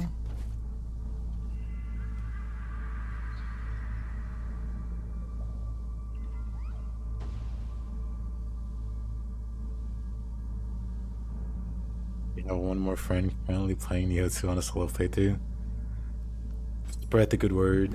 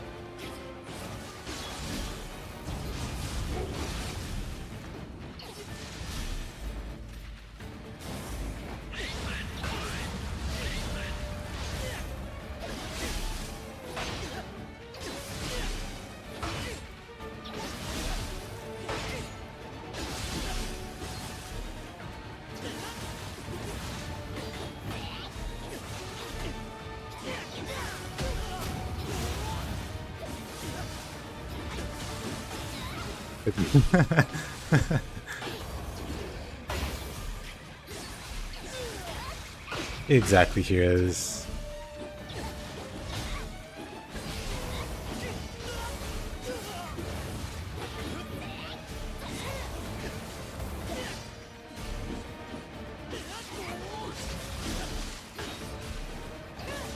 Ooh.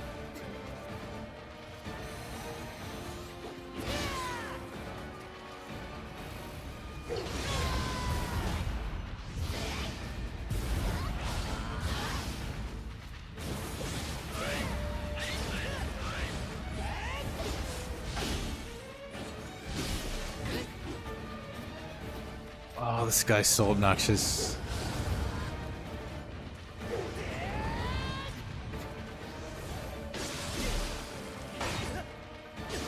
We're just gonna... OBK. Oh, it's OBK. Hey!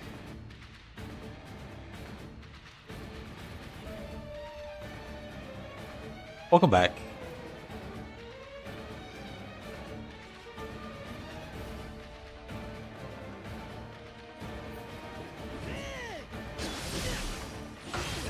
How you doing, my man? I appreciate you. Hope you've been doing well. Hope your recovery's been going fine.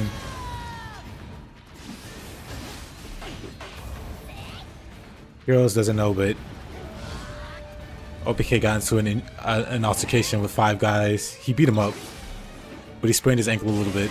Not a big deal.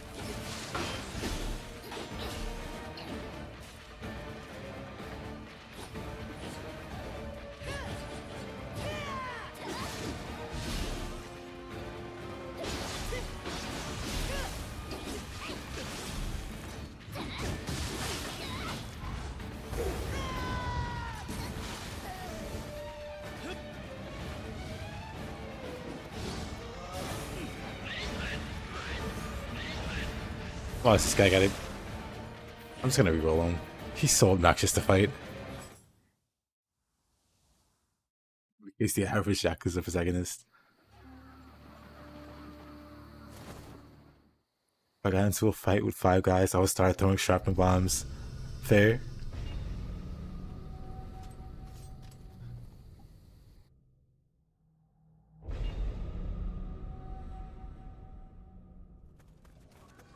I mean, if they don't mind 5v1ing, they shouldn't mind a little... Oh! They wouldn't mind a little shrapnel.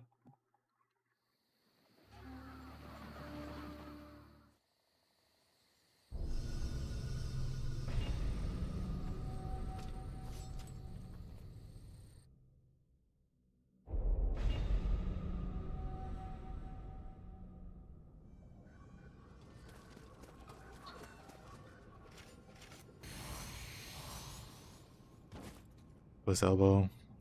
Took it off 5 triple in.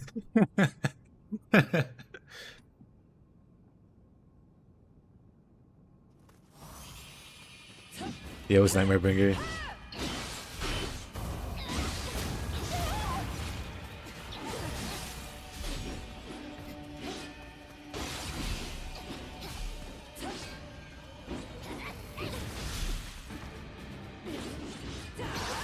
I should probably... Oops. Whoa, whoa, whoa. Should probably bring out the... Push Glaive.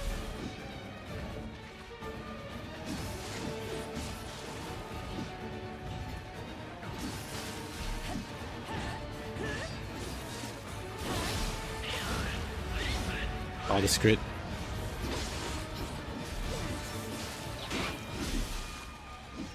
That Switch Glaive is just so fast with the low stands.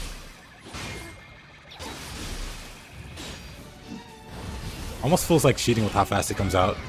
Also, Grit feels like cheating. It's proc like 3 times. Mostly from our low stance attacks.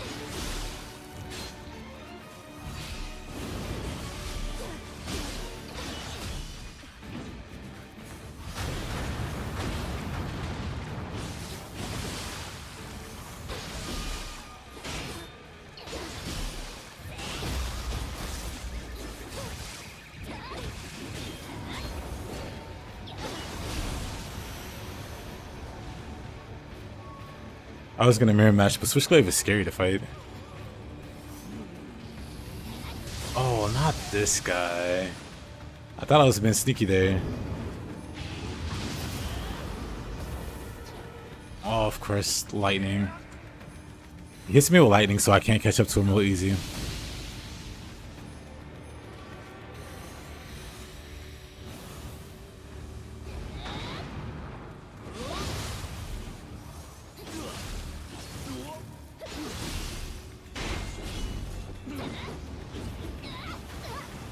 Oh, really?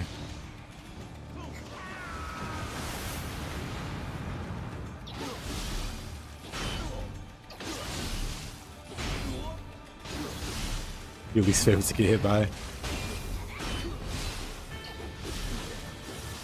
My favorite's fire, but lightning is still my least favorite to get hit by.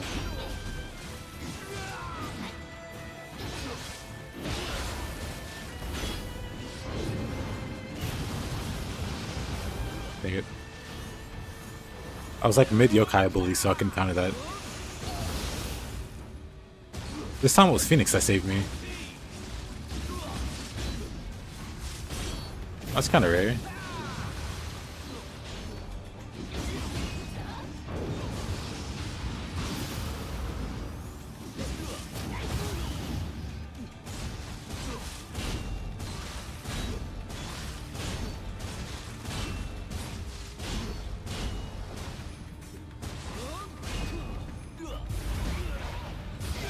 I thought I could grapple him from there.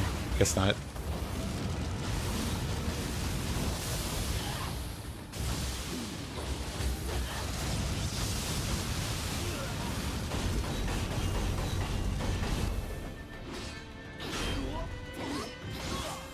What a goofy fight. He kills me though.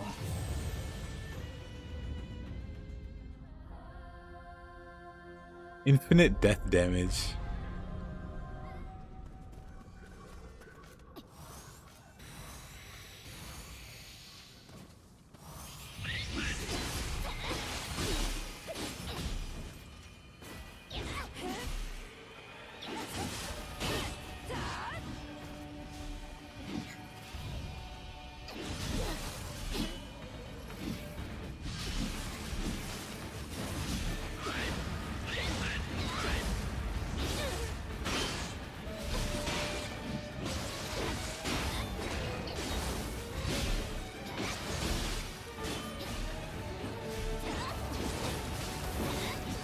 Wait a minute, what a dodge.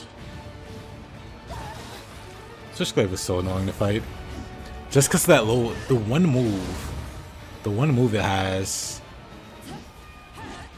where it goes low stance and rolls forward like 50 meters.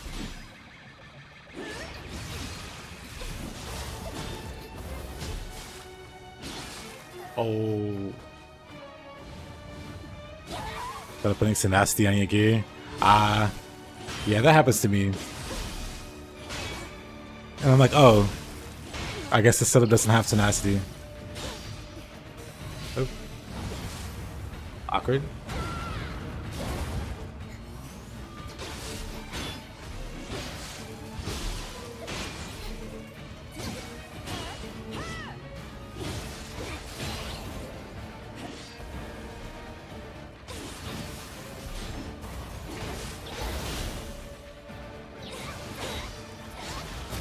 Spicy Goofy too.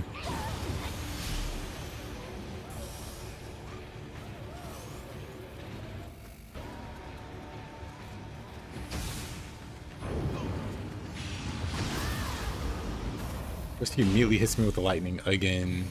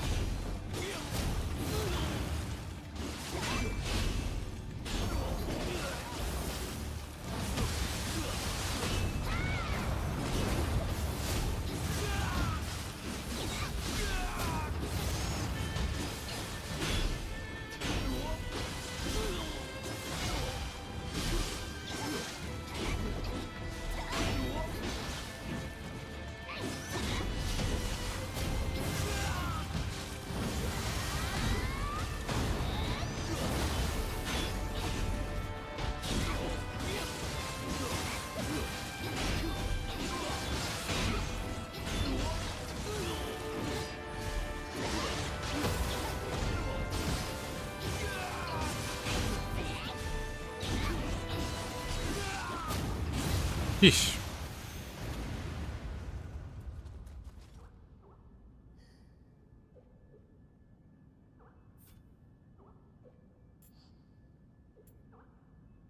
Hey there, Abe.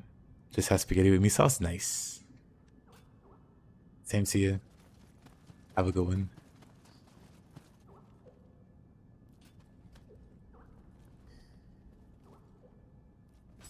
Faster wounded recovery. Pretty much mandatory.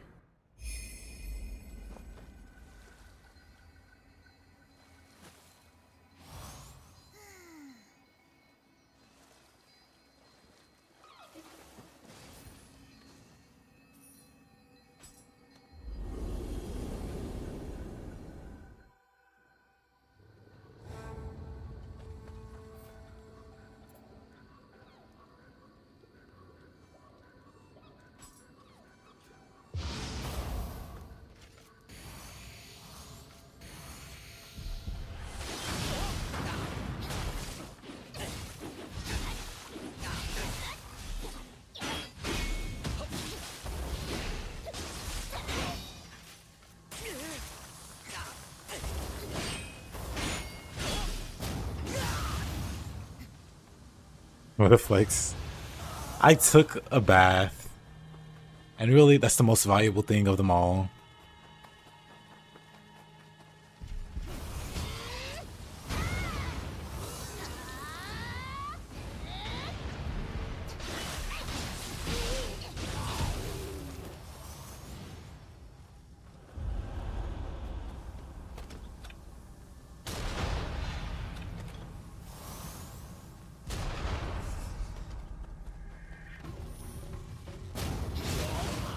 I've seen so many people in games like Monster Hunter where like defense skills are useless and then they die.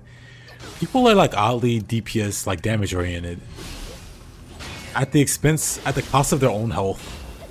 They'll just die a bunch, but they're like, hey, at least I top the leaderboard. Or whatever. Like, yeah, but you died 5 times more than everybody else.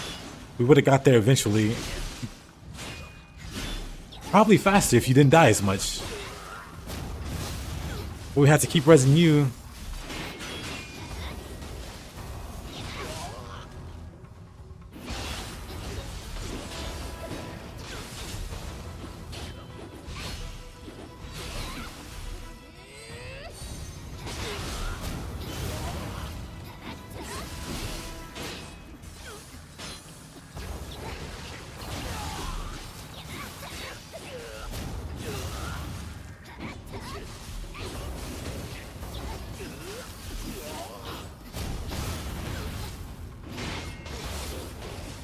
Yeah, December, and then January, and then February.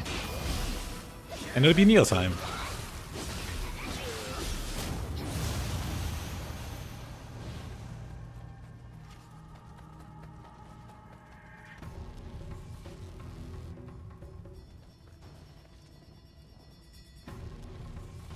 Yeah, people don't understand that. When you have like better survivability, you're more willing to get in there and do damage. You're able to find more windows to do damage. And it overall results in more DPS.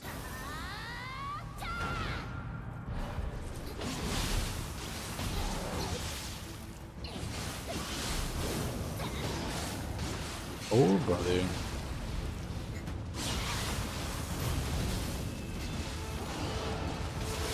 Yeah, maybe I'll play some Nioh 1 tomorrow. There's 2 things I want to do in Nioh 1.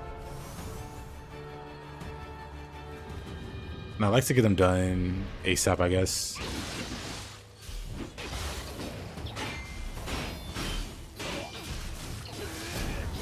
Admittedly, wouldn't be hard at all. Oh, unfortunate.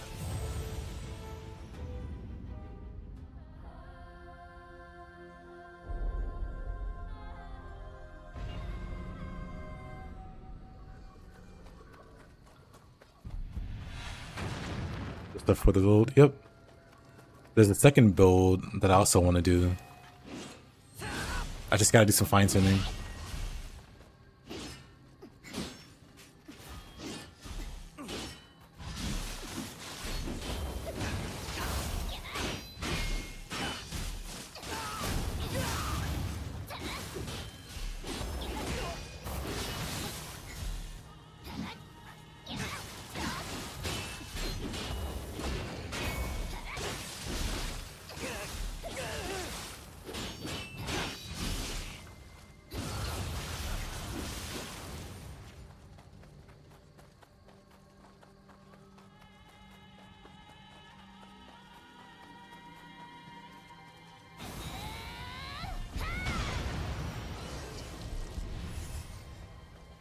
build that'll put Tokugawa on the map.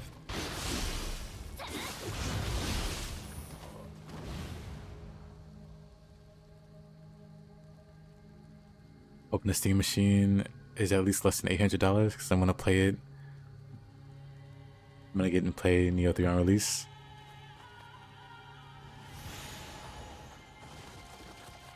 That would be great, honestly.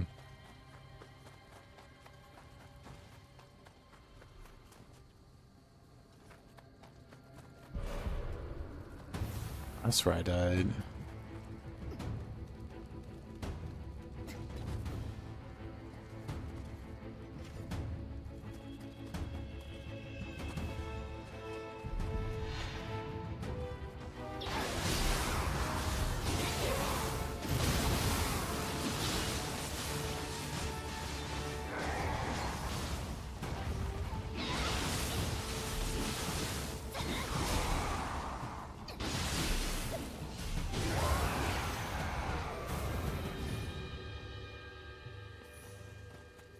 I appreciate that, Kaya.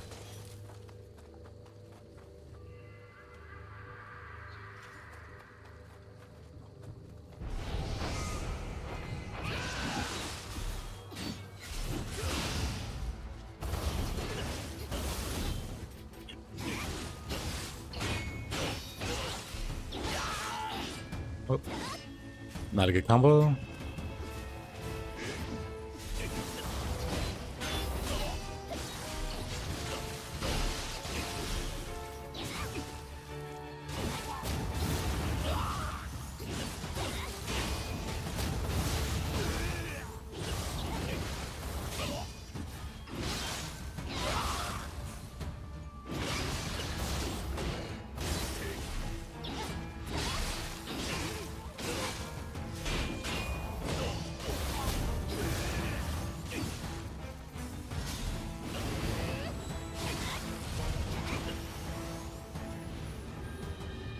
Pushclave is nice.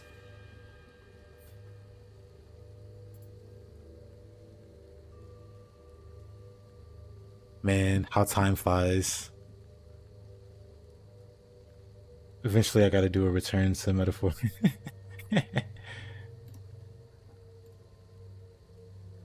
Metaphor was great though.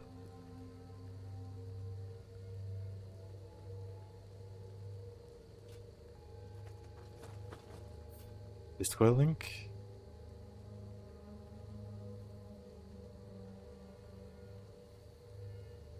Should be in the description, but I can grab one. 1 second.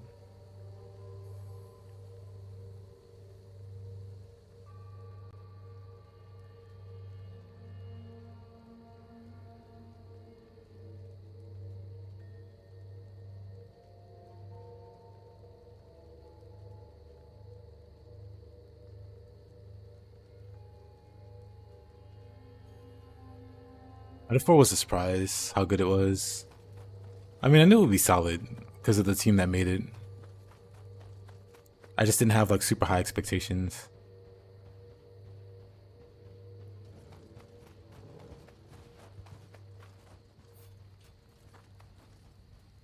Final Fantasy 14 characters. We'll love to see it.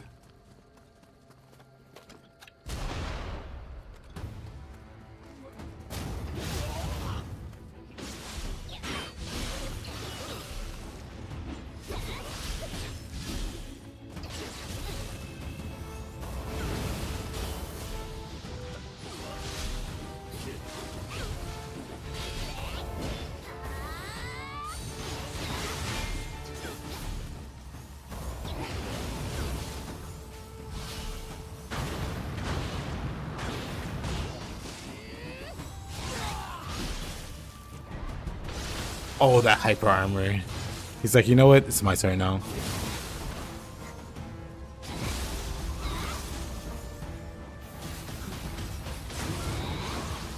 Pretty sure Chris saved me there.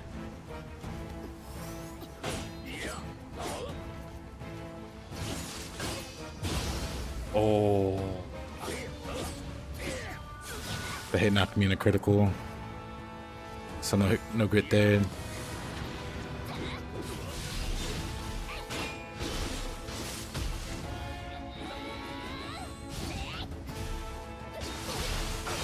Oh, come on. Ivy here is a solid take. Where are these guys coming from?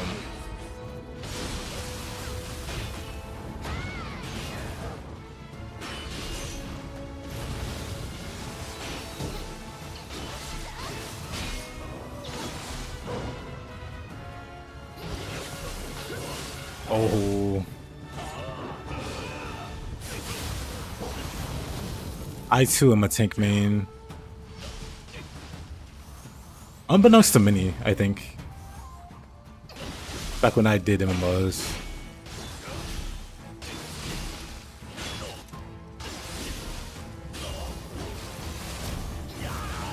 I mean, even in Whirlwind's Meat, I was using the tank weapons.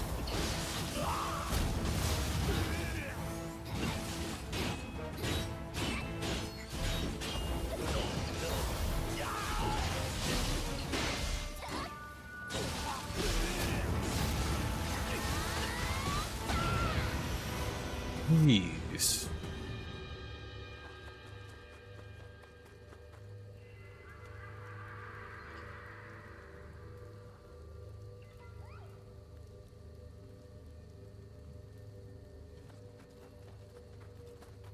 Thought I was a chronic DPS and healer blamer. I could never stand the DPS queues because everyone and their mom queued for DPS. But if you roll tank, you pretty much got an instant pop whenever you're looking for like a party.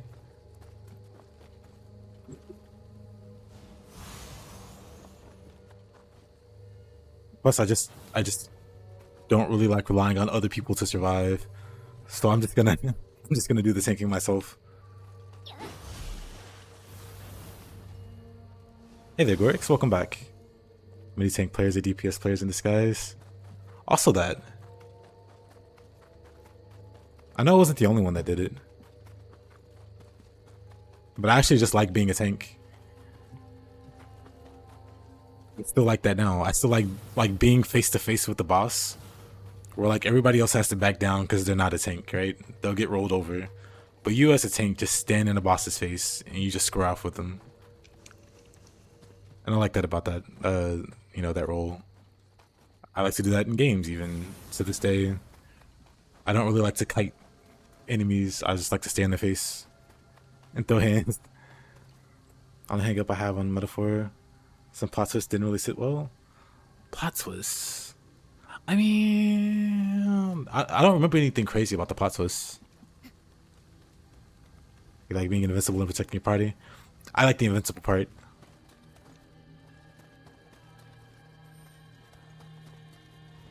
I also like being a wall.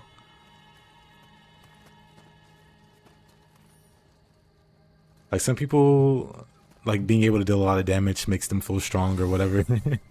For me, just like being like the literal wall, like you have to get through me to get to the rest of the guys. And you're not getting through me.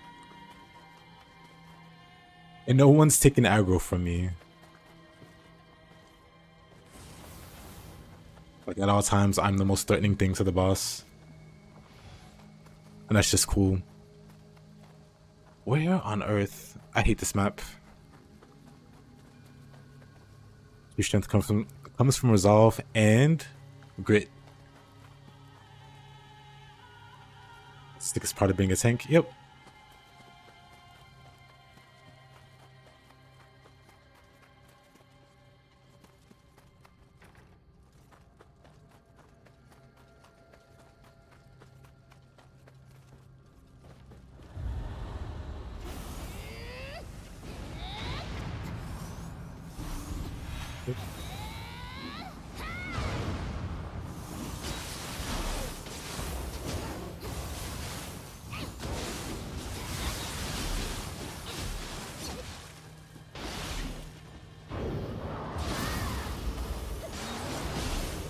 The second least favorite mission.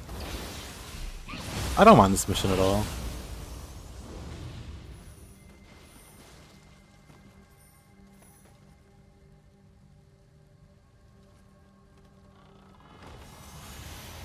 You don't aggro fight with the co-tank. Isn't that always fun when the off tank wants to be the main tank and they try to like constantly steal aggro from you so they can feel important, but you're just better than them, so they end up looking goofy. Like nice cooldowners, buddy. Nice cooldown spam there, buddy. Shame if it meant absolutely nothing. Actual shame. Because they could be doing something better.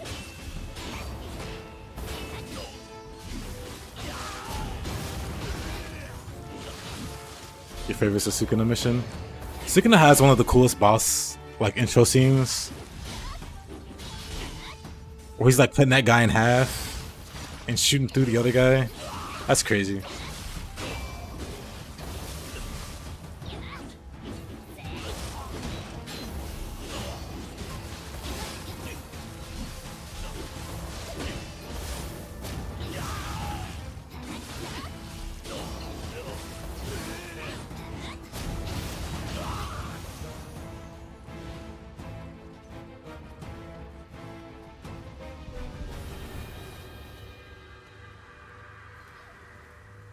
Oh, someone's really tanks to try to fight me for aggro. I won't stop hitting provoke.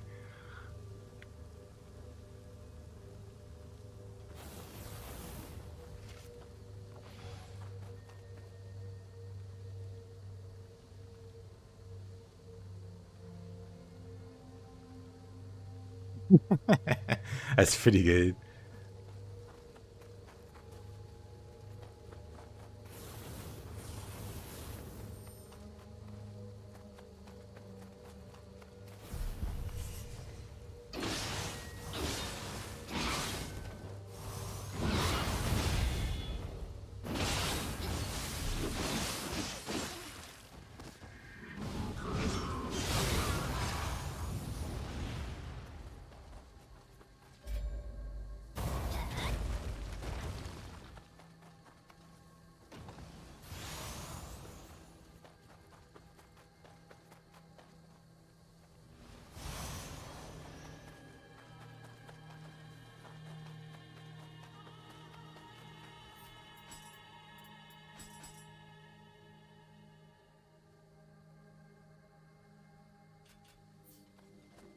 I'll give up trying to find that last one. I don't think that's happening. Oh, I'm dumb. Not only is it happening, he's right there. Well then...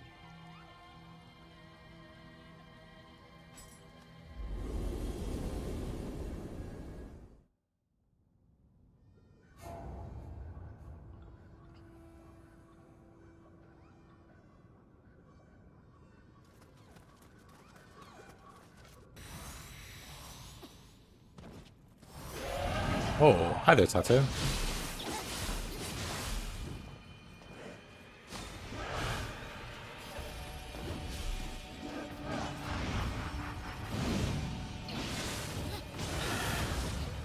Oh, didn't roll past that.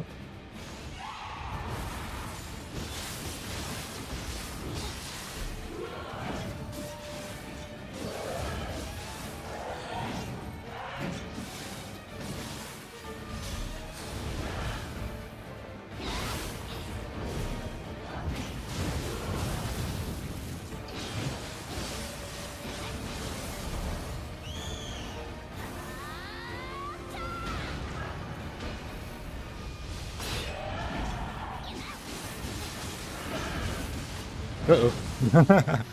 Whoopsie.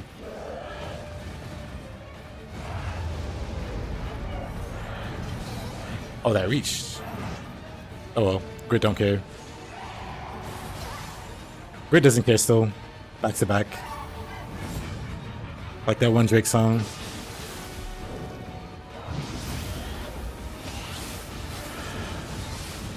Okay. Third time though. Unfortunate. Grit's the best to ever do it, I agree.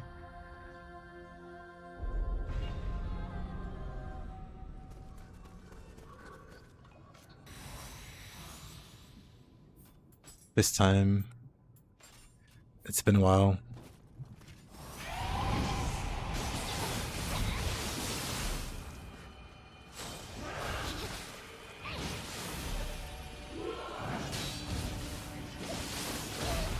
Oh.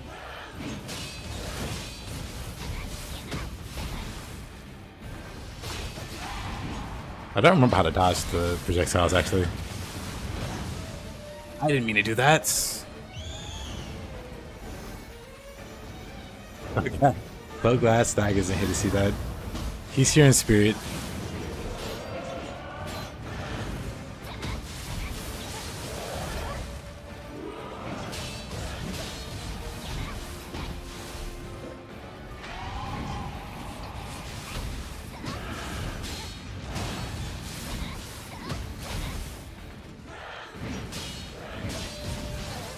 Oh.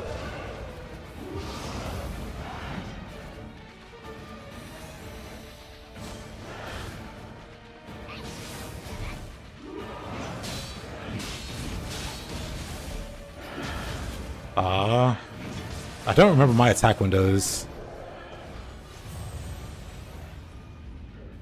It saved me, but not from the follow-up.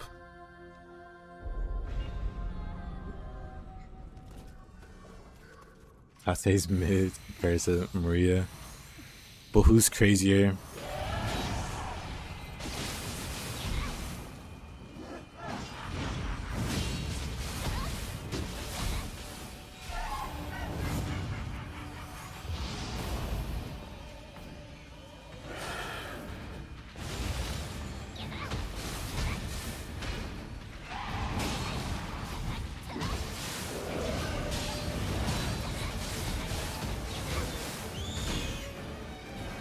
Maria sane?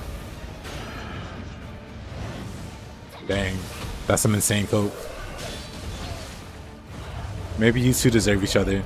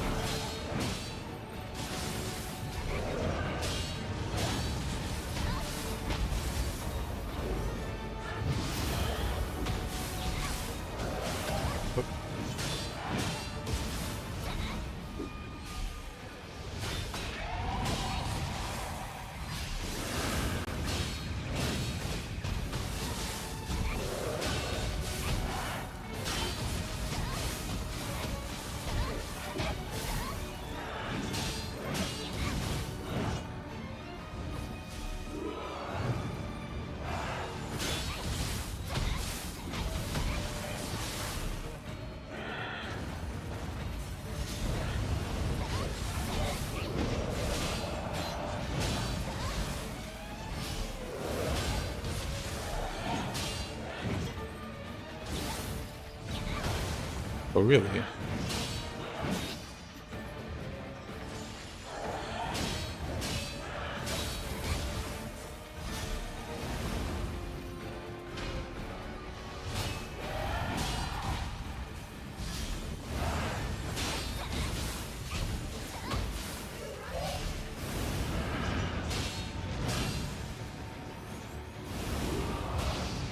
Uh-oh.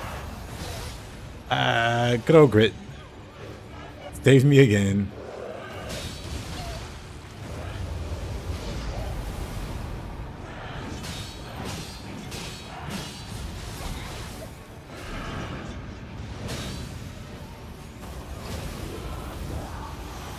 Yeesh.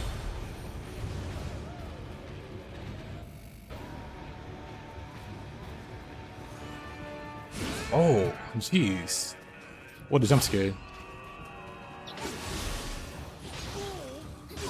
Wouldn't be against using an axe though. I've been using axe a bit more lately.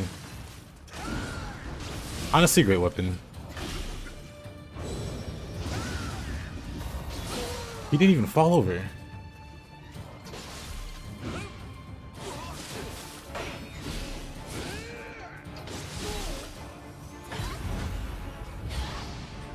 I'm the inferior clan. True, to be honest.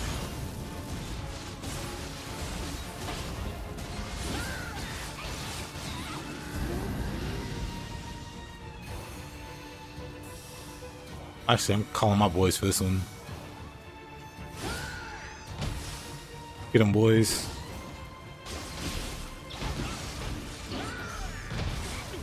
Yeah.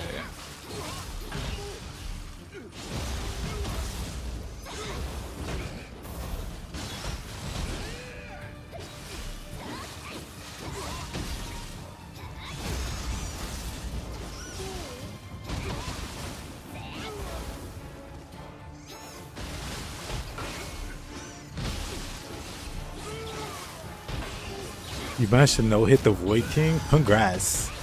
Worst boss ever designed forever. You hate it so much. Congrats.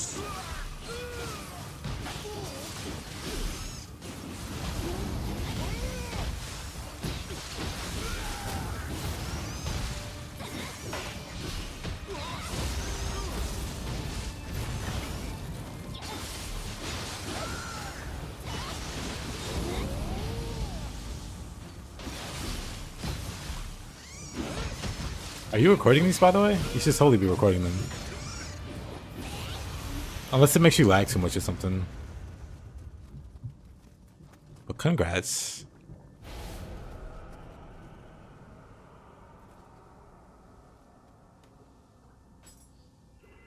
Are you just working your way down the list? I'm sure your clan defeated with his own weapon. Indeed.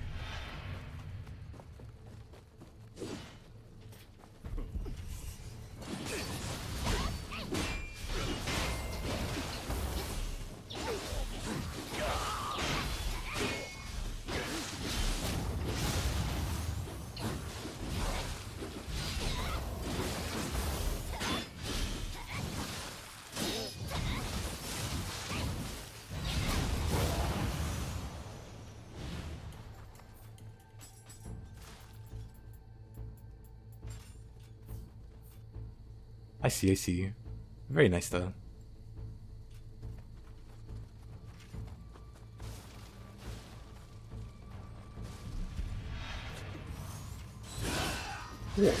Whoa.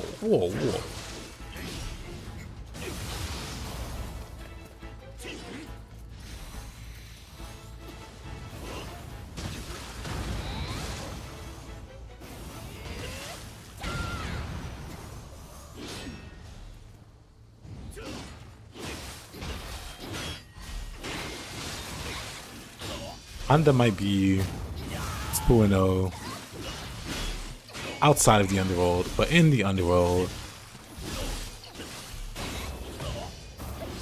he's a total menace. Actually 3-0. He's brainwashed in Nioh 1. And then William beats him up 1v1. And then William beats him up 2v1. And then Honda gets beaten by Naotaka, and then Honda gets beaten by Hide. So actually, he's 0-5. Let him have something.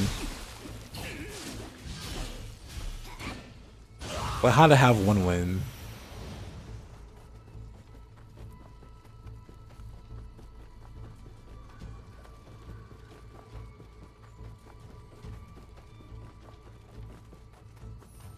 He's batting a big fat goose egg. Any other he loses to that general guy in the demo. Does he? So he's 0-6. It'll probably be 0-7 because we're probably gonna have a duel versus him. We're probably gonna duel him.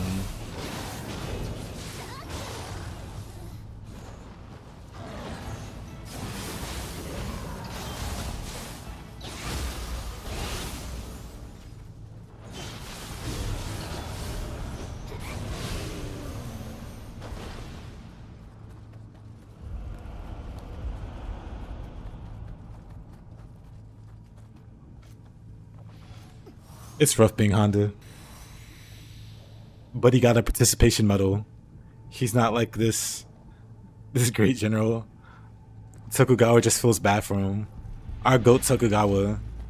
Looking out for the little guy.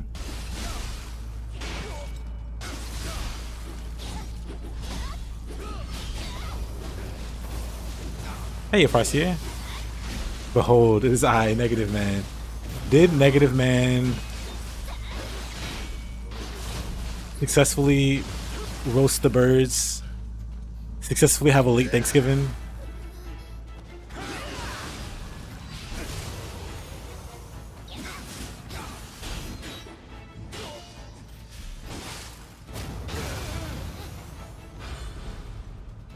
You look like Honda's KD. I just watched the loser beat 2 Tengus. Hey.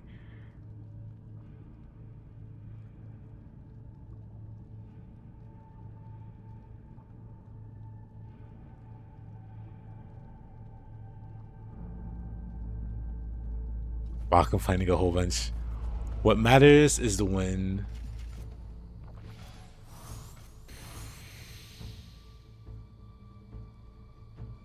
Well, it is Saito. Saito does do Saito things.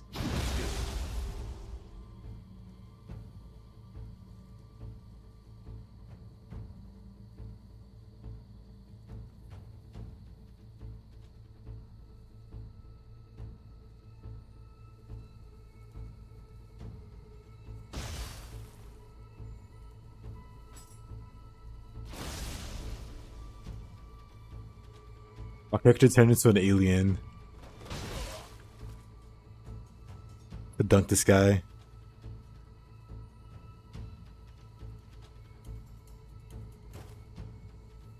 Such a goofy animation. Yeah, congrats, Farsi. You also beat the stupid water dragon easy.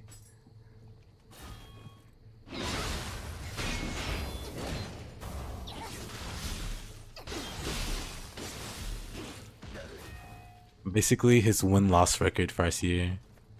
So in Nioh 1, he gets mind controlled.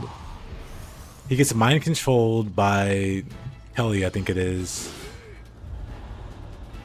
So that's one loss, really. And then William beats him up. So that's the second. That's the second loss. And then William fights Tachibana and Honda at the same time and beats them. That's another loss for Honda. So that's 3. And then Nioh 2, he loses to Naotaka. He then has to save him. And then he 1v1s Hide and loses again. That's another loss. And then in Nioh 3, we see him lose to the one guy. He's got a terrible win rate.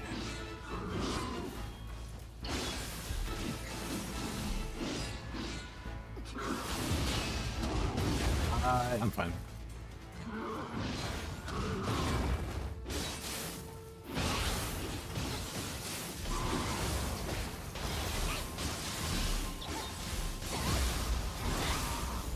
That's their bomb.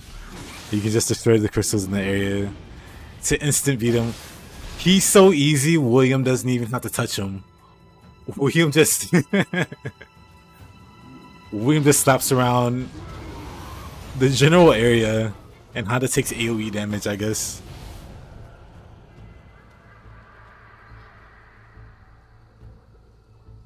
That when he teams up with Hanzo. True. Him and Hanzo. That's another O. Tragic. T-Ragic. They're carrying Lumio. Yeah, she doesn't do much.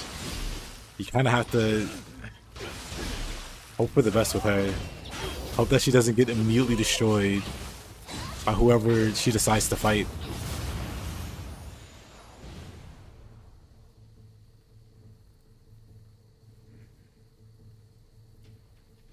The Revenants beat them up.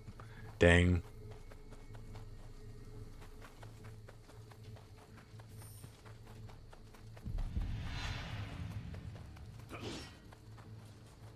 Actually, the map you find Honda on in this game. He's kind of struggling there too.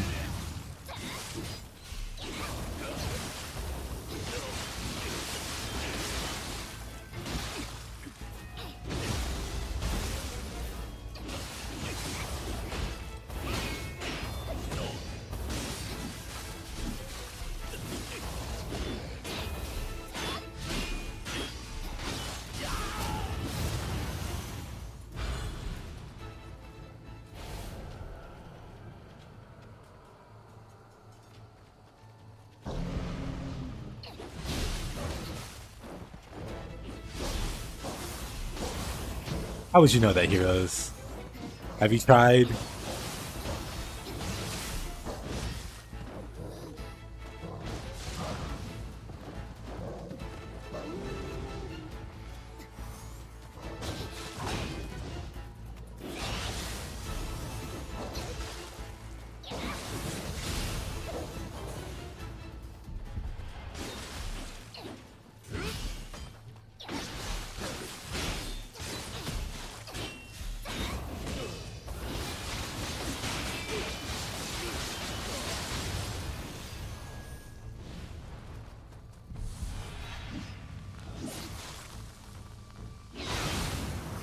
Oh.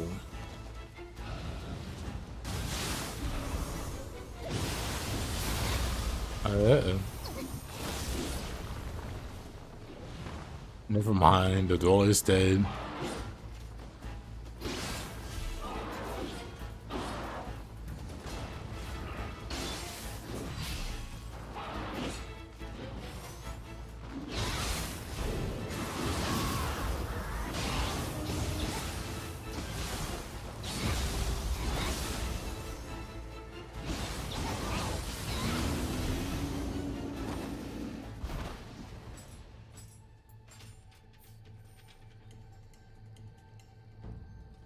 You fool character.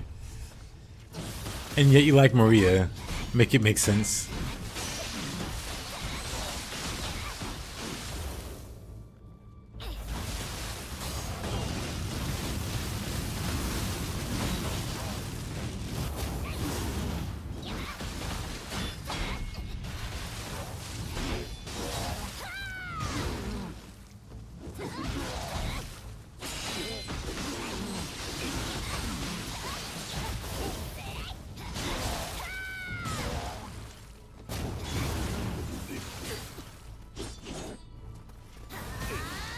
He's less harmful. In what way?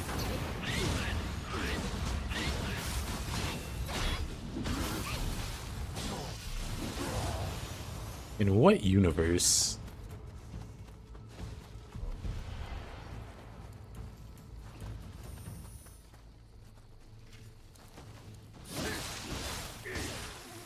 Whoa, buddy.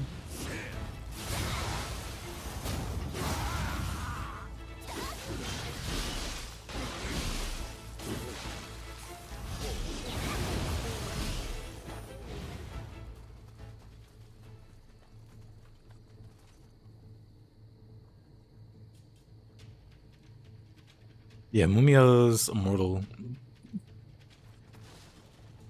She carries that piece of Sahayamaru or whatever.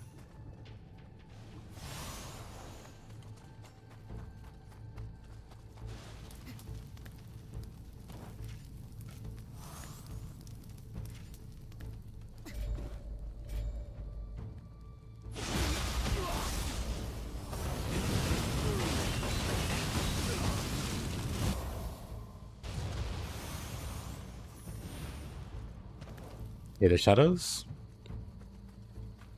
How you doing?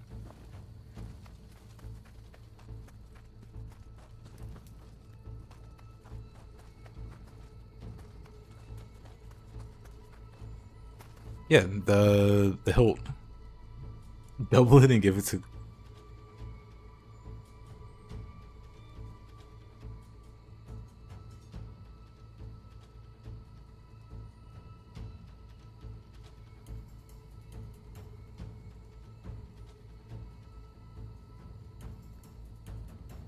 Hold on, where is it?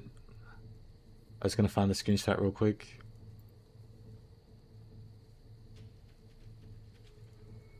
Whatever, close enough.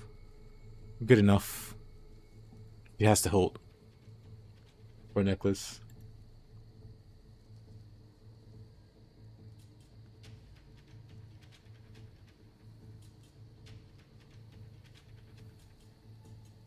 Get a better one.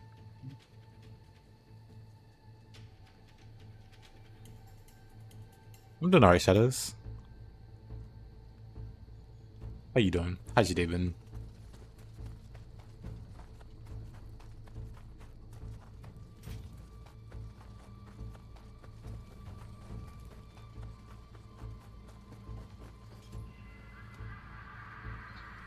Yeah. How have you know that's Heroes' wife? Gotta put some respect on her name. Unfortunately. See? True. He agrees. It's a shame. It's not a shame? I mean, hey.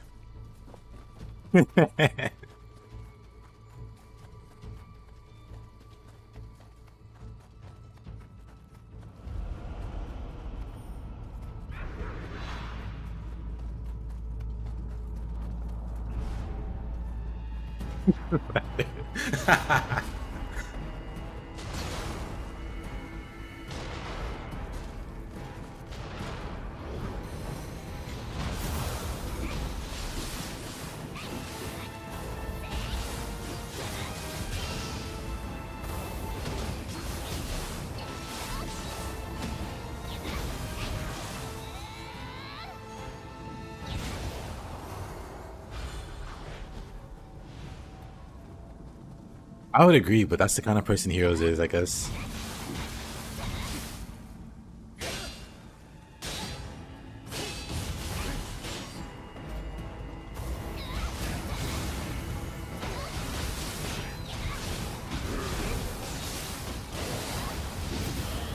Yeah, Heroes thinks we forgot. But we know the truth. Me and Farseer both know the truth. And we're on different parts of the world, so you can't silence us both. The truth will get out.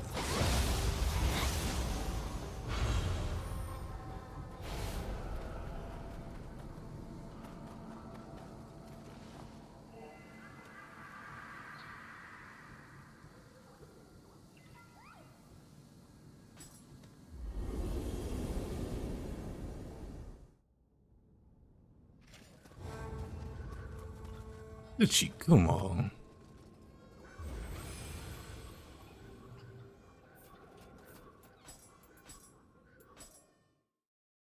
I reload that one.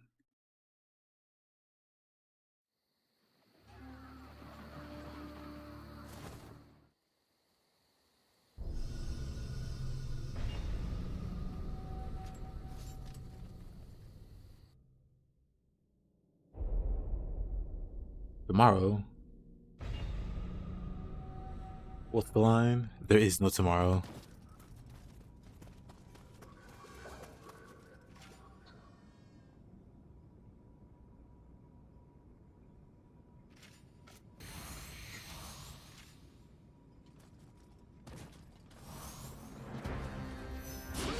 Honda, please.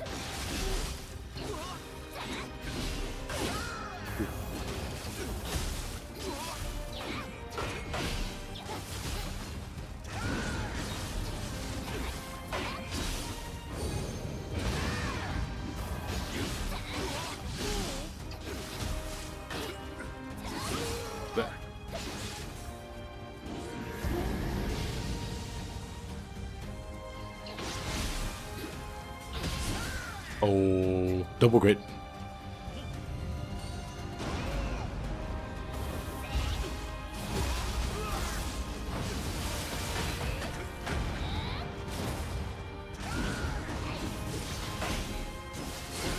Ah, I'm dead. I'm alive.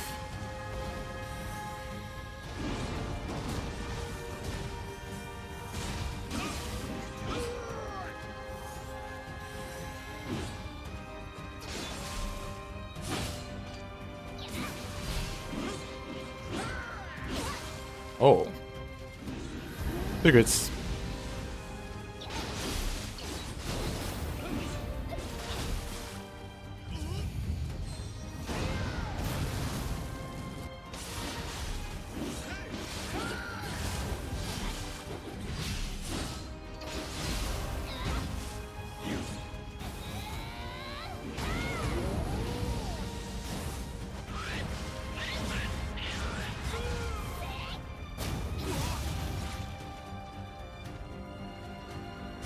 Why are you so tinky, Honda?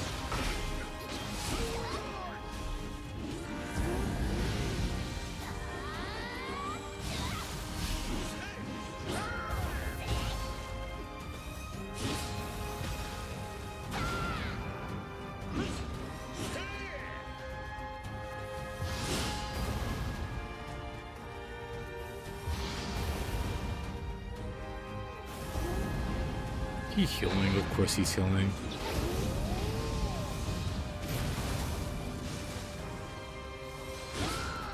But Bars here, Tate isn't even the best blue woman. That's Suiki.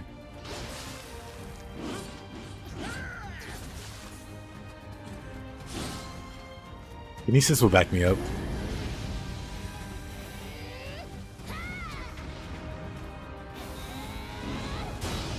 Dang. Got to be greedy there.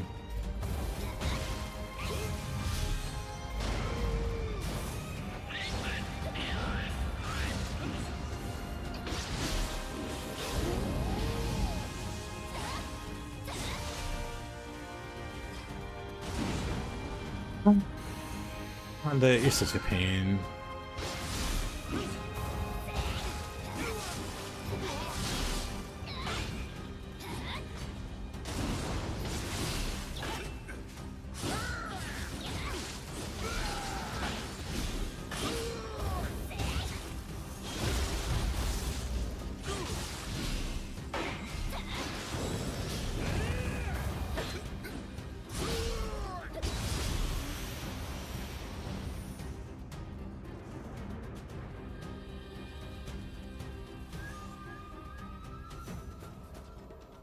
Of course it's Toshie and he's bugged.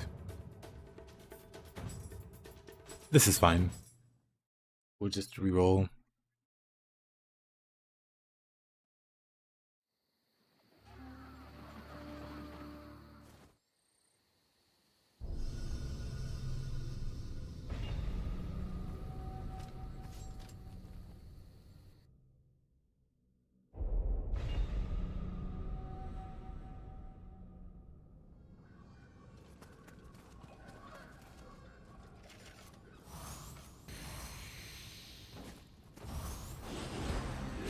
Oh, Takamaru.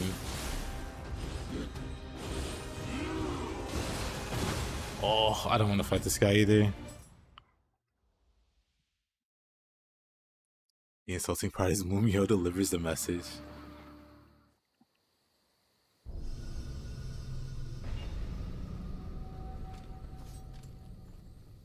Actually, I could have followed Takamaru.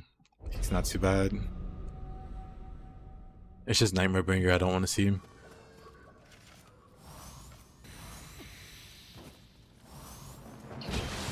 Nioh Tengu.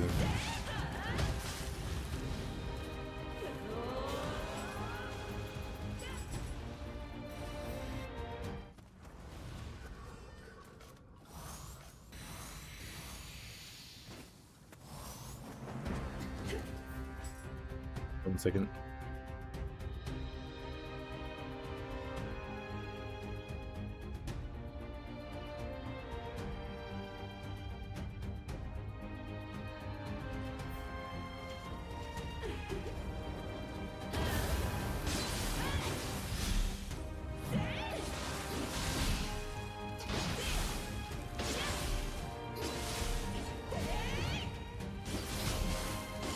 Guess we're gonna tickle Nioh Tengu to death.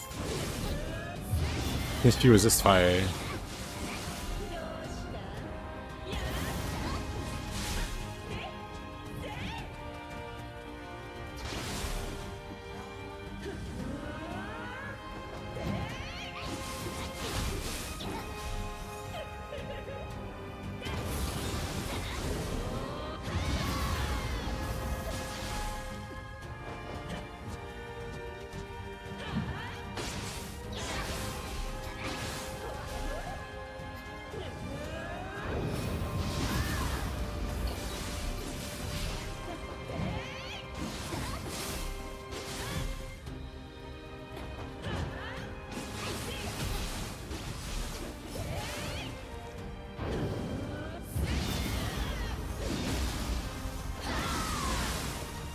The barn fight, yeah.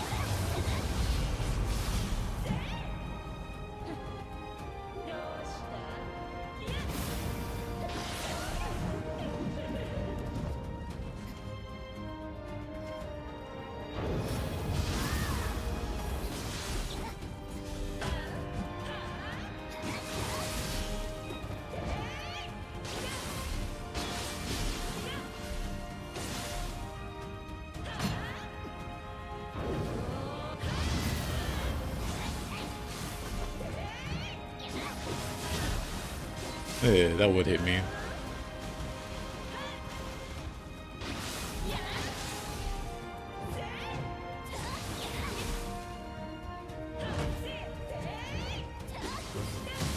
Oh, that hit me again.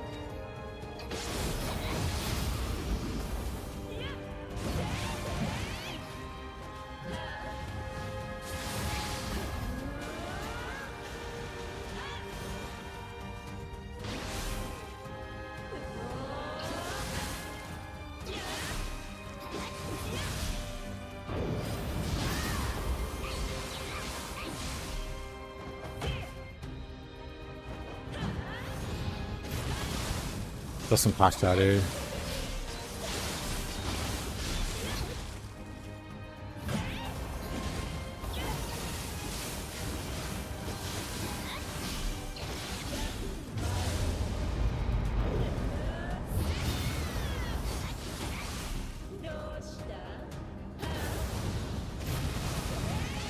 Oh, alrighty.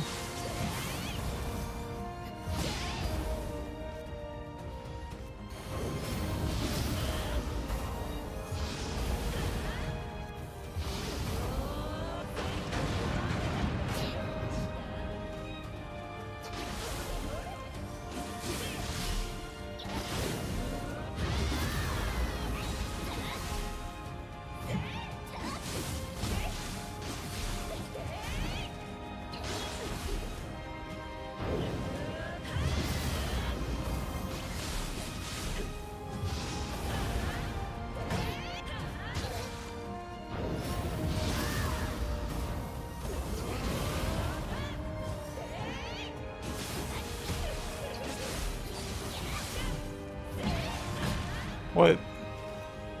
Grit. Not even close. Not even close, to be honest.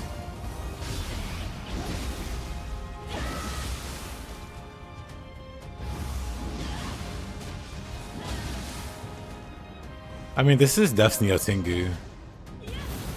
And this is a fire build. Something she resists. So that's gonna make this a grind by default. Now Taka. Darn it.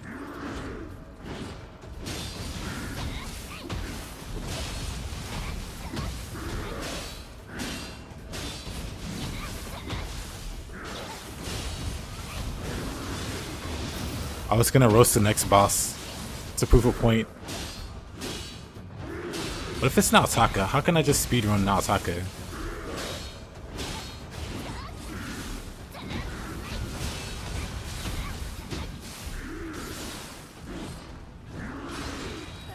Somehow I didn't opportunist that.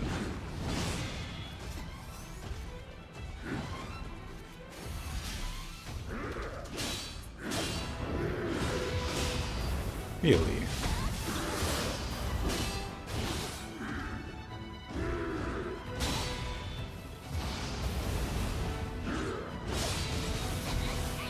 Get some HP back from the fire.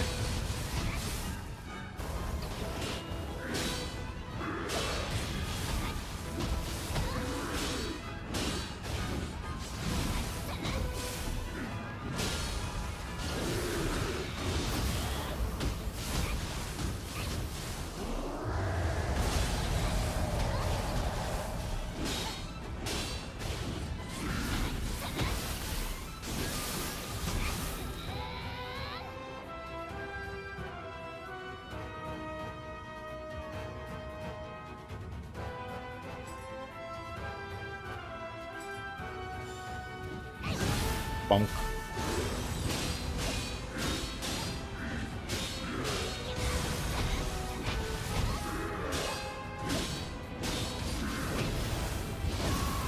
What is this picture? Oh, you know. The usual.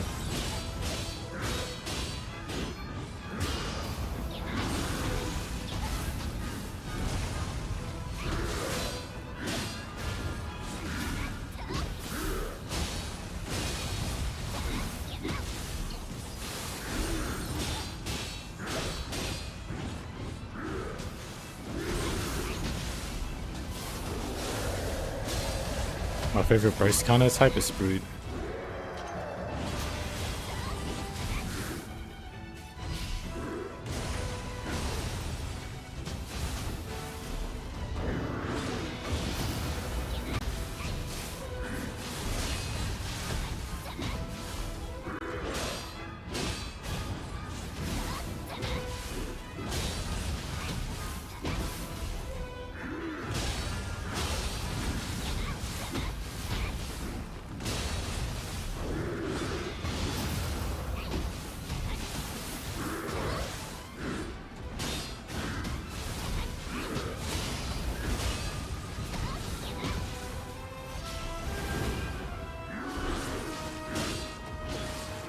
Oh, for whatever reason, Dash didn't want to go off.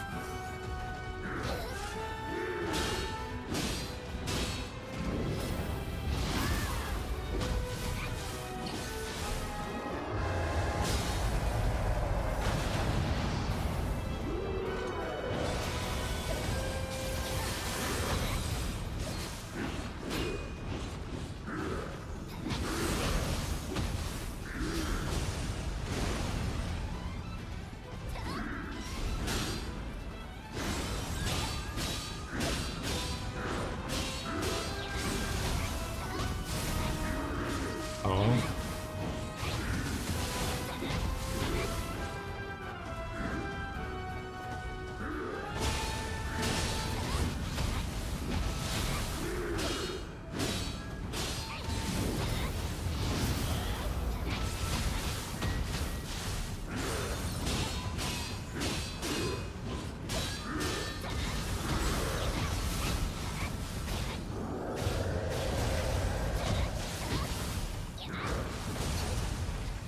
For some reason.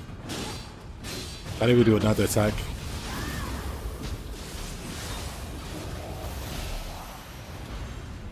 Good old Naotaka.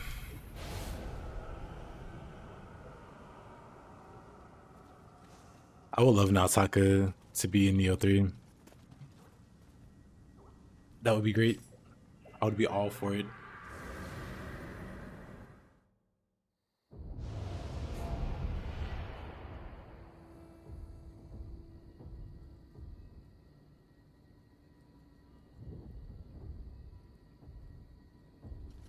Nice, thanks. Whoa. Now Saka said, let's run this back real quick. Now Saka's like, wait a minute.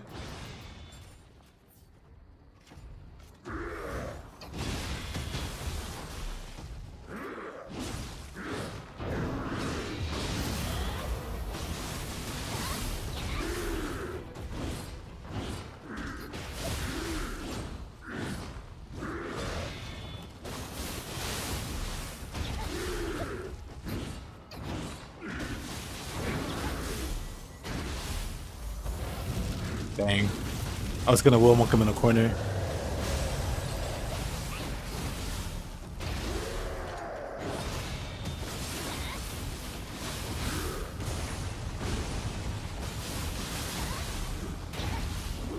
And they could never.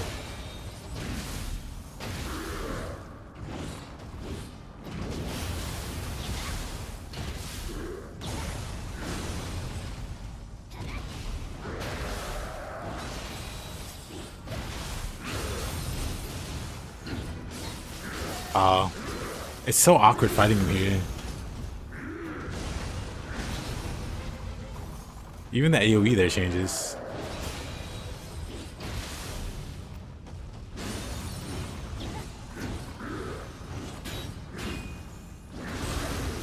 You can see at that point.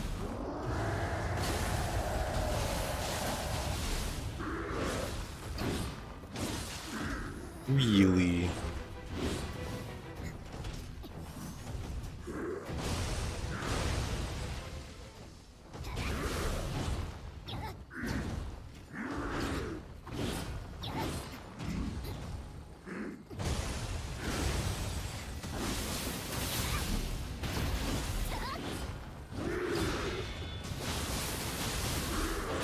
He's just so lucky I can't see.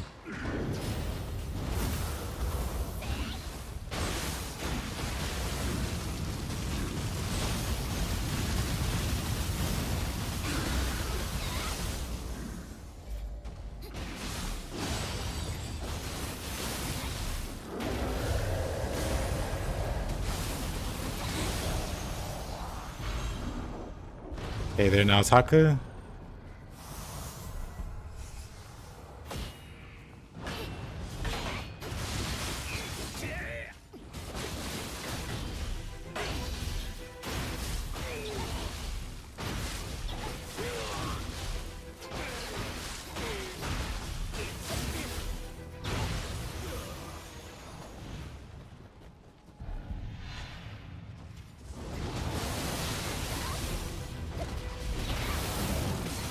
Dang, Honda exposed.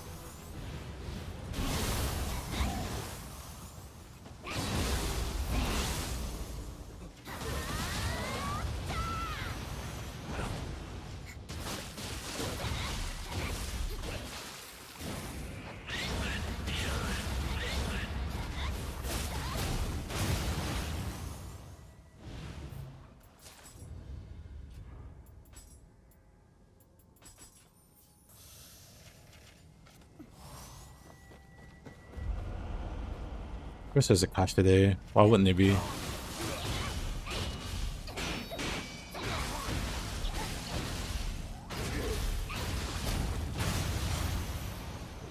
Why wouldn't there be?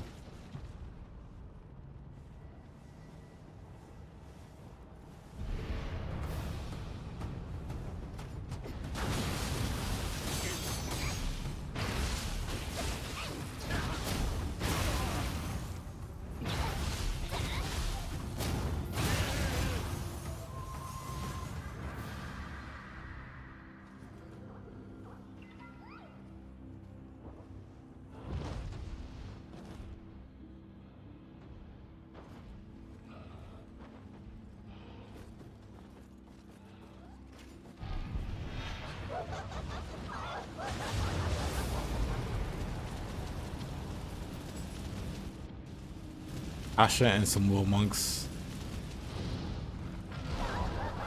Honestly, lore appropriate.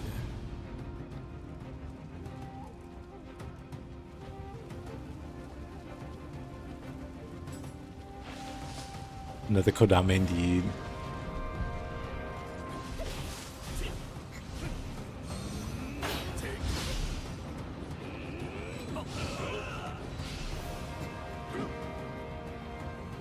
Alrighty, Kaya. Have a good one. Appreciate you hanging out.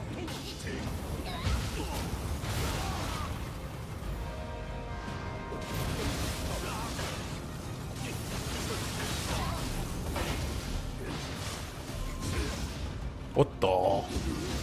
My character learns to fly for a brief moment.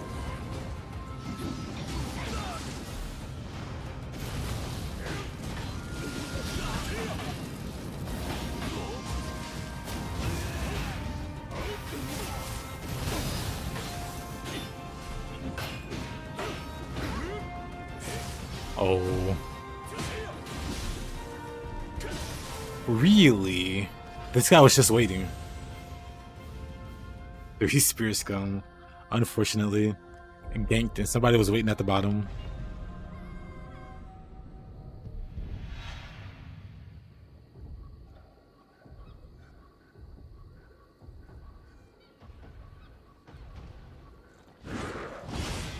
Alright, now Taka's still mad.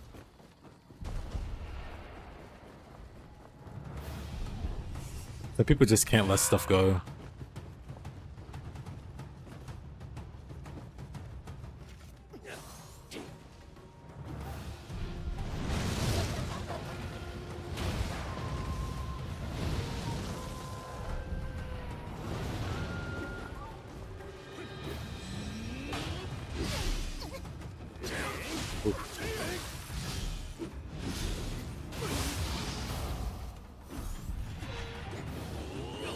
Where'd I die exactly? Does it count us down here? I guess it does.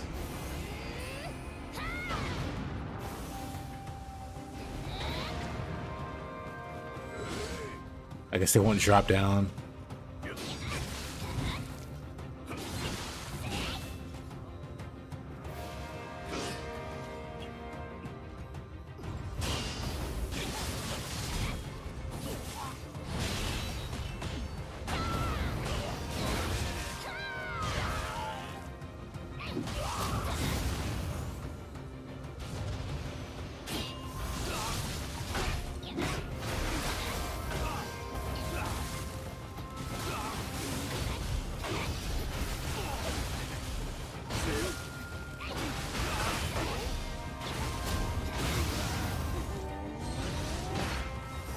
Oh, really?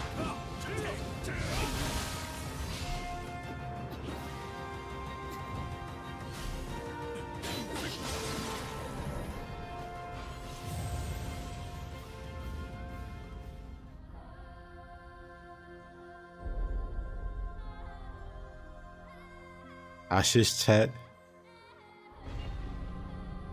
Asha the live streamer.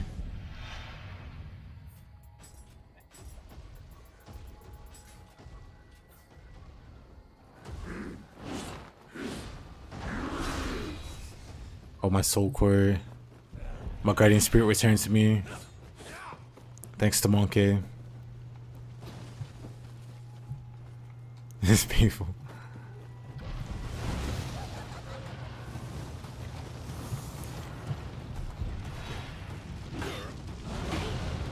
No need to feel nervous. If you feel yourself getting nervous, just think of Farseer in his underwear.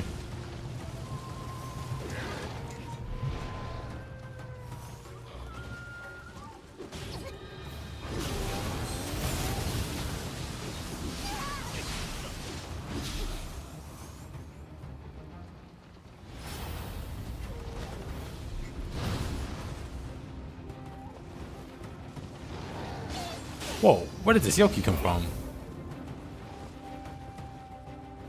Dang it.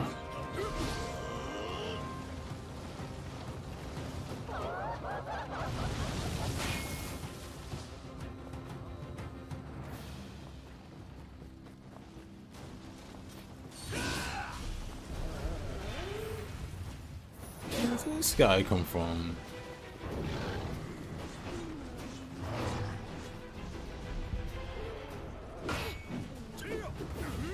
I'm trying to get them away from the little guy. They don't want to drop down. I guess I gotta fight my way through.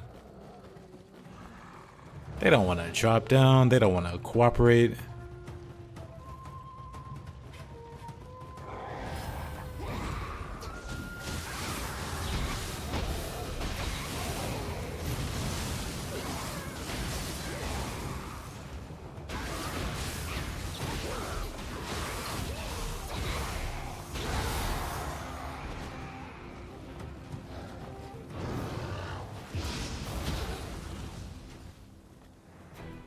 Isn't that just a gaki?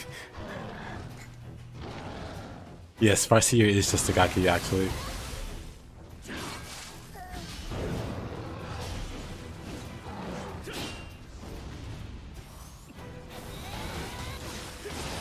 Come on.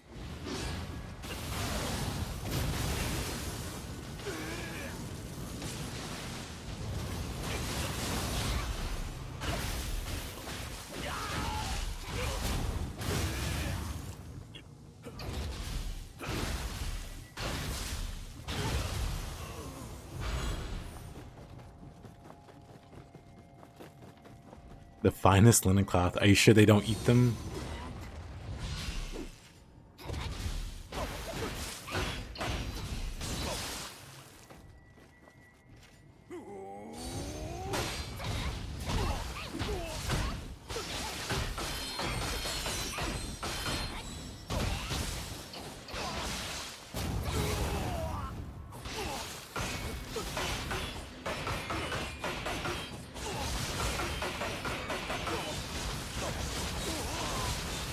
You gonna buy this game? It's on sale. Any tips?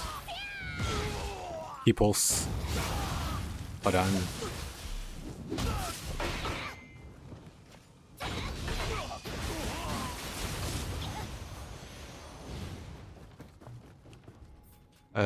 First, make sure you set the controller up in a way that's comfortable for you. Whoop. 2, don't play it expecting it to be like a Souls game. That'll hurt you more than that'll hurt you more than it helps.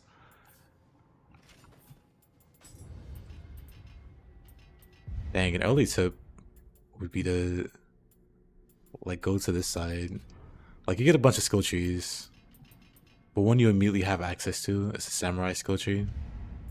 Immediately go left, so you can get a thing called Flux and Flux 2. You get like Key Pulse, Flux 2. What's a good weapon I can show this with? This game has like a key pulse system. A system called key pulse. Where you see the little green bar at the top left? That's your key or your stamina. Every action you do takes stamina, right? Oh, look at this guy. Let me get rid of this guy real quick. Oops, didn't want to do that.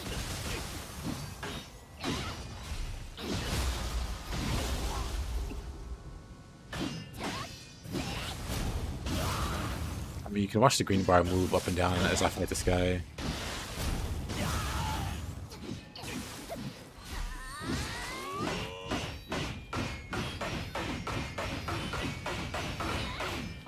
He blocked the whole string.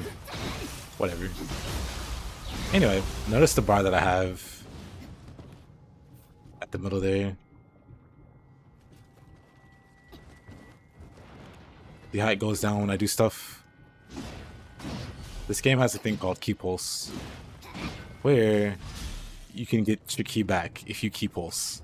So you can stay very aggressive in this game if you learn how to key pulse. See, I'm losing key as I do stuff. So then I key pulse and I get it all back. Learn how to do that. It'll make a night and day difference between how you play the game and how aggressive you can be.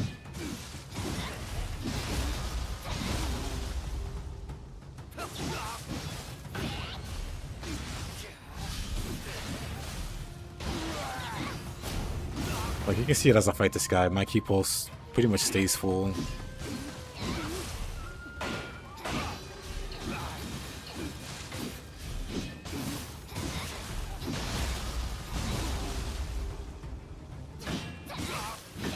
If you learn how to do that, you start to play a totally different game.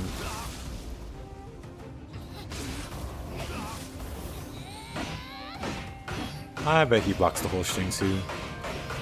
Maybe not.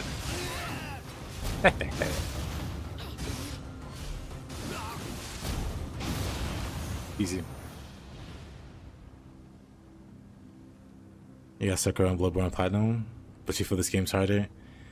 It is in some respects.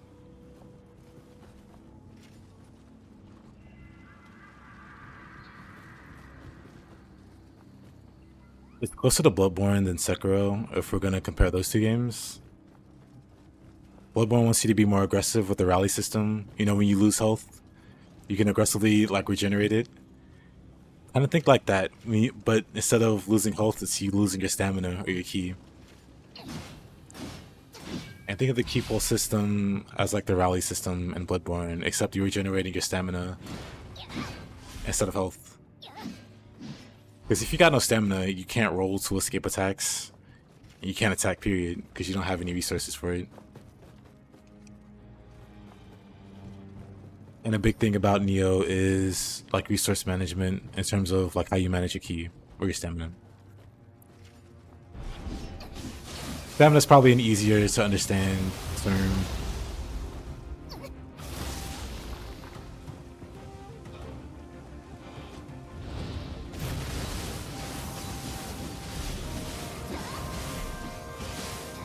Yeah, Bloodborne's all about being aggressive. And this game is also. The game's got a bunch of like it's got a lot of skills and like cool combos you can do and like stances and everything. Don't worry about mastering all of that by the first few stages. Just take your time with it. You have a lot more fun. Hey Poofer, how you doing, man? How's your day been?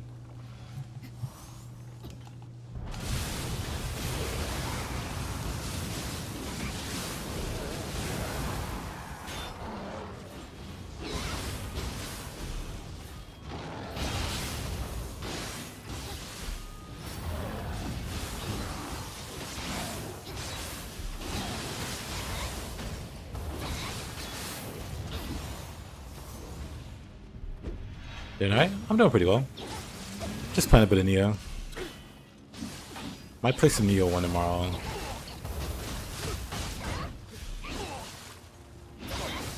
Why do I have Switchblade and... Huh. I was expecting this to be fist, or spear, not fist. Bruh. Good old Hanzo. Oh, of course.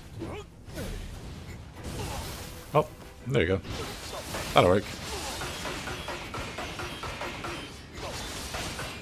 He thought he was escaping. Uh-oh. Wait a minute. Okay.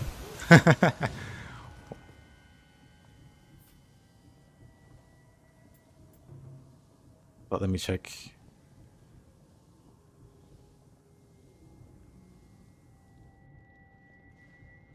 Oh, Armored Core Talk. I was like, what did I miss there?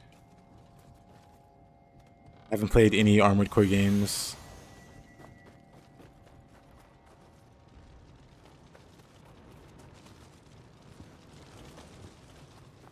I also actually don't understand what tank controls mean. When someone says tank control, what exactly does that imply?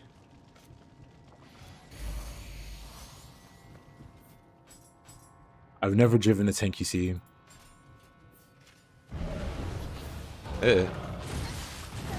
Love that. No, like 6 for the camera. Oh, is that all? Now Taka, of course. Oh, I guess we're punching now Taka.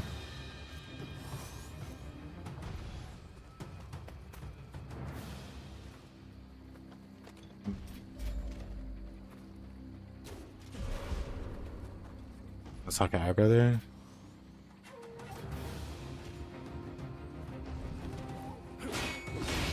Uh-oh.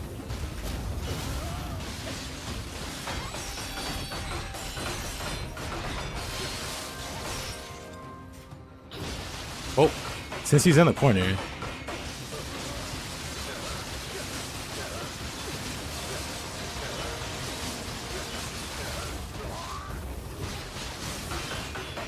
Since he's in the corner, might as well make life a little easier. Anyway.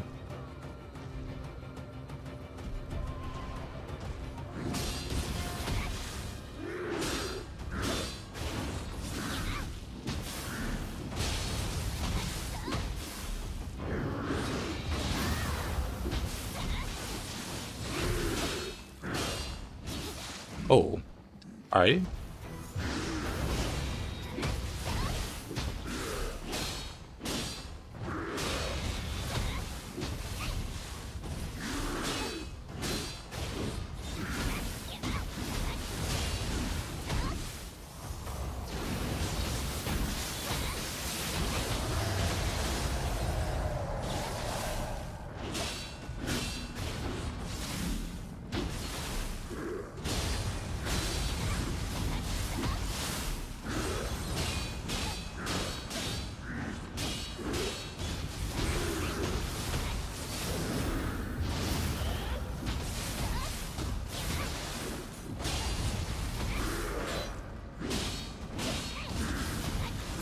Somehow I missed the first parry.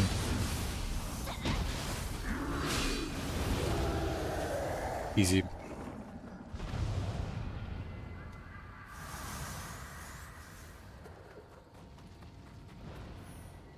Let's see. Last one should be this way. Yep. Hanzo.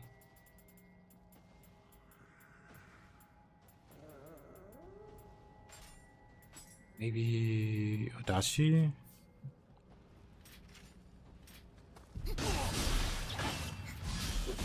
Well. My flashing second plate.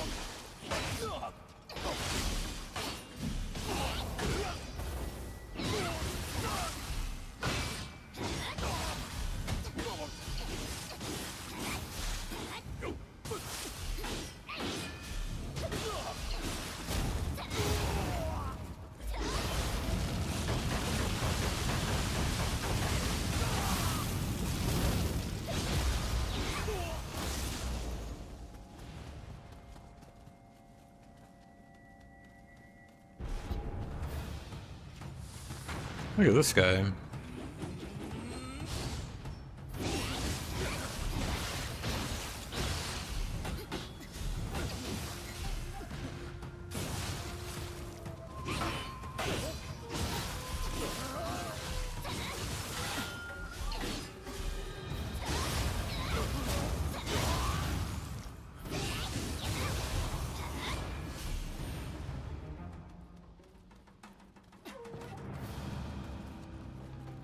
Gosh, is spotted.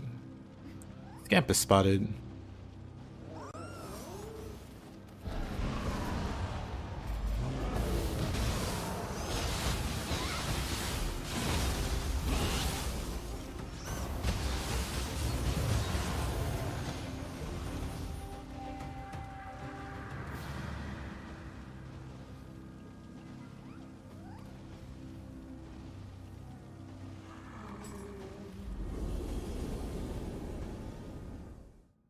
Weird.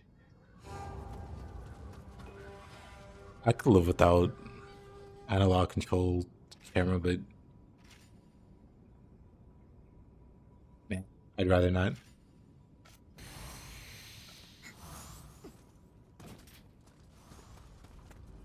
This guy.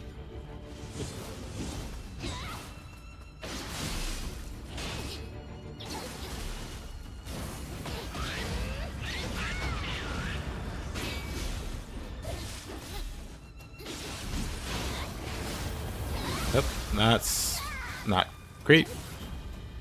Love those. I'm dead. Farseer Itagaki. Dang. Doxing Farseer's full name.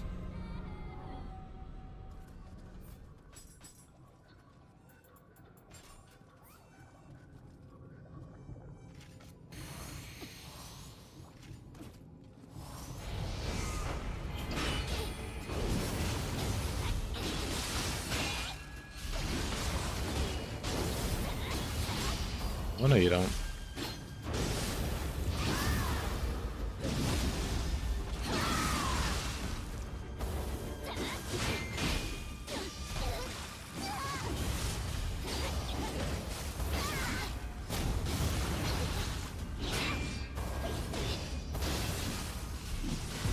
I wonder if Oni B is going to be in Nioh 3.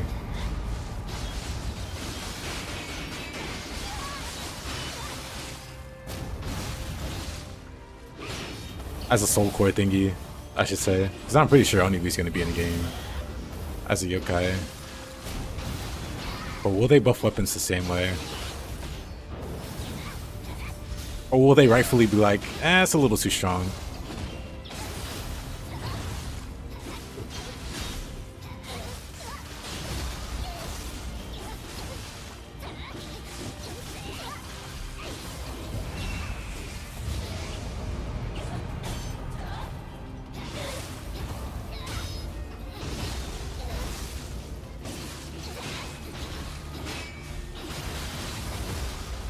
I had nothing to transform into there.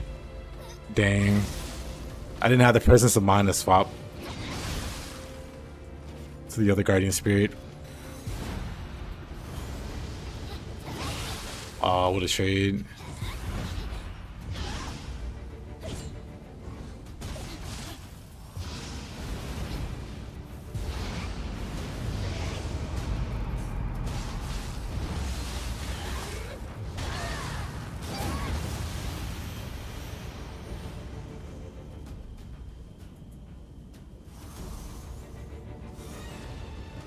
Oh, frog. Well then.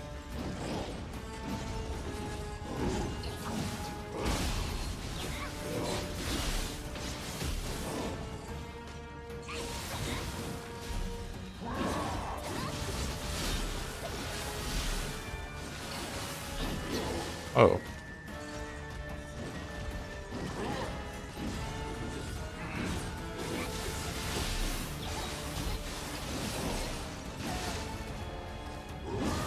Alrighty, Mr. Frog. Somehow that didn't kill me.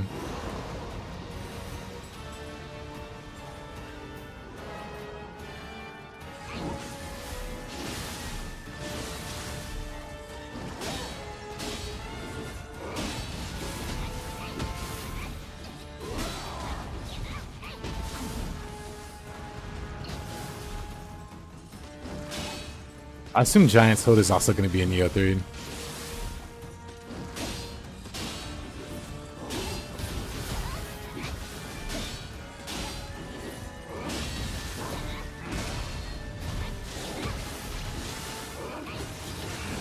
Hopefully he's a lot less annoying.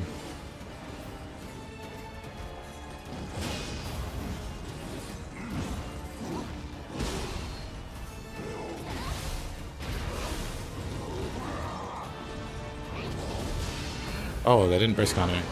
Really?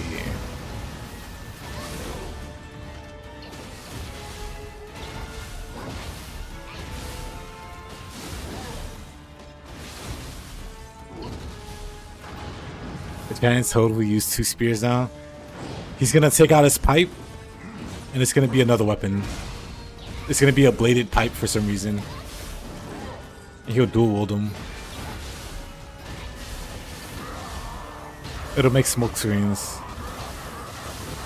If Hanzo's still there, then Giant Toad. Hanzo's definitely there. Which is why I'm saying, I'm pretty sure there's gonna be a Giant Toad fight.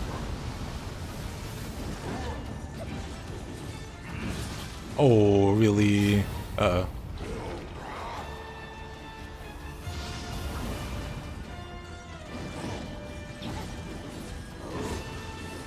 on.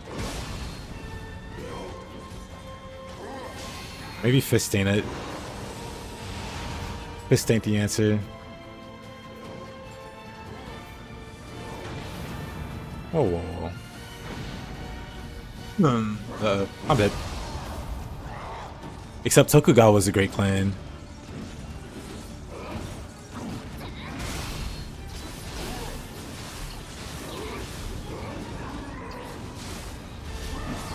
I thought I was a mid stance.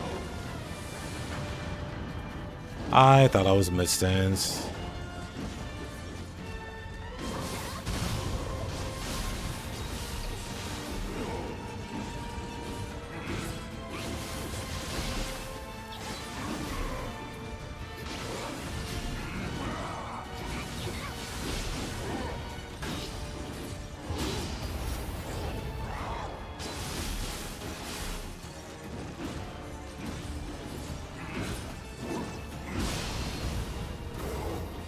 Get set on fire, nerd.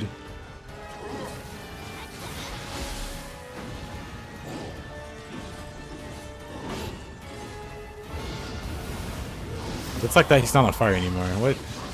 I had to reset it.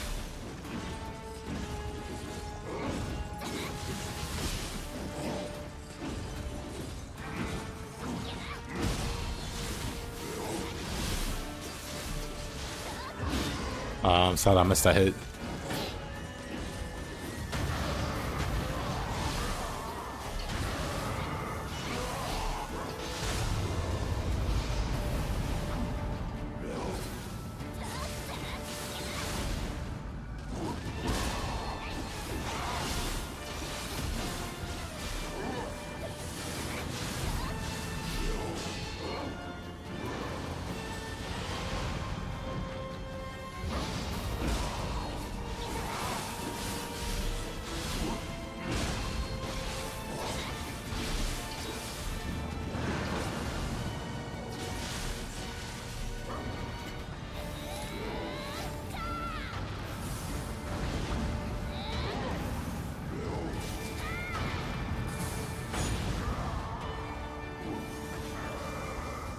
Oh, not the paralysis. Wasn't paralyzed anymore.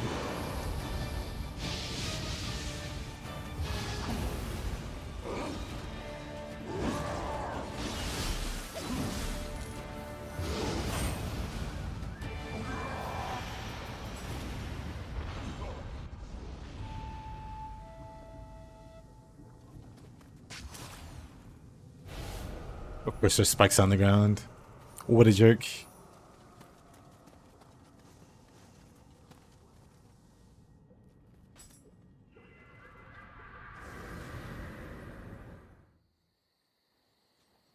Fear was the answer. Fear is always the answer, I guess. As they say.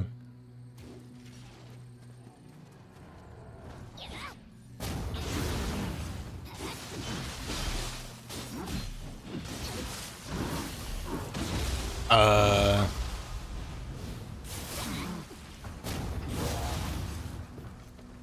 don't want to talk about that one.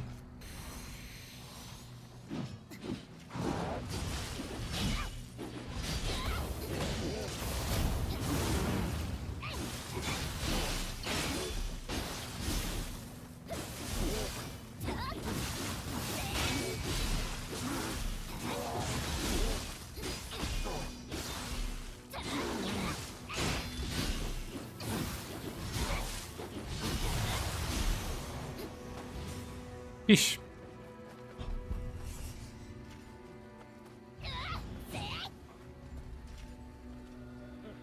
This ninja is afraid of heights.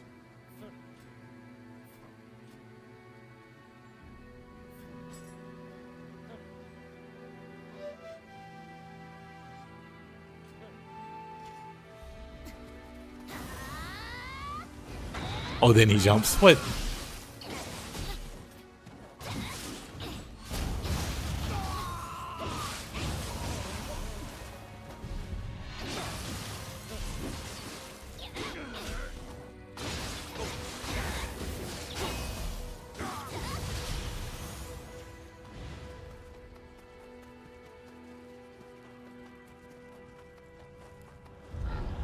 Stage fright must be.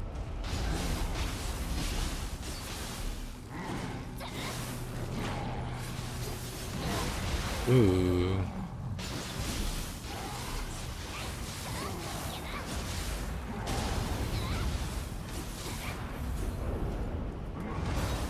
Oh, I was not on Phantom. I was on Feral. Ah, come on. Unlucky.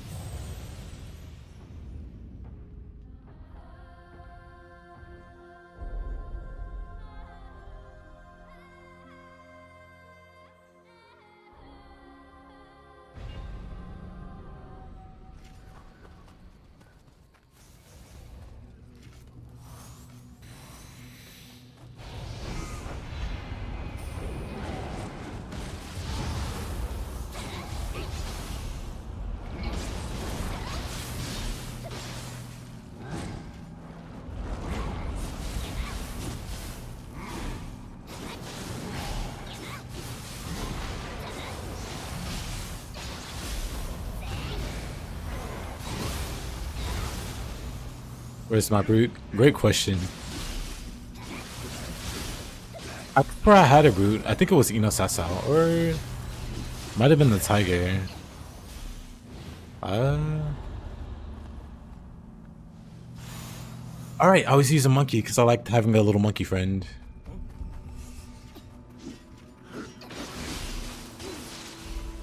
If I could, wait. If I could summon him, have him out, and be fighting. Whoa. But I thought that was neat. But the idea was to use him a bit. Oh.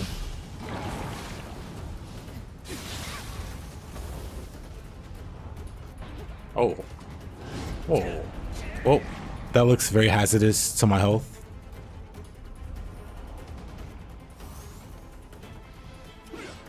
You're never leaving brute behind now.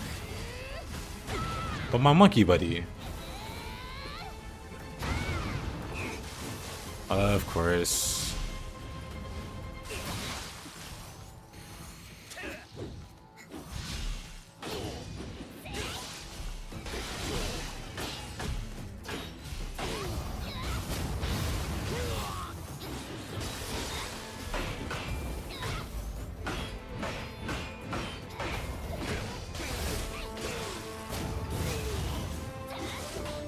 Let's take out the right one.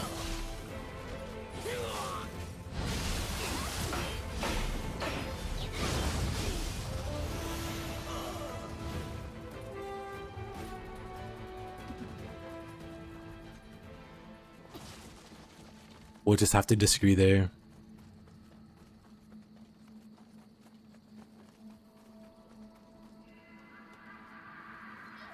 I'll grab this little guy. It's a pretty cool bird. I agree.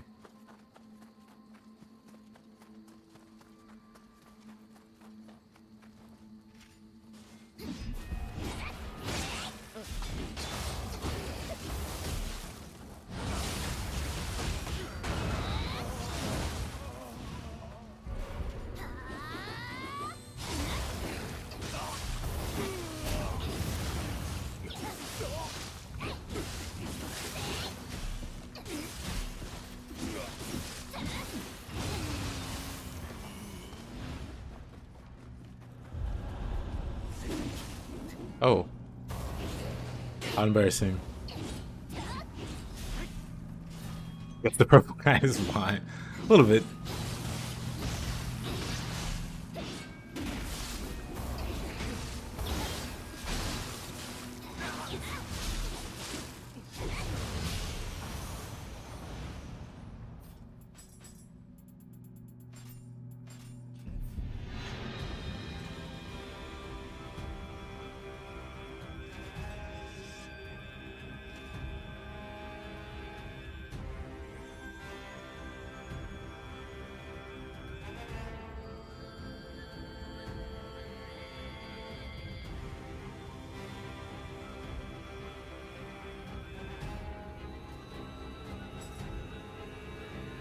You forgot about Lords of the Fallen? Sure, we could do it next weekend.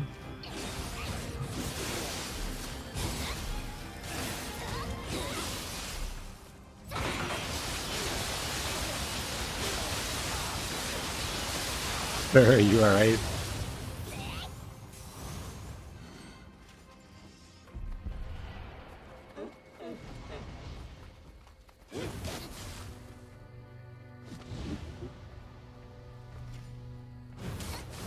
But yeah, what are you gonna be up to today then, Mr. Falco?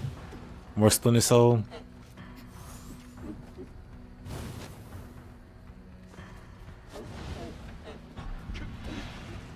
Whoa, whoa, whoa.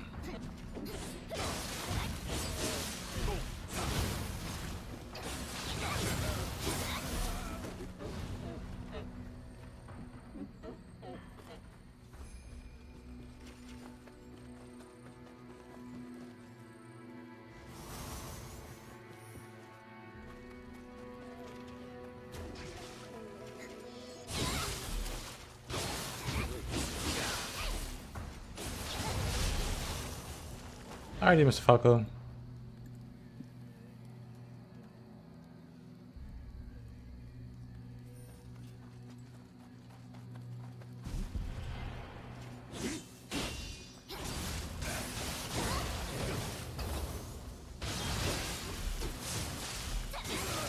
It's AI bug. It could be actually. Doesn't happen often, but sometimes the AI can weird out a little bit.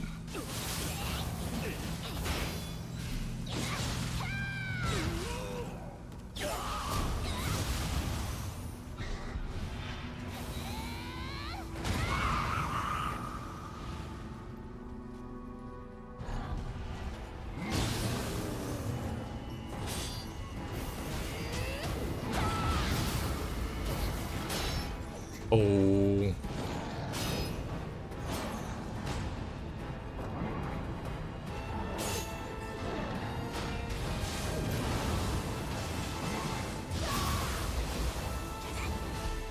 Oh, alright.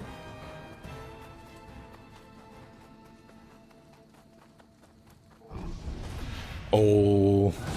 Oh no.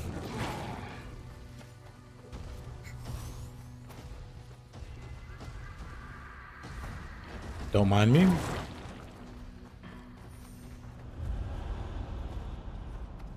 Where is a Kodama here? No, that's a Sudama. Kodama's here. So where's the last Kodama? Oh, you know what? It's probably... I know where it is.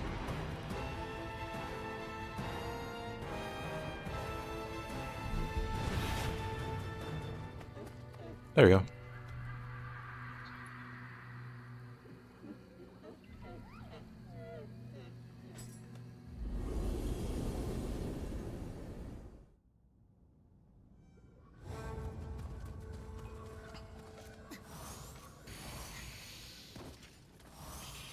Ew. This guy. Nobody likes this guy.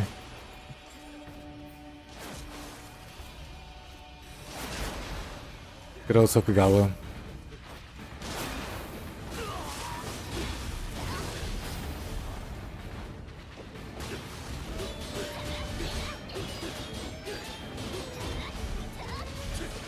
Oh. Hate him now more than ever.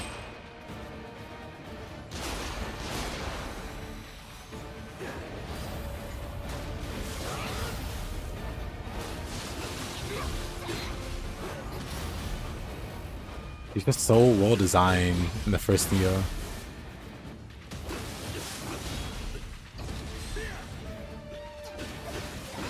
And then it feels like the devs were like, you know what? Let's remove all that fairness and fun stuff. Let's give him hyper armor when he flies. Instead of giving the player agency and letting them knock him out of the sky. Let's just make him unstunnable in the air. They'll love that.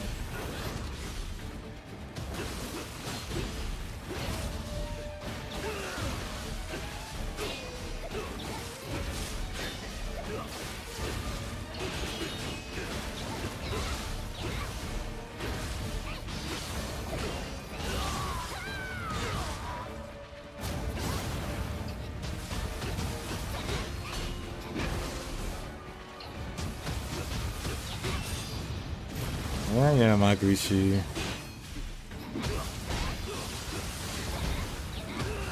The Kasha double team.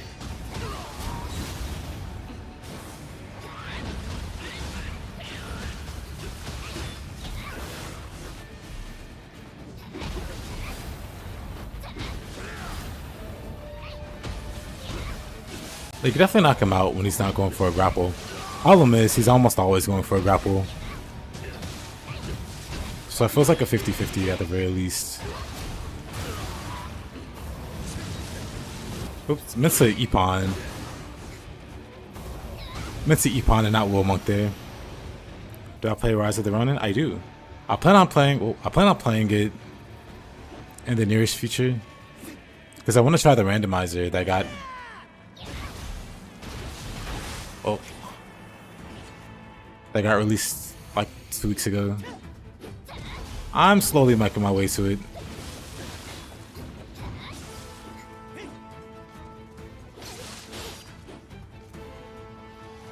Randomizer, yep. A randomizer for Rise of the Ronin. Got released recently. Yep. Oh. Oh, I love this boss. Honestly, I'm gonna...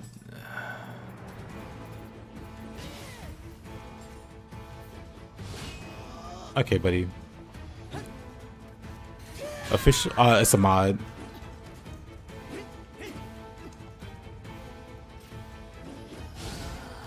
Alright. This guy stinks.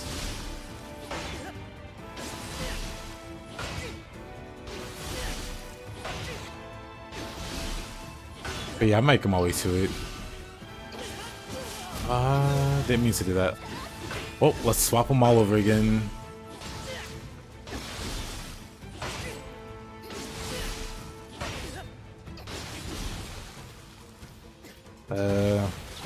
Whatever.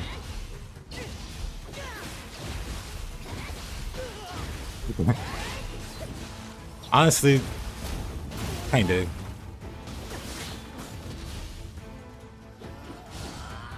All the ones with hyper armor, which is most of them, honestly. When it comes to the deaths, they stink.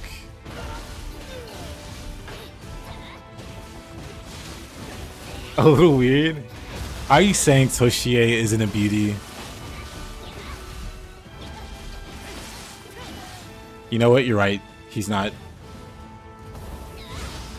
Oh. I should have died there, huh? I would have really hated Toshie then.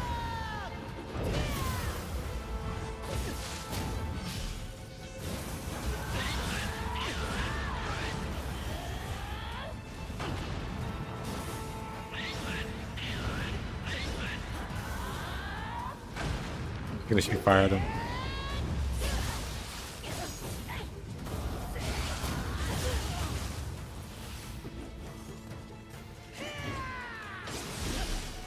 Yeah, Toshie has so much hyper armor. It just never feels safe to attack him. Because it always feels like he'll just bust out a random combo. Cannot proceed any further. Floor 15.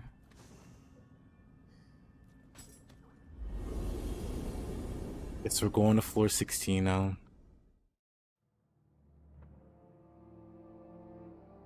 It's love of calculus. Imagine if you actually loved calculus. It would be even more terrifying.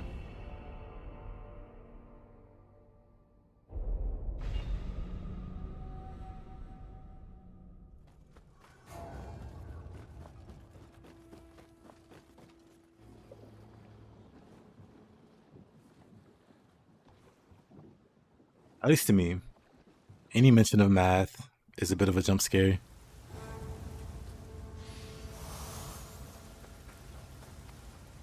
You get his abacus back.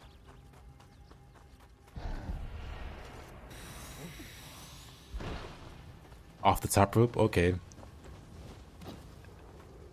They just start aggressive.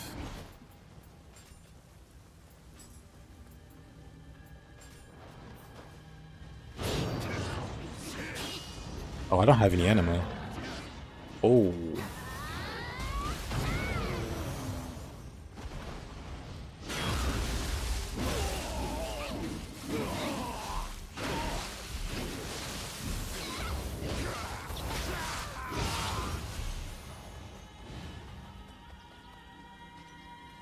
Mataz is a nerd.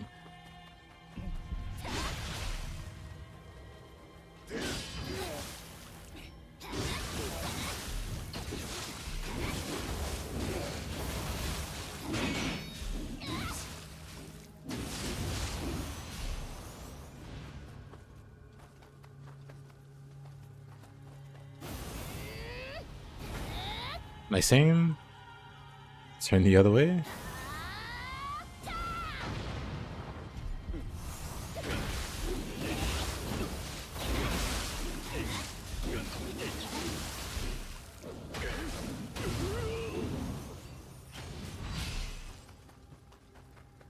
Who's up here? Joe. Joe Mama.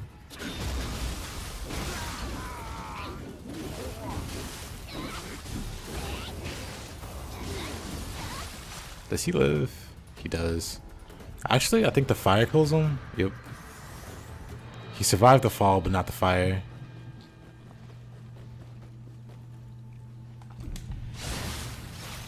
Thanks for breaking my fall.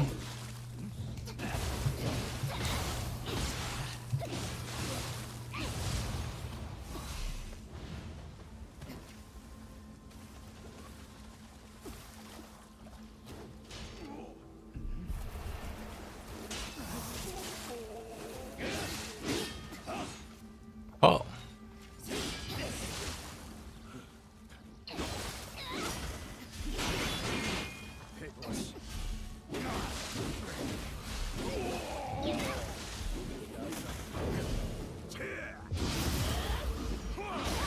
Oh, saved. Oh, come on. Saved twice.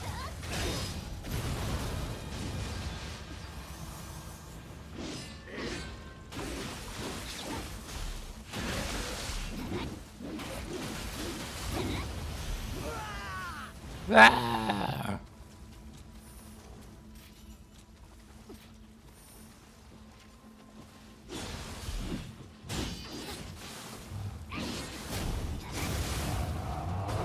Who is that in the distance? Sukuna.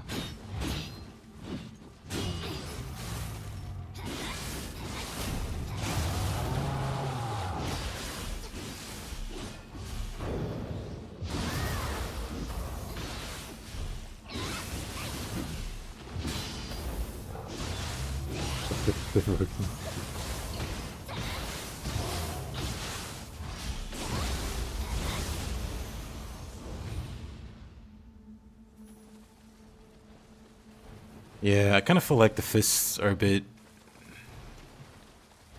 over exaggerated with how strong they are.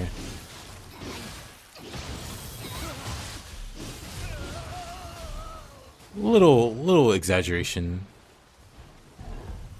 Like they are for sure really good. But then you have like Odachi and Axe.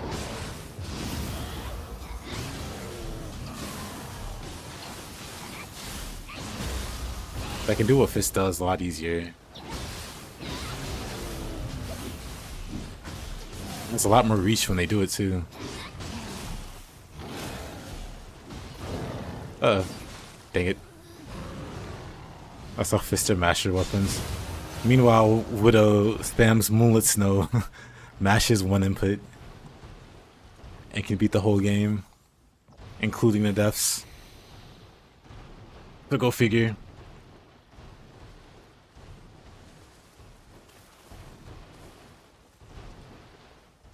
Take personal offense every time you hear it.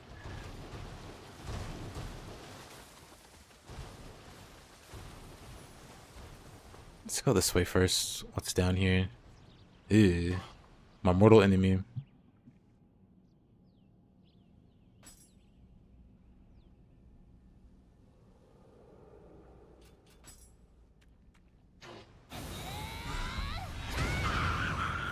Beautiful, wonderful. No paralysis here. The red kappa. Public enemy number 1. Yeah, this is cute. Some people are afraid of Itsumade or Angyoki. For me, it's the red kappa.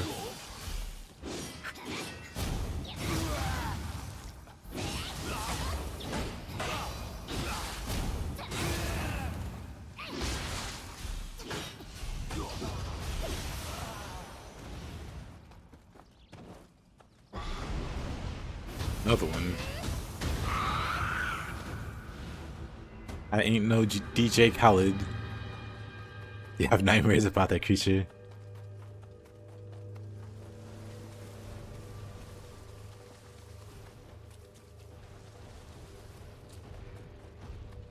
Yuten. Masaza.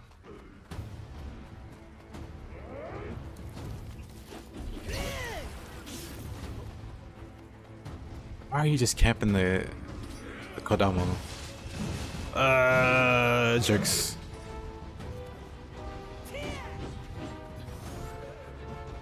This is what they call fatherless behavior.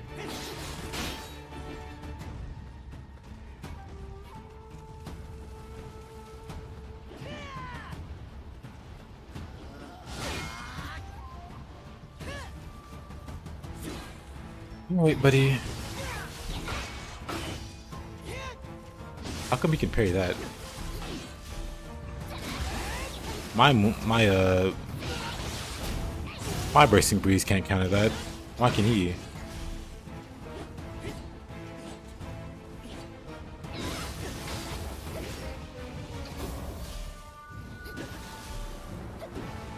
Come on, buddy.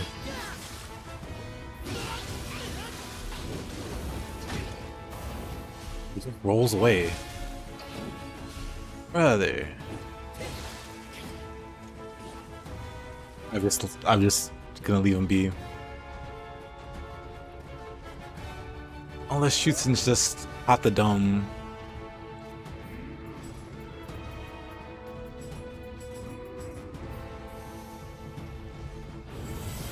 Oh, I can't even.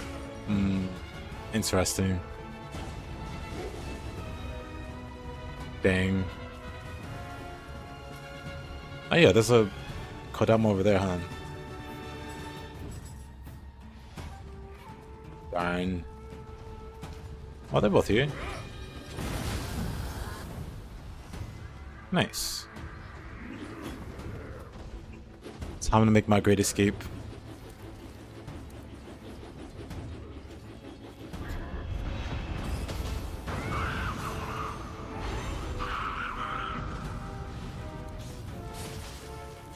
Fighter.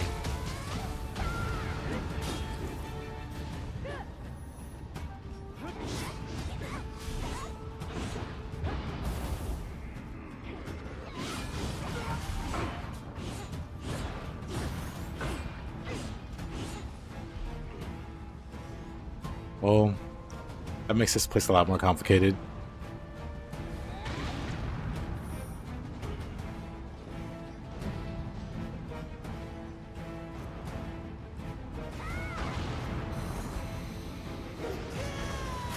Uh-oh. He was waiting on me.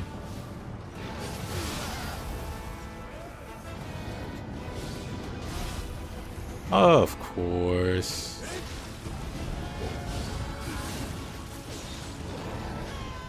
Man.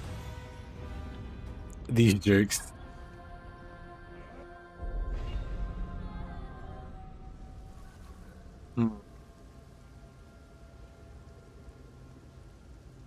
Hey there. In that case...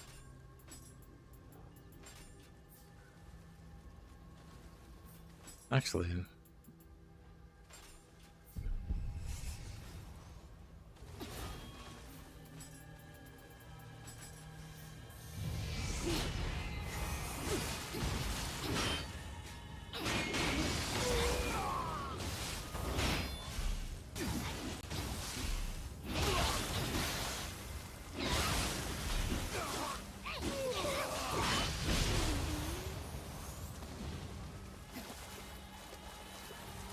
What do I even do in this situation? I think I can just run back there.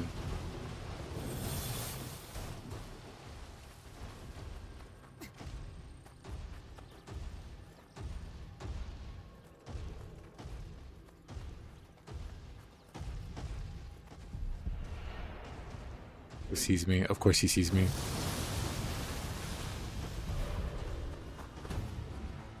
Actually, I already got the Kodama there.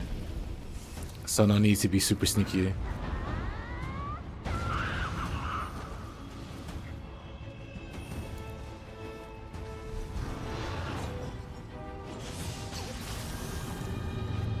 Really? You jerk. Wow. Pushes me off. The nerve, the audacity. Actually, that works for me. Because they have to go around too. Nice. If only we could jump. Nioh 3 can't come sooner. Just 2 months. We're just 2 months away.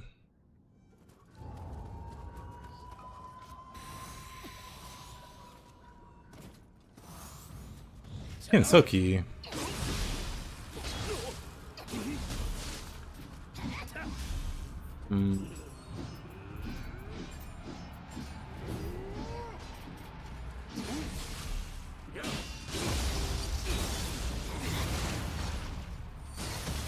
All right, buddy. I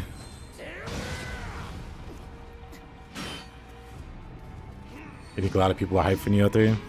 Even people that haven't played. Well, that's promising to hear. Oh.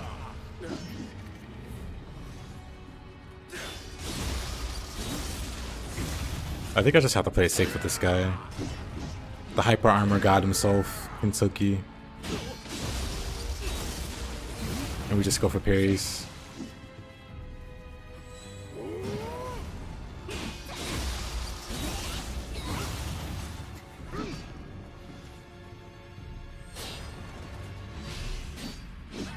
Really? Yeah, maybe it's fine if I...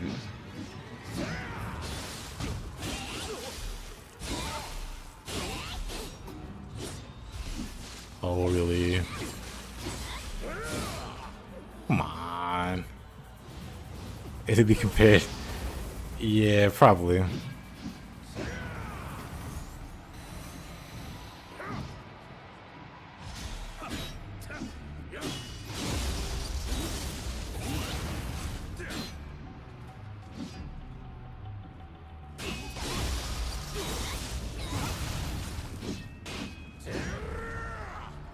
The very legendary Nioh boss also, for having all the hyper armor in the world. So it's very unsafe to engage him. And I don't know who the second boss is gonna be. I'm in a post-game area called the Devs, if you don't know. And the further you go, the harder the boss rooms get, up to spawning like an additional boss after you beat the first one.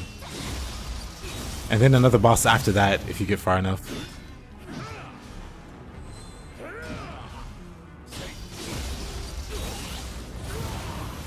Kinsoki, his unending key. Alright, next. Asha. Whoa. What weapon do I even want to use for this one? Spear, maybe? Watch me die. Oh, I'm fine.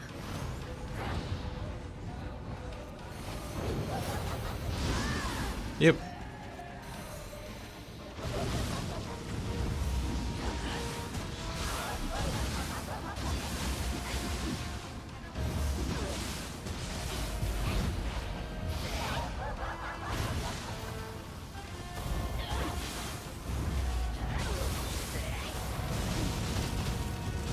As if the fire does anything to Kasha. Oh.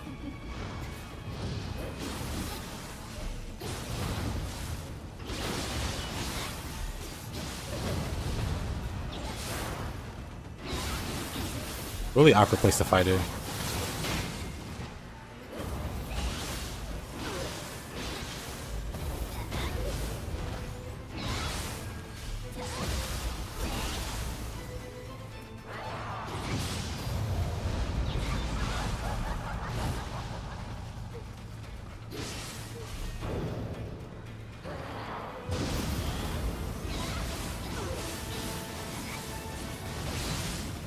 Oof.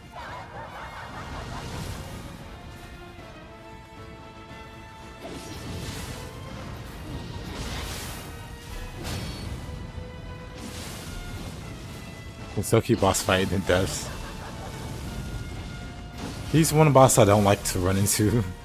But then also Kukai, Kinsoki and Kukai will only spawn with the randomizer. But I'd rather see neither one of them.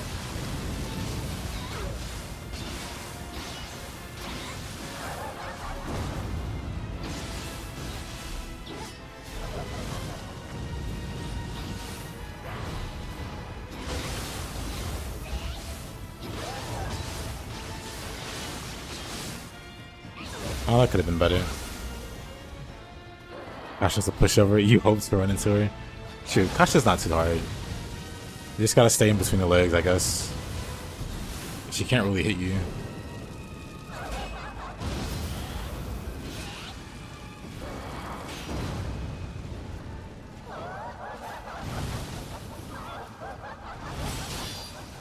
GG if you run into Frieza.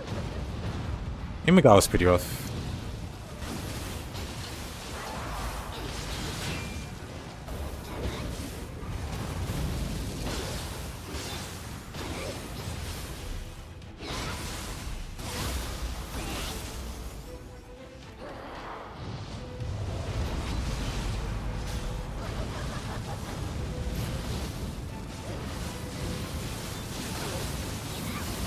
Kasha on Kasha violence.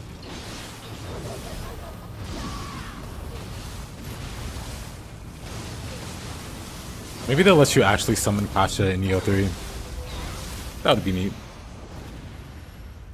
Instead of her wheel.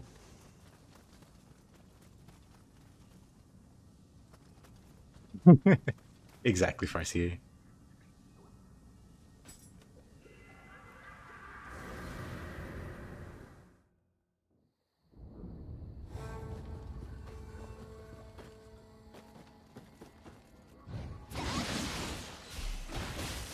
Whoa, whoa, whoa.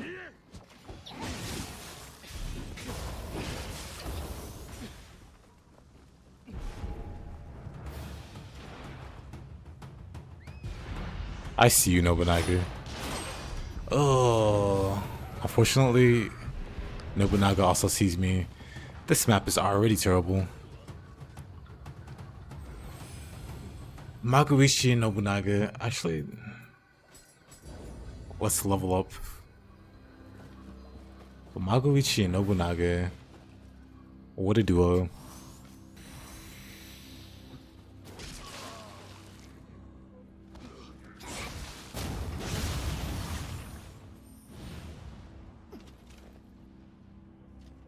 Wow, Nobunaga.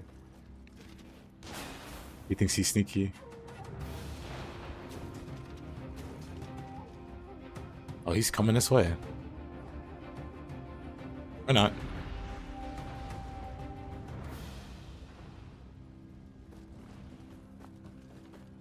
I feel like if I shoot from here, it's gonna aggro the entire neighborhood.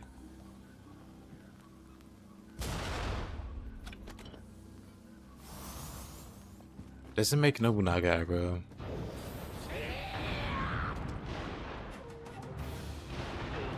Excuse me, Mr. Nobunaga?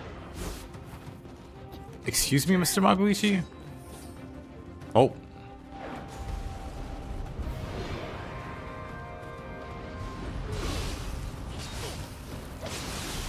Dang it.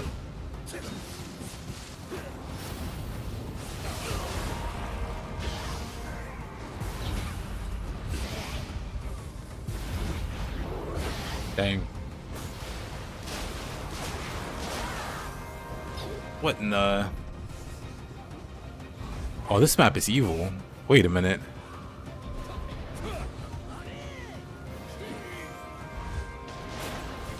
Yep.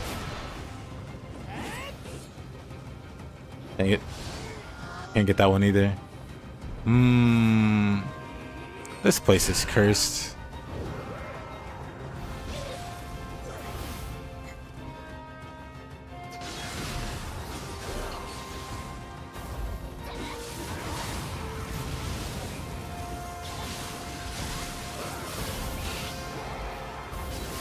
Oh. Human type bosses, yeah.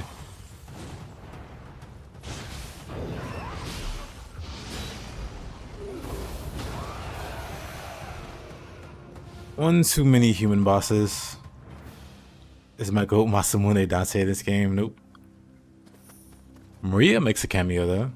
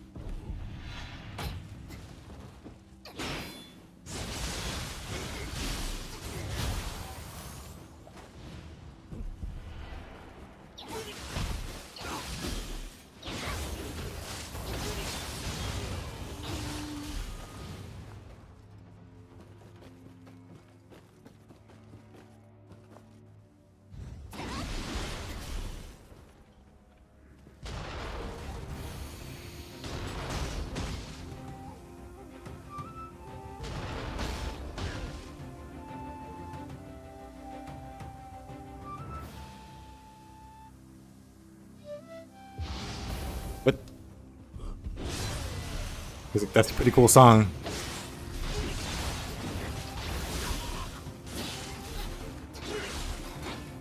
Really?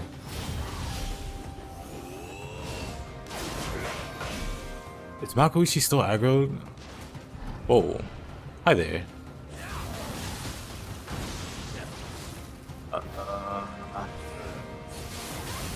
Might be dead. Might be fine.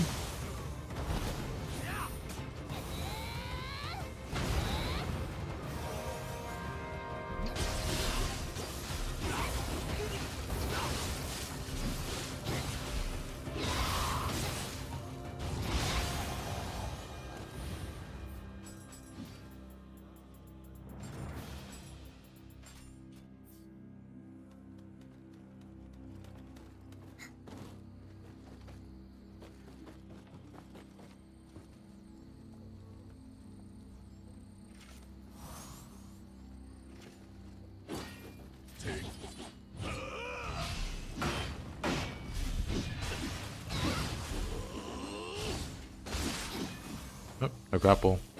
Cool. Robbed, actually.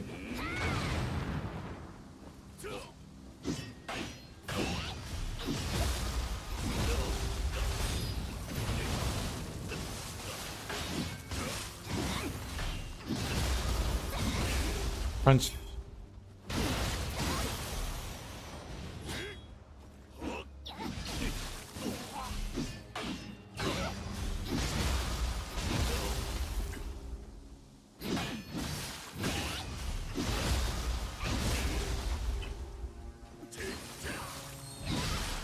Wait, somehow I didn't die there. Neat. Hey, Ali. Thank you, my man.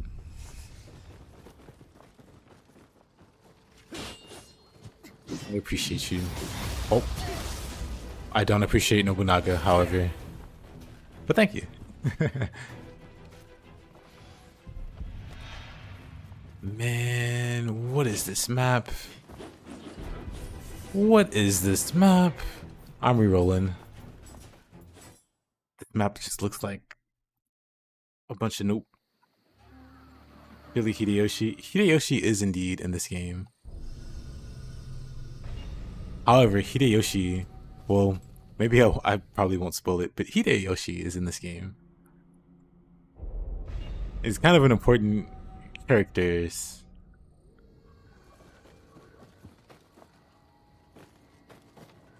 this map chill out? What's around the corner? Seems okay.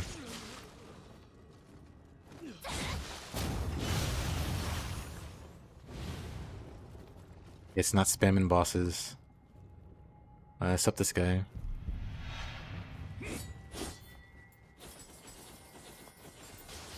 Okay, game. You actually just shredded me.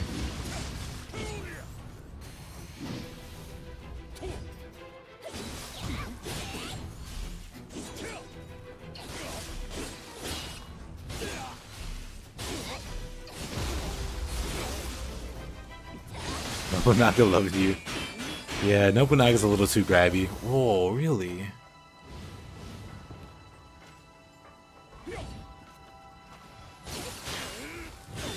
Uh-oh. Dang it. Gosh dang it.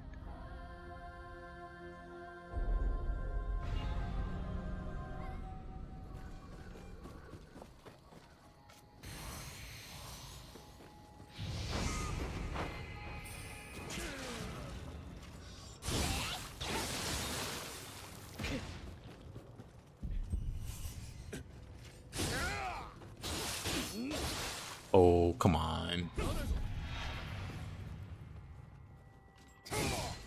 Get in the corner. Get water sorted.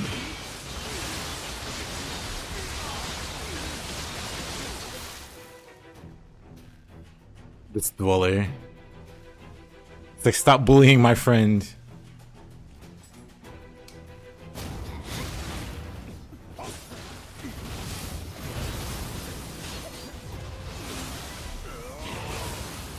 Whatever, that works.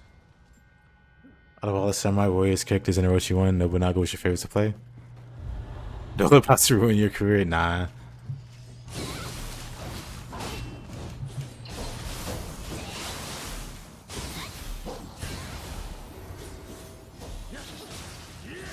Random ninja, though. Absolutely.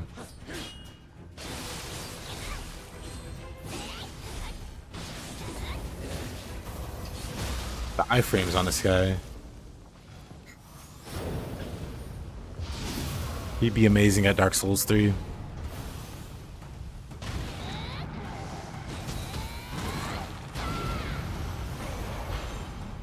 Sheesh. The horse fight was interesting. It was. I'm not sure if I did the horse fight early or not. But I think I did it early because I didn't have like the heals for it early. That fight was a struggle.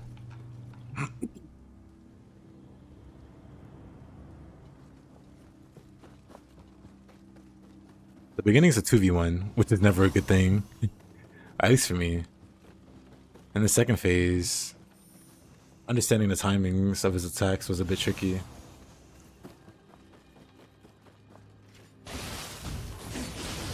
That wasn't harder than the old man, though. The old blind man. Wait, which way am I going? know, so many games require skills you don't have, so you figured, why bother side contenting right now? Yeah, I haven't done much side quest wise. I might have fished once. I might have did the ring toss once.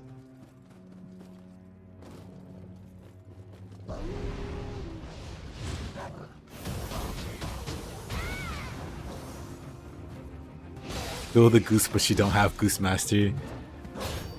Or Heel Master. Imagine Goose Master. Makes the goose boss fights more manageable. Might be in trouble here. Or I might have lured them all into my trap. Never mind. Never mind. You're bad at arguing. Come back to this argument minigame later. Skill issue. Get better at arguing. Go hit up our boy Taze for some argumenting lessons. Oh, really?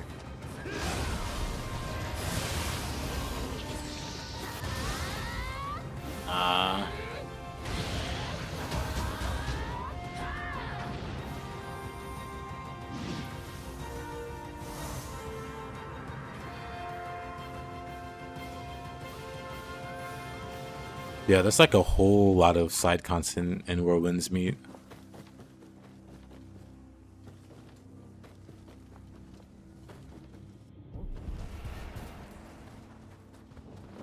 A lot of stuff I'm not interested in. But if I were, I would imagine Whirlwind's Meet is such a great game.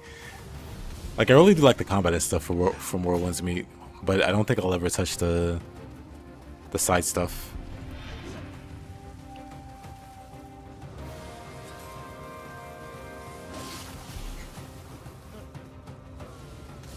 Keep arguing around the point until the other person gets tired, and then declare yourself the winner. That's how most people do it. Oh, that was terrible. Spiderweb? Wait a minute.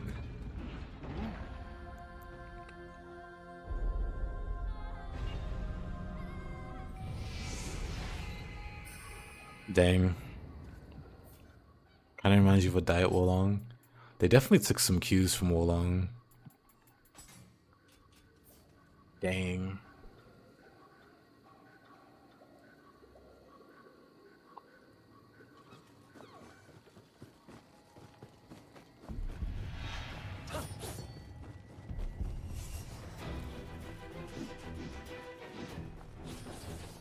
Alright, I was gonna... Hold on.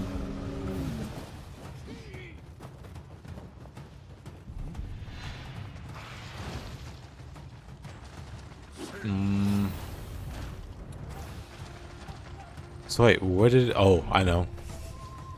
I was gonna be like, where did it all go wrong? But I remember now.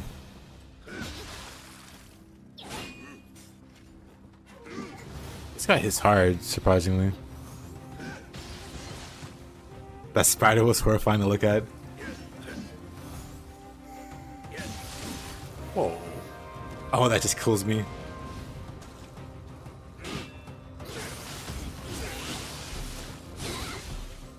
I thought he would keep throwing. And so he'd suicide.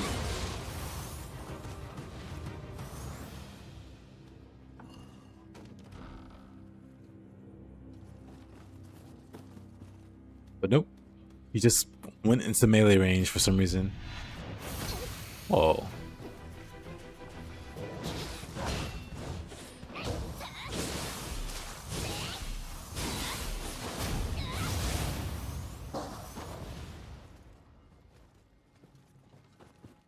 Game indeed. I need to...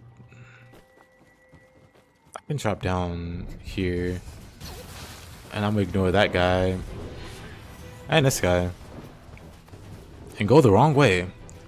We don't want to go this way, as it turns out. Can I heal here? It's not a great place to be. We want to go this way.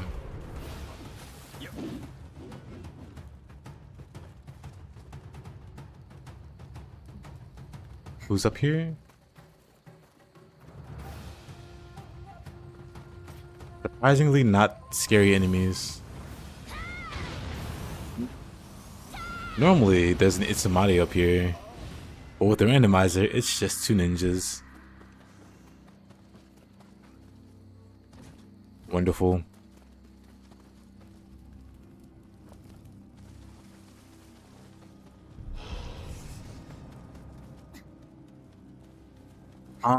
So there's Kodama scattered across the map. Those little guys. We're finding the Kodama and then we're leaving once we find all of them. There's 4 every map. And at the top center you see 3 icons. Basically denoting I have 3. Right, Benkei killed me. Man, I remember now. I was trying to remember, how did I even go down?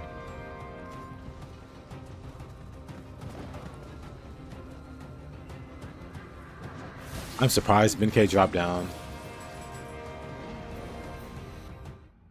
Easy. That's all for.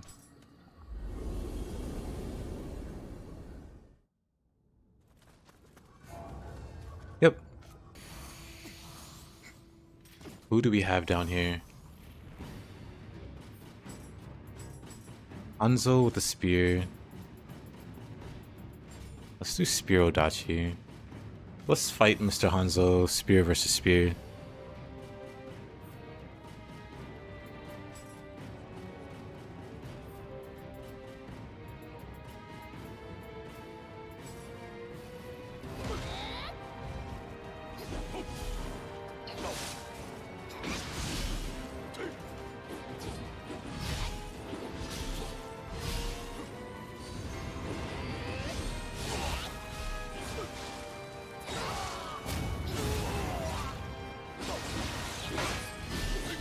Oof.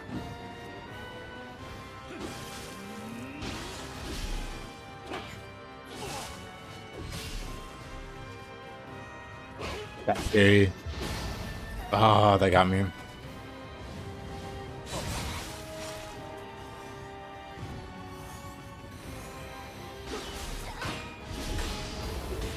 Oh.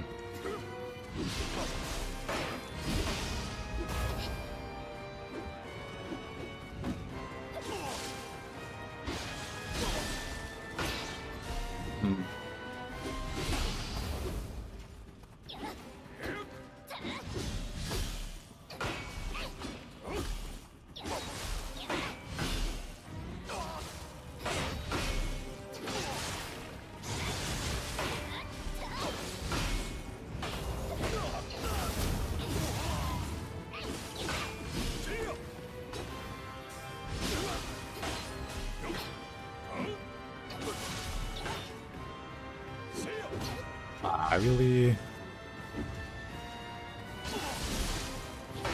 This is true.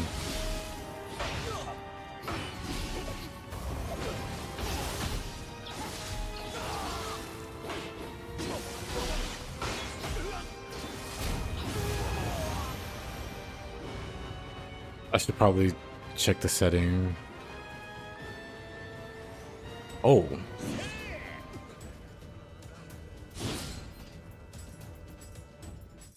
We'll just check the settings here.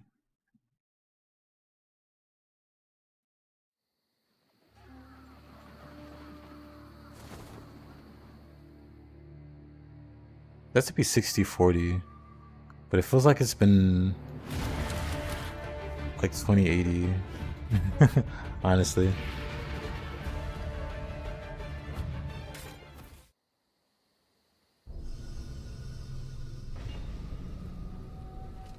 I'll lower the boss frequency.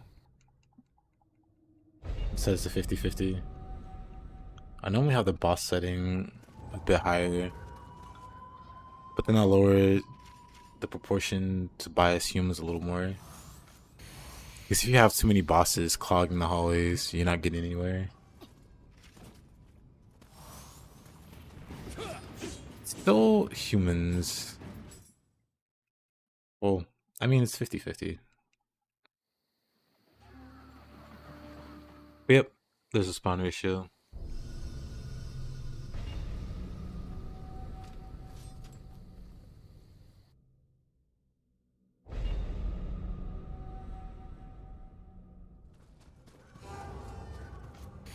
Watch it still be a human. Crazy. Really, the game's just being biased at this point. Look at this guy. This loser. Let me try one more time. Which generally harder to fight? I think it depends on your playstyle. For me, it doesn't matter. I think I have fun in fighting humans, though.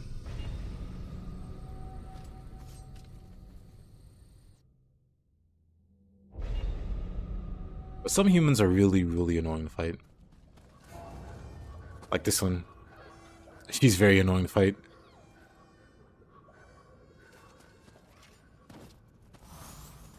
Hanzo again.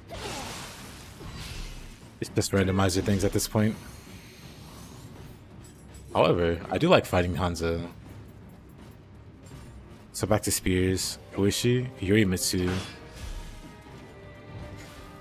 Raiko. AKA Raiko, I guess. Get her off the screen. She's too pure for Farseer. Oh, that's not a spear at all.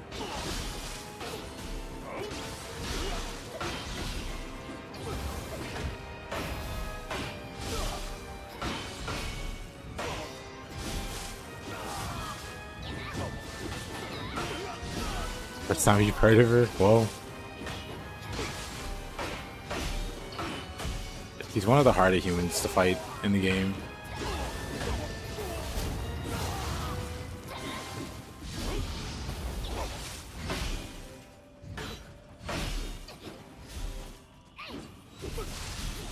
It's going a lot better than before, also.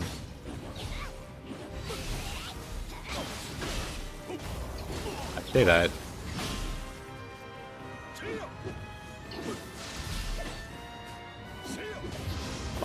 Of course.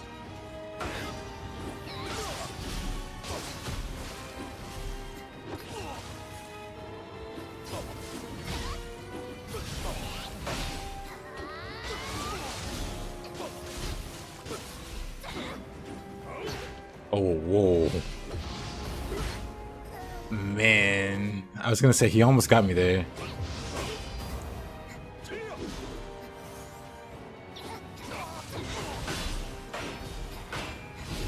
It's no longer going better than before.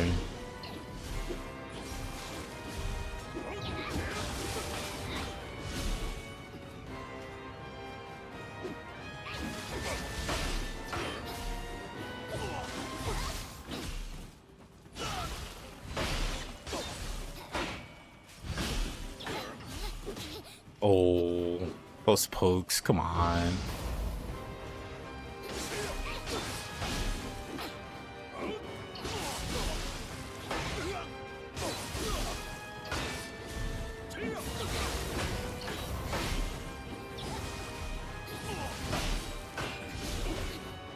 Every time. He just dodges past me. Oop. Whoa, whoa, whoa. I didn't mean to do that. I just meant to grab this guy. Get him, Catman.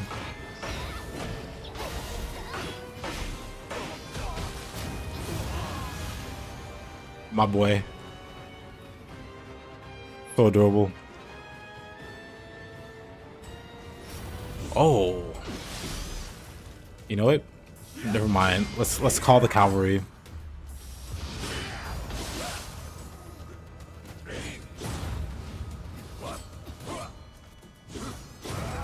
If you played Nioh 1 and you did the DLC, you might recognize this guy's moveset.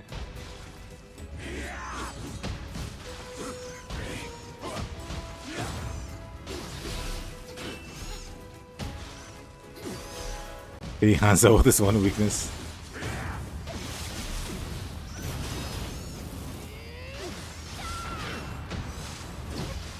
that's gonna hurt.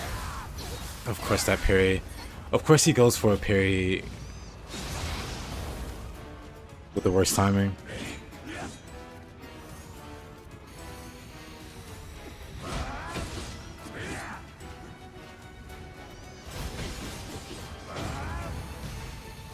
I think I wanna go Tonfa's.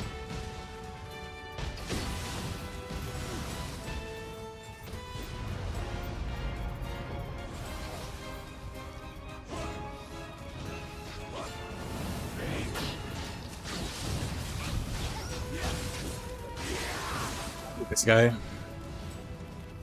Like 1 second he's neutral, and then the next second he's just a blender.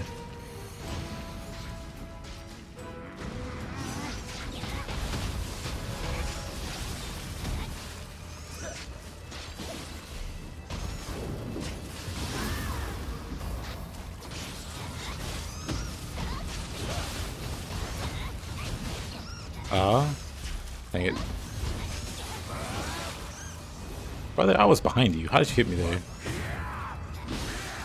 Alright.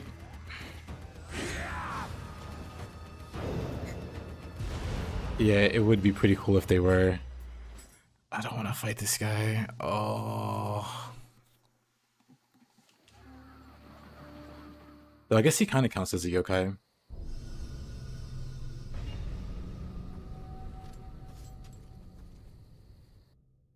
He kind of counts.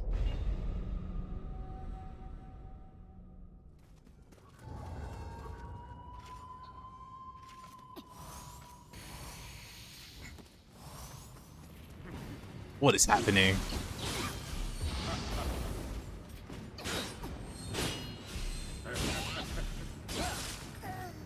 I swear I have it 50-50 for the yokai. We still haven't really seen a proper yokai. I don't know what's going on.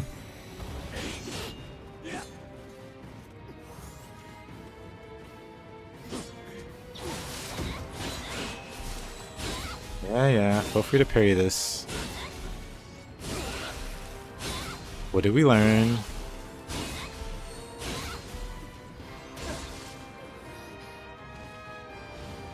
Yokai evolve from humans, therefore I'm not here for your... Actually, let me swap.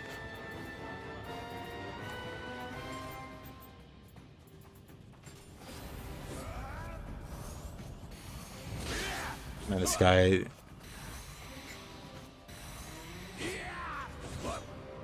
Yeah, Tokishiro.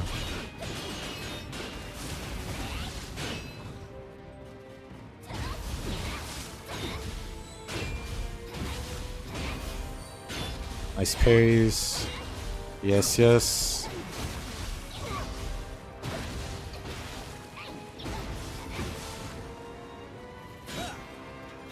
Can I do fire damage to him, actually? If he's gonna turtle this much...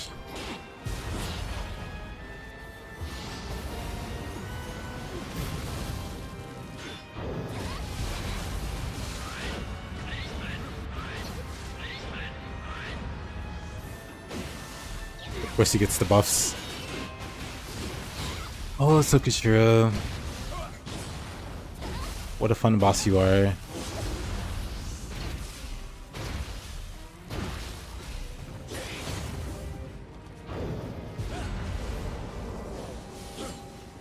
I am.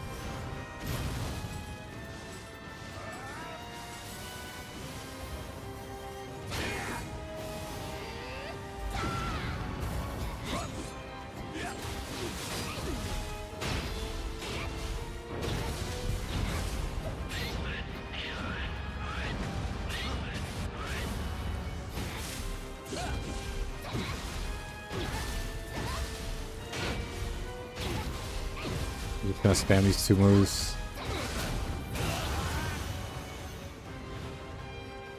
He's a solid 0 indeed. Yeah, this boss likes to spam. Oh my god. Well, this is a yokai. It's one of the most annoying ones though.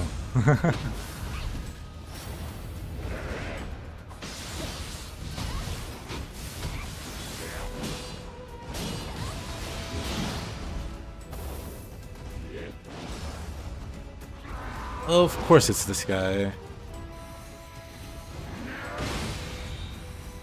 The randomizer has just decided to throw the worst combinations at me.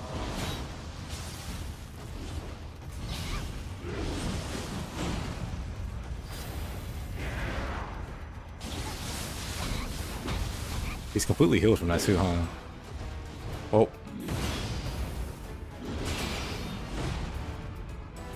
Cats it is.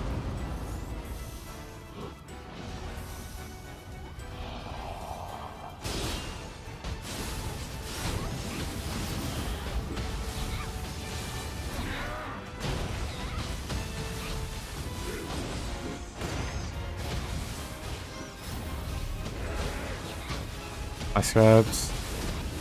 Hey Marcia, welcome back. Heroes is gone.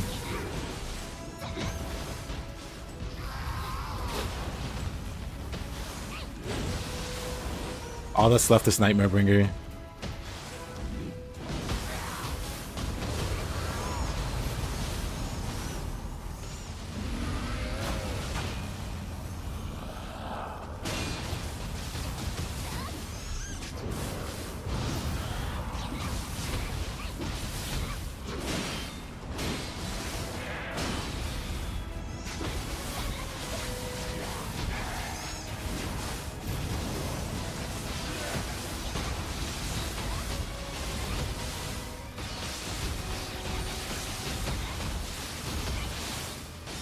I suddenly can't do Beyond Infinity.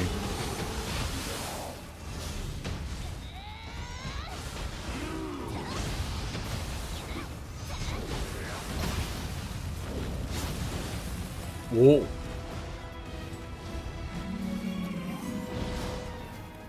Interesting.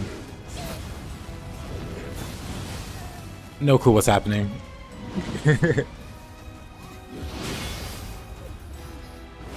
I'm just dying in a loop now. What? I died in a loop long enough to lose all the cats.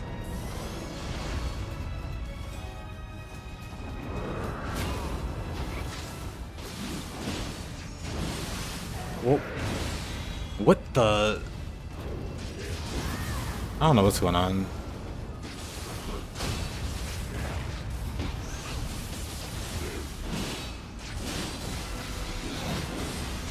Cool.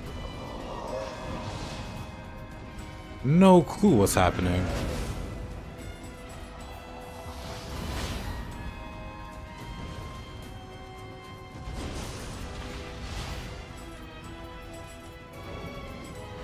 That's gonna hurt. That's gonna kill me. The boss is so big I can't see some of his attacks. He's easily one of the most annoying things to spawn here. I'm kind of annoyed that he's the boss that spawned out of every yokai that could have spawned. I'm rerolling again. Alrighty, Marcel. Probably Kenshin Uesugi. Are we talking about the mysterious? Wait, not. What was the? I can't remember the title. Something Samurai X.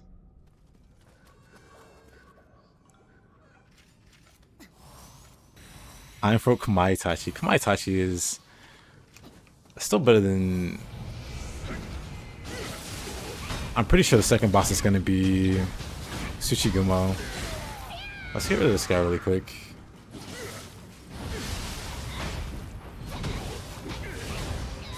I actually don't mind this guy.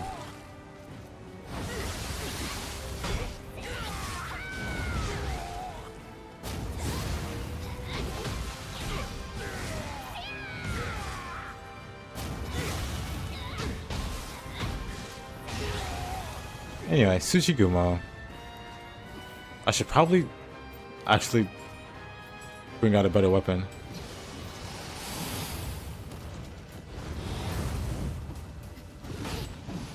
Wasn't ready. Didn't think he'd spawn on top of me.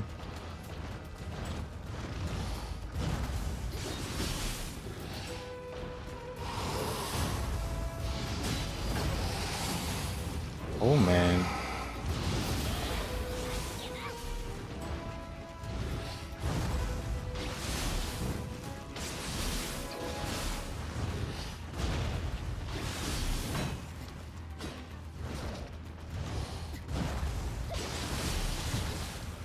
I heard.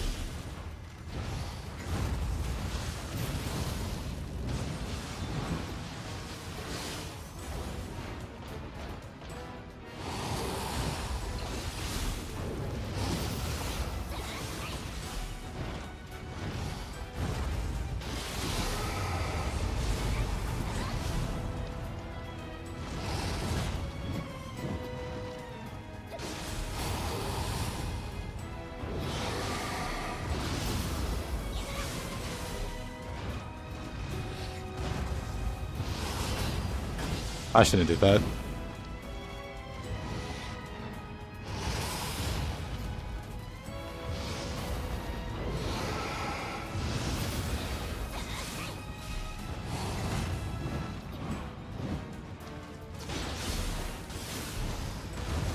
Oh, really?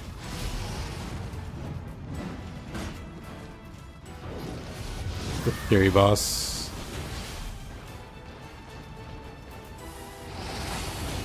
I still rather fight him over Nightmare Bringer. Oh, really? Might be dead here. I'm fine. He didn't do the full combo for whatever reason.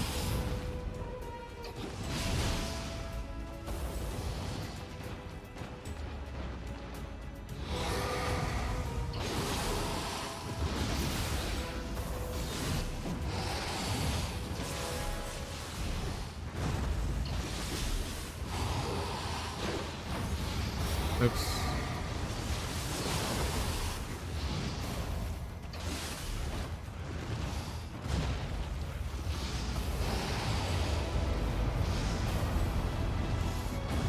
This is one of the scarier bosses.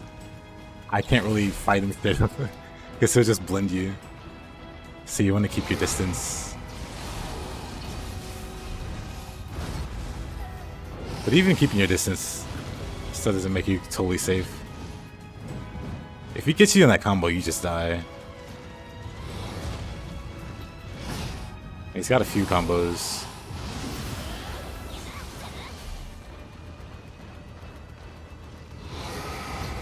Oh, I didn't dodge enough.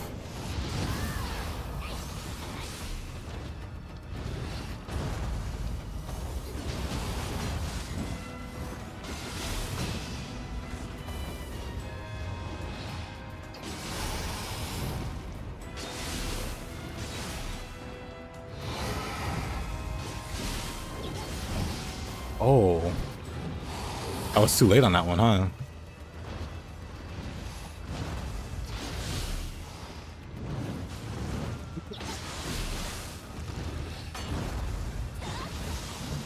Of course.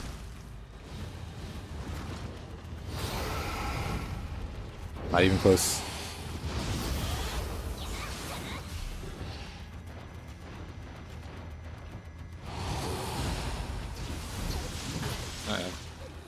Of course.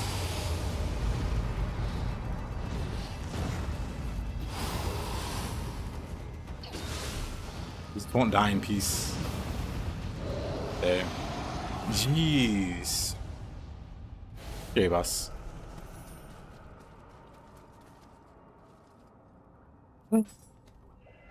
Moving on. Nobunaga.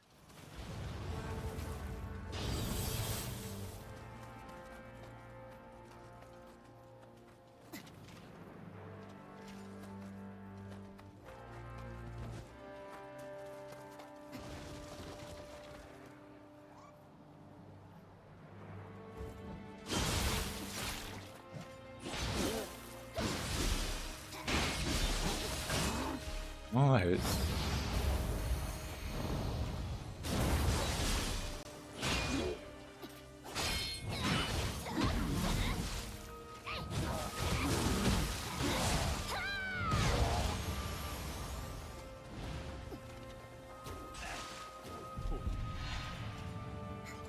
Oh, what a parry. What a parry.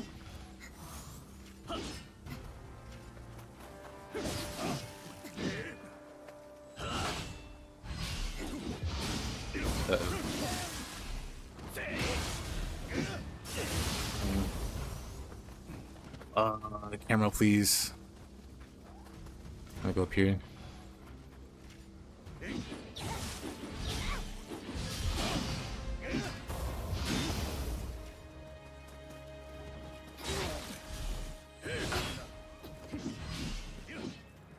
PvE1's always rough. I hate that I missed all those parries.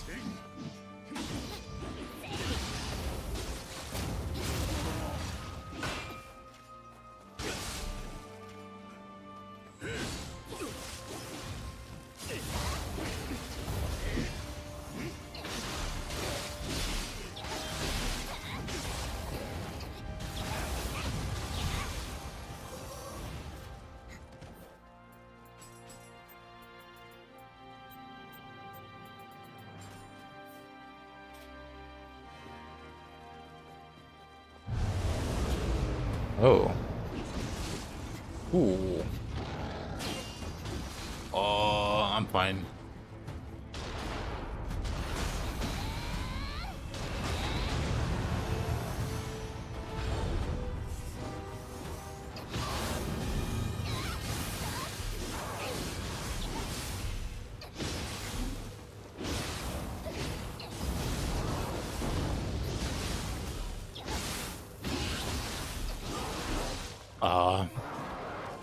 That's a little too early.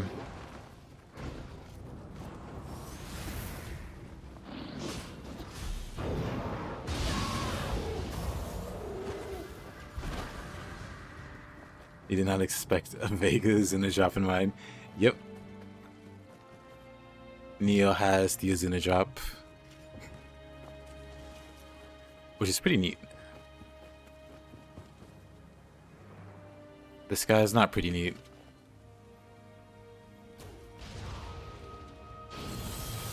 There's another one too.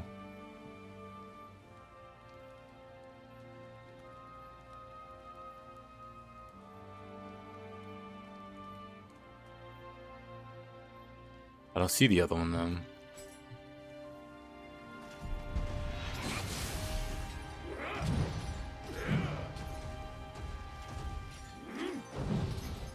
Time to run.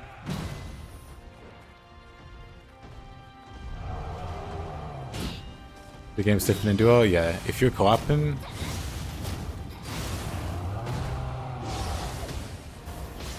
in the expedition mode, it's like extra spawns. Oh, that's the second one. What the he does his hair? I think he self-styles. Was like the hammer health? I think so.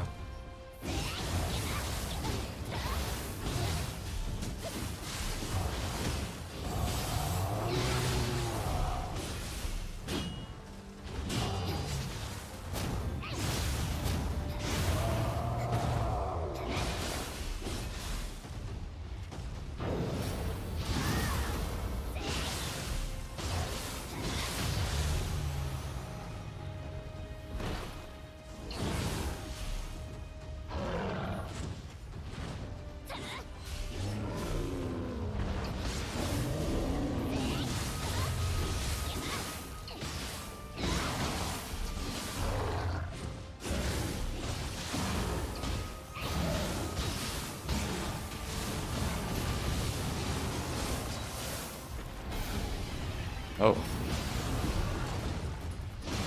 You know what? I didn't notice that smoke.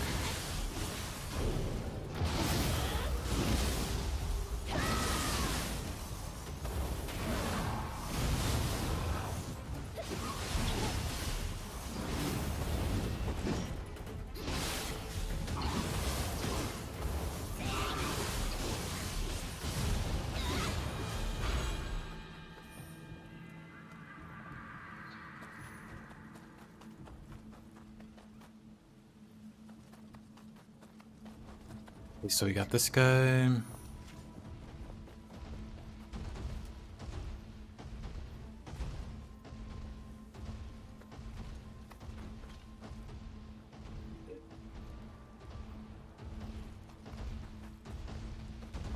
I don't like that. Well,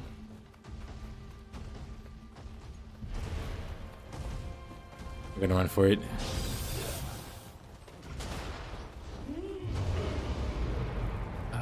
Let's just open the door. What's behind the door? A giant spider. Okay, nothing chased.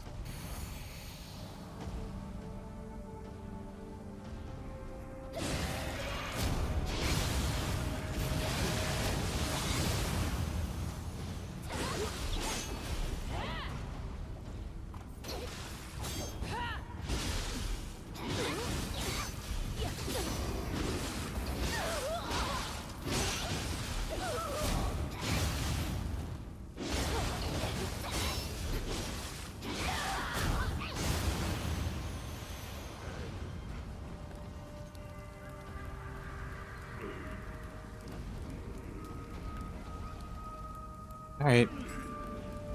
Oh no! There was still one more Kodama that I missed. Oh well. Really? This won't be anything crazy. Alright, Randomizer. What a parry.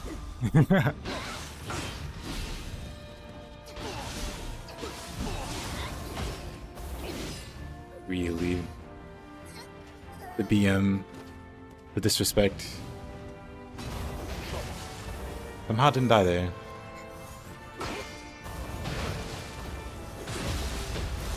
Okay. Hanzo might be better.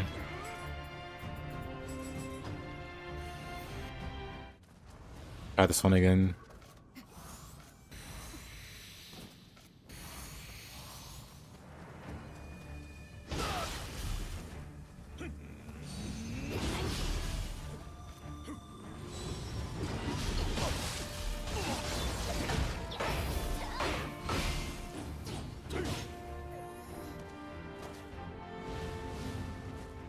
That one taps me because I don't have the defense buff, huh?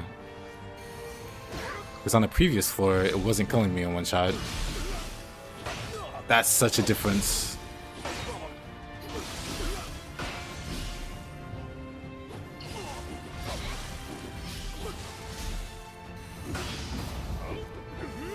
Interesting. What the...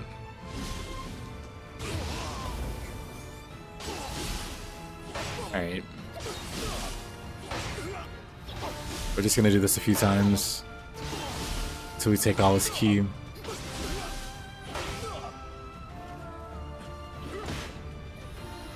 Or we just die again. Okay.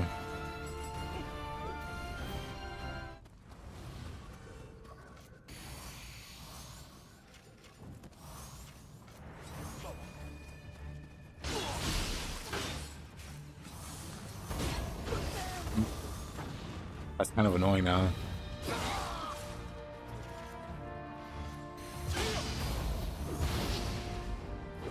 Hanzo's both different. I guess. The big difference in damage.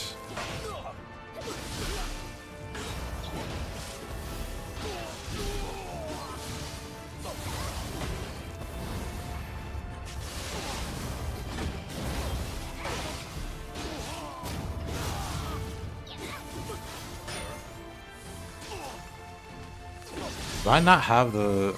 Okay, I do. I was like, do I have the chain throw for the shurikens? Because I'm still not doing it.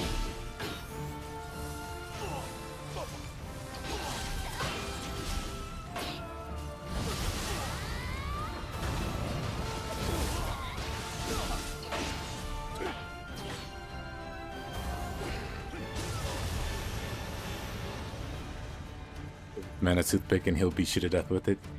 And you know what? I respect it. Anyway.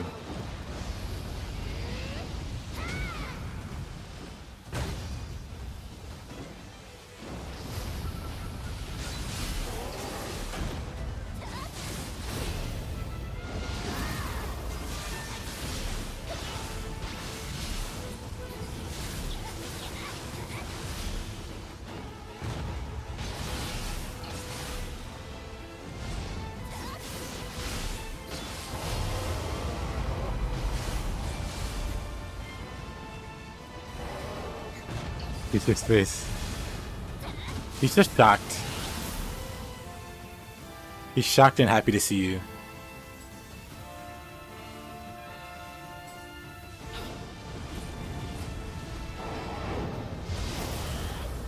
You can tell he's shocked by all the lightning around him.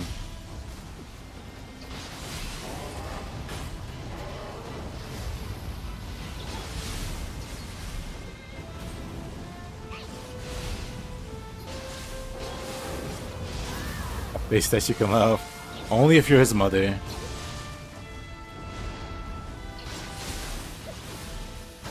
Oh, I didn't dodge that right.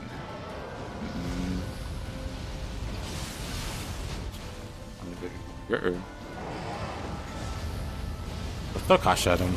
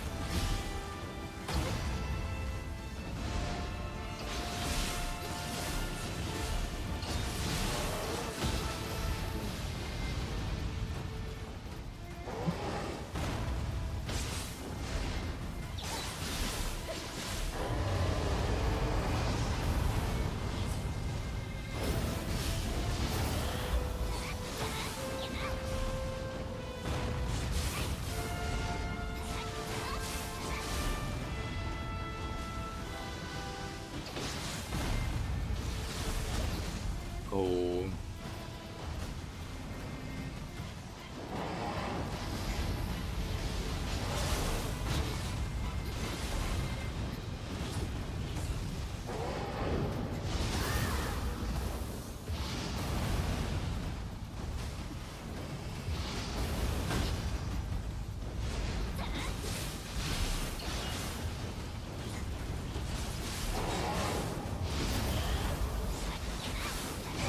Alright, you need a timeout, mister. You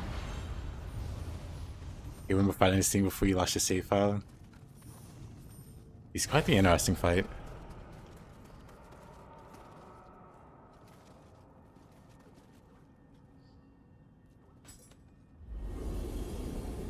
Alright, that was fun.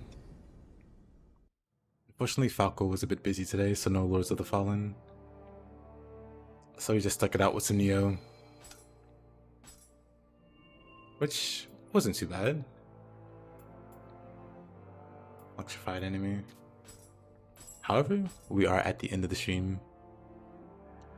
Not sure what we'll play tomorrow. We'll think about it.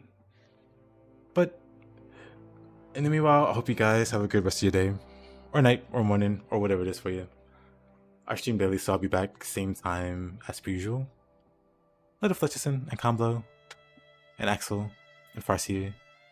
Hope you guys all have a good one. Bye bye.